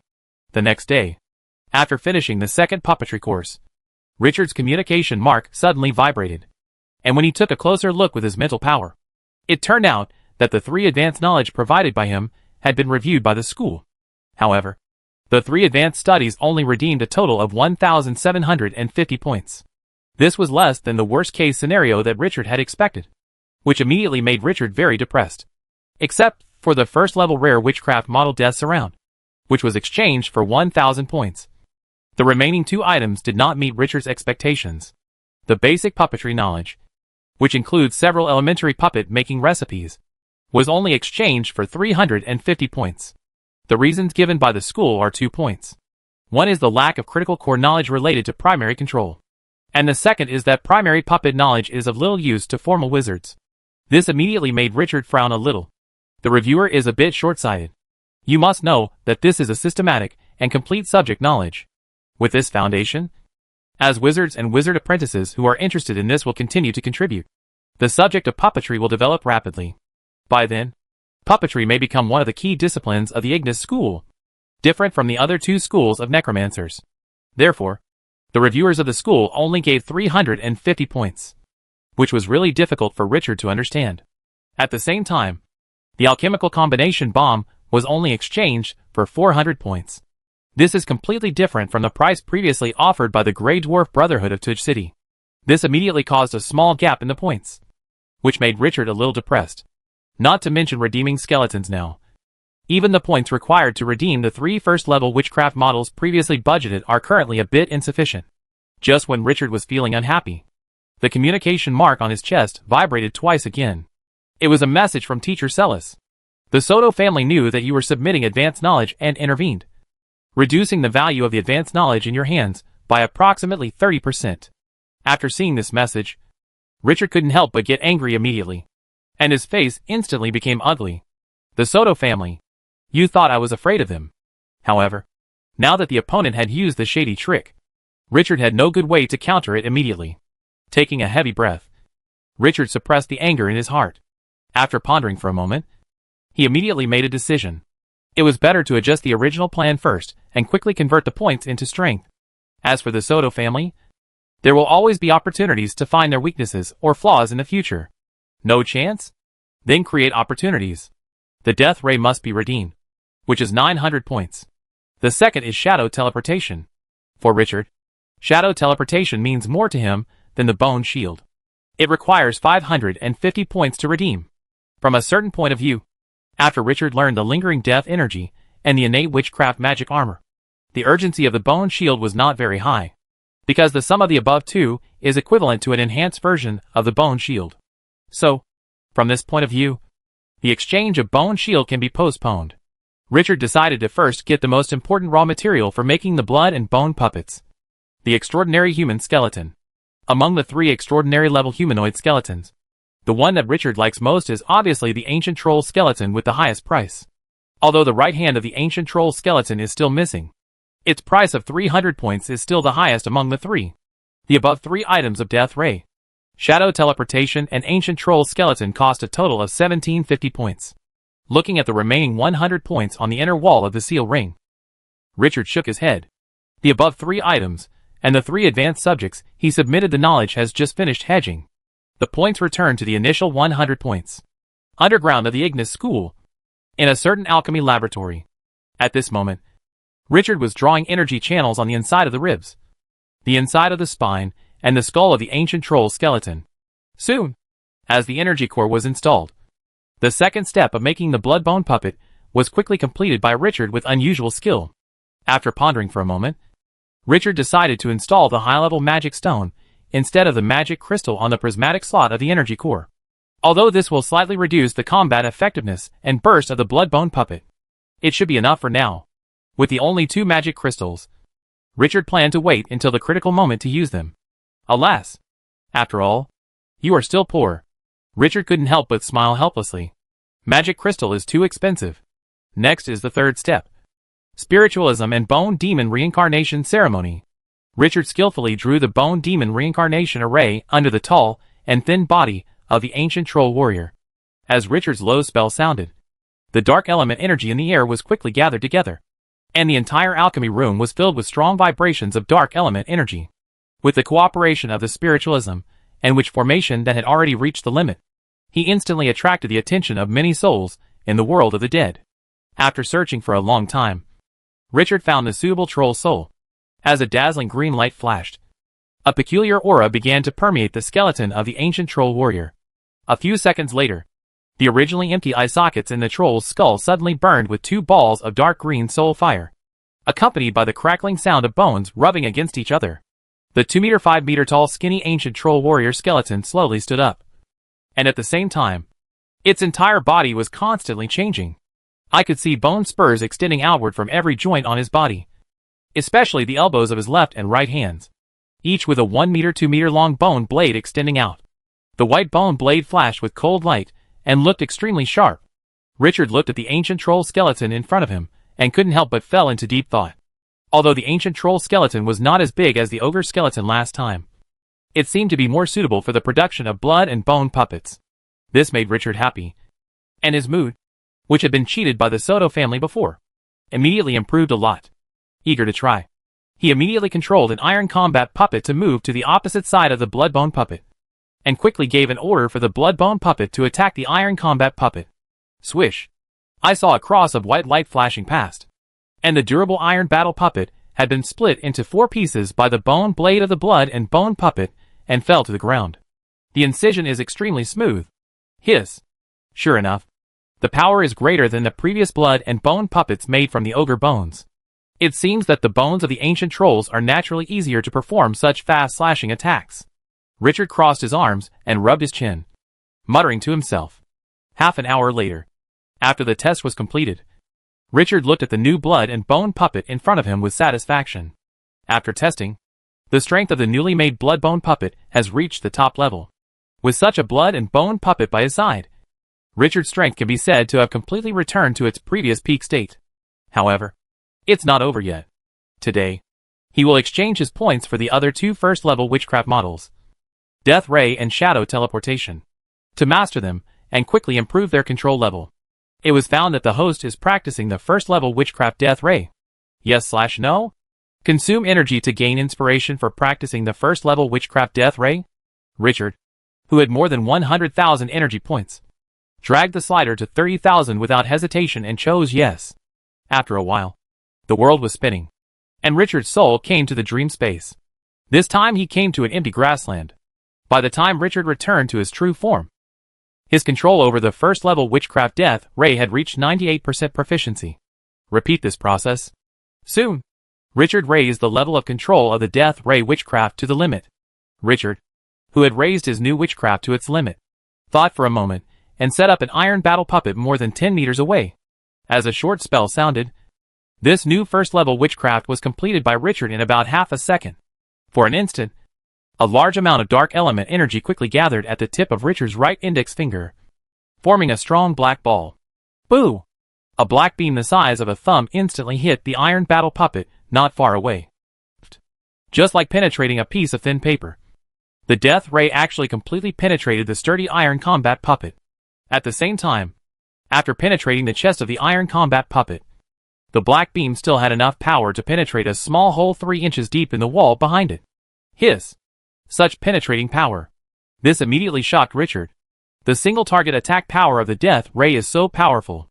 If someone else casts a death ray of the same level, Richard believes that even his magic armor may not be able to withstand it. After experimenting with death rays, Richard began to prepare to improve the level of control of shadow teleportation. The first level spell of shadow teleport seems to be the only one among the first level spells of the shadow system that can instantly change the position of the caster. The great effect is self-evident. It was discovered that the host is practicing level 1 witchcraft shadow teleportation. Yes/no? Consume energy to gain inspiration for practicing level 1 witchcraft shadow teleportation? Richard, who still had more than 80,000 energy points, dragged the slider to 40,000 without hesitation and chose yes. After a while, the world was spinning, and Richard's soul came to the dream space. So repeatedly. Soon, when Richard returned to his true form again, he raised the level of control over the witchcraft of shadow teleportation to the limit.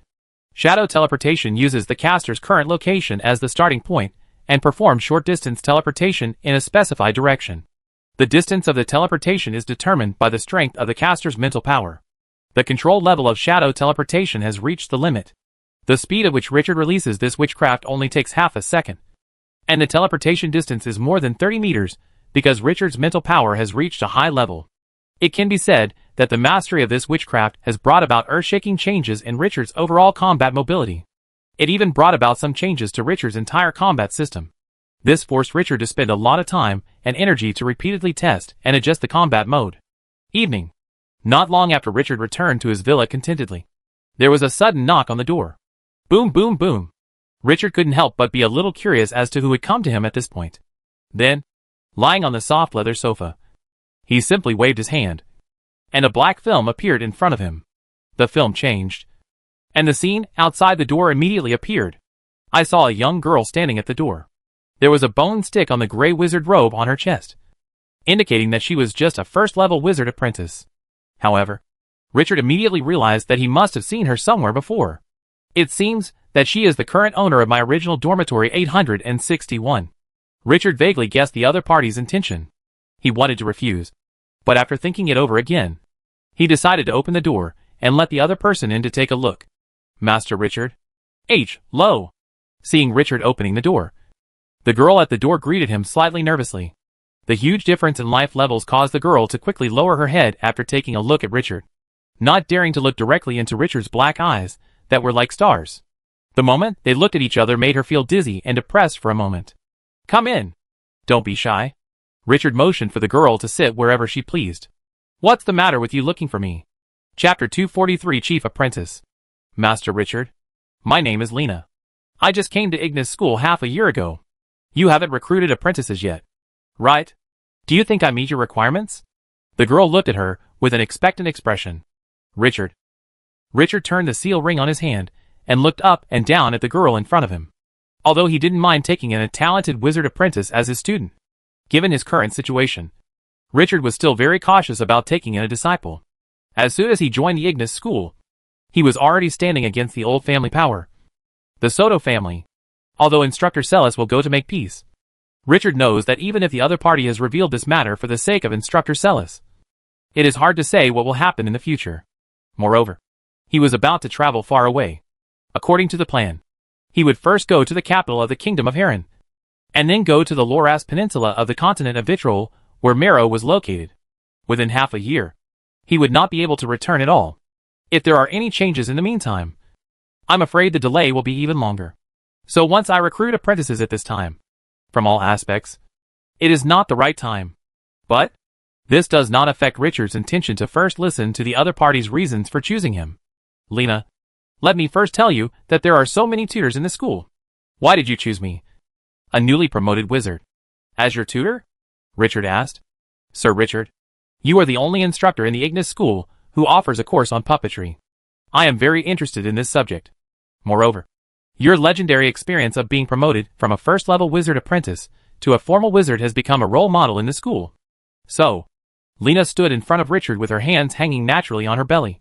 But her constantly twisting white fingers revealed that the girl was very nervous and not as calm as she seemed when she was narrating. Richard nodded. This reason is indeed very good. Okay.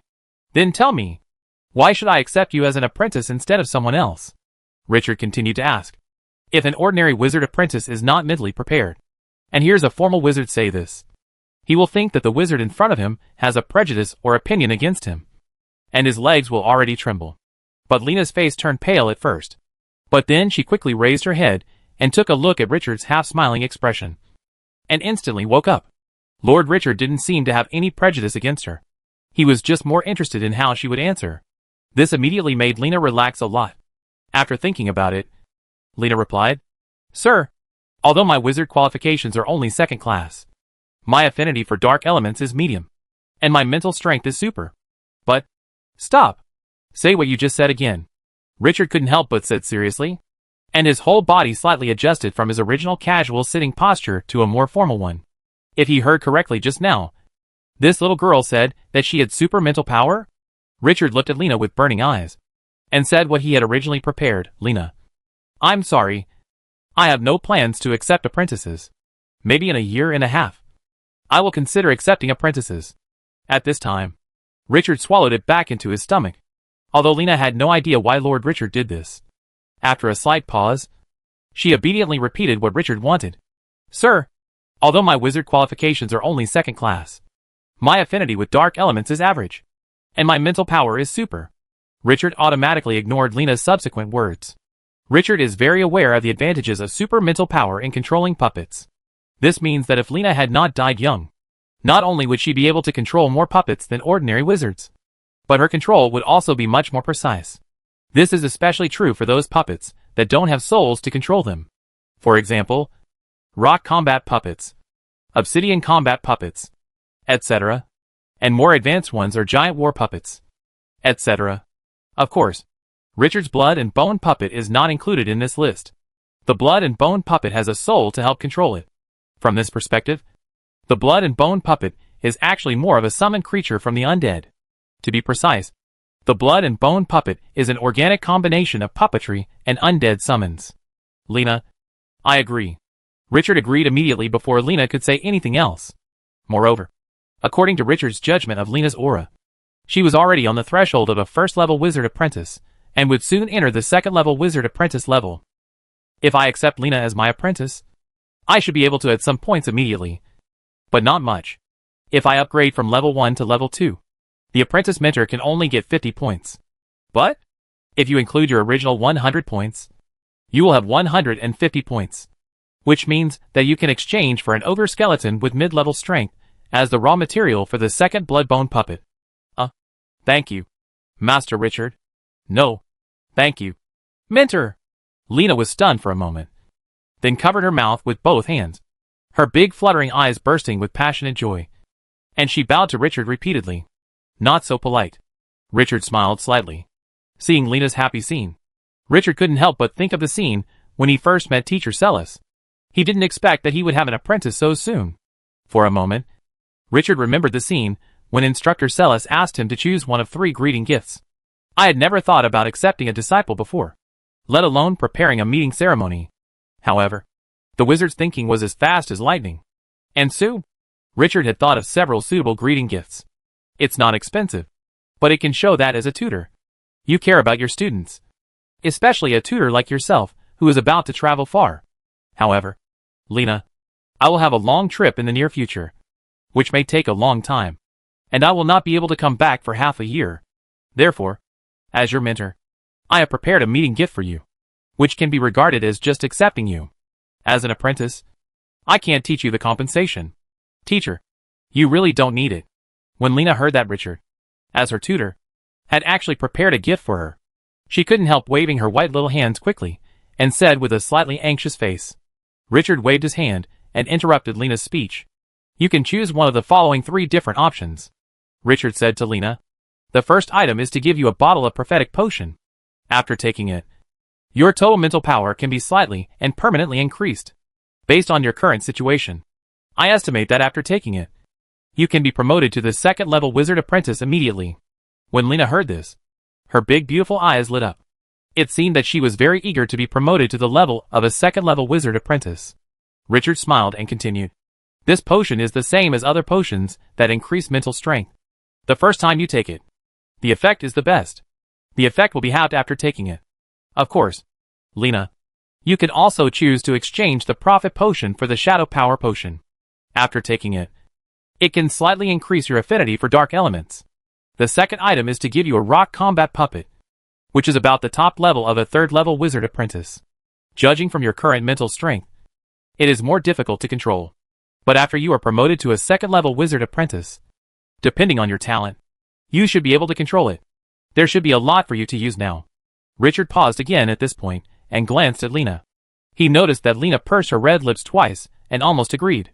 The desire in her eyes could be clearly seen by ordinary people. But Lena seemed to hold back and did not choose this option immediately. The last item is a mid-level witchcraft item. A black jade ring. If the holder uses the 0-level witchcraft dark element shield, the witchcraft power will be increased by 18%. At the same time, the item solidifies the 0-level witchcraft dark element shield, which needs to be recharged for 24 hours before it can be used again. Immediately, Richard briefly explained the relevant situation of this ring that had not been used for a long time. This immediately made Lena's eyes widen again. Unexpectedly, the instructor's last choice was actually a defensive witchcraft item. This was a very valuable meeting gift. Her brain now felt like it was hit by a pie in the sky. Buzzing. All of a sudden, I couldn't concentrate on thinking about which one I should choose. Oh my god. Originally, I thought that a genius like Mr. Richard must be very cold and difficult to get in touch with. I came here just with the attitude of giving it a try. I didn't expect Lord Richard to actually agree. I became his chief apprentice. And there were actually 3 greeting gifts to choose from. It's so happy that it comes so fast and suddenly. How should I choose among these 3 items? Lena couldn't help but murmured. On the other hand, Richard had a smile on his face, observing his chief apprentice leisurely to see what she would choose. Of course, Richard did not offer the Rodriguez meditation method for the other party to choose. Firstly, because the relationship between the two has not reached this stage. And secondly, because of his relationship with the other party. And also because of the situation between himself and Teacher Celis at that time. There is a difference. Therefore, we cannot generalize. Teacher Richard, can I choose the second option? Lena finally said weakly after thinking for a moment. Why did you choose the second option?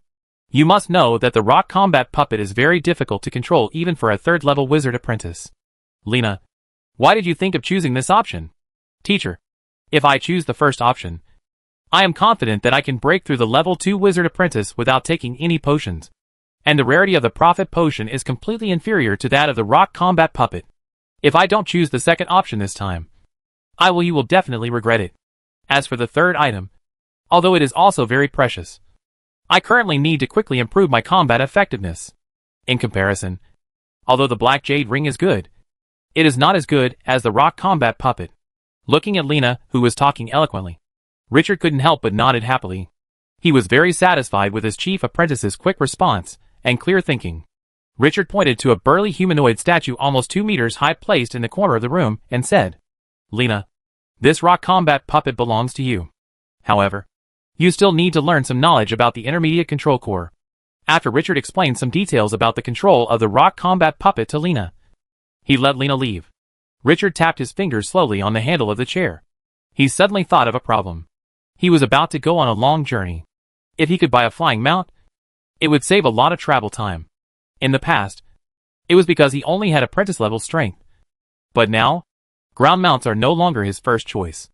After thinking for a moment, Richard decided to go to the supply point and issue a mission to purchase a flying mount.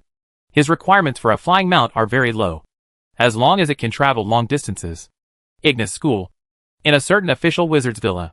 Father, are we just going to let Robert's death go like this? A middle-aged man with a sinister face bowed slightly and said to the gray-haired old man sitting on a red leather sofa in front of him. The middle-aged man's name is Raymond Soto. And Robert Soto is one of his most talented children. Although he is only the son of himself and a maid, he has become quite popular since discovering Robert's wizarding qualifications. Be favored by him. Robert Soto was an acquaintance from North Ring whom he invited to study at North Ring. It can be said that Robert Raymond has high hopes. But I didn't expect this to happen. As a master of potions, Celes still needs to give him face. Moreover, I also heard that the great wizard Graf seems to be very optimistic about the boy named Richard. The gray-haired old man has a very gentlemanly temperament, and the aura on his body is astonishing. Even compared to the great wizard Graf, it seems to be only a hair away. The old man paused and continued. In this case, killing that little guy will not do any good to the family except making Celes hostile to us, and making the great wizard Graf have opinions about us. Raymond, if one day you inherit my position, you must learn to put aside your personal emotions and consider issues from the perspective of family interests. The old man said in a deep voice. Understood, Father. Raymond lowered his head respectfully, but the cold glint in his eyes on his gloomy face seemed to reveal that he would not just give up. Ring of Noth. Gildas' residence was still filled with the smell of various healing potions. The Soto family are a bunch of cowards. They actually compromised so quickly. Gildarts muttered to himself after taking a look at the contents of the communication mark. His face, which was originally pale, actually had a trace of flushing at this moment. But it was obvious that this was not a sign of his recovery, but rather a moment of anger after hearing the news from the Soto family. No, this matter won't end like this. Just wait and see. Boy, let's see who will have the last laugh. In the study of an ancient castle on a mountain top in the Green Kingdom, a white hand was shaking a red wine glass. There was a sound of flapping bird wings. A bird of prey as big as an owl, with a pair of striking red-blood swallows, suddenly landed on the study window. Hey! It's actually a blood falcon. A clear voice sounded, and it turned out that the owner of the white palm was a woman. She just stretched out her hand gently, and the blood falcon seemed to be attracted and flew quickly to her hand as if it had fallen into a trap. Unexpectedly, it was Gildas' mission requesting to kill a new wizard from the Ignis school. His name is Richard. His strength is at the level of elementary level. What's the reward amount? It's actually 10 high-level magic stones. It is suspected that the other party has recently outsigns. I didn't expect it to be such a big deal. There's such a high reward for killing a new wizard. I'm sure the assassins in the organization will be very happy. Maybe it will even attract the attention of second and third level assassins. The woman's name is Julius Vance. As the person in charge of the Hand of Death, a killer organization covering the entire continent of Essos. She is not only unpredictable in her own strength, but she is also the information intersection point of the Hand of Death in this region. After ringing a small bell on the table, a mysterious man in black robes slowly appeared from the darkness on the side and bowed slightly to the woman. I saw the woman's red lips slightly parted. Issuing a mission. Mission target, Richard Clavier, a new wizard of the Ignis school. Mission requirement, kill him within 1 month. Mission reward, 9 high-level magic stones. The missing piece is the commission from the Hand of Death mission, which is similar to the assassin's agency fee. Yes, sir, the mysterious man in black robe replied hoarsely, and then slowly disappeared into the shadows again. Chapter 244 Flying Mount. The supply point of the Ignis school is not only a place where the official wizards of the school receive monthly supplies and exchange them, but also has other uses. For example, when posting tasks, if they are tasks at the ordinary apprentice level, these tasks will be immediately transferred to the task hall dedicated to apprentices. At the same time, wizards can also issue tasks for the official wizard level at the material points. Task types can be trading, purchasing, or exploring ruins, etc. The information that Richard posted at the school supply point 2 days ago to purchase any flying mount was quickly learned by Raymond Soto. At the same time, Raymond also passed the news to Gildarts as soon as possible. Eventually, the news that Richard might go out was passed on to the killer organization, the Hand of Death.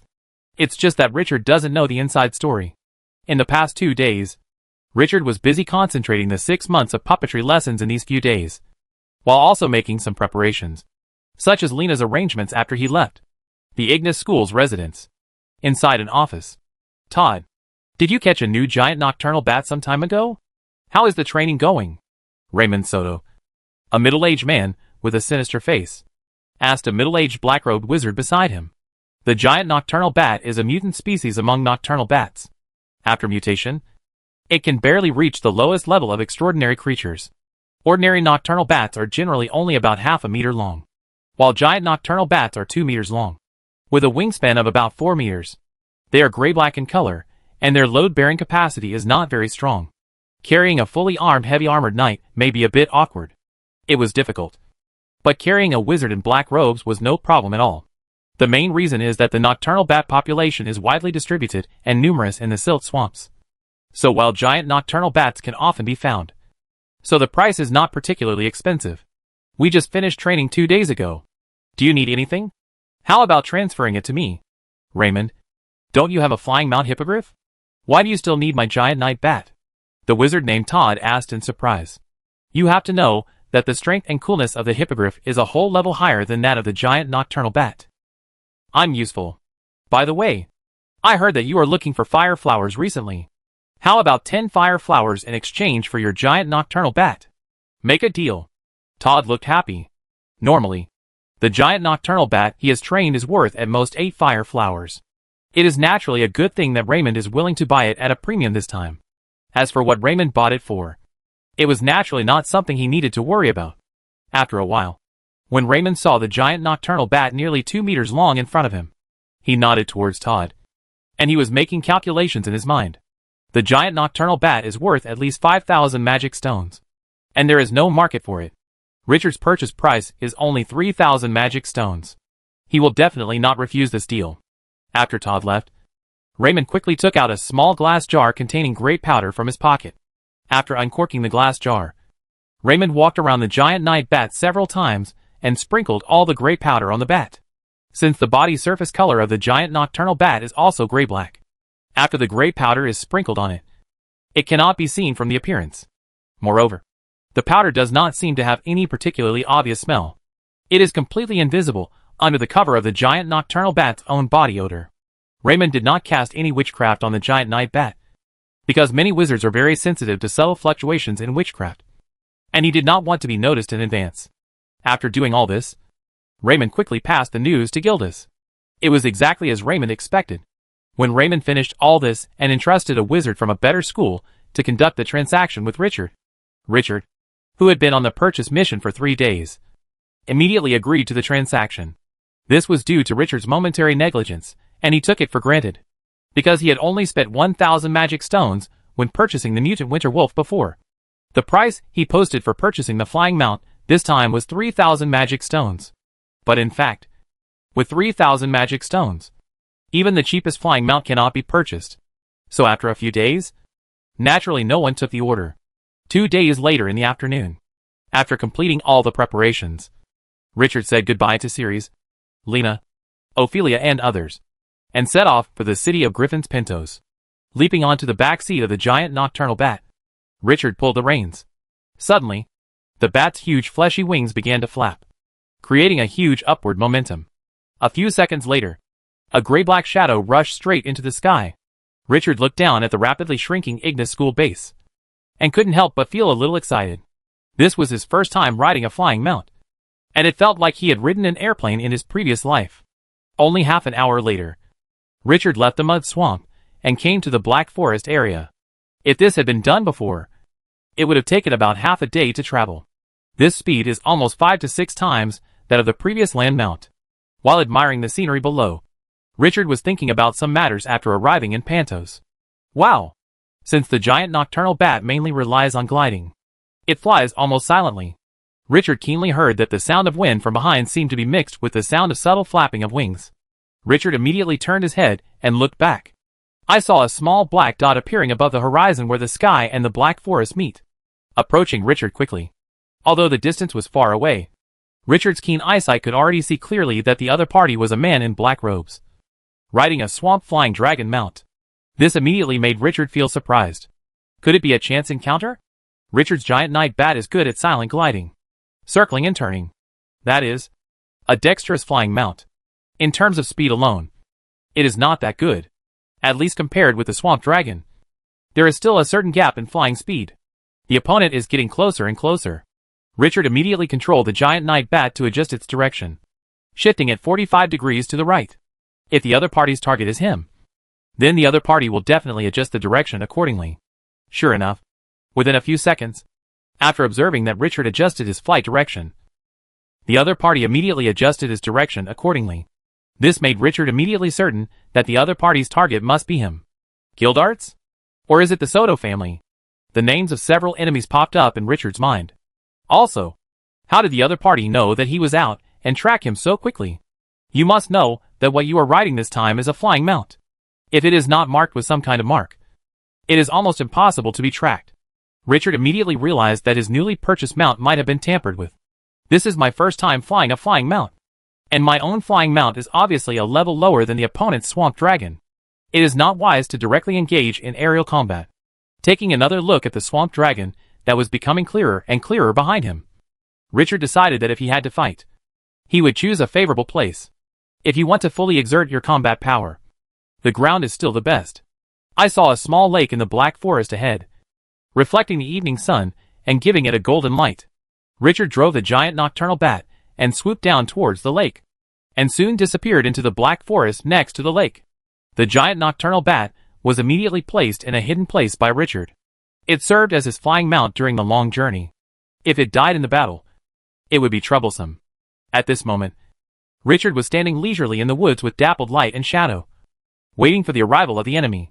Suddenly, he looked up at the sky above the forest. The sky above him suddenly darkened. A swamp dragon with a wingspan of nearly 10 meters appeared above him. Suddenly, the airflow surged. Due to the tall trees and lush leaves in the forest, it was transmitted to Richard's side, which was just a breeze blowing on his face. Hey, he actually stopped running. A hoarse male voice sounded from the flying dragon mount. Since Richard was still under the effect of the fluctuation-suppressing potion at this time, in the eyes of the man in black robe, Richard was just a weakling who had just been promoted to an official wizard. The fluctuations emanating from the body are completely consistent with the level of a first level wizard mentioned in the mission information. Therefore, he felt that Richard's behavior of standing in the woods, waiting for him to come to his door, was undoubtedly an act of suicide. I saw a man in black robe jumping down more than 20 meters from the swamp flying dragon. He was agile and landed silently from the hem of the other party's black robe that fluttered when he jumped down. Richard discovered that under the black robe was a set of tight black leather armor. This kind of outfit, with a black robe on the outside and leather armor on the inside, does not look like a wizard in the general sense, but more like an assassin. It's a pity that the genius of the Ignis school will die today. The man in black robe glanced at Richard and muttered to himself, his words full of absolute confidence in himself. It seemed that in his eyes, Richard was already a dead man. Who sent you? Although he knew the other party would not answer, Richard still asked. He heard clearly what the other party said to himself just now. This shows that the other party must have been commissioned by someone or an organization to kill him. However, as Richard expected, the man in black robe completely ignored Richard's question and launched an attack directly. A black smoke suddenly appeared around the man in black robe and became more and more intense. The next second, it condensed into a huge black skull in midair and quickly attacked Richard, who was not far away. The green inverted pentagram formation under Richard's feet flashed, and a 3-meter-tall, newly made blood-bone puppet appeared in front of him. It just so happened that Richard also wanted to take this opportunity to test the combat effectiveness of the new puppet. As soon as the blood and bone puppet appeared, it rushed towards the black skull, seemingly seeing Richard actually using the physical attack of the undead summons to resist his black mist skull. The man in black robe couldn't help but sneer. Sure enough, when the black skull encountered the blood-bone puppet, it dissipated again and turned directly into several strands of black mist. After passing through the blood-bone puppet, it gathered into a black skull again and continued to kill Richard. Psychic shock, Richard thought silently in his heart. In an instant, a transparent energy wave shot from in front of Richard towards the black skull. Boom! The black skull seemed to let out a scream, and then died along with the transparent energy wave. Hey! He actually blocked it. The man in black robe seemed to find it a bit unbelievable that none of his witchcraft was successful. Finally, he began to look at Richard seriously. What? He's actually a first-level high-level wizard. Due to Richard's witchcraft, the effect of the fluctuation-suppressing potion he had taken before naturally dissipated, and the first-level high-level aura appeared unabashedly in front of the man in black robe. The man in black robe immediately looked horrified. Charge. Cast Bone Blade Storm. Richard gave the order to the blood-bone puppet. Swish. The sharp bone blades on the elbows knees, and other joints of the blood-bone puppet quickly ejected like spring knives. The blood-bone puppet stretched out its arms and pushed the bone blade to the outermost side. Its entire body was like a top, spinning rapidly, forming a storm of bone blades and killing the man in black robes directly.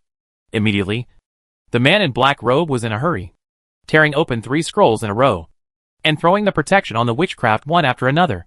At the same time, he quickly pulled out 2 black corrugated daggers from his waist and started fighting with the blood and bone puppet. Ding ding ding ding ding ding. Sparks flying. Although the man in black robe waved his double daggers to resist, the colorful protective witchcraft on his body was still quickly defeated one by one in the face of the bone blade storm of the blood and bone puppet. Moreover, the black robe on his body was quickly torn apart. The broken black robe was like flying butterflies, flying all over the sky. Soon the black robe was completely broken, revealing the dark tight leather armor on his body. Impossible. Absolutely impossible. How could the strength of your summons be so strong?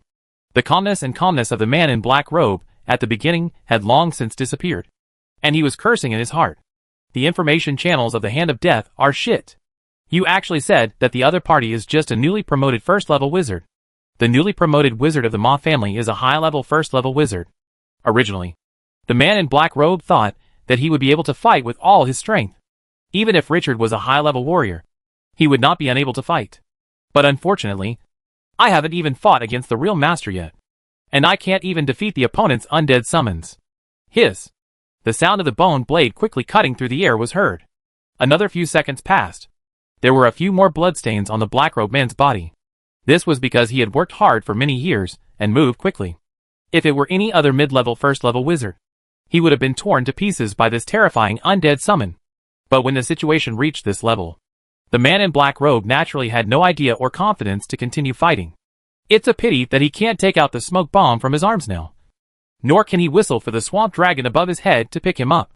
Because at this moment, if he was distracted for a moment, he would end up losing his life. But if he doesn't take action, he will run out of energy and die accidentally. The face of the man in black robe was twisted, as if he was making some kind of determination. The next second, the black corrugated double daggers in his hands collided heavily with the bone blades of the blood and bone puppet. The force of the impact flew back several steps, giving him a slight opening. But this time, for blood holes suddenly appeared on his body, which were caused by the bone blades at other joints of the blood bone puppet. At this moment, blood was flowing out. Call out. I saw him put the back of the little finger of his right hand upwards, put it into his mouth, and blew quickly. A sharp whistle sounded. Richard noticed that the huge black shadow above began to move and quickly swooped down towards the position of the man in black robe. Obviously, the opponent's whistle caused the swamp flying dragon in midair to quickly fly to respond.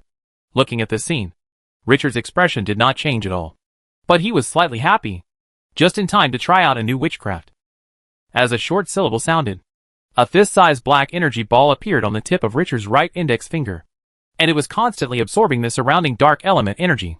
The swamp flying dragon leaned down at this moment and passed by the man in black robe. The man in black robe quickly jumped up and jumped onto the soft cushion on the flying dragon's back. This made him look relaxed.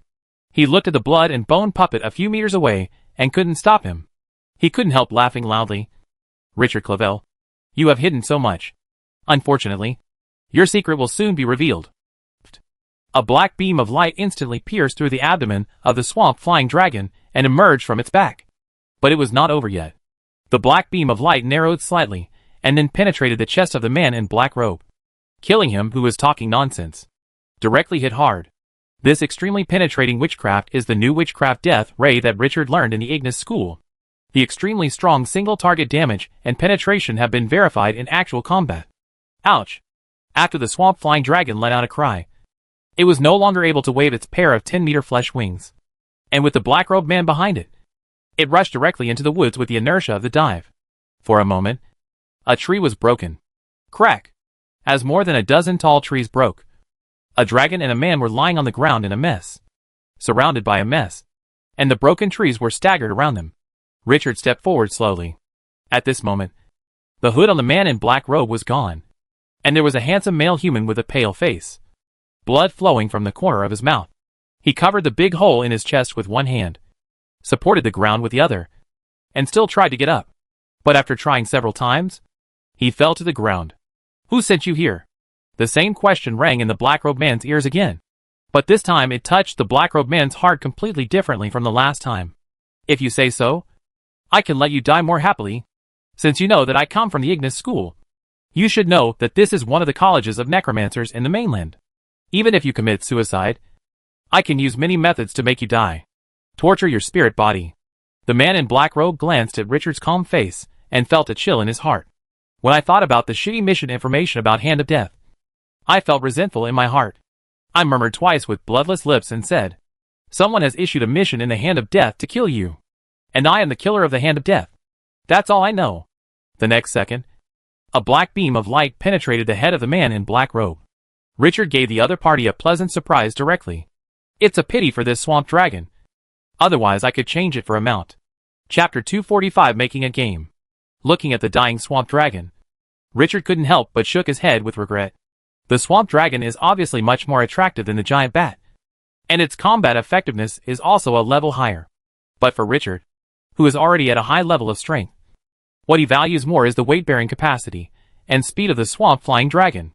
After all, the weight-bearing capacity of the giant night bat is currently just right. If there was one more person, like Stefana, or if there was more luggage, the giant nocturnal bat would be overwhelmed. Richard walked up to the man in black robe, used the mimetic metal to transform into a long sword, and turned it over the corpse. Soon, he found a bunch of metal balls, a palm-sized emblem, a high-level magic stone, more than 10 intermediate magic stones, and bottles of potions in the opponent's waist bag. With Richard's potion master's eyesight, he could easily see that these bottles of potions were emergency potions, such as mental recovery potions, thick fog potions, and various poisons. To him, it's better than nothing. However, Richard soon discovered that the metal ball was actually a mimetic metal. In terms of weight, it also reached 800 or 900 grams. As Richard injected his mental power, the metal ball instantly transformed into a sharp dagger. For things like mimetic metal, if the first form is set in the metal core in advance, it can quickly change once the mental power is input. Of course, if you want to change into other forms, of course you can. You can change it at will with the input of mental power. But the speed of this change is not as fast as the first form set in advance. At the same time, the mental power consumed will also be greatly increased. However, the dagger form is obviously of no use to Richard. Richard played with it for a while, and quickly decided to take the time to break its core later, and reintegrate the mimetic metal into his original mimetic wristband. As the amount of mimic metal increases, Richard will be able to transform into more weapons, such as two-handed swords, tower shields, and other huge weapons or shields. Looking at the pale silver metal emblem on his hand, which had a giant black hand engraved on it, Richard was silent. Of course he knew what this symbol meant. This was a relatively well-known assassin organization in Bae's continent. It seems that someone commissioned an assassin from the Hand of Death to kill me. When Richard came to the giant night bat again, he hesitated for a while. I must have been tampered with somewhere. Apart from the classroom and the alchemy room, I have almost never been to other places recently. Then, the most likely thing is this newly purchased giant nocturnal bat. Thinking of this, Richard's eyes fell on the giant night-flying bat on the side. However, if I give up directly, my plan to quickly reach Pantos, the capital of the Kingdom of Heron, will be ruined. Richard pondered for a moment. Since the other party has tracked my flying mount, I can try to lure the other party out. If the other party is always planning in the dark, then for the sake of safety, I have no choice but to give up this flying mount. After making up his mind, Richard returned to the battlefield and stacked the bodies of the flying dragon and the black-robed man together. Then, Richard pulled out a glass bottle filled with light yellow liquid from his arms and poured it on the corpse. The smell of kerosene immediately spread everywhere. As Richard flicked a spark from his finger, the pile of corpses burst into flames in an instant. After doing all this, Richard stepped into the woods again and hid his entire body. He planned to wait for 2 hours to see if the mastermind would show up. If the other party doesn't show up, then he has no choice but to go to the Black Forest Wizard Market ahead, sell the giant night bat, and buy a land mount at the same time. He has been to the Black Forest Wizard Market before. Most of the things there are useful for wizard apprentices. The mounts are all land mounts, and there are no flying mounts for sale, because Raymond did something to the giant night bat. Therefore, as soon as Richard left the Ignis School's residence, he knew it. In order to avoid being discovered by Richard, Raymond rode the hippogriff and hung far behind. The distance was so far that it could be called beyond visual range tracking. In other words, within Raymond's field of vision, he couldn't see Richard at all. Naturally, Richard didn't know that there was someone hanging far behind him. At this moment, Raymond was controlling the distance with a small gray rat-shaped animal the size of a fist in his hand. At this moment, the gray mouse is holding a walnut-sized nut and chewing it happily. The closer it is to the target, the more excited the gray mouse becomes, and the faster it chews. The farther it is, the more excited it becomes, and the slower it chews. But, when he tracked to the Black Forest, he suddenly saw a huge swamp dragon rising from the woods in the distance. He immediately realized that this must be Gildarts's backup plan, and his previous series of operations were just for this moment. This couldn't help but make Raymond a little excited. As for what the patriarch said, he naturally kept it in mind. So he came up with this workaround. He doesn't take action himself, nor does he ask others to take action, but he will leak Richard's whereabouts to Gildas. What will happen to Gildas? That's not something he can control. A few days ago, when he thought of this method, he was quite proud of it. Not only does he avoid going against his family's wishes, but he can also borrow a knife to kill people and borrow Gildas's hand to avenge the loss of his son. Kill two birds with one stone. Pity. In order to avoid exposure, he could not step forward to watch the battle. TSK. I really want to see how this kid Richard died. Not long after, Raymond sensed the strong elemental energy fluctuations erupting in front of him from a distance. It seems like we should have a fight. Raymond was delighted. So, he immediately pulled the reins, causing the hippogriff to stop and stop quietly in midair. Less than a minute passed, and with a beast's roar, the energy fluctuations quickly stopped. Raymond couldn't help but shook his head and murmured, "It's so easy to fight. But this is normal. How much combat power can a little guy who has just been promoted have?" After a while, Raymond felt that the time was almost up. And then he began to control the hippogriff and slowly flew towards the place where the energy wave had just erupted. This time, he didn't look at the tracking rat again, but collected it and put it into a leather bag. Because since Richard is dead, there is a high probability that the giant night bat will also be killed and his corpse will be destroyed. Tracking is no longer necessary. Richard is a new wizard and teacher of the Ignis school. After death, his body will inevitably be destroyed. By then, even if the Ignis school conducts an investigation, it will not be able to find any useful clues. But, if Raymond had been more careful and not put away the tracking rat so early, he would have noticed that the little thing was eating nuts faster and faster. In this state, he was obviously becoming more and more excited. The hippogriff was moving very fast, and after a while, he saw at the end of his sight a glimmer of fire in the dark forest in the distance. Raymond immediately looked happy. This direction and approximate location were consistent with the location of the energy fluctuations he sensed. Obviously, in Raymond's opinion, the fire must be the result of people from Gilda's side destroying the body after finishing the work. The cautious Raymond immediately stopped the hippogriff. After thinking for a moment, he just waited for a few minutes to confirm that there was no more movement before flying towards the fire. After a while, Raymond arrived above the fire. However, Raymond could not see clearly due to the dense trees and the stench and black smoke produced by the burning corpse. The burning smell of this giant nocturnal bat is really strong. Raymond covered his nose and said, "But now that I'm here, I have to go down and take a look." After the hippogriff hovered for a while, it was ready to land. However, when Raymond descended to a few meters above the ground and saw the burning objects through the blazing fire, his pupils shrank immediately. No! This is not the body of a giant nocturnal bat at all. This corpse is much bigger. At this moment, when Raymond was stunned, a black beam of light the size of a thumb suddenly erupted from somewhere in the forest, hitting his chest and heart. Raymond immediately felt alarm bells ringing in his heart. At this critical moment, the necklace on his chest suddenly burst out with a black light film, covering his whole body. But Raymond still felt unsafe and tried his best to avoid it. However, the black beam attack came in an instant, and he only had time to step aside to avoid it. The light film was really like a bubble in front of the black beam, and it actually burst with one strike. After piercing the film, the black beam further penetrated Raymond's right arm, and blood spattered everywhere. This was the result of his timely avoidance.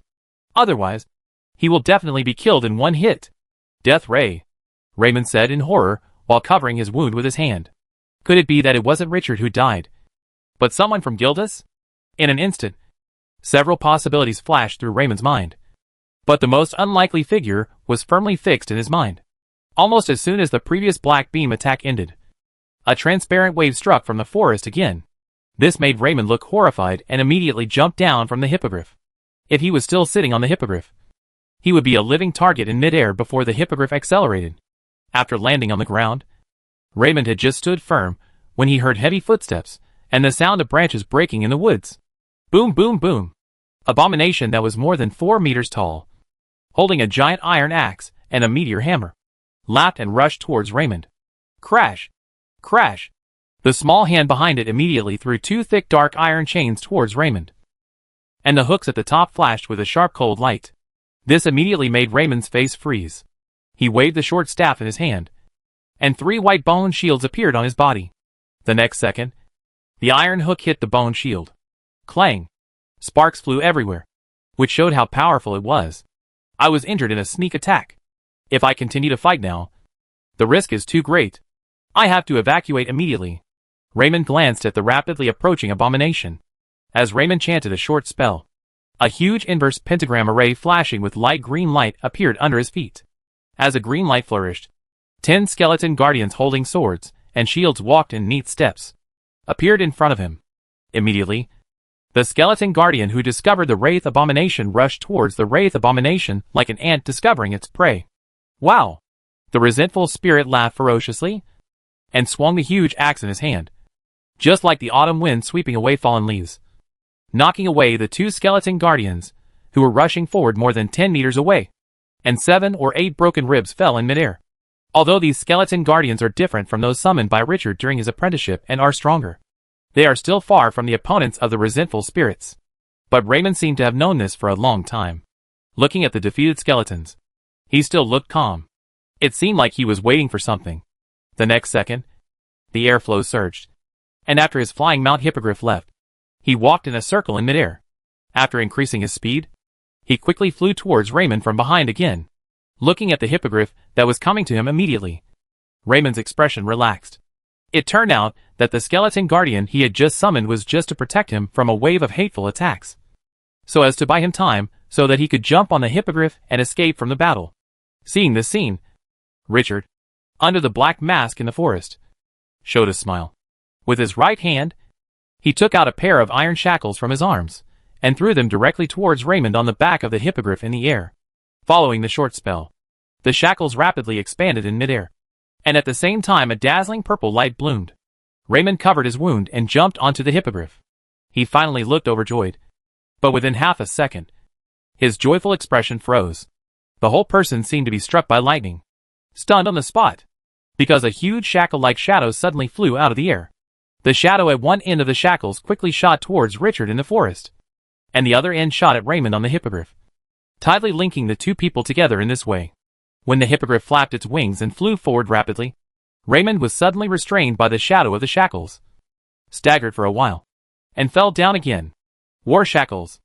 Raymond, who was well informed, immediately identified what the shadow that restricted his movement was. But it was after he identified it that his heart began to sink. At this time, a 3-meter-tall, weird-looking skeletal creature rushed out of the woods and rushed towards him at extremely fast speeds. Almost at the same time, there was the sound of violent surging water behind him. Raymond took a quick look out of the corner of his eye and couldn't help but change his expression. I saw the tall abomination spitting out a large amount of light blue liquid from its mouth at this moment. The surrounding vegetation was quickly withered, and his skeleton guardians could not withstand this poisonous and highly corrosive liquid. Sexual liquid.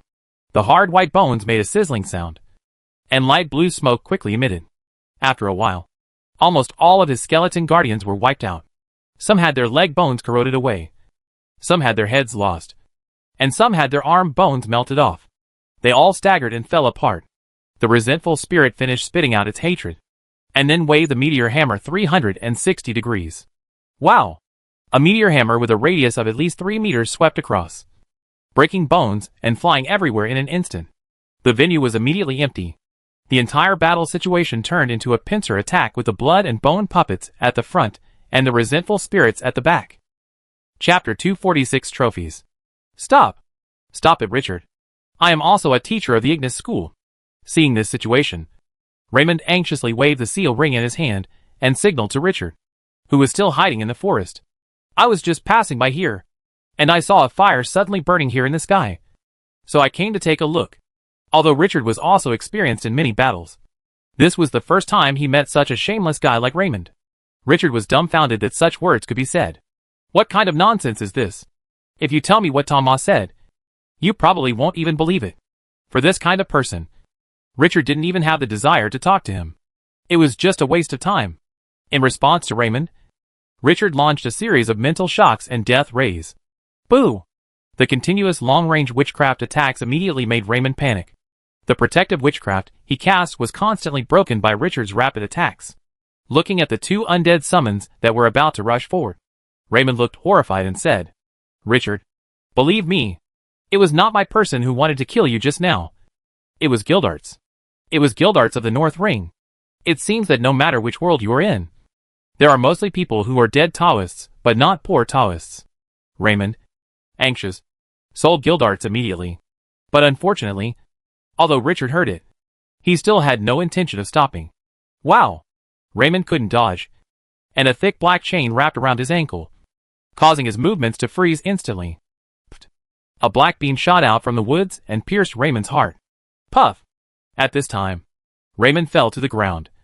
His eyes had lost focus, but his mouth was still murmuring. It's really not the assassin I contacted. Seeing that the opponent had been killed by him, Richard slowly walked out of the forest, arriving in front of the dead Raymond. Richard began to search through the pages. There's no tracking mark or anything like that. That's right. The other party is already a first-level high-level wizard, so there's no point in setting a tracking mark. When he was on the surface before, most of the second and third level wizard apprentices that Richard killed seemed to be seed players who could be promoted to wizards. So they were tracked by major forces, families, or mentors. But when the objects he killed reached the level of a first level high level wizard, they no longer had tracking marks. It seems to be because at this level, if someone still kills someone, even the family or academy behind it will find it difficult to take revenge. At the same time, formal wizards generally have ways to eliminate tracking marks. This actually saved Richard a lot of trouble. Richard dug out an ancient parchment roll, several bottles of potions, a bag of magic stones, a letter, and a palm-sized bone sign from the opponent's pocket. Richard first opened the bag of magic stones and saw that there were 10 high-level magic stones, more than 30 intermediate magic stones, and hundreds of ordinary magic stones. Hey! There are so many magic stones.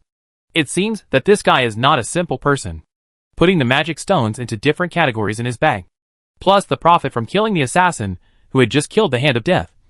Richard's harvest from this trip alone was quite large from the magic stones. After sorting out the magic stone, Richard picked up the letter. The letter had been opened.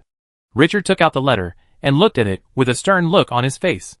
This letter was written by his old acquaintance Gildas to a man named Raymond Soto. Obviously, the corpse under his feet is most likely Raymond Soto.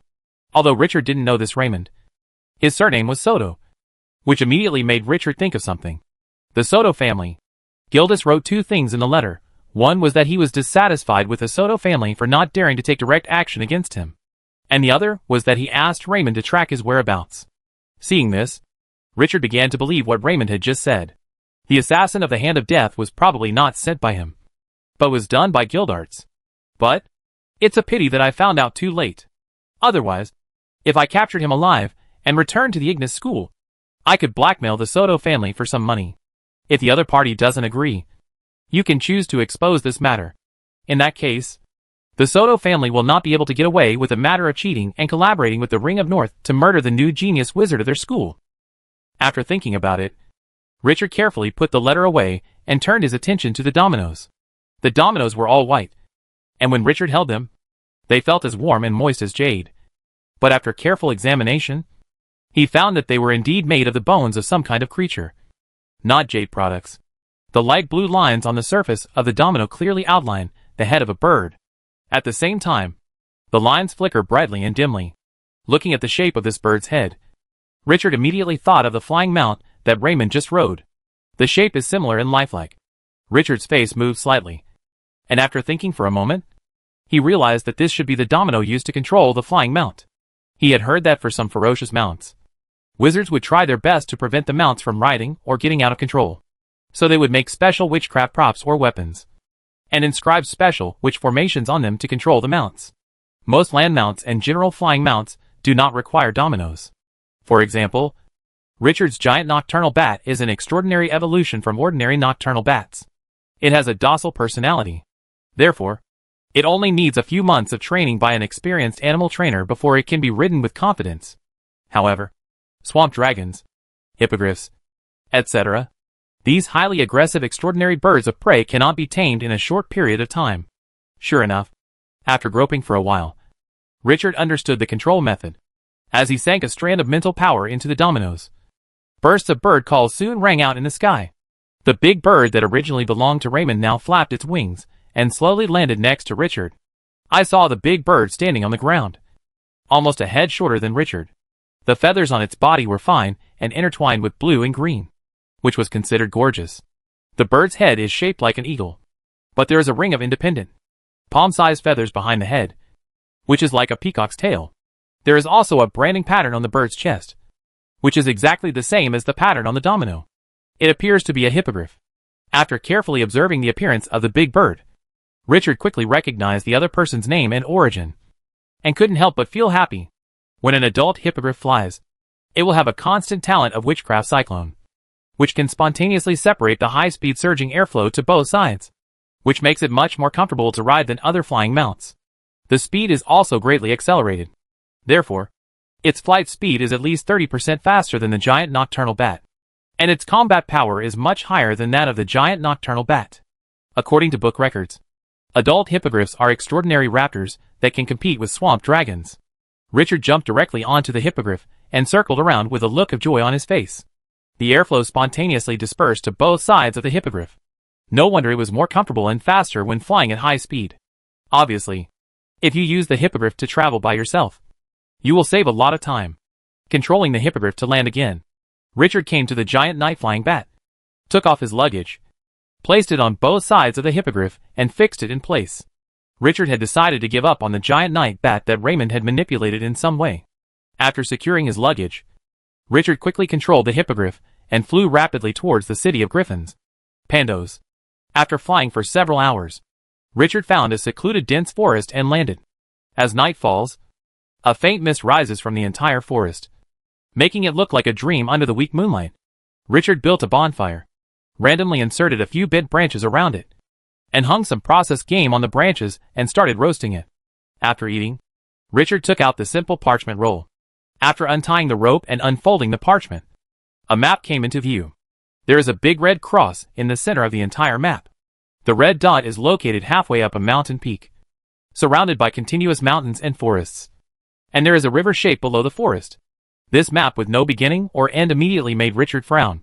There are not 100 places with this kind of terrain in Bisos continent, but there are 50 places. And what the red cross means is completely unknown. Raymond was so attached to this map and carried it with him. Obviously, the location marked by the red dots and crosses on the map must have some important meaning to him. Could it be a family treasure? No, it shouldn't be. After thinking for a moment, Richard suddenly had an idea flash in his mind. He remembered one thing. According to records, ancient wizards seem to like to play some tricks to keep the maps confidential. Could it be that this map is too? So, Richard tried rolling up this ancient sheepskin one by one using smoke, fire, moonlight, developing chemicals and other methods. After using the developing agent, Richard discovered that a few small words suddenly appeared on one side of the forest. Upon closer inspection, he saw that they were the small words Iris Forest written in the Hut language. Next to the red cross, there are a few small words Place of Eternal Life for the Dead also marked in the Hit language. Could it be that this is the Ivos Forest at the junction of the Vitral Continental Business Alliance and the Death Prairie? This immediately shocked Richard. And this 6-character place where the dead live forever? Such familiar words. Immediately, Richard walked quickly to the hippogriff, took off his luggage, and started rummaging through it. Soon, Richard found another parchment scroll that he had obtained long ago. Richard quickly opened the parchment and saw that in the center of the parchment, there was a drawing of a continuous high mountain range. There was an image of white snow on the top of the mountain range. On one side of the mountain range, The Bering Mountains were marked in Hittite language. For big characters. In the southwest of the Bering Mountains, on a mountain peak close to the core area, there is a large cross. Next to the cross, there are also several small words in the Hittite language, place of eternal life for the dead. Although they are both written in the Hittite language, the size of the text will be slightly different if written by different people. But Richard compared it carefully, especially since both maps have the words place of eternal life for the undead. This makes Richard's comparison very convenient and intuitive. After many comparisons, both the outlining habits and the size of the text are very similar, and it can basically be concluded that they were written by the same person. Add to that the two sensitive place names of Iverson Forest and Bering Mountains. Richard was almost certain that what was marked on it was the location of the ruins related to Rodriguez. At the same time, the newly obtained map can be regarded as proof that the previously obtained map of the Bering Mountains should be the ruins of Rodriguez. Richard couldn't help feeling excited. Mero knows how to get to Basilius Island in the summer sea, and she already has 2 maps of the Bering Mountains and the Ivos Forest. It seems that I have found all 3 areas in the clues collected by Teacher Celis last time. However, what Meluo said last time was very clear. The only captain who knows how to get to Basilius Island in the summer sea is currently detained by her uncle. It seems that she must go as soon as possible to avoid long nights and dreams. I have a horned eagle, which is better than Meluo's land mount. Even if I go to the imperial capital, I should be able to arrive at Crab Claw Peninsula very close to her. As for the imperial capital, Richard must go there, because apart from that person, Stefana has not had any news so far, which is also very abnormal. Stefana has renewed ambition? No. Even if she had ambitions and wanted to be free from her own constraints, she would not adopt this silent approach. He had a vague feeling that something might have happened to Stephanie. 3 days later, near Pentos, the city of griffins, Richard rode on the horned hippogriff and flew all the way. After a while, a majestic mountain appeared in his vision in the distance. The highest peak of the mountain range is a gray-white main peak, which rises straight into the sky like a sharp sword. As Richard flew closer and closer, he discovered that there were a large number of houses and buildings on the entire mountain. Starting from the foot of the mountain and going up, there are densely packed bungalows. But as the terrain gets higher and higher, the style of the houses becomes more and more beautiful. But the overall color has not changed, and most of the buildings are gray and white.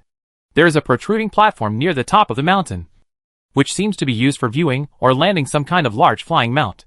There are several large spire-shaped palaces on the left and right sides of the platform, and at the rear. Richard could see from a distance a few small black spots flying above the palace. Presumably that's the characteristic griffin of the city of griffins. Right? If I fly there directly, although I will get a warm reception, it will be too high profile, and will not be conducive to my investigation of Stefana's situation. After thinking for a while, Richard decided to find a place to land first, and then walked into Pando's to inquire about the situation. Because just now, Richard tried to contact Stefana through the communication mark on her chest, but there was still no news. This was obviously something wrong. Chapter 247 Bustling Market. Richard lowered his flying altitude on a hillside far away from Pinto City, and landed slowly. After taking the 2 most important parchments and magic stones, he planned to let the hippogriff find it on its own. Gone to eat. With the dominoes in his hand, Richard can contact the hippogriff at any time, and is not worried that the hippogriff will never come back. After thinking for a while, Richard put away the school's standard wizard robe, put on a black wizard robe without any markings, and walked directly towards the city gate.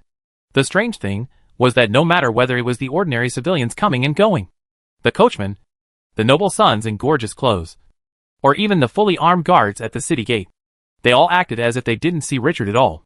Richard calmly walked into Pantos, the most prosperous city in the Heron Kingdom.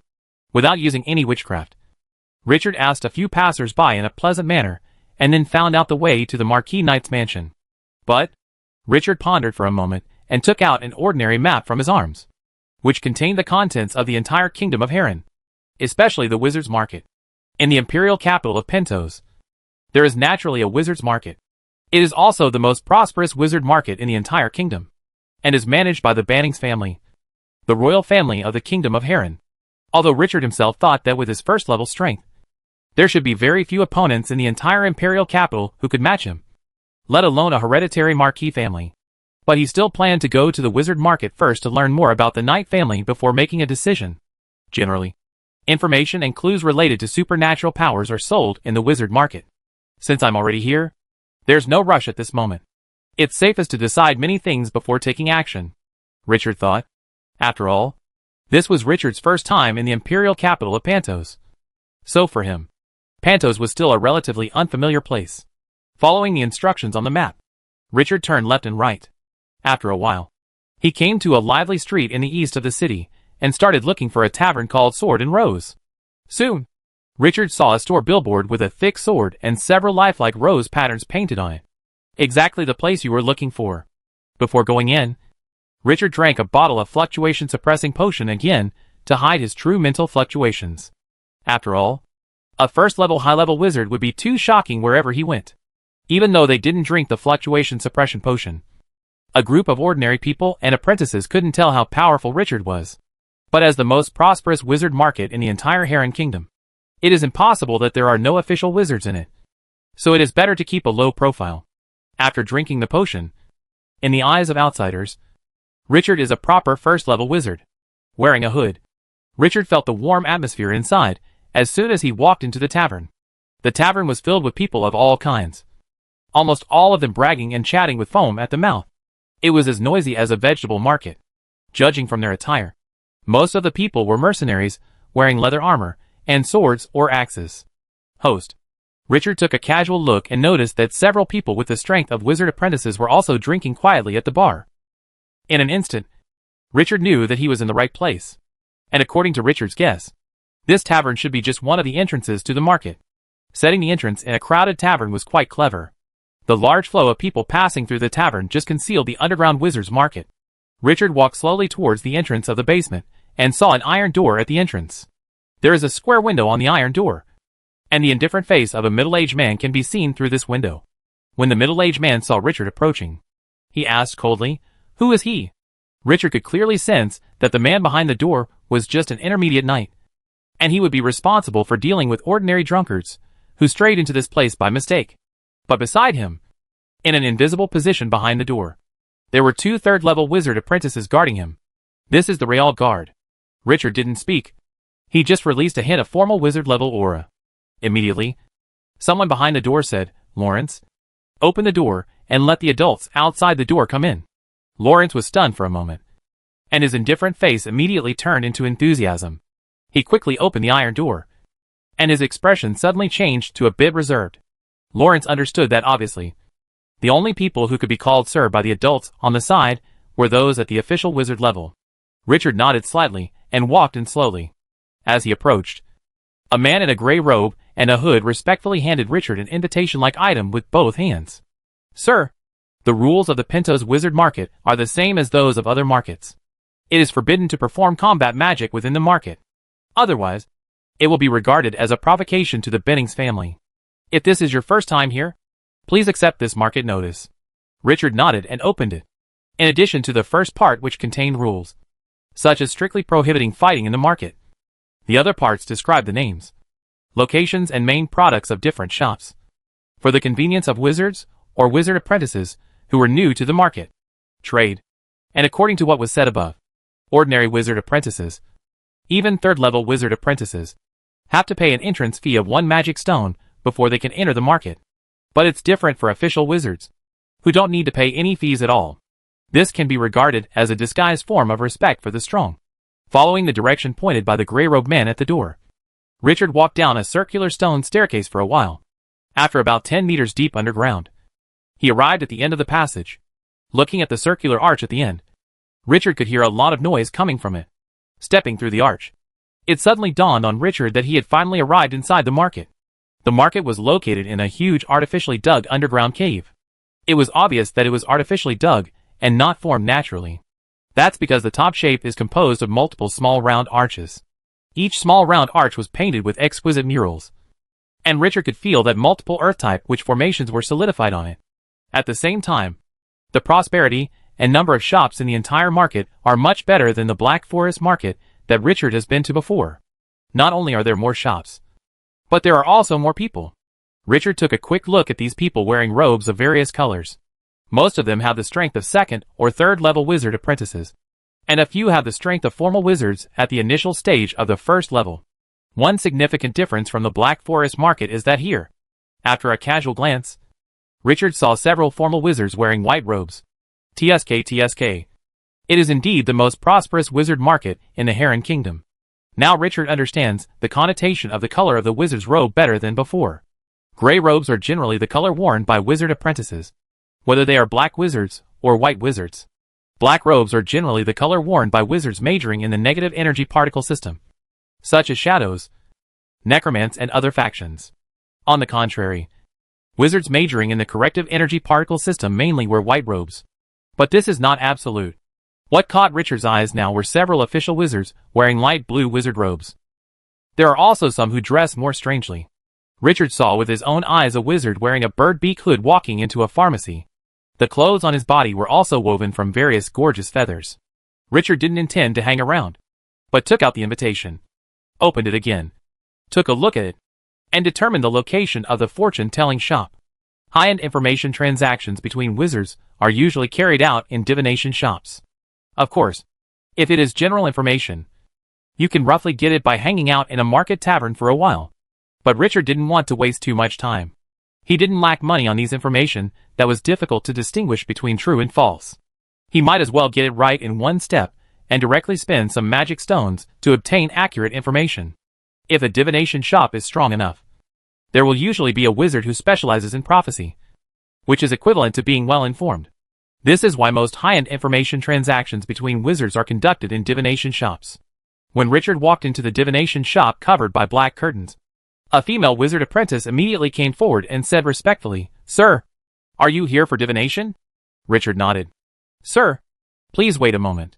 There is a guest who is doing divination at Lord Yolingo's place. It should be over soon. Please sit here for a while."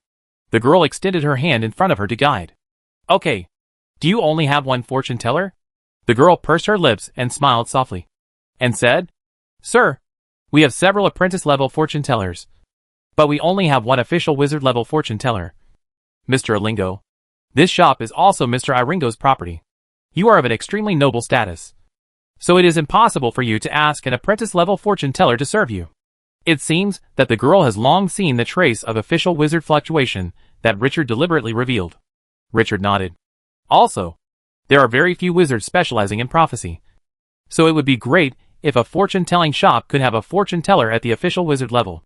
It is estimated that this is still taking advantage of the imperial capital. In a lounge, Richard drank honey water leisurely. After waiting for a few minutes, the girl came in again and said with a smile, Sir Iringo is waiting for you in the divination room." Richard followed the girl to the door of the divination room. "Sir, please come in." Entering the divination room, Richard found that the whole room was very dim, and the only light source came from a candle on the table in front of him. In the dim light of the candle, the slender silhouette of a veiled female wizard was outlined beside the table. The sorceress sat on the side of the table. Her eyes, with flowing water, illuminated by candles, seemed to be able to see through people's hearts. "Guest, please take a seat." The voice was slightly magnetic. "I want to buy some information about a certain wizard in the imperial capital." Richard said straight to the point. "Sure, but the price for official wizard news is not cheap." Richard nodded slightly and said, "I want to know about Stephanie Knight of the Knight Marquis family. Her current situation. The brief information costs 50 magic stones, and the detailed information requires 300 magic stones." The wizard gave Richard a meaningful look. Richard smiled when he heard that there was actually a simplified version and a detailed version. "It's interesting. You might as well take a look at the contents of the abbreviated version first." A simplified version. Richard handed the other party 50 magic stones and said. After the wizard took it, he immediately started writing on a parchment with a quill, and handed it to Richard a few seconds later. "I only saw one sentence above. Stephanie Knight suddenly returned to the Knight family half a month ago. She is suspected to have entered the official level of wizard. She should still be in the Marquis Knight's mansion, and has not been out." Richard was immediately dumbfounded. 50 magic stones in exchange for this? Isn't it too easy to earn magic stones? Seemingly embarrassed by Richard's blank stare, the wizard gave a difficult explanation. "If you want to know more detailed information, you have to pay extra. However, since the customer purchased the simplified version of the information, if you purchase the detailed version again, you can just pay the difference." Richard nodded, which was quite kind. Otherwise, he would have thought he was in a shady store. So, he handed the wizard 250 magic stones again. The wizard smiled with satisfaction. After putting away the magic stone, he quickly started writing on the parchment again. The parchment seems to have been specially treated. After writing on it, the notes will disappear automatically after a while, and can be used again and again. This time, the witch wrote a lot more, almost filling up half a page. Stepanna Knight is suspected of being imprisoned because she possesses a very high concentration of Spider-Woman blood. The Knight family elders council suggested that she contribute part of her blood essence to the family, thereby raising the level of several other third-level wizard apprentices in the family. The strength of the tribe. Stepanna agreed, only to be suddenly imprisoned. The truth of the matter seems to be that the mainstay of the Knight family, the first-level mid-level wizard Syatt Knight, is about to reach the end of his life. And it's also an excuse to let Stepanna contribute part of her blood essence to the tribe. It seems that Syatt Knight wants to extract all the Spider-Woman blood from Stepanna's descendant to extend her lifespan. The final preparations for the ceremony are still in progress. The news on this piece of paper made Richard frown and instantly became angry. Obviously, Stephanie was tricked by her elder, who lived several generations ago. Otherwise, with Stepanna's talent in witchcraft, it would be impossible to be imprisoned. Is the news true? The news has been confirmed by someone inside the Knight family. The witch said seriously. I'll buy another piece of information. The overall strength of the Knight family is related to its combat power. The simplified version is 100 magic stones, and the detailed version is 500 magic stones, the wizard said quickly. Richard immediately placed 5 intermediate magic stones on the table. The wizard's eyes lit up. After collecting the intermediate magic stone, he immediately rustled on the parchment and started writing again. When she handed the parchment to Richard, Richard looked at it carefully. Syatt Knight, a first-level wizard, whose talent is Spider Storm. The wizard-level combat abilities that have been won over include Edgar Burriggs, a first-level wizard with no talent for witchcraft, good at ground stabbing, and a wandering wizard. After reading this, Richard felt calmer. It was just a bunch of chickens and dogs. Moreover, since Stepanna's life was not in danger, she just wanted to inquire about another person. Let me ask one more person, Richard said slowly. I want detailed information on Daenerys Bennings. Chapter 248 Knight Family. 500 Magic Stones. The wizard took a deep look at Richard again. There was a feeling in his eyes that was difficult to describe, including worry, hesitation, and wanting to see through Richard's true purpose. So expensive? Richard couldn't help blurting out. Member of the royal family, you think it's too expensive, and I'm afraid of trouble, the wizard said angrily. Richard smiled, seeming to understand what was going on with the sorcerer's expression just now. It seems that she is also worried that she has taken Daenerys' information and used it to do something detrimental to the other party, or to the royal family of the Kingdom of Harren. Richard took out 5 intermediate magic stones, placed them on the table, and said with a smile, I'm actually her friend. The witch rolled her eyes at Richard without saying anything. She lowered her head, picked up the pen and began to write. She cursed in her heart. You can at least come up with a similar excuse if you want to lie to me. Do you think you are a child? Who would spend 500 magic stones to buy the information of their friends? Pa! After Richard took the parchment handed over by the wizard, he read it carefully. Daenerys Bannings, Genius Ice Wizard, 39 years old. She is in the middle of the first level of strength level. She is the youngest daughter of the previous king of the Harren Empire. She belongs to the Hydraxia Academy on the continent of Vitrol, and is gifted in the witchcraft freezer technique. She is good at the giant ice cone technique. It is suspected that he went to the Crab Claw Peninsula with 2 other wizards from Hydraxia Academy yesterday. But after Li Cha read the first sentence, he was stunned, as if he had been struck by lightning. 39 years old. Isn't this information a little too detailed? Richard couldn't help but murmur to himself. But it's okay. The age gap is not that big. According to the previous life, it was the kind of situation where men would hold many gold bricks. This was the first time he learned Daenerys' detailed background. The sorcerer's small ears were very sensitive. When she moved slightly, she seemed to have heard what Richard said, and she was speechless. There are still people who dislike the fact that the information is too detailed. Princess of Harren Kingdom, Genius Wizard of Hydraxia Academy. Richard touched his nose and shook his head. In comparison, the gap between my own origin and the other person's is too big. Fortunately, my strength has improved now. Otherwise, hey, Daenerys is not in the Imperial capital, but heading to the Crab Claw Peninsula? Richard looked up and asked after seeing the last sentence.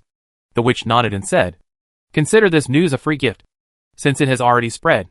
The thing is, an ancient relic was discovered on a small island not far from the Crab Claw Peninsula.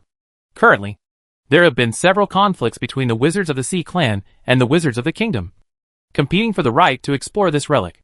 According to the information we have received so far, Your Excellency Daenerys should have gone to deal with this matter, because, if this matter is not resolved, the shipping on the Crab Claw Peninsula will be greatly affected. At first, some merchant ships on the sea were directly destroyed by the High Clan. Some time ago, I heard that all shipping routes were almost cut off, which made the kingdom's rich businessmen and nobles can no longer sit still. If all routes are stopped, then the route from Crab Claw Peninsula to Vitriol Continent is also stopped." Richard couldn't help but confirm again.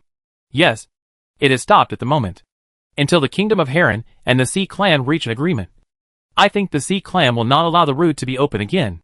The witch nodded affirmatively and agreed. After hearing this news, Richard felt a little annoyed with the sea people. "You said you're fighting for the ruins? But you're going to fight for the ruins. But if you attack a merchant ship, your tactics are too despicable." Richard thought to himself.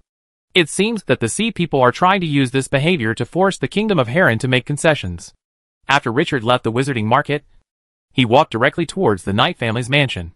Since the city of Pentos was built on a mountain, the higher the status of the family, the closer to the top of the mountain and closer to the king's palace.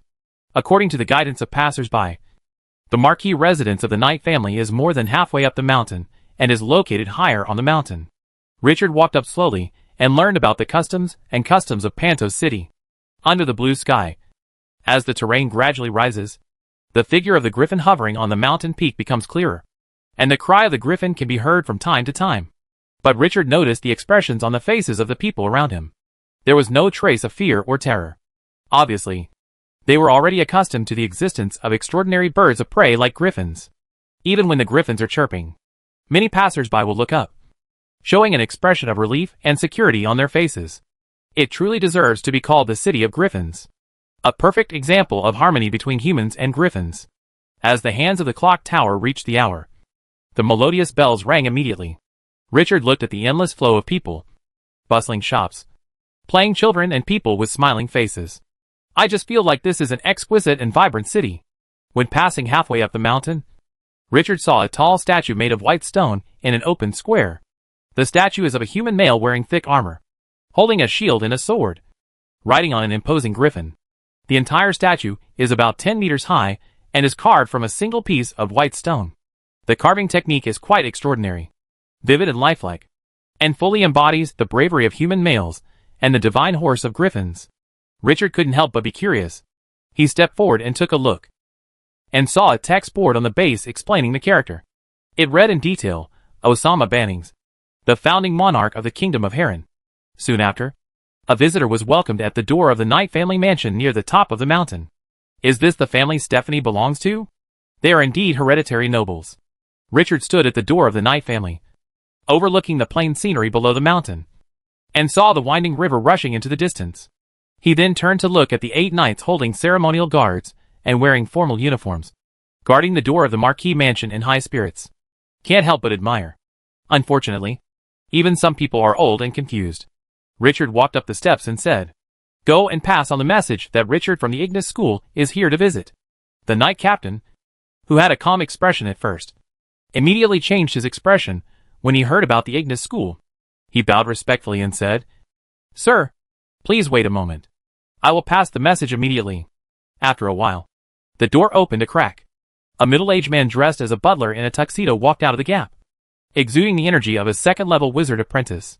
However, when he sensed Richard's breath, his expression changed drastically. His eyes wandered for a while, and he quickly stepped forward and said, "Master Richard, are you going to visit Miss Stephana? I am very sorry to inform you that Miss Stephana has not returned since she went out." "So? Oh, really?" Richard looked at the housekeeper with a half-smile, under the gaze of Richard's eyes that seemed to be able to penetrate people's hearts. The housekeeper was so cold that he was sweating and began to wipe the sweat on his forehead. "In that case, I will find Wizard Hyatt." "What?" The housekeeper couldn't help but exclaimed. He thought that this strange wizard Richard would leave immediately after knowing that Miss Stephana was not there. Unexpectedly, This wizard Richard went completely against the rules, and actually wanted to meet directly with the family's great elder. Wizard Hyatt. Hey, doesn't it mean that Wizard Hyatt isn't here either? Richard asked, looking at the butler in front of him leisurely. No, Sir Richard. Of course the great elder is here. Then I will go and inform you immediately. Please sit down in the living room first. Open the door. The butler immediately turned around and stepped forward to lead the way. After hearing this, the four knights immediately walked to the door and worked together to slowly open the grand door, which was more than 3 meters high, and welcomed Richard in. Knight family. A certain alchemy room. A silver-haired old woman was operating the utensils on the alchemy table. Boom, boom, boom. There was a knock on the door. Your Majesty the Great Elder. There is a wizard Richard from the Ignis School coming to visit you. The butler reported respectfully at the door. Oh, didn't you tell him that Stephanie isn't here? A hoarse and slightly shrill female voice sounded. I told you. But the other party seemed very sure that Miss Stephana was in the mansion. After I informed him of Miss Stephanie's absence, he asked to see you. The Great Elder. Now, he is waiting in the living room. Richard. Why does this name seem familiar? Is he an official wizard? Yes. Great Elder. A formal wizard. Judging from his appearance, he is very young. Almost like a young lady. Could it be that the Ignis School has produced another genius wizard who can rival Stephana? Richard. I remember now. Isn't this the wizard apprentice who took away Stephanie's soul-eating spider that the family spies mentioned before? Said an old woman with a sinister face in surprise. Is it possible that the other party was promoted to an official wizard so soon? Crunch. The door opened. I saw Syed walking out of the room holding a long staff. She had silver white hair and wrinkles on her face. Even with the strength of a formal wizard, she could no longer control the aging of her body. Life is indeed coming to an end step by step. It just so happens that there is indeed no soul-eating demonic spider on Stephana. It seems that the soul-eating demonic spider should be on this Richard. But this Richard actually took the initiative to send her to her door? Is he unaware of the situation, or is he relying on something else? Syed people are mature and sophisticated, and they immediately thought of it. Go. Inform Lord Edgar to come together. Also, invite this wizard Richard directly here. After thinking for a moment, Hyatt spoke with a shrewd look in his eyes. If we call Edgar along, we should be able to deal with this new wizard calmly even if he has some tricks up his sleeve.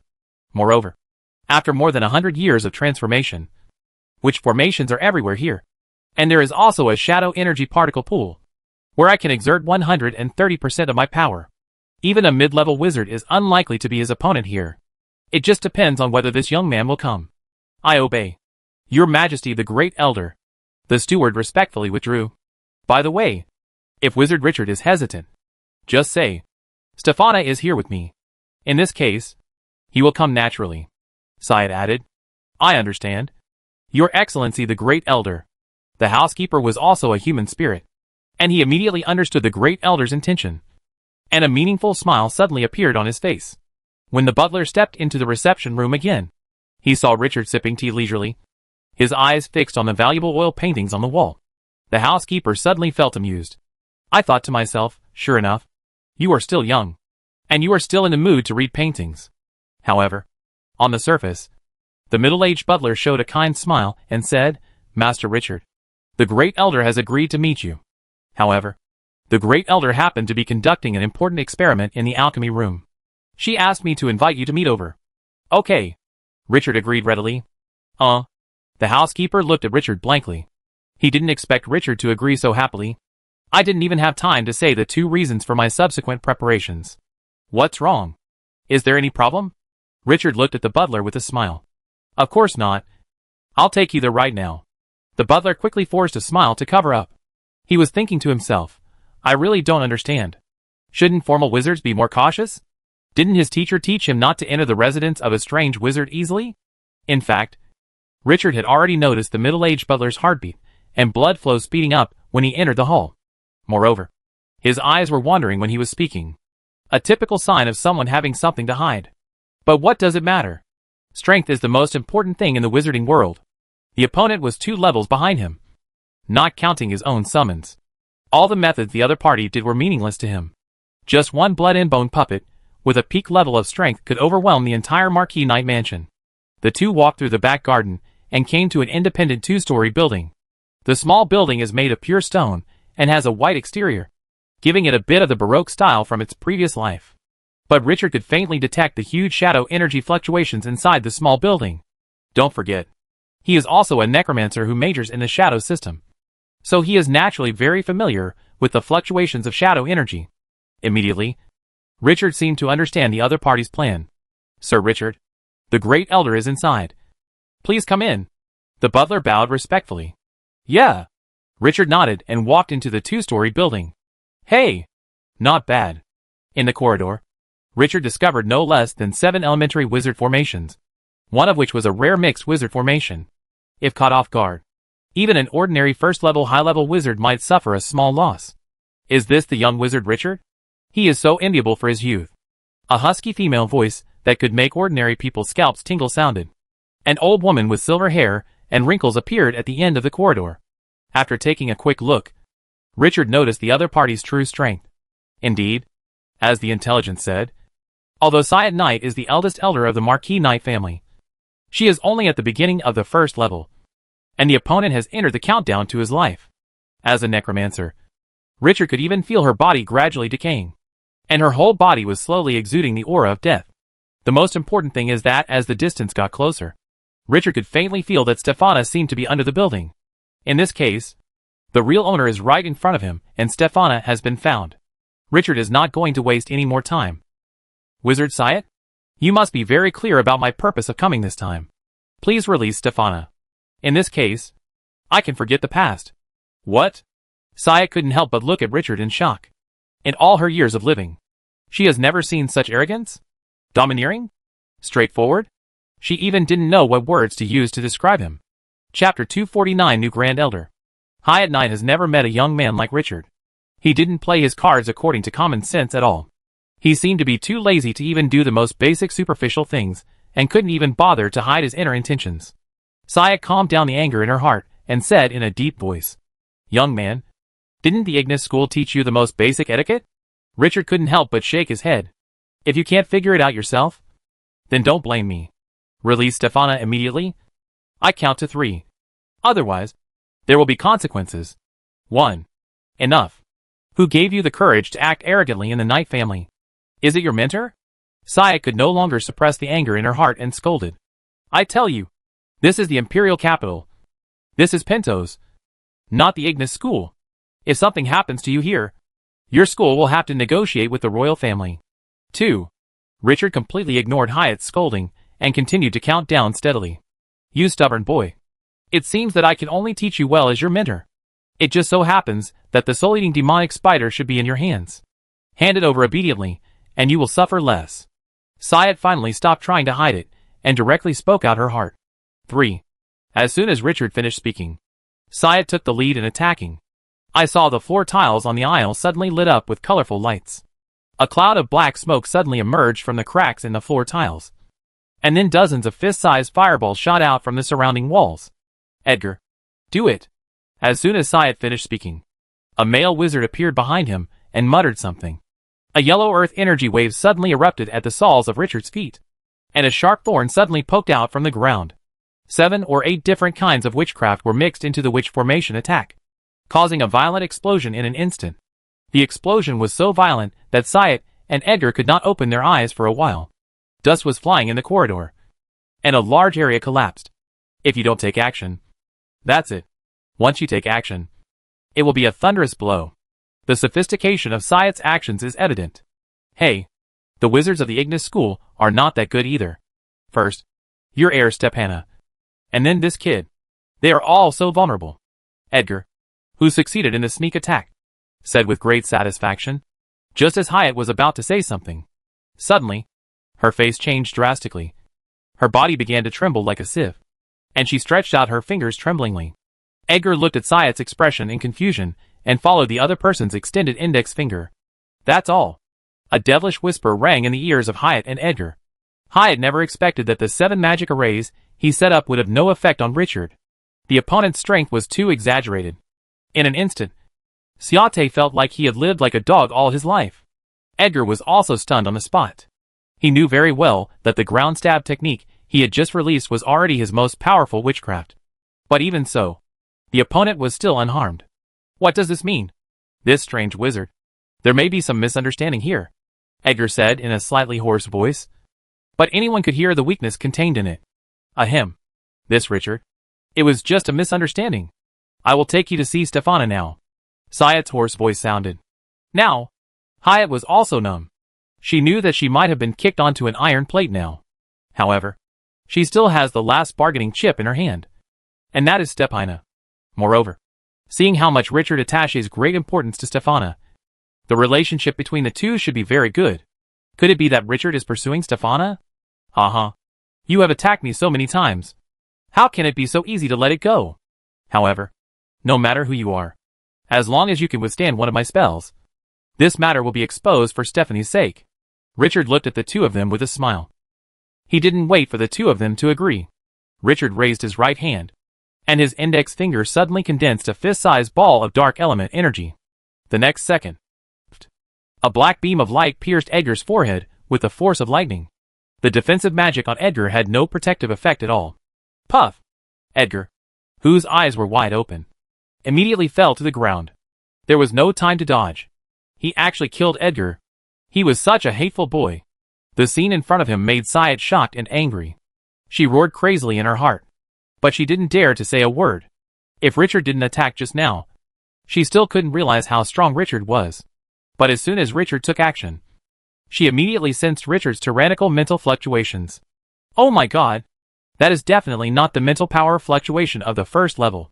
It's not even mid-tier 1. That was a high level or even stronger mental power fluctuation. Crazy! The world is crazy! How could there be such a young first-level high-level wizard? This Richard and Stefana entered the Ignis school in the same batch. They must be no more than 18 years old. How is this possible? Syed yelled crazily in her heart. Richard's strength frightened her, but she really didn't want to give up. His life is coming to an end if he releases Stefana and misses this opportunity. Richard, you should like Stephanie. So, as the eldest elder of the Knight family, I promise to marry her to you. How about that? Hyatt showed a smile that was uglier than crying, and looked at Richard with longing. Richard was speechless as he looked at Stephanie's ancestor, who lived for who knows how many generations, smiling awkwardly and saying shameless words. After all, the other party was Stefana's direct ancestor. Seeing the other party's shameless appearance, Richard immediately lost the desire to kill the other party.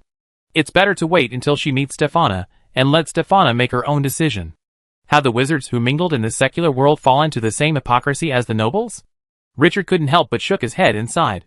Stop talking nonsense. Take me to see Stefana immediately, Richard said in a deep voice. Also, I remind you, don't play any more tricks. Of course. Syed showed a frightened expression and nodded repeatedly. After all, facing a first-level high-level wizard, all her preparations turned into a joke, and any more tricks would only bring humiliation to herself.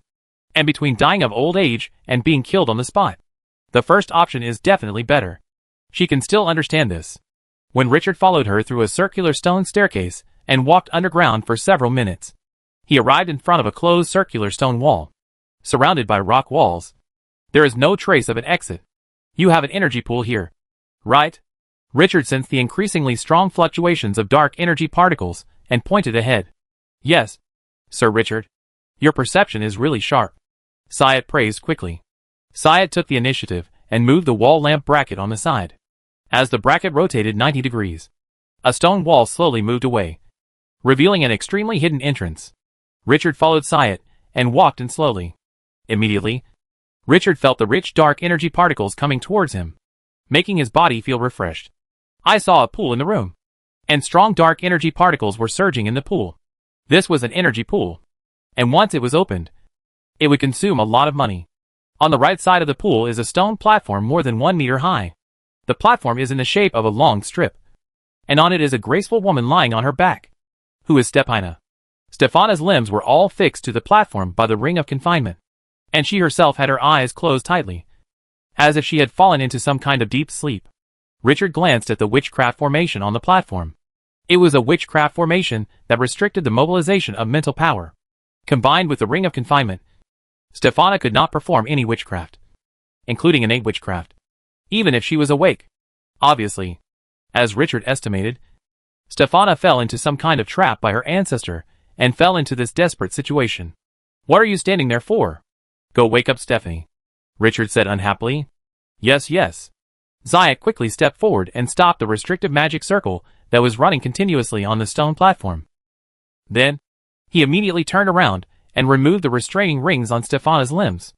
A few minutes later, with a soft hum, Stefana's long eyelashes moved slightly, and after a while, a pair of big confused eyes opened. Head hurts. Stefana covered her head with one hand, propped herself up with the other, and looked around. Ancestor Zayat. You? The moment she saw Zayat, anger clearly appeared on Stefana's face. But the next second, she saw another familiar figure.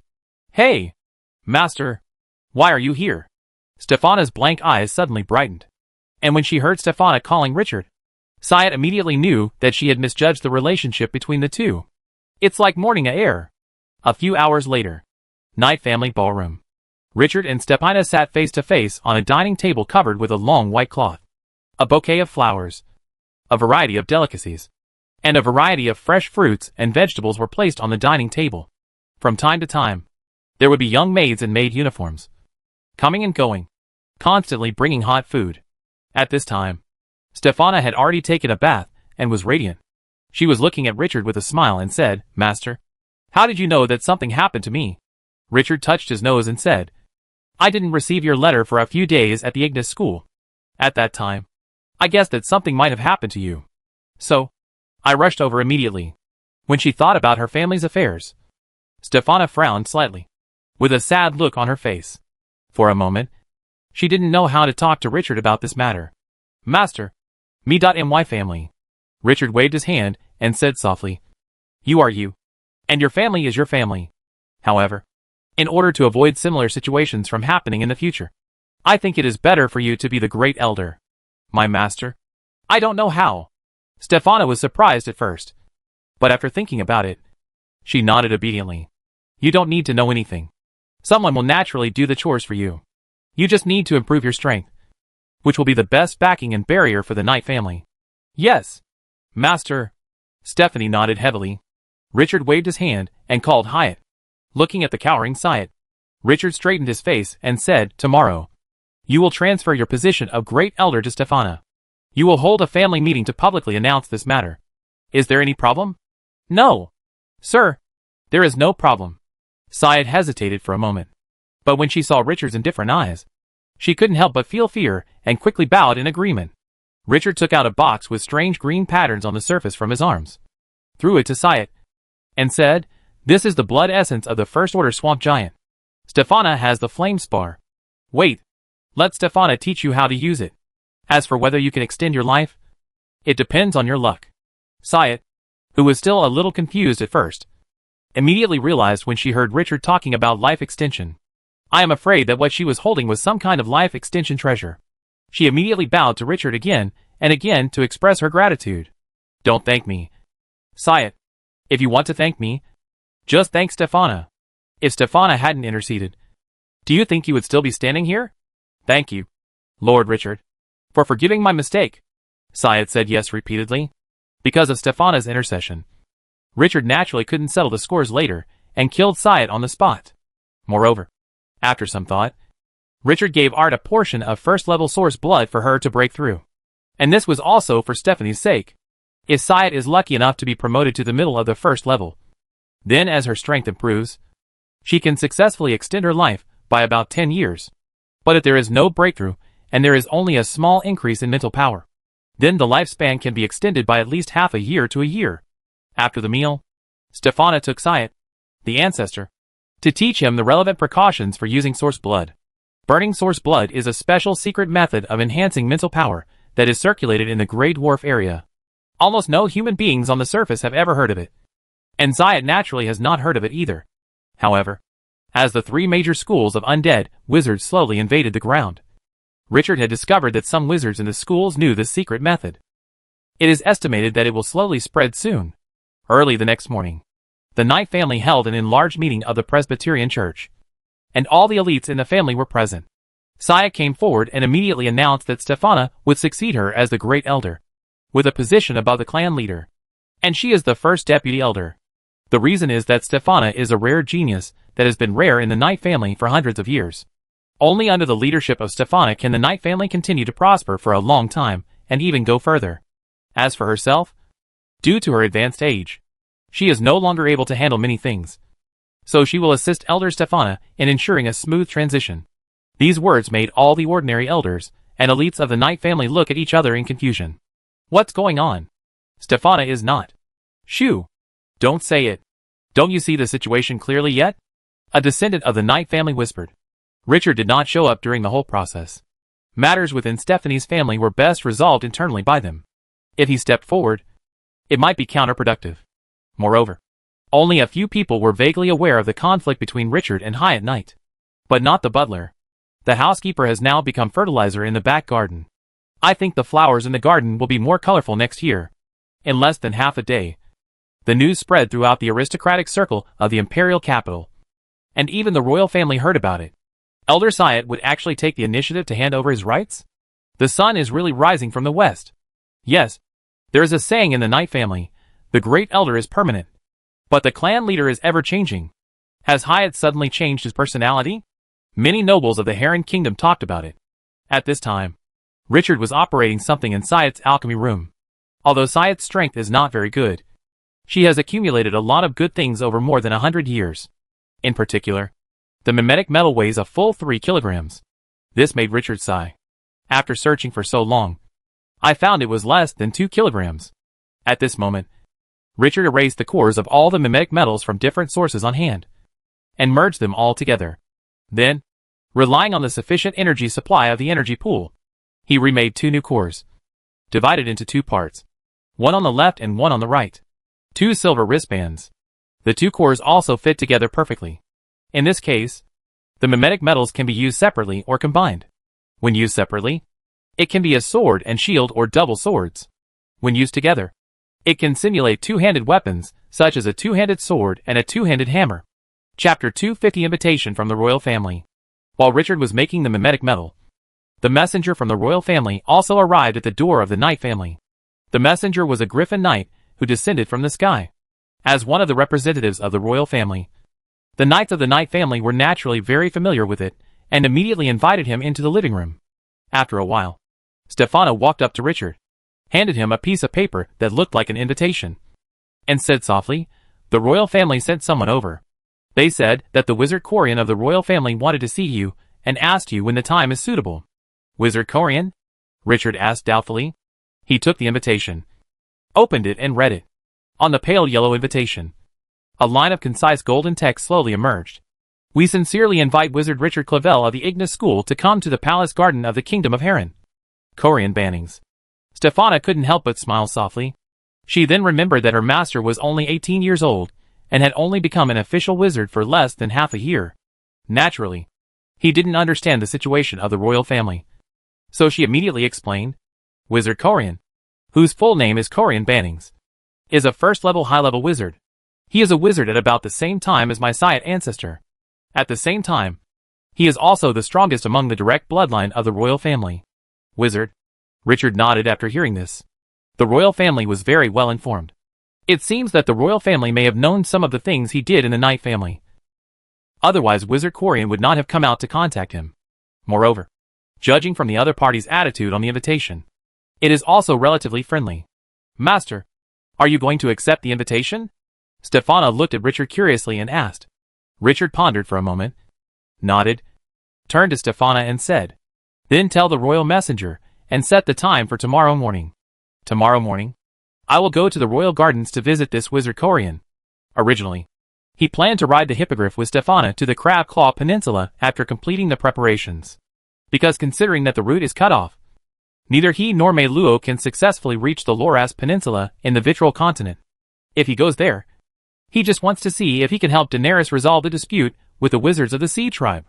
The last time when he and Daenerys fought against the Spider-Woman Shadra, Richard was almost a bystander, relying on the woman to fight from the front. This time, it should be different. After all, it is the royal family of the Heron Kingdom. So naturally it is not easy to refuse the other party's invitation. Richard said this, but there was another reason in his heart that he didn't say out loud. That is, This Korean wizard must be the ancestor of Daenerys. For some things, it is much easier to break through the fortress from the inside than to break in from the outside. Thinking of this, a smile appeared on Richard's lips. Stefana, on the other hand, looked at her master's expression suspiciously, feeling that that was not the case. I have to say that women sometimes have a natural sensitivity in this regard. Master, shall I accompany you there? Stefana said softly. No, I can just go by myself. Stefana, please prepare the medicines and materials needed for the battle. If we go to the continent of Vitrol, I estimate that many materials may be difficult to find by then. Also, please notify Syed and ask her to collect information on the Crab Claw Peninsula. Richard immediately shook his head and refused Stefana's companionship. Early the next morning. Study. Richard drank another bottle of fluctuation suppression potion to hide his true mental power fluctuations. At his age, being promoted to an official wizard is shocking enough. But it would be a bit too shocking to be discovered as a high-level wizard. After the Big Ben of Pintos struck 9 times, the royal carriage arrived at the door of the Knight family residence. Master, the golden carriage from the royal family to pick you up has arrived. Look! Stefana approached Richard and said. Richard nodded, put down the book in his hand, and said, well, let's go. Don't look at noble wizards like Hyatt Knight. Although they are not very powerful, they have collected a lot of good things. For example, the Introduction to Elementary Flame Runes he is reading now is a relatively rare book about rune skills. In Richard's impression, he had never seen this book in the library of the Ignis School. Although this book is not a complete collection of runes, it does not cover intermediate runes and advanced runes. It only talks about the flame runes among the elementary runes. But the content in it starts from the burning runes, to the blazing runes, and the igniting runes. It can be regarded as step-by-step and explains the profound things in a simple way. It is a good introductory book for learning runes. Master, it seems that the royal family attaches great importance to you. The carriage sent to pick you up this time is actually made of pure gold. Stephanie said with a smile. Oh, is there anything special here? Richard asked slightly curiously. Stephanie nodded and said, of course. The pure gold carriage is the highest standard reception vehicle. Not to mention the luxurious decoration. It is usually used to receive the king of a country. And for example, when the heirs of royal families from other countries, such as the princes of the Kingdom of Green, come to visit, the royal family of the Kingdom of Heron only arranges a silver and gold-rimmed carriage. If we wait again, it will be the silver carriage. Stefana was quite familiar with these etiquette contents and spoke at this time with familiarity. Richard smiled and said nothing. This feeling of being respected is still very good, especially for a royal family. When Richard came to the door, he saw 4 tall horses with white hair, pulling a pure gold carriage with beautiful lines, waiting quietly. There was also a group of guards in gorgeous costumes surrounding the carriage.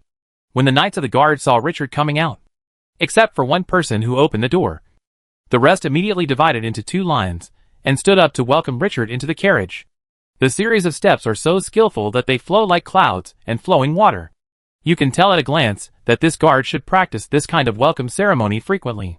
Richard nodded slightly. I thought to myself, not bad. He had never enjoyed such honorable treatment in his previous life. And this time, he finally experienced the treatment and feeling of a head of state traveling. After Richard got on the carriage, the golden carriage slowly moved towards the top of the mountain under the escort of the guards. In the back garden of the royal family, in the study room of a 3-story building, a kind old man with white hair and beard looked at the information on the desk for a while, put down the lens in his hand, turned to a gray-robed apprentice beside him and asked, Is the wizard Richard here? Teacher, the pure gold carriage has been picked up by Wizard Richard and is on its way here now. It will arrive in about a quarter of an hour. The middle-aged man in gray robe said respectfully. The old man nodded. What he was looking at just now was the information about Richard Clavel. The first impression Richard gave him was that he was young and talented. An 18-year-old official wizard would be a top genius in any kingdom on the Baez continent. Even in the other continent of Vitrol, where many geniuses are born, he is still a #1 figure. This wizard Richard is one of the people the Bannings family needs to befriend. For individuals, families or forces with potential, the royal family needs to strengthen emotional contact with them. The Bannings family was able to maintain their rule over the Heron Kingdom not by relying on absolute strength. Because in terms of absolute strength, any medium-sized or above wizard school can deal a devastating blow to the Bannings family. The Bannings family relies on friendship and balance. This is also the rule followed by most royal families in the 7 kingdoms of the Bias continent. Let's go and meet the wizard Richard. Corian slowly stood up and said, Instructor, this person is just a new wizard who is in the first level of the first level. I can just go and greet him. Right? The middle-aged apprentice on the side said in confusion. Corian shook his head slowly and said, No. This young man is very different and has extraordinary methods. Yesterday, he received a secret letter from the Royal Shadow Guard, saying that a huge change had occurred in the Knight family. Syed, an old fellow who was almost the same generation as him, was actually willing to give up his power and hand over the position of the family's chief elder to a descendant. Stephana, the crux of the matter is that this matter is completely different from the news I got half a month ago. Half a month ago, the Royal Shadow Guard received news that Hyatt had secretly imprisoned a new wizard who had just returned to the family. It was said that she wanted to deprive the other party of his rich blood essence and transplant it to herself, thereby gaining the effect of prolonging her life. The royal family has secret surveillance on all the hereditary nobles in the kingdom. The purpose is, of course, the stability of the kingdom. To some extent, Syed's actions have had a negative impact on the stable rule of the kingdom. Just when the royal family was still hesitating whether to interfere at the critical moment of Syed's ceremony, news of a major change in the Knight family was once again received. The key is the wizard Richard who suddenly appeared in Pantos 2 days ago. Corian has every reason to believe that there must be something special about this wizard Richard. Otherwise, it would be impossible for the old guy Syed to make such a decision.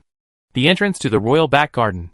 Corian was standing at the garden gate holding a grey wooden staff. Richard's first impression of him was that he was a replica of Gandalf. It is also completely in line with the impression that ordinary people have on a guardian of the kingdom. It would be a lie to say that Richard was indifferent to the fact that a first-level high-level wizard, the guardian of the kingdom, the barrier of the Bannings royal family, and an elder could be so willing to wait for him at the entrance of the garden.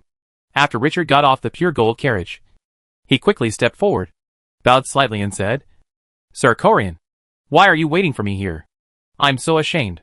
Before Richard came, he had obtained information, including portraits, of several key figures in the royal family from Syed, so he identified them immediately. This must be Wizard Richard from the Ignis School. He is really young and promising, Corian said with a kind smile. As a member of the Heron Kingdom, you can be promoted to an official wizard at the age of 18. It is really an honor for the kingdom. Lord Corian, you are so flattering. You are the glory of the kingdom of Heron. Richard also complimented with a smile. Wizard Richard, let's go sit in the garden for a while. In the garden, Richard and Corian sat sideways. Between the two of them was a small coffee table with several exquisite desserts, fruits, and a pot of honey grapefruit tea. The teapot and teacup are both hollowed out in golden shapes, making them look luxurious and delicate. Richard was facing a direction that afforded him a bird's-eye view of the entire Griffin city of Pentos. In front of him was a vast plain and a winding river, and on both sides were all kinds of exotic flowers and plants in the royal back garden. There is beautiful scenery ahead, and beautiful scenery on both sides. Richard couldn't help but admire in his heart. Sure enough, when it comes to enjoyment, the wizards in the kingdom are really much better than the wizards in the school. Wizard Richard, this is a small gift. I saw Corian taking out a luxurious silk roll with gold woven on both sides from his arms. After Richard took it in confusion, he opened it directly and saw what was written inside. In order to reward Dick Clavel for his heroic performance in the battle to exterminate monsters, Baron Dick Clavel is specially awarded the title of Guardian of Rossby County and promoted to Hereditary Viscount. Dick Clavier was the name of Richard's father. Sure enough, ginger is still spicy. Richard had already guessed the purpose of this meeting, and it was very likely that the royal family wanted to win him over. But he didn't expect that the royal family didn't directly win over him, but started with his own family members to save the country. Corian smiled and continued, Wizard Richard, one of my descendants. When Wizard Daenerys returned last time, she mentioned that your father and family played an important role in the battle to destroy monsters. When Richard heard Daenerys' name, his heart skipped a beat, but he paid attention to Corian's expression, and there was nothing strange about it. It seems that Daenerys' ancestor still doesn't know what happened between him and Daenerys. This made him feel relieved. Richard smiled slightly and said, Kingdom Guardian, as a member of the kingdom's nobles, it is the duty of our local nobles to encircle and suppress monsters. On behalf of my father and the Clavel family, I would like to thank you and the royal family for recognizing the Clavel family. Naturally, Richard had no reason to refuse this gift. As the two chatted, Richard was surprised to find that Kirian was a rare rune master. Richard's attainments in alchemy also amazed Kirian. This was the result of Richard hiding his clumsiness. After a while, a gray-robed apprentice came over with a gray wooden box, placed it respectfully on the coffee table, and slowly opened it. 3 shining, this-sized magic crystals appeared in front of Richard. Corian said with a smile, "Wizard Richard, these 3 magic crystals are an encouragement from the royal family. I hope you can keep up the good work and go further and further on the path of becoming a wizard." That's it. Even a fool knows the royal family's intention to win over him. Richard was thinking in his heart, in fact, if you knew the relationship between Daenerys and me, you would know that these things are unnecessary. Richard smiled and shook his head. "Sir Corian, this gift is too valuable, and I really can't accept it. However, I happen to have a witchcraft here. I might ask you to repair it." After hearing the first half of Richard's words, Corian was still wondering whether Richard felt that 3 magic crystals were missing. But after Richard's last sentence, he confirmed that Richard indeed had something to trouble him about. Of course. If I can do it. After taking the mutated summoning staff from Richard's hand, Corian examined it carefully. "It's not a big problem. It just takes a little time. I should be able to fix it in about half a month," Kirian said with confidence. This surprised Richard quite a bit. He didn't expect that there would be such an unexpected surprise during the royal trip. "That's great. Thank you, Lord Corian." Richard's brows immediately lit up, and he bowed slightly to express his gratitude. If this witchcraft can be repaired, it should be able to remove the restriction of being the only abomination when summoning undead creatures. At the same time, this witchcraft also allows Richard to reduce the difficulty of communicating with the world of the dead and increase the success rate of summoning. The most important thing is that Richard can summon abominations and other undead summons at the same time, further improving his combat effectiveness. Regarding this point, Richard had already studied this clearly when he was in Tuj City. Otherwise, he would not have posted a mission in the Grey Dwarf Brotherhood, hoping to find a rune master to repair this low-level witchcraft.